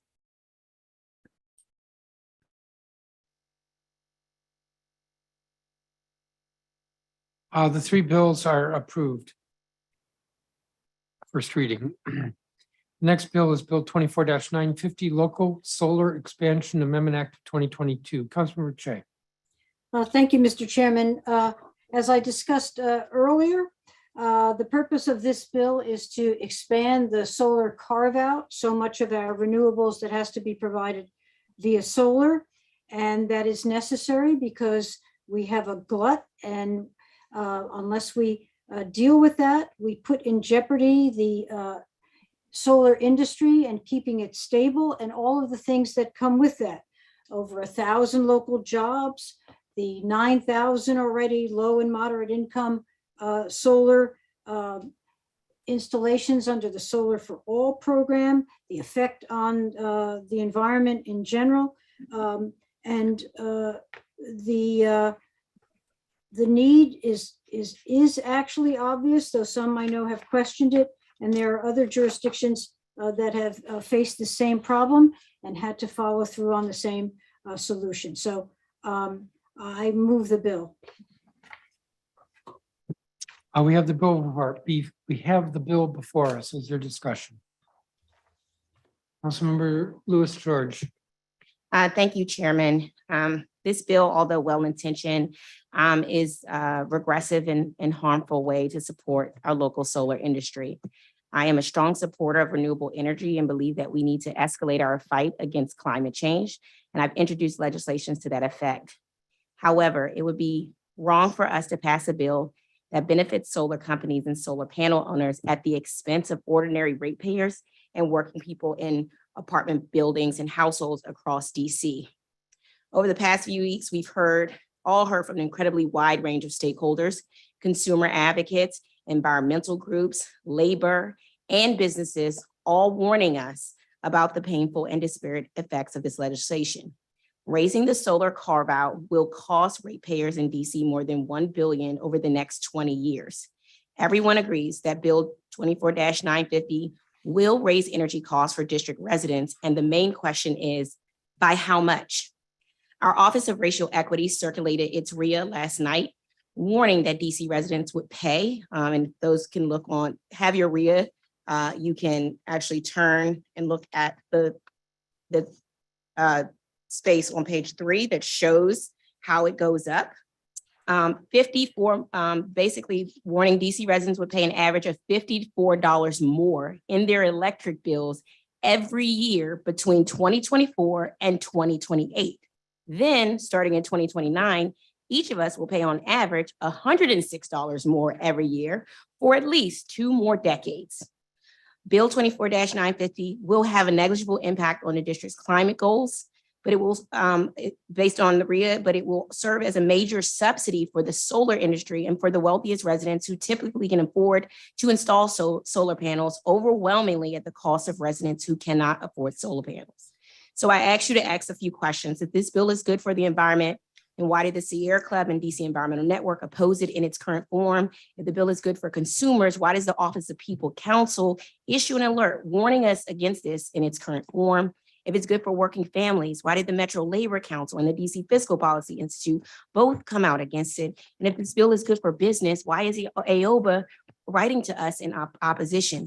And if this bill is good for racial equity in DC, why did our Council of Racial Equity conclude that this bill will harm economic outcomes for Black, Indigenous, and Latinx residents? And I quote, "It is rare for the council to line up behind a bill that so clearly will hurt people of color in the district. Yes, solar energy is critical to our renewable future, but we can't support solar energy and achieve our renewable portfolio standards without forcing DC's working families to bear the cost through steep rate hikes on their energy bills every month." The RIA on page 5 notes, B24090550 has a negligible impact. Chairman, can I have 10 more seconds? Without objection. On the district's climate change goals. And so I will be voting no today in the hopes of working towards, if it passes an amendment at second reading that will improve the final passage of this bill. But I do implore my colleagues to take a look at the RIA. $54 for some people every year might not be something, but when you start getting calls from your constituents asking you why their electric bills go up, your answer is going to have to be because we are subsidizing a solar industry that we're not getting the best bang for our buck. So I really think we should think about working families and constituents in our community as we consider this, and take a hard look at the RIA and its absolute conclusion, which says Bill 24-0950 will harm economic outcomes for Black, Indigenous, and Latinx residents in the District of Columbia. End quote. Thank you.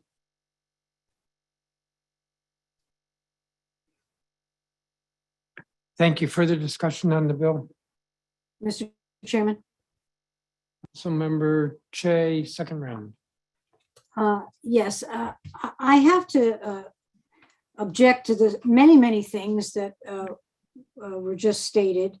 And the RIA analysis is problematic because it really doesn't take into account the many complicated byproducts and effects of expanding the solar carve-out. And that's not to knock the Office of Racial Equity, but given their capacity issues and the fact that they had to do a turnaround of this in a couple of weeks, we've been studying this matter for months and months. And the things that RIA misses, for example, are when you talk about cost, it doesn't account for the benefits of distributed solar resources. And we had a study of policies in 2017 that put a number on the benefits for people in their electric bills, namely $132 and $2015 per megawatt of solar energy generation. The RIA also ignores the importance of a stable solar market for solar for all. There's all this talk and this kind of, rich people are going to be benefited and the solar industry, the fat cats are all going to be benefited. That's actually not so. Only a small minority of solar customers actually buy their systems outright. 73% of the solar projects are either solar for all, financed by SRECs, or projects that the solar companies keep ownership of while homeowners pay a very small monthly electric bill to the solar companies. The solar companies aren't padding their pockets with SREC payments. They're using these to stay afloat so that they can build more solar and make more payments on their bank loans. Now, when we talk about what's likely to happen, we only have to look across the border to Maryland. They started to experience an SREC oversupply in 2015 and 16. Solar companies, workers, environmental advocates, and policymakers, all of them, began calling for an adjustment in the carve-out to address that problem. The Maryland legislature passed the Clean Energy Jobs Act in 2016, but Governor Hogan vetoed the bill. At that time, Chesapeake Climate Action Network condemned the veto, saying it would likely cause immediate job losses in the solar industry. And meanwhile, between the summer of 2015 and 2016, SREC prices in Maryland dropped from just under $200 to $25. And by 2017, they had fallen to about $3. This caused severe damage to the solar industry. And after adding 1,000 jobs in 2016, the industry lost 800 in 2018. We stand to risk the same kinds of losses here. And as I said, the Solar for All program is a fantastic program that gives extraordinary electric rate benefits to low income residents. And on top of all of that, we added in the bill money, a fund for low income residents to have costs defrayed, which will help them defray costs even from the other far more extensive rate increases that PEPCO is already approved for, and money for reaching out to people Councilmember who Che, may be eligible. Okay. you're just a little bit over your time. Okay, all right. Well, there is a lot to this, but I did want to make some response. Thank you. Thank you. If there's no further discussion, we'll proceed to a vote. Councilmember Lewis George. The one fact that is true is that ratepayers, the bills will go up. In this current space that we're in, it means that DC residents will be paying more every year as a result of this. And I do think we can go back and forth on this, but the undeniable truth is that we will raise energy costs for working families. So, and we know by how much. We see it $50 more every year between 2024 and 2028, and then 106 more every year until 2041. My conscience is clean voting against this bill and against the harm it will cause to our residents. I don't think the benefits outweigh here. Thank you. Thank you, Councilmember. Madam Secretary, would you call the roll? The vote will be on Bill 24-950. Councilmember Lewis George. No. Councilmember Lewis George votes no. Councilmember McDuffie. Yes. Councilmember McDuffie votes yes. Chairman Mendelson. Yes. Chairman Mendelson votes yes. Councilmember Nadeau. Yes. Councilmember Nadeau votes yes. Councilmember Pinto is absent. Councilmember Silverman. Yes. Councilmember Silverman votes yes. Councilmember Robert White. Yes. Councilmember Robert White votes yes. Councilmember Trayon White. Yes. Councilmember Trayon White votes yes. Councilmember Allen. Yes. Councilmember Allen votes yes. Councilmember Bonds. Yes. Councilmember Bonds votes yes. Councilmember Che. Yes. Councilmember Che votes yes. Councilmember Gray is absent. Councilmember Henderson. Yes. Councilmember Henderson votes yes. Mr. Chairman, there are 10 yeses, 1 no, and 2 absent. The bill is approved first reading. We'll turn now to reading and vote on proposed resolutions. We have still not gotten to reading and vote on emergency legislation, and it's 10:26 in the evening. The first measure is PR 24-1055 fiscal year 2024 budget submission requirements resolution of 2022. This is the council's annual list of requirements related to the transmittal of the mayor's proposed budget, which will occur in March. The measure includes the date by which the mayor shall submit the proposed budget. And the resolution includes the information and documentation that must accompany the proposal. And the magic date is March 22nd, 2023. So that will be the first of 70 days, 76 days before the first reading.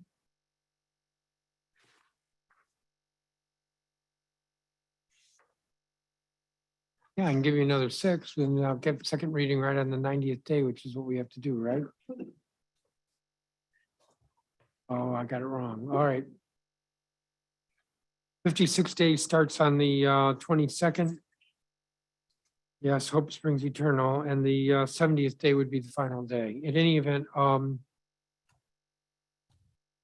move the resolution. Is there discussion?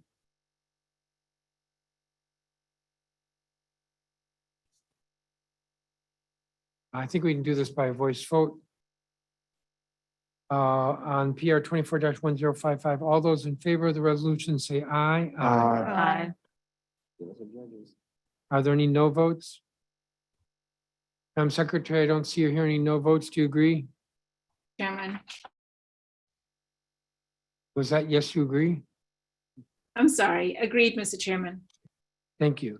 The resolution is approved unanimously. If there's no objection, we'll move the next 2 items in block. That's PR 24-1017 and PR 24-1034. The first is local rent supplement program contract number 2019, LRSP 13A, approval resolution 2022. The second is local rent supplement program contract number 2019, LRSP 12A, approval resolution 2022. I hear no objection. The 2 are before us en bloc. Councilmember Bonds, do you want to present them? Thank you, Mr. Chairman. I'll start with 13A, which is a local rent supplement contract. The resolution would authorize the DC Housing Authority to enter into a long-term subsidy contract with Alabama Apartments Owner LLC to support 18 permanent supportive housing units located at 2481 Alabama Avenue Southeast. These units would provide long-term affordable housing for extremely low-income households making no more than 30% of the median family income. The agency proposes to provide a housing subsidy to the owner in the initial amount of $412,344 annually for a multi-year term of 15 years. The project will construct a new building in the Randall Heights neighborhood of Ward 8 and will offer a total of 86 affordable units. 59 units will be affordable to households making up to 50% of the median family income, and 9 units will be affordable to households making up to 60% of the median family income. All 18 units will be family-size apartments with either 2 or 3 bedrooms. And so that is 13A. Contract 12A would provide the resolution again was authorized by the Housing Authority to enter into a long-term subsidy contract with Mary's House, Anacostia Road Owner LLC to support 3 local rent supplement units at 401 Anacostia Road Southeast. The units would provide long-term affordability for extremely low-income households making no more than 30% of the median family income. The agency proposes to provide a housing subsidy to the owner in the initial amount of $31,536 annually for a multi-year term of 15 years. Mary's House for Older Adults is a nonprofit dedicated to providing communal housing for LGBTQ seniors. And the project would construct a new 3-story building in the Fort DuPont Park neighborhood of Ward 7 and would offer a total of 15 single-room occupancy units, as well as 5,000 square feet of communal space. Thank you, Chairman. I'm Thank you. pleased to support them. Thank you, Councilmember Vons. We have the two resolutions before us. Is there discussion? The vote will be on PR 24-1017 and PR 24-1034. Madam Secretary, would you call the roll? Councilmember McDuffie? Yes. Councilmember McDuffie votes yes. Chairman Mendelson? Yes. Chairman Mendelson votes yes. Councilmember Nadeau? Yes. Councilmember Nadeau votes yes. Councilmember Pinto is absent. Councilmember Silverman? Yes. Councilmember Silverman votes yes. Councilmember Robert White? Yes. Councilmember Robert White votes yes. Councilmember Trayon White? Yes. Councilmember Trayon White votes yes. Councilmember Allen? Yes. Councilmember Allen votes yes. Councilmember Bonds? Yes. Councilmember Bonds votes yes. Councilmember Che? Yes. Councilmember Che votes yes. Councilmember Gray is absent. Councilmember Henderson? Yes. Councilmember Henderson votes yes. Councilmember Louis George? Yes. Councilmember Louis George votes yes. Mr. Chairman, there are 11 yeses and 2 absents. Mr. Chairman, Councilmember Che? before we move on, a point of personal privilege, I just want to share. Just a moment. I have to Okay. announce the vote. The two resolutions are approved unanimously. Councilmember Che? Yes, point of personal privilege. I'm sure this is totally out of order, but I want to tell everybody that Senator Warnock won in the runoff. Thank you. Councilmember Che, you're about to be recognized to move the next measure. It's PR 24-1053, District of Columbia Water and Sewer Authority Board of Directors, Wendell Felder, Confirmation Resolution of 2022. Before we can consider it would be a waiver of Council Rule 213C, which is the Committee of the Whole filing deadline. Do you want to say so move to the waiver? So move. If there's no objection, we will treat the waiver as granted unanimous consent. No objection. Councilmember, you want to present the resolution? Yes, thank you. A PR 24-1053 would confirm Wendell Felder as a principal member of the District of Columbia Water and Sewer Authority Board of Directors. Just a bit of background on Wendell Felder, who the committee found to be highly qualified. Mr. Felder is currently the Senior Program Manager for Community Engagement at Sibley Memorial Hospital and Johns Hopkins Medicine. He's a native Washingtonian and has served in a variety of governmental offices here in the district, including the Office of Deputy Mayor for Planning and Economic Development, the Office of the City Administrator, and the Mayor's Office of Community Relations. He also serves as an advisory neighborhood commissioner in Ward 7. He would be a new appointment to the board, and I think an excellent one. So I move the resolution. Thank you, Councilmember. Is there discussion?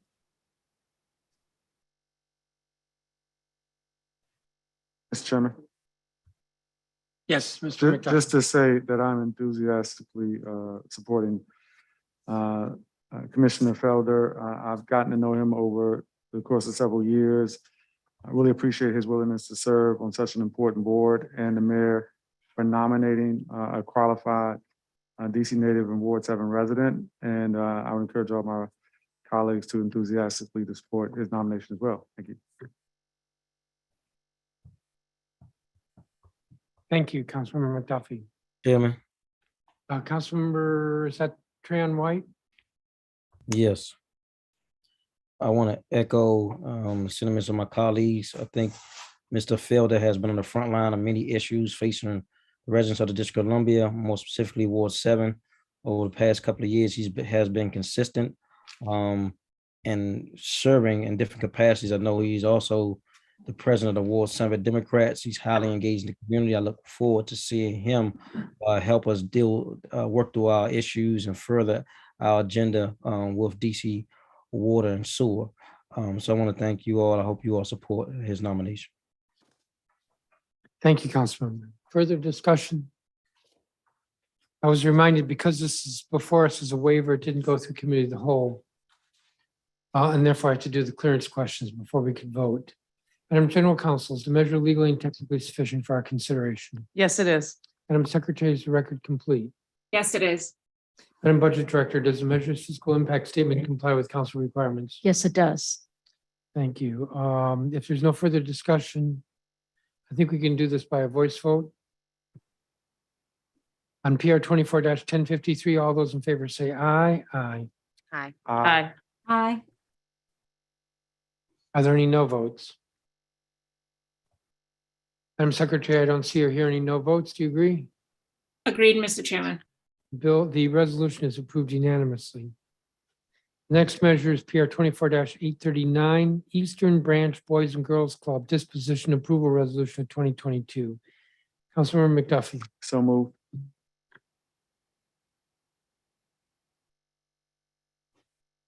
Is there discussion? I've already said my remarks earlier. I think the only one different with this one is that we've heard from community members that there was no community support or input on this piece. And many community members really have literally described ways in which that land could be utilized in that community. But again, this is one of those dispositions that I've said, like I stated on previous, where we're not getting this is actually one that doesn't even has zero of the 30% MFI within its housing, and it's also displacing a recreation center that many of the Black members in that community love. So thank you, Chairman. Thank you, Councilmember Silverman. Mr. Chairman, show me the lineup too. Mr. Chairman, this property has a very interesting story. And I think it says a lot about how this building spends taxpayer dollars. So 12 years ago, in 2010, the district paid $20 million for 3 boys and girls clubs that had closed. Jelliff, Club number 10, and this property, the Eastern Branch. And it was, a sweetheart deal promoted by one of our former colleagues. And where did we get the money for this deal? We borrowed it. Every year we take a huge loan, a bond issue of $400 or $500 million to finance our capital budget. And in 2010, we allocated 9.6 million of the bond proceeds to the acquisition of this property. Ever since, we've been paying interest on the bonds, and we will continue paying interest for many years to come. And now we're going to sell this property to a developer for $1. The developer will knock down the structure and build 35 condos. 11 of those units will be affordable to households earning 50 to 80% of AMI. This is median family income. The remaining 24 units will be priced for households making up to 20% more than the median family income. And for all that, we are also going to give the developer $3 million from the Housing Production Trust Fund. As was mentioned, there was interest in the community in creating multi-generational housing here. That is what the neighbors wanted. I'll just say, again, we need to be getting more affordability for these deals. So I will be voting no on this deal as well. Councilmember Allen? Thank you, Mr. Chairman. I wasn't going to speak on this one, but I do feel like I need to now. It was 15 years ago that the Boys and Girls Club closed this building. It has been empty and vacant for 15 years in the community. It is now located in Ward 7. For a very long time, it was in Ward 6, so I'm intimately familiar with this space. Development project after development project after development project failed because projects were never able to get the financing together and because this building is an incredibly difficult building to do anything with. The community is very invested in seeing this come back to life to start serving the community. It is something that has been engaged with the ANC and with the community. I don't think it's accurate for anyone to say that there's no community engagement. DMPED went and met with the ANC just a few months ago to talk through what they were doing. The team that is selected here was the runner-up after a very long and exhaustive community process because the first developer fell apart and couldn't get their financing together after years and years and years of waiting and trying to help encourage them to be able to get this done. The site is an incredibly unique space. It will not be everything we want it to be. But I just think it is important to make sure the facts are there in terms of what this space has been, how long it has been completely vacant. There are many, many pigeons that call it home and have for many, many years right now. It is in bad shape, and being able to try to get something that will become a contributing asset to the community, I think is something that's important. I don't discount that there are people that would like to see some different things as a part of it, but this is something that the community has asked to see redeveloped, put back into use, because after 15 years of a vacant building and a very difficult building to do anything with, it's time to be able to move forward. Thank you. Thank you, Councilmember Allen. There's no further discussion. We'll proceed to a vote. I think I'll ask for a roll call. PR 24-839, Madam Secretary. Chairman Mendelson. Yes. Chairman Mendelson votes yes. Councilmember Nadeau. Yes. Councilmember Nadeau votes yes. Councilmember Pinto is absent. Councilmember Silverman. No. Councilmember Silverman votes no. Councilmember Robert White. Yes. Councilmember Robert White votes yes. Councilmember Trayon White. Present. Councilmember Trayon White will be recorded as present. Councilmember Allen. Yes. Councilmember Allen votes yes. Councilmember Bonds. Yes. Councilmember Bonds votes yes. Councilmember Che. Yes. Councilmember Che votes yes. Councilmember Gray is absent. Councilmember Henderson. Yes. Councilmember Henderson votes yes. Councilmember Lewis George. No. Councilmember Lewis George votes no. Councilmember McDuffie. Yes. Councilmember McDuffie votes yes. Mr. Chairman, there are 8 yeses, 2 nos, 1 present, and 2 absent. The resolution is approved. We'll turn now to reading and vote on emergency legislation. The first is Salary Adjustment Emergency Declaration Resolution of 2022, PR 24-1093. Councilmember McDuffie? Thank you, Mr. Chairman. This measure was introduced by me along with council members Anita Bonds, Robert White, Christina Henderson, and Mary Che.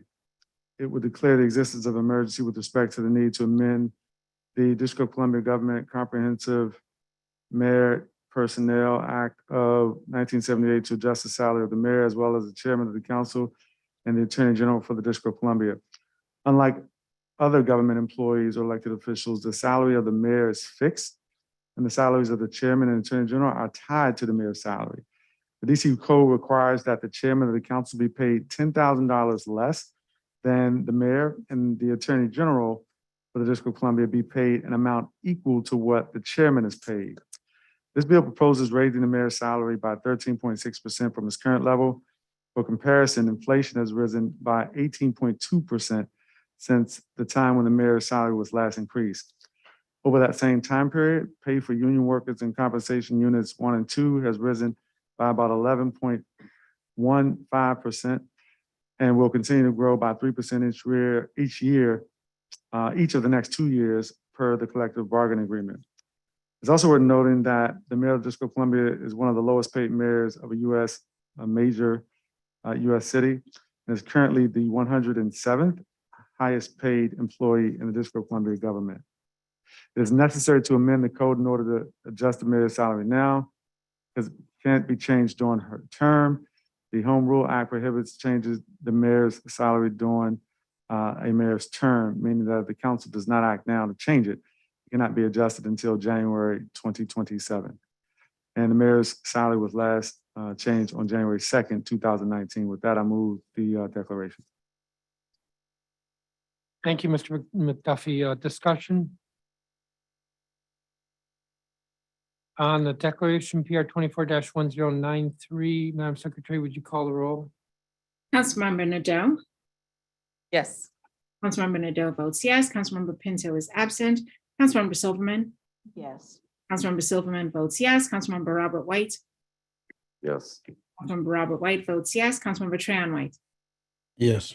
Councilmember Trahan White votes yes. Councilmember Allen. Yes. Councilmember Allen votes yes. Councilmember Bonds. Yes. Councilmember Bonds votes yes. Councilmember Che. Yes. Councilmember Che votes yes. Councilmember Gray is absent. Councilmember Henderson. Yes. Councilmember Henderson votes yes. Councilmember Louis George.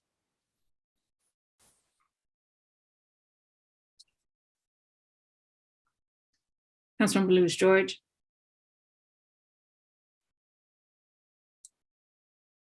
Councilmember McDuffie. Yes.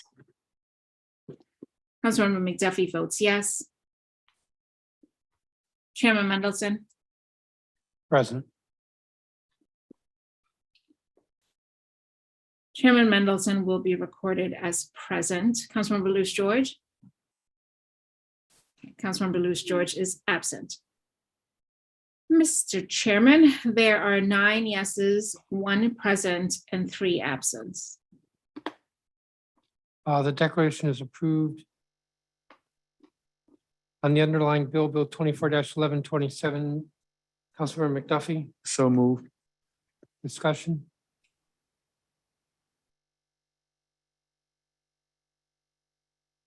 I think the way I've done this in the past is if the declaration was approved unanimously, that I just do a voice vote on the bill. So we'll have a voice vote on Bill 24-1127. All those in favor say aye. Aye. Are there any opposed? Madam Secretary, please record me as present. Madam Secretary, I didn't hear any no votes. Do you agree? Agreed, Mr. Chairman. So the vote would be a unanimous voice vote with me recorded as present.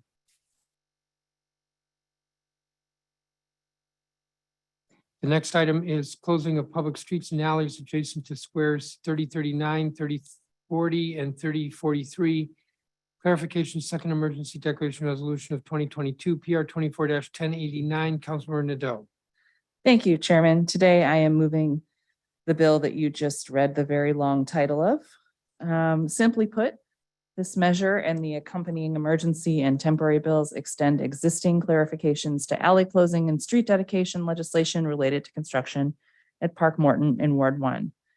This clarification allows the surveyor to record the plats in 2 phases corresponding to the phases of development that will allow residents the opportunity to remain on site. Phase 1 is currently under construction, but will still be some time before plats can be recorded for Phase 2, thus the need for additional emergency measures. I plan to introduce a permanent version of the legislation in the new council period. Thank you. With that, I move the resolution. Thank you, Councilmember Nadeau. Is there discussion on the declaration? Vote will be on PR 24-1089. Madam Secretary, would you call the roll? Councilmember Pinto is absent. Councilmember Silverman. Yes. Councilmember Silverman votes yes. Councilmember Robert White. Yes. Councilmember Robert White votes yes. Councilmember Trahan White. Yes. Councilmember Trahan votes yes. Councilmember Allen. Yes. Councilmember Allen votes yes. Councilmember Bonds. Yes. Councilmember Bonds votes yes. Councilmember Che. Yes. Councilmember Che votes yes. Councilmember Gray is absent. Councilmember Henderson. Yes. Councilmember Henderson votes yes. Councilmember Lewis George. Councilmember Lewis George is absent. Councilmember McDuffie. Yes. Councilmember McDuffie votes yes. Chairman Mendelson. Yes. Chairman Mendelson votes yes. Councilmember Nadeau. Yes. Councilmember Nadeau votes yes. Mr. Chairman, there are 10 yeses and 3 absents. The declaration is approved unanimously. On the underlying bill, Councilmember Nadeau, So moved. discussion? Since the declaration was approved unanimously, we'll deal with this by a voice vote on Bill 24-1123. All those in favor say aye. Aye. Aye. Opposed? Madam Secretary, I don't see or hear any no votes. Do you agree? Agreed, Mr. Chairman. The bill is approved unanimously. The next item is PR 24-1096, condominium warranty claims clarification emergency declaration resolution 2022. Councilmember Bonds. Thank you, Mr. Chairman. In February 2020, the council passed emergency and temporary legislation to address issues with the district condominium warranty claims process. Under this legislation, the Department of Housing and Community Development established a revised process for resolving claims on a condominium developer's warranty security payment. At our last legislative meeting on November 15, 2022, the council approved Bill 24-934, the Condominium Warranty Claims Clarification Amendment Act of 2022, which permanently codifies the agency's revised process and made several other important changes to the law. However, because the previous emergency and temporary legislation is no longer in effect, the agency no longer has the statutory authority to review condominium structural defect claims using their revised process. To prevent a gap in the administration of the law until the permanent legislation takes effect, the council must immediately grant this authority to DHCD, the agency. The emergency and temporary legislation before us today would enact most of the provisions of Bill 24-934, excluding only those provisions that would be subject to appropriations. I urge my colleagues to support the measure. And thank you, Chairman. And now I move the emergency declaration resolution.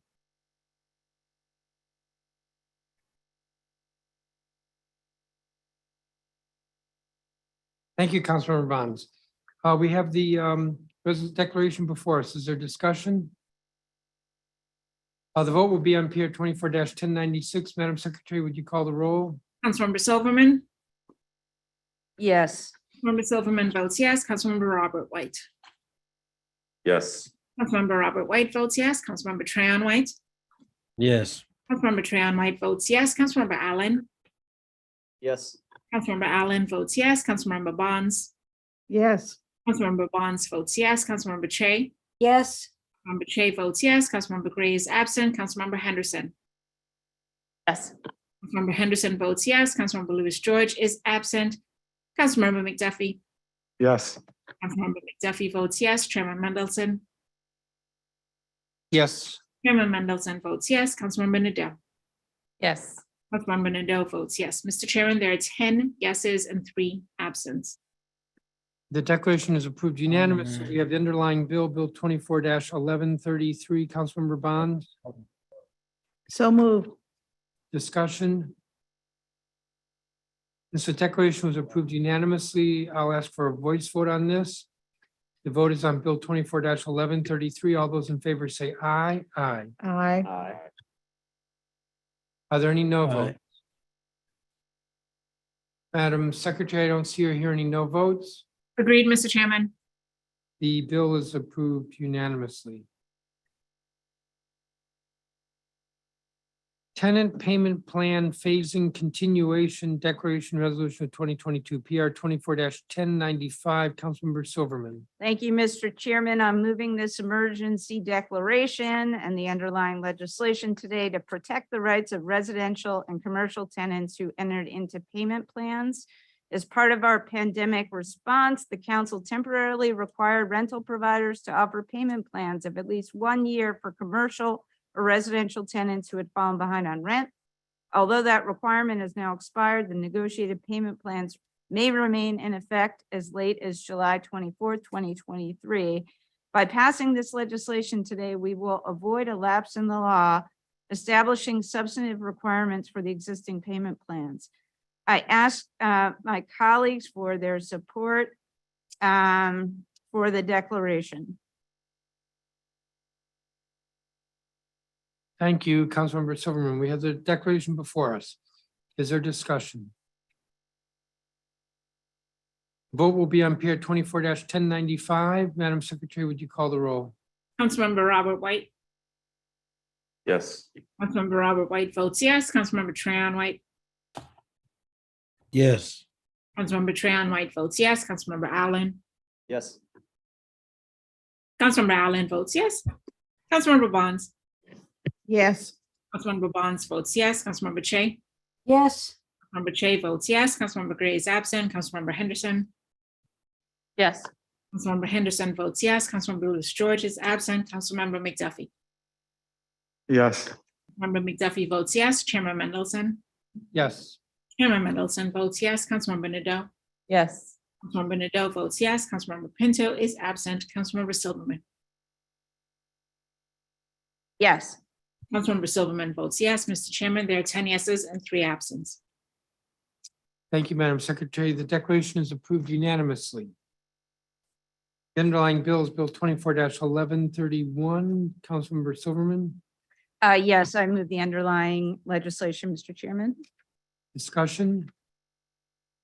Since the declaration was approved unanimously, we'll do a voice vote on the bill. Bill 24-1131. All those in favor say aye. Aye. Aye. Aye. Are there any opposed? Madam Secretary, I don't see or hear any no votes. Do you agree? Agreed, Mr. Chairman. The bill is approved unanimously.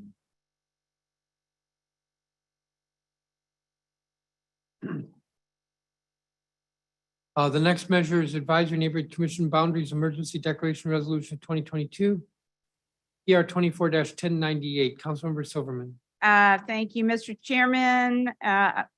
Colleagues, you may remember that earlier this year, we adopted new boundaries for ANCs and single-member districts. Bill I am moving today would change one boundary between single-member district 6001 and 6007, affecting an offshore portion of the wharf development. You incorporated this, Mr. Chairman, I think, into the waterways bill. Originally, this boundary was based on census blocks drawn with imaginary lines over the Washington Channel, but newly available aerial photographs show that this boundary cuts through a new building and across 3 piers with slips for liveaboard boats. The resulting map is confusing for people who just want to know the single-member district of their residence or business. With a revised boundary following the Washington Channel shoreline, single-member district 6001 would clearly encompass the offshore building and other piers. This confirms the Board of Elections assignment of the liveaboard residents, and it clarifies which commissioners should receive notice of ABRA license renewals for offshore businesses. In closing, I want to thank Patrick Revord of the Wharf for first bringing this issue to our attention, as well as Commissioner Andy Litsky, Commissioner-elect Bob Blink, and Commissioner Ricky Kramer. Each of them represents or will represent the affected areas, and they have expressed to my office their support for this change. I urge my colleagues to support this as well, and I move the resolution at this time. Mr. Chairman, I move the resolution. Thank you, Councilmember Silverman. We have the declaration before us. Is there discussion? The vote will be on PR 24-1098. Madam Secretary, would you call the roll? Councilmember Trahan White, Yes. Councilmember Trahan White votes yes. Councilmember Allen, Yes. Councilmember Allen votes yes. Councilmember Bonds. Yes. Councilmember Bonds votes yes. Councilmember Che, yes, Councilmember Che votes yes. Councilmember Gray is absent. Councilmember Henderson. Yes. Councilmember Henderson votes yes. Councilmember Lewis George is absent. Councilmember McDuffie. Yes. Councilmember McDuffie votes yes. Chairman Mendelson. Yes. Chairman Mendelson votes yes. Councilmember Nadeau. Yes. Councilmember Nadeau votes yes. Councilmember Pinto. Yes. Councilmember Pinto votes yes. Councilmember Silverman. yes, Councilmember Silverman votes yes. Councilmember Robert White. Yes. Councilmember Robert White votes yes. Mr. Chairman, there are 11 yeses and 2 absent.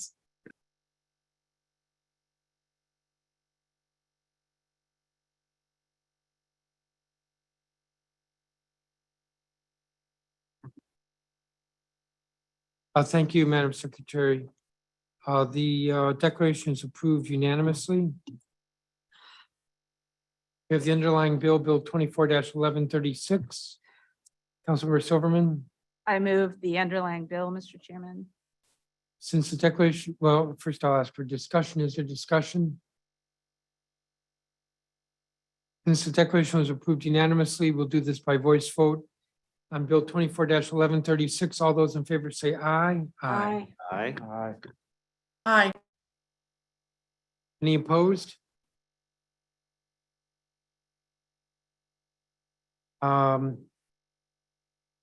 Madam Secretary, I don't see or hear any no votes. Agreed, Mr. Chairman. All right, the bill's approved unanimously. The next measure is PR 24-1097, Political Committee Clarification Emergency Declaration Resolution 2022. Councilmember Allen. Thank you, Mr. Chairman. This emergency and then the corresponding temporary legislation would amend the Campaign Finance Reform Amendment Act of 2018 to modify the applicability date for the provisions related to the council's previously approved and enacted campaign finance laws related to government contracting. When the act was funded, the council revised the applicability clause to have the provisions apply to contracts entered into or executed on or after November 9th, 2022, the day after the 2022 general election. In making this revision, the council's intent was that the provisions should apply for all elections after the 2022 general election cycle, not that they should apply to political committees organized in support of candidates elected to office in the 2022 general election. So this legislation just clarifies the provisions relating to the law governing government contracting do not apply to an inaugural or transition committee organized in the year 2022. Thank you, Mr. Chairman, and I move the declaration. Thank you, Councilmember. We have the declaration before us. Is there discussion? The roll call will be on PR 24-1097. Madam Secretary, would you call the roll? Councilmember Allen. Yes. Councilmember Allen votes yes. Councilmember Bonds. Yes. Councilmember Bonds votes yes. Councilmember Che. yes, Councilmember Che votes yes. Councilmember Gray is absent. Councilmember Henderson. Yes. Councilmember Henderson votes yes. Councilmember Lewis George is absent. Councilmember McDuffie. Present. Councilmember McDuffie is recorded as present. Chairman Mendelson. Yes. Chairman Mendelson votes yes. Councilmember Nadeau. Yes. Councilmember Nadeau votes yes. Councilmember Pinto. Yes. Councilmember Pinto votes yes. Councilmember Silverman. Yes. Councilmember Silverman votes yes. Councilmember Robert White. Yes. Councilmember Robert White votes yes. Councilmember Trahan White. Yes. Councilmember Trahan White votes yes.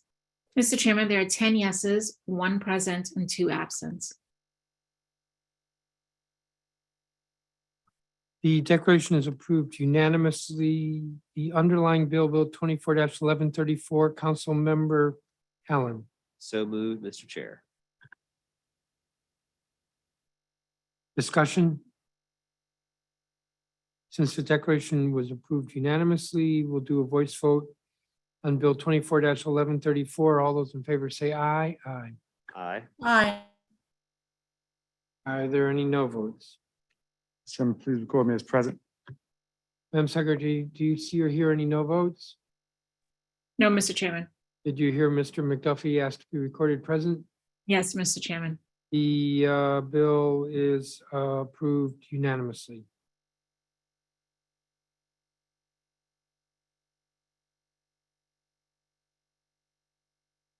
The next item is PR 24-1108. Schools First in Budgeting Emergency Declaration Resolution of 2022. So moved. This is moving on an emergency basis, what we previously marked up in committee of the whole and moved on first reading earlier in this meeting. The effect of this emergency would be to put in place more quickly the revised budgeting process for our local schools so that it will be effective with the forthcoming budget to be submitted March 22nd. So as I said, I move the declaration. Is there discussion? Mr. Chair. Mr. Allen? On our previous conversation around the permanent bill, we had discussed that there would be an amendment coming at second reading. There's not a temporary that's moving at the same time as this emergency. So from a process question, just wanted to ask you, as I believe in good faith, we'll work towards an amendment for second reading. Yes. Would that require us to move a second emergency amendment to align that language so that it's in effect for the budget process for this coming March? Yeah. In that, I'm perfectly happy working with you on a second emergency, but with the acknowledgement that we need to do that, should we wait 2 weeks and then move the emergency here so we make sure it aligns with the permanent bill? Again, I'm happy to do it here and then do it again in 2 weeks, but just from a process standpoint, would look to your guidance on that. Yeah, our thinking was to get this in place as quickly as possible. And but we know we're going to change it in 2 weeks, yes, right? been given the mayor's lukewarm position on this. Thinking was to get this in place as quickly as possible. So if we, with an amendment at second reading, we would then either do a second emergency or we would attach it to some other emergency. Okay, sorry, I think my colleague said a question. Mr. Councilmember Chairman, Henderson. from a process standpoint question in terms of Councilmember Allen, do you believe that the mayor would not sign or return unsigned in time, but by the next meeting? So that's why I'm from like, why would we go forth with a vote that we know on a bill that it will not move in the next 10 days for us to come back and do an amendment and vote again?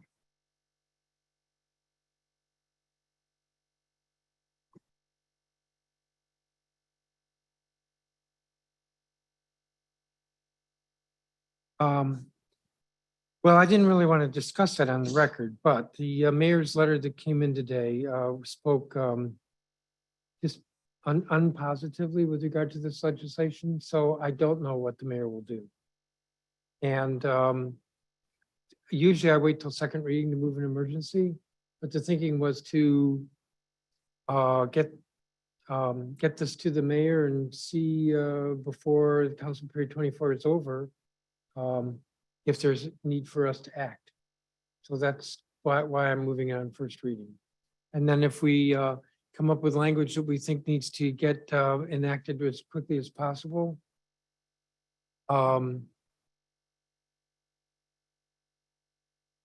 we would deal with that with the second emergency. I paused there because I was trying to remember the language that Councilmember Allen has highlighted. We're all getting the emails, so. The language that Councilmember Allen highlighted, as I remember correctly, has to do with I'm going to say planning around how the dollars are spent. And this bill deals with, schools first deals with how much money the schools get. So I think it's not as urgent to, in other words, I don't think we need to put this off in order to deal with that issue. Because I think we can deal with that issue and still have time for it. I think you don't look convinced of that. I'm sorry, Mr. Chairman, I'm not. I'm just, I know that on this particular issue, for many years, it was fought over, discussed, debated, feels very strongly about it. And like you said, we usually wouldn't move an emergency until the second reading on this. I'm just trying to ask why, if we know that no action, well, I don't know if we know no action, but let's just take a shot here in terms of the time for us to transmit and then for the mayor to make a decision on what she's going to do. I think that rubs up against, we'll be right back here anyway. Mr. Chairman. I'm trying to check with staff. If I can just get the lineup for second round when it's time.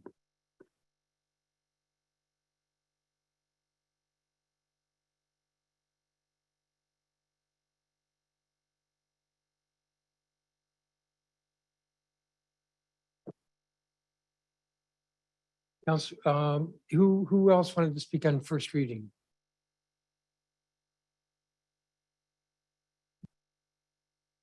Councilmember Allen? Thank you, Mr. Chair. The draft amendment I'd shared with you and the intent here is to work on the at-risk funding in a way that would be part of the local school budgeting, which would be part of what we'd be looking at in that March timeframe. Now, process-wise, I am certainly willing to work with you if you would like to do an emergency now, and then in 2 weeks, we do a second emergency that incorporates the language. I'll defer to you, Mr. Chairman, if that's what you want to do. I just want to make sure there's a very clear expectation. Since we've already got the commitment, we're going to be working towards an amendment for second reading of the permanent, that we just make sure these things line up. The intent would not be to work on an amendment there, but then not have the emergency that takes effect immediately apply, because that means whatever we're working on for the at-risk funding wouldn't apply for this upcoming school year. We'd have to wait an entire year for that to take effect. So that would be my intent. But again, if we just want to do a second emergency, I'm fine with that. I just want to make sure we have clear expectations of what we're doing.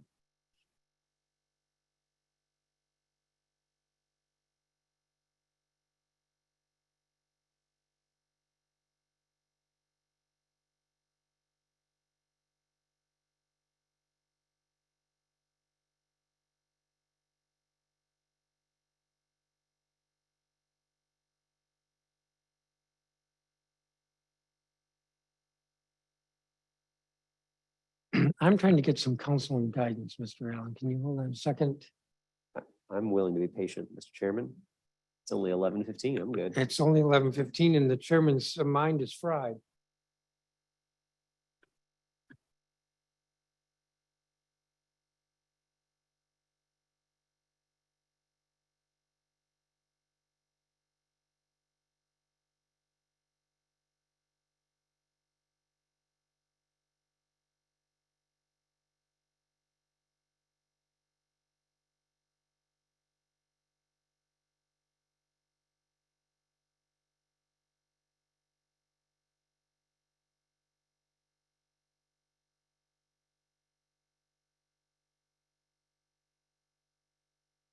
Councilmember Allen, I'm a very impatient person. And so, Not the chairman I know. no, it is the chairman, you know. And so the thinking is that we move the bill on first reading, we get the emergency in place, everything is in place.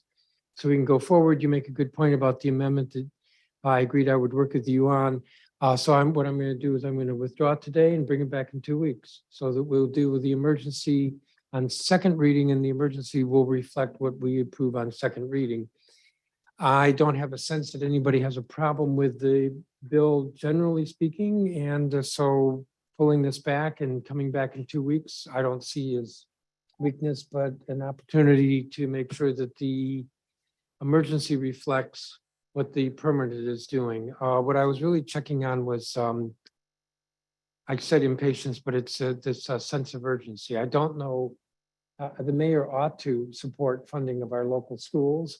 But if she's not supportive, we just have to deal with the emergency and the permanent bill at the same time.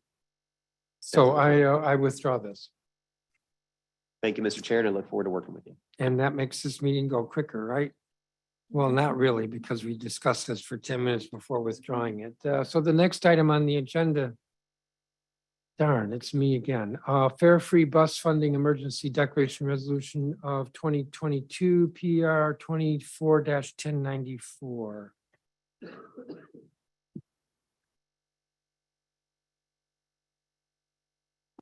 This emergency, I don't have notes in front of me, so I'm sort of ad-libbing here. This emergency is the companion to the bill, the permanent bill that got marked up in the committee of the whole and first reading today. This bill speaks specifically to the funding source, and what this bill is doing is it is reserving from the revenue estimates the money that pays for the free bus service. We've worked closely with our budget office, and the budget office in turn has worked closely with the CFO. So we're clear that in terms of FISs, that we do not have an issue. And this also ensures that with regard to the permanent bill, I shouldn't refer to it as the permanent bill, the other bill, the companion bill, that bill is fiscally going to work. That's the basis of this.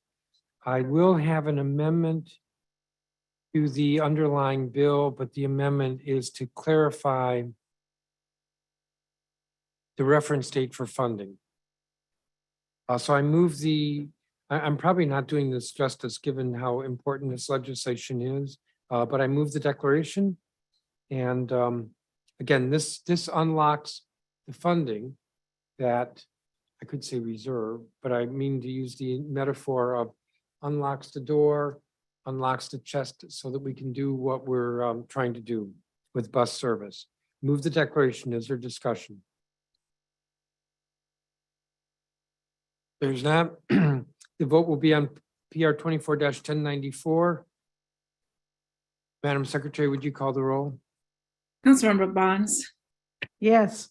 Councilmember Bonds votes yes. Councilmember Che. Yes. Councilmember Che votes yes. Councilmember Gray is absent. Councilmember Henderson. Yes. Councilmember Henderson votes yes. Councilmember Lewis George is absent. Councilmember McDuffie. Yes. Councilmember McDuffie votes yes. Chairman Mendelson. Yes. Chairman Mendelson votes yes. Councilmember Nadeau. Yes. Councilmember Nadeau votes yes. Councilmember Pinto. Yes. Councilmember Pinto votes yes. Councilmember Silverman. Yes. Councilmember Silverman votes yes. Councilmember Robert White. Yes. Councilmember Robert White votes yes. Councilmember Trayon White. Councilmember Trayon White.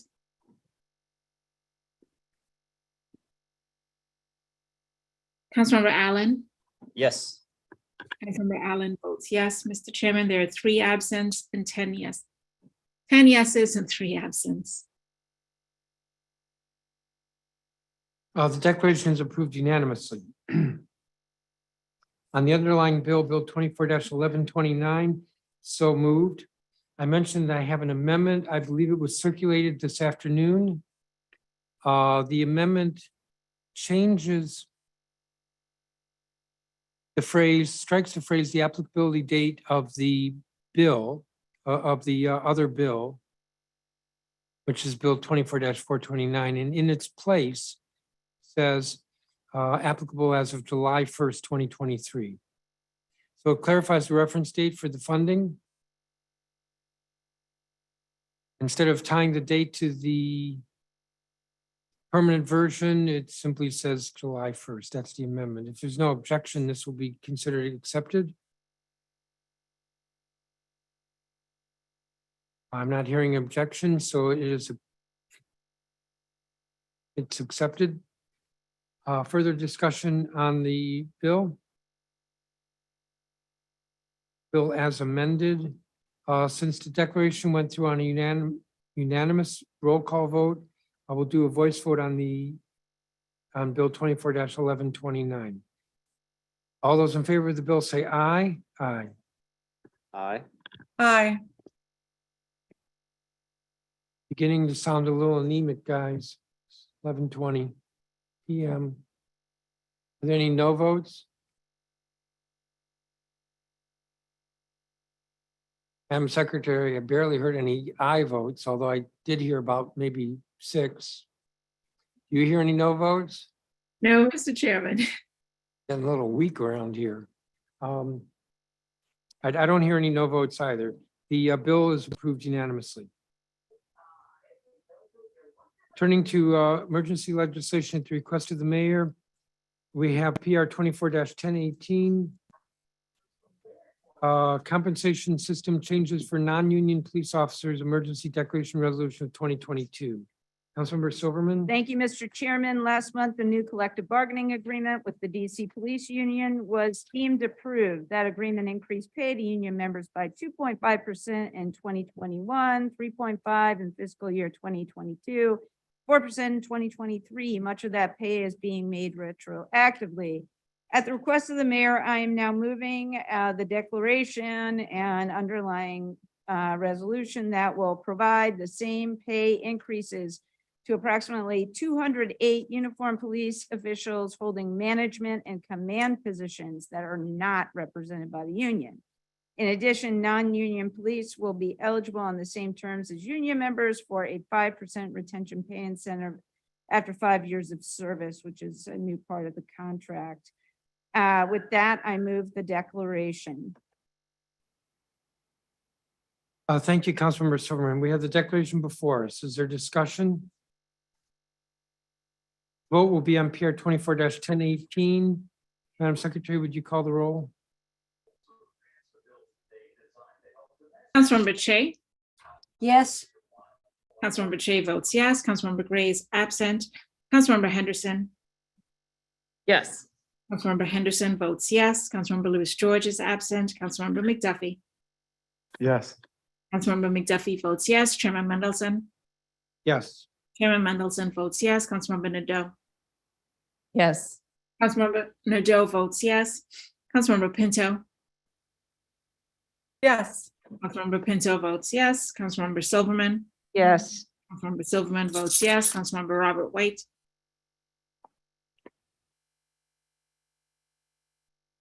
Councilmember Robert White? Yes. Councilmember Robert White votes yes. Councilmember Trayon White? Yes. Councilmember Trayon White votes yes. Councilmember Allen? Yes. Councilmember Allen votes yes. Councilmember Bonds? Yes. Councilmember Bonds votes yes. Mr. Chairman, there are 11 yeses and 2 absents.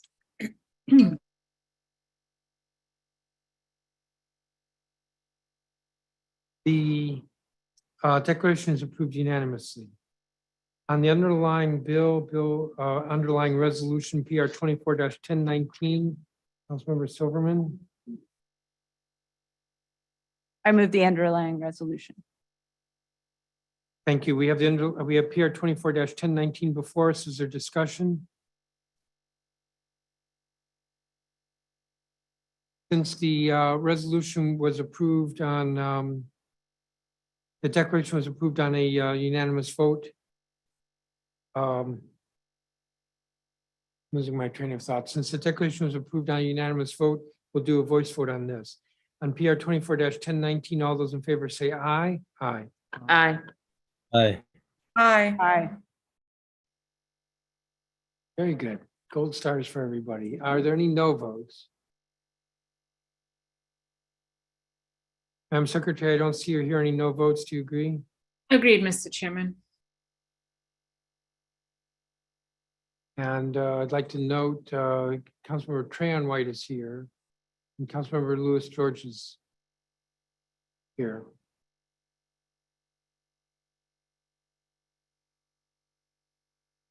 So the bill's approved unanimously.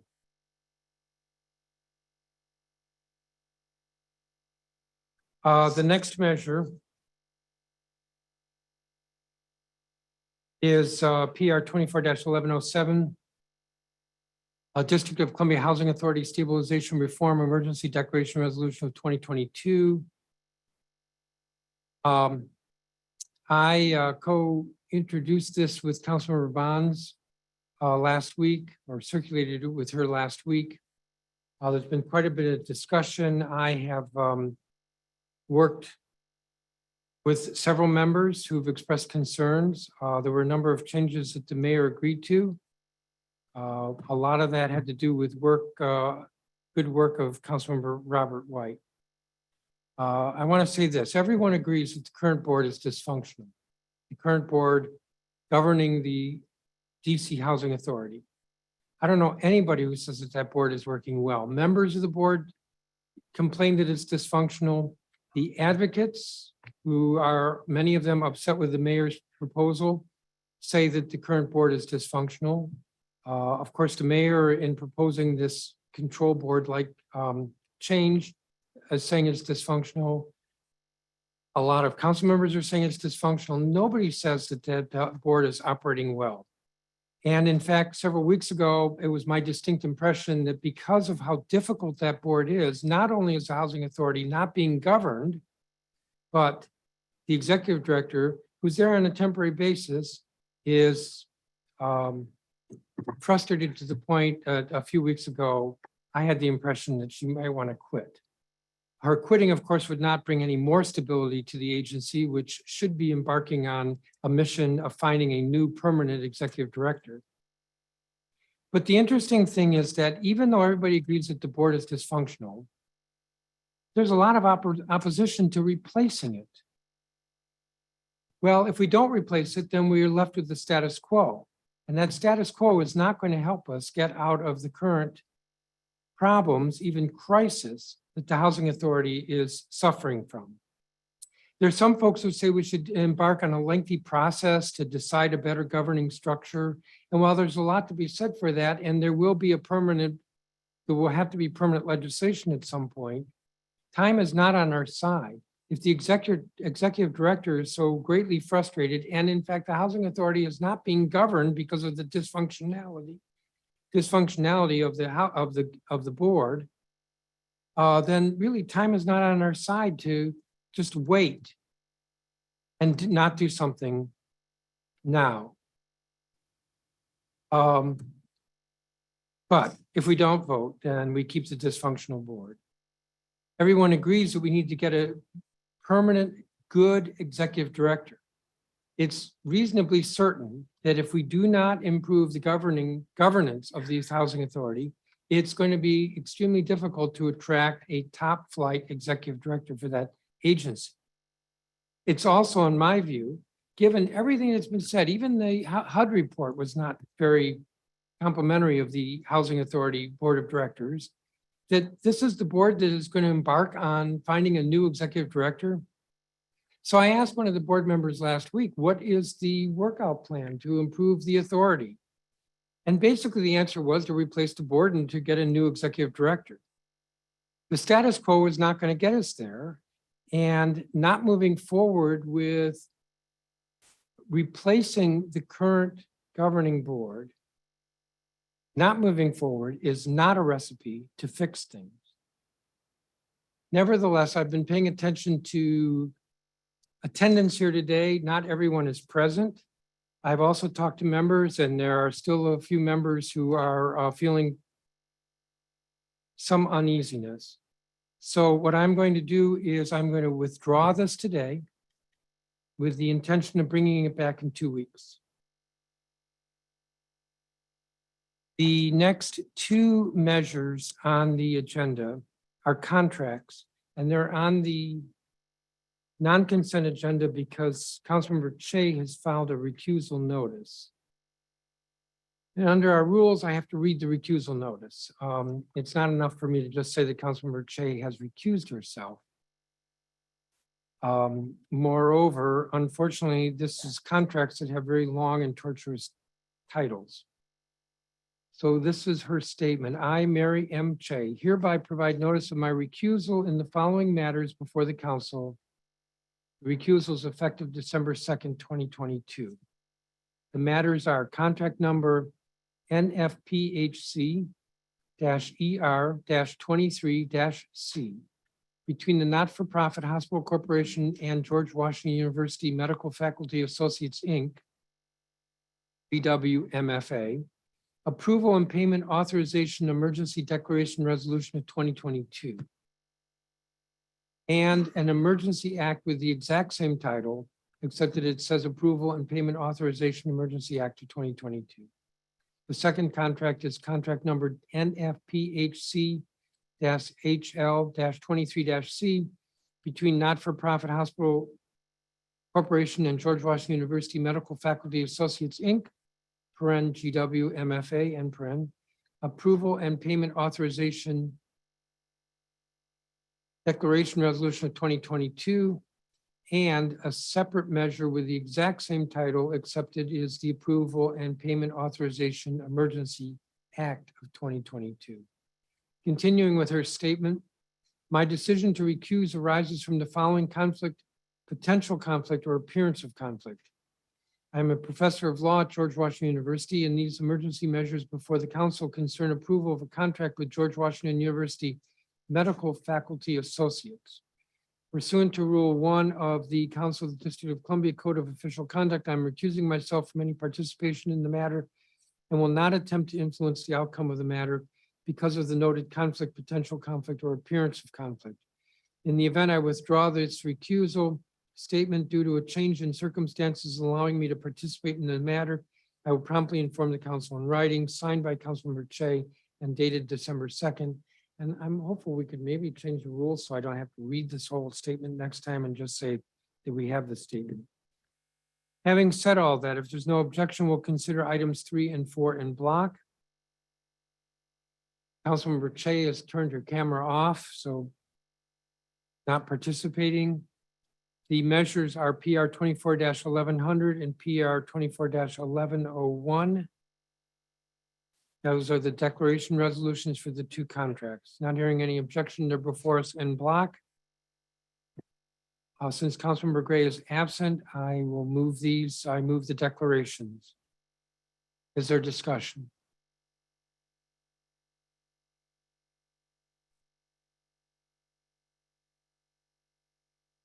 Not hearing any discussion. The vote will be on the two declarations. That's PR 24-1100 and PR 24-1101. Madam Secretary, would you call the roll? Councilmember Gray is absent. Councilmember Henderson. Yes. Councilmember Henderson votes yes. Councilmember Lewis George. Yes. Councilmember Lewis George votes yes. Councilmember McDuffie. Yes. Councilmember McDuffie votes yes. Chairman Mendelson. Yes. Chairman Mendelson votes yes. Councilmember Nadeau. Yes. Councilmember Nadeau votes yes. Councilmember Pinto. Yes. Councilmember Pinto votes yes. Councilmember Silverman. Yes. Councilmember Silverman votes yes. Councilmember Robert White. Yes. Councilmember Robert White votes yes. Councilmember Trayon White. Yes. Councilmember Trayon White votes yes. Councilmember Allen. Yes. Councilmember Allen votes yes. Councilmember Bonds. Yes. Councilmember Bonds votes yes, and Councilmember Che is recused. Mr. Chairman, there are 11 yeses, 1 recusal, and 1 absent.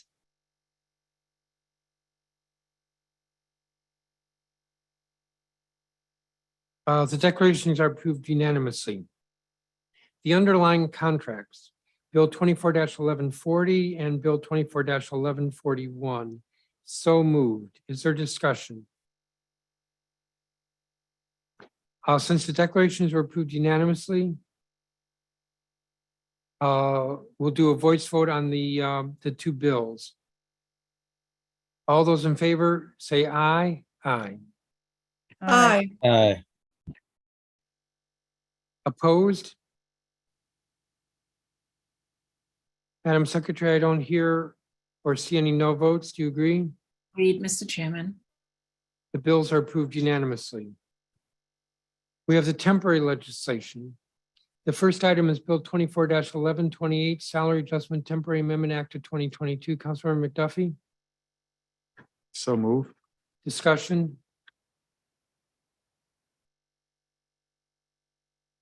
I think we can do a voice vote, Madam Secretary. You would like that. I am going to vote present on this or be present on this. All those in favor, say aye. Aye. Aye. Aye. Opposed? Aye. Councilmember Pinto, there might be a lag, but your eye came in a little bit after everybody else. Sorry about that. It was an aye.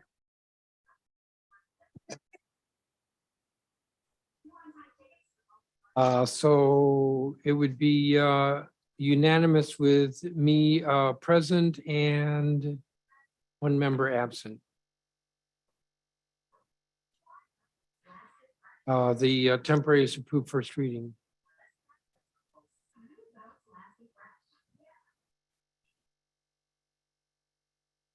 If there's no objection, we will move items 2 through 7 in block. And that would be Bill 24-1124, closing of public streets and alleys adjacent to squares 3039, 3040, and 3043, clarification, second temporary. Condominium warranty claims clarification.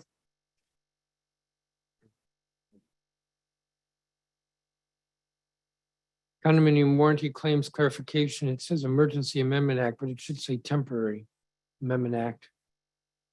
Correct, Madam Secretary, temporary? Bill 24-1132. Tenant payment plan phase and continuation temporary. Bill 24-1137. Advisory Neighborhood Commission boundaries temporary. I'm actually going to exclude from this number 6. Number 7, which is 24-1130, fare free bus funding temporary. So the end block is items 2, 3, 4, and 7. I want to note the Advisory Neighborhood Commission Boundaries Temporary Amendment Act may not be necessary.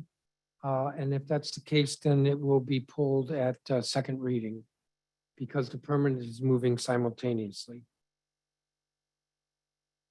Everybody clear what we're voting on? 2, 3, 4, and 7. Or did I leave out 5 and 5? I'll repeat 2, 3, 4, 5, and 7. Vote on those 5 measures. All those in favor say aye. Aye. Aye. Getting some energy at 11:30 at night. 11:38 at night. Are there any no votes? Madam Secretary, I don't see or hear any no votes. Do you agree? Agreed, Mr. Chairman. The bills are approved first reading. Number 6, which is Political Committee Clarification Temporary Amendment Act of 2022. I'll say so moved unless Councilmember Allen wants to say it. So moved. Discussion. I think we can do voice vote here. Mr. McDuffie had been present on the emergency, so that's why this is pulled out. All those in favor say aye. Aye. Aye. Aye. Aye. Aye. Folks wore themselves out on the last vote. Let's try it again. All those in favor of Bill 24-1135 say aye. Aye. Aye. Opposed? Present. Mr. McDuffie will be recorded as present. The ayes have it unanimously.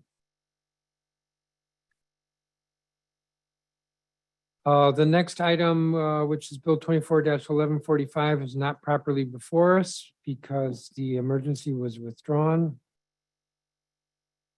And unless somebody disagrees under new business, the request to consider PR 24-924 is not properly before us because it was withdrawn by the mayor yesterday.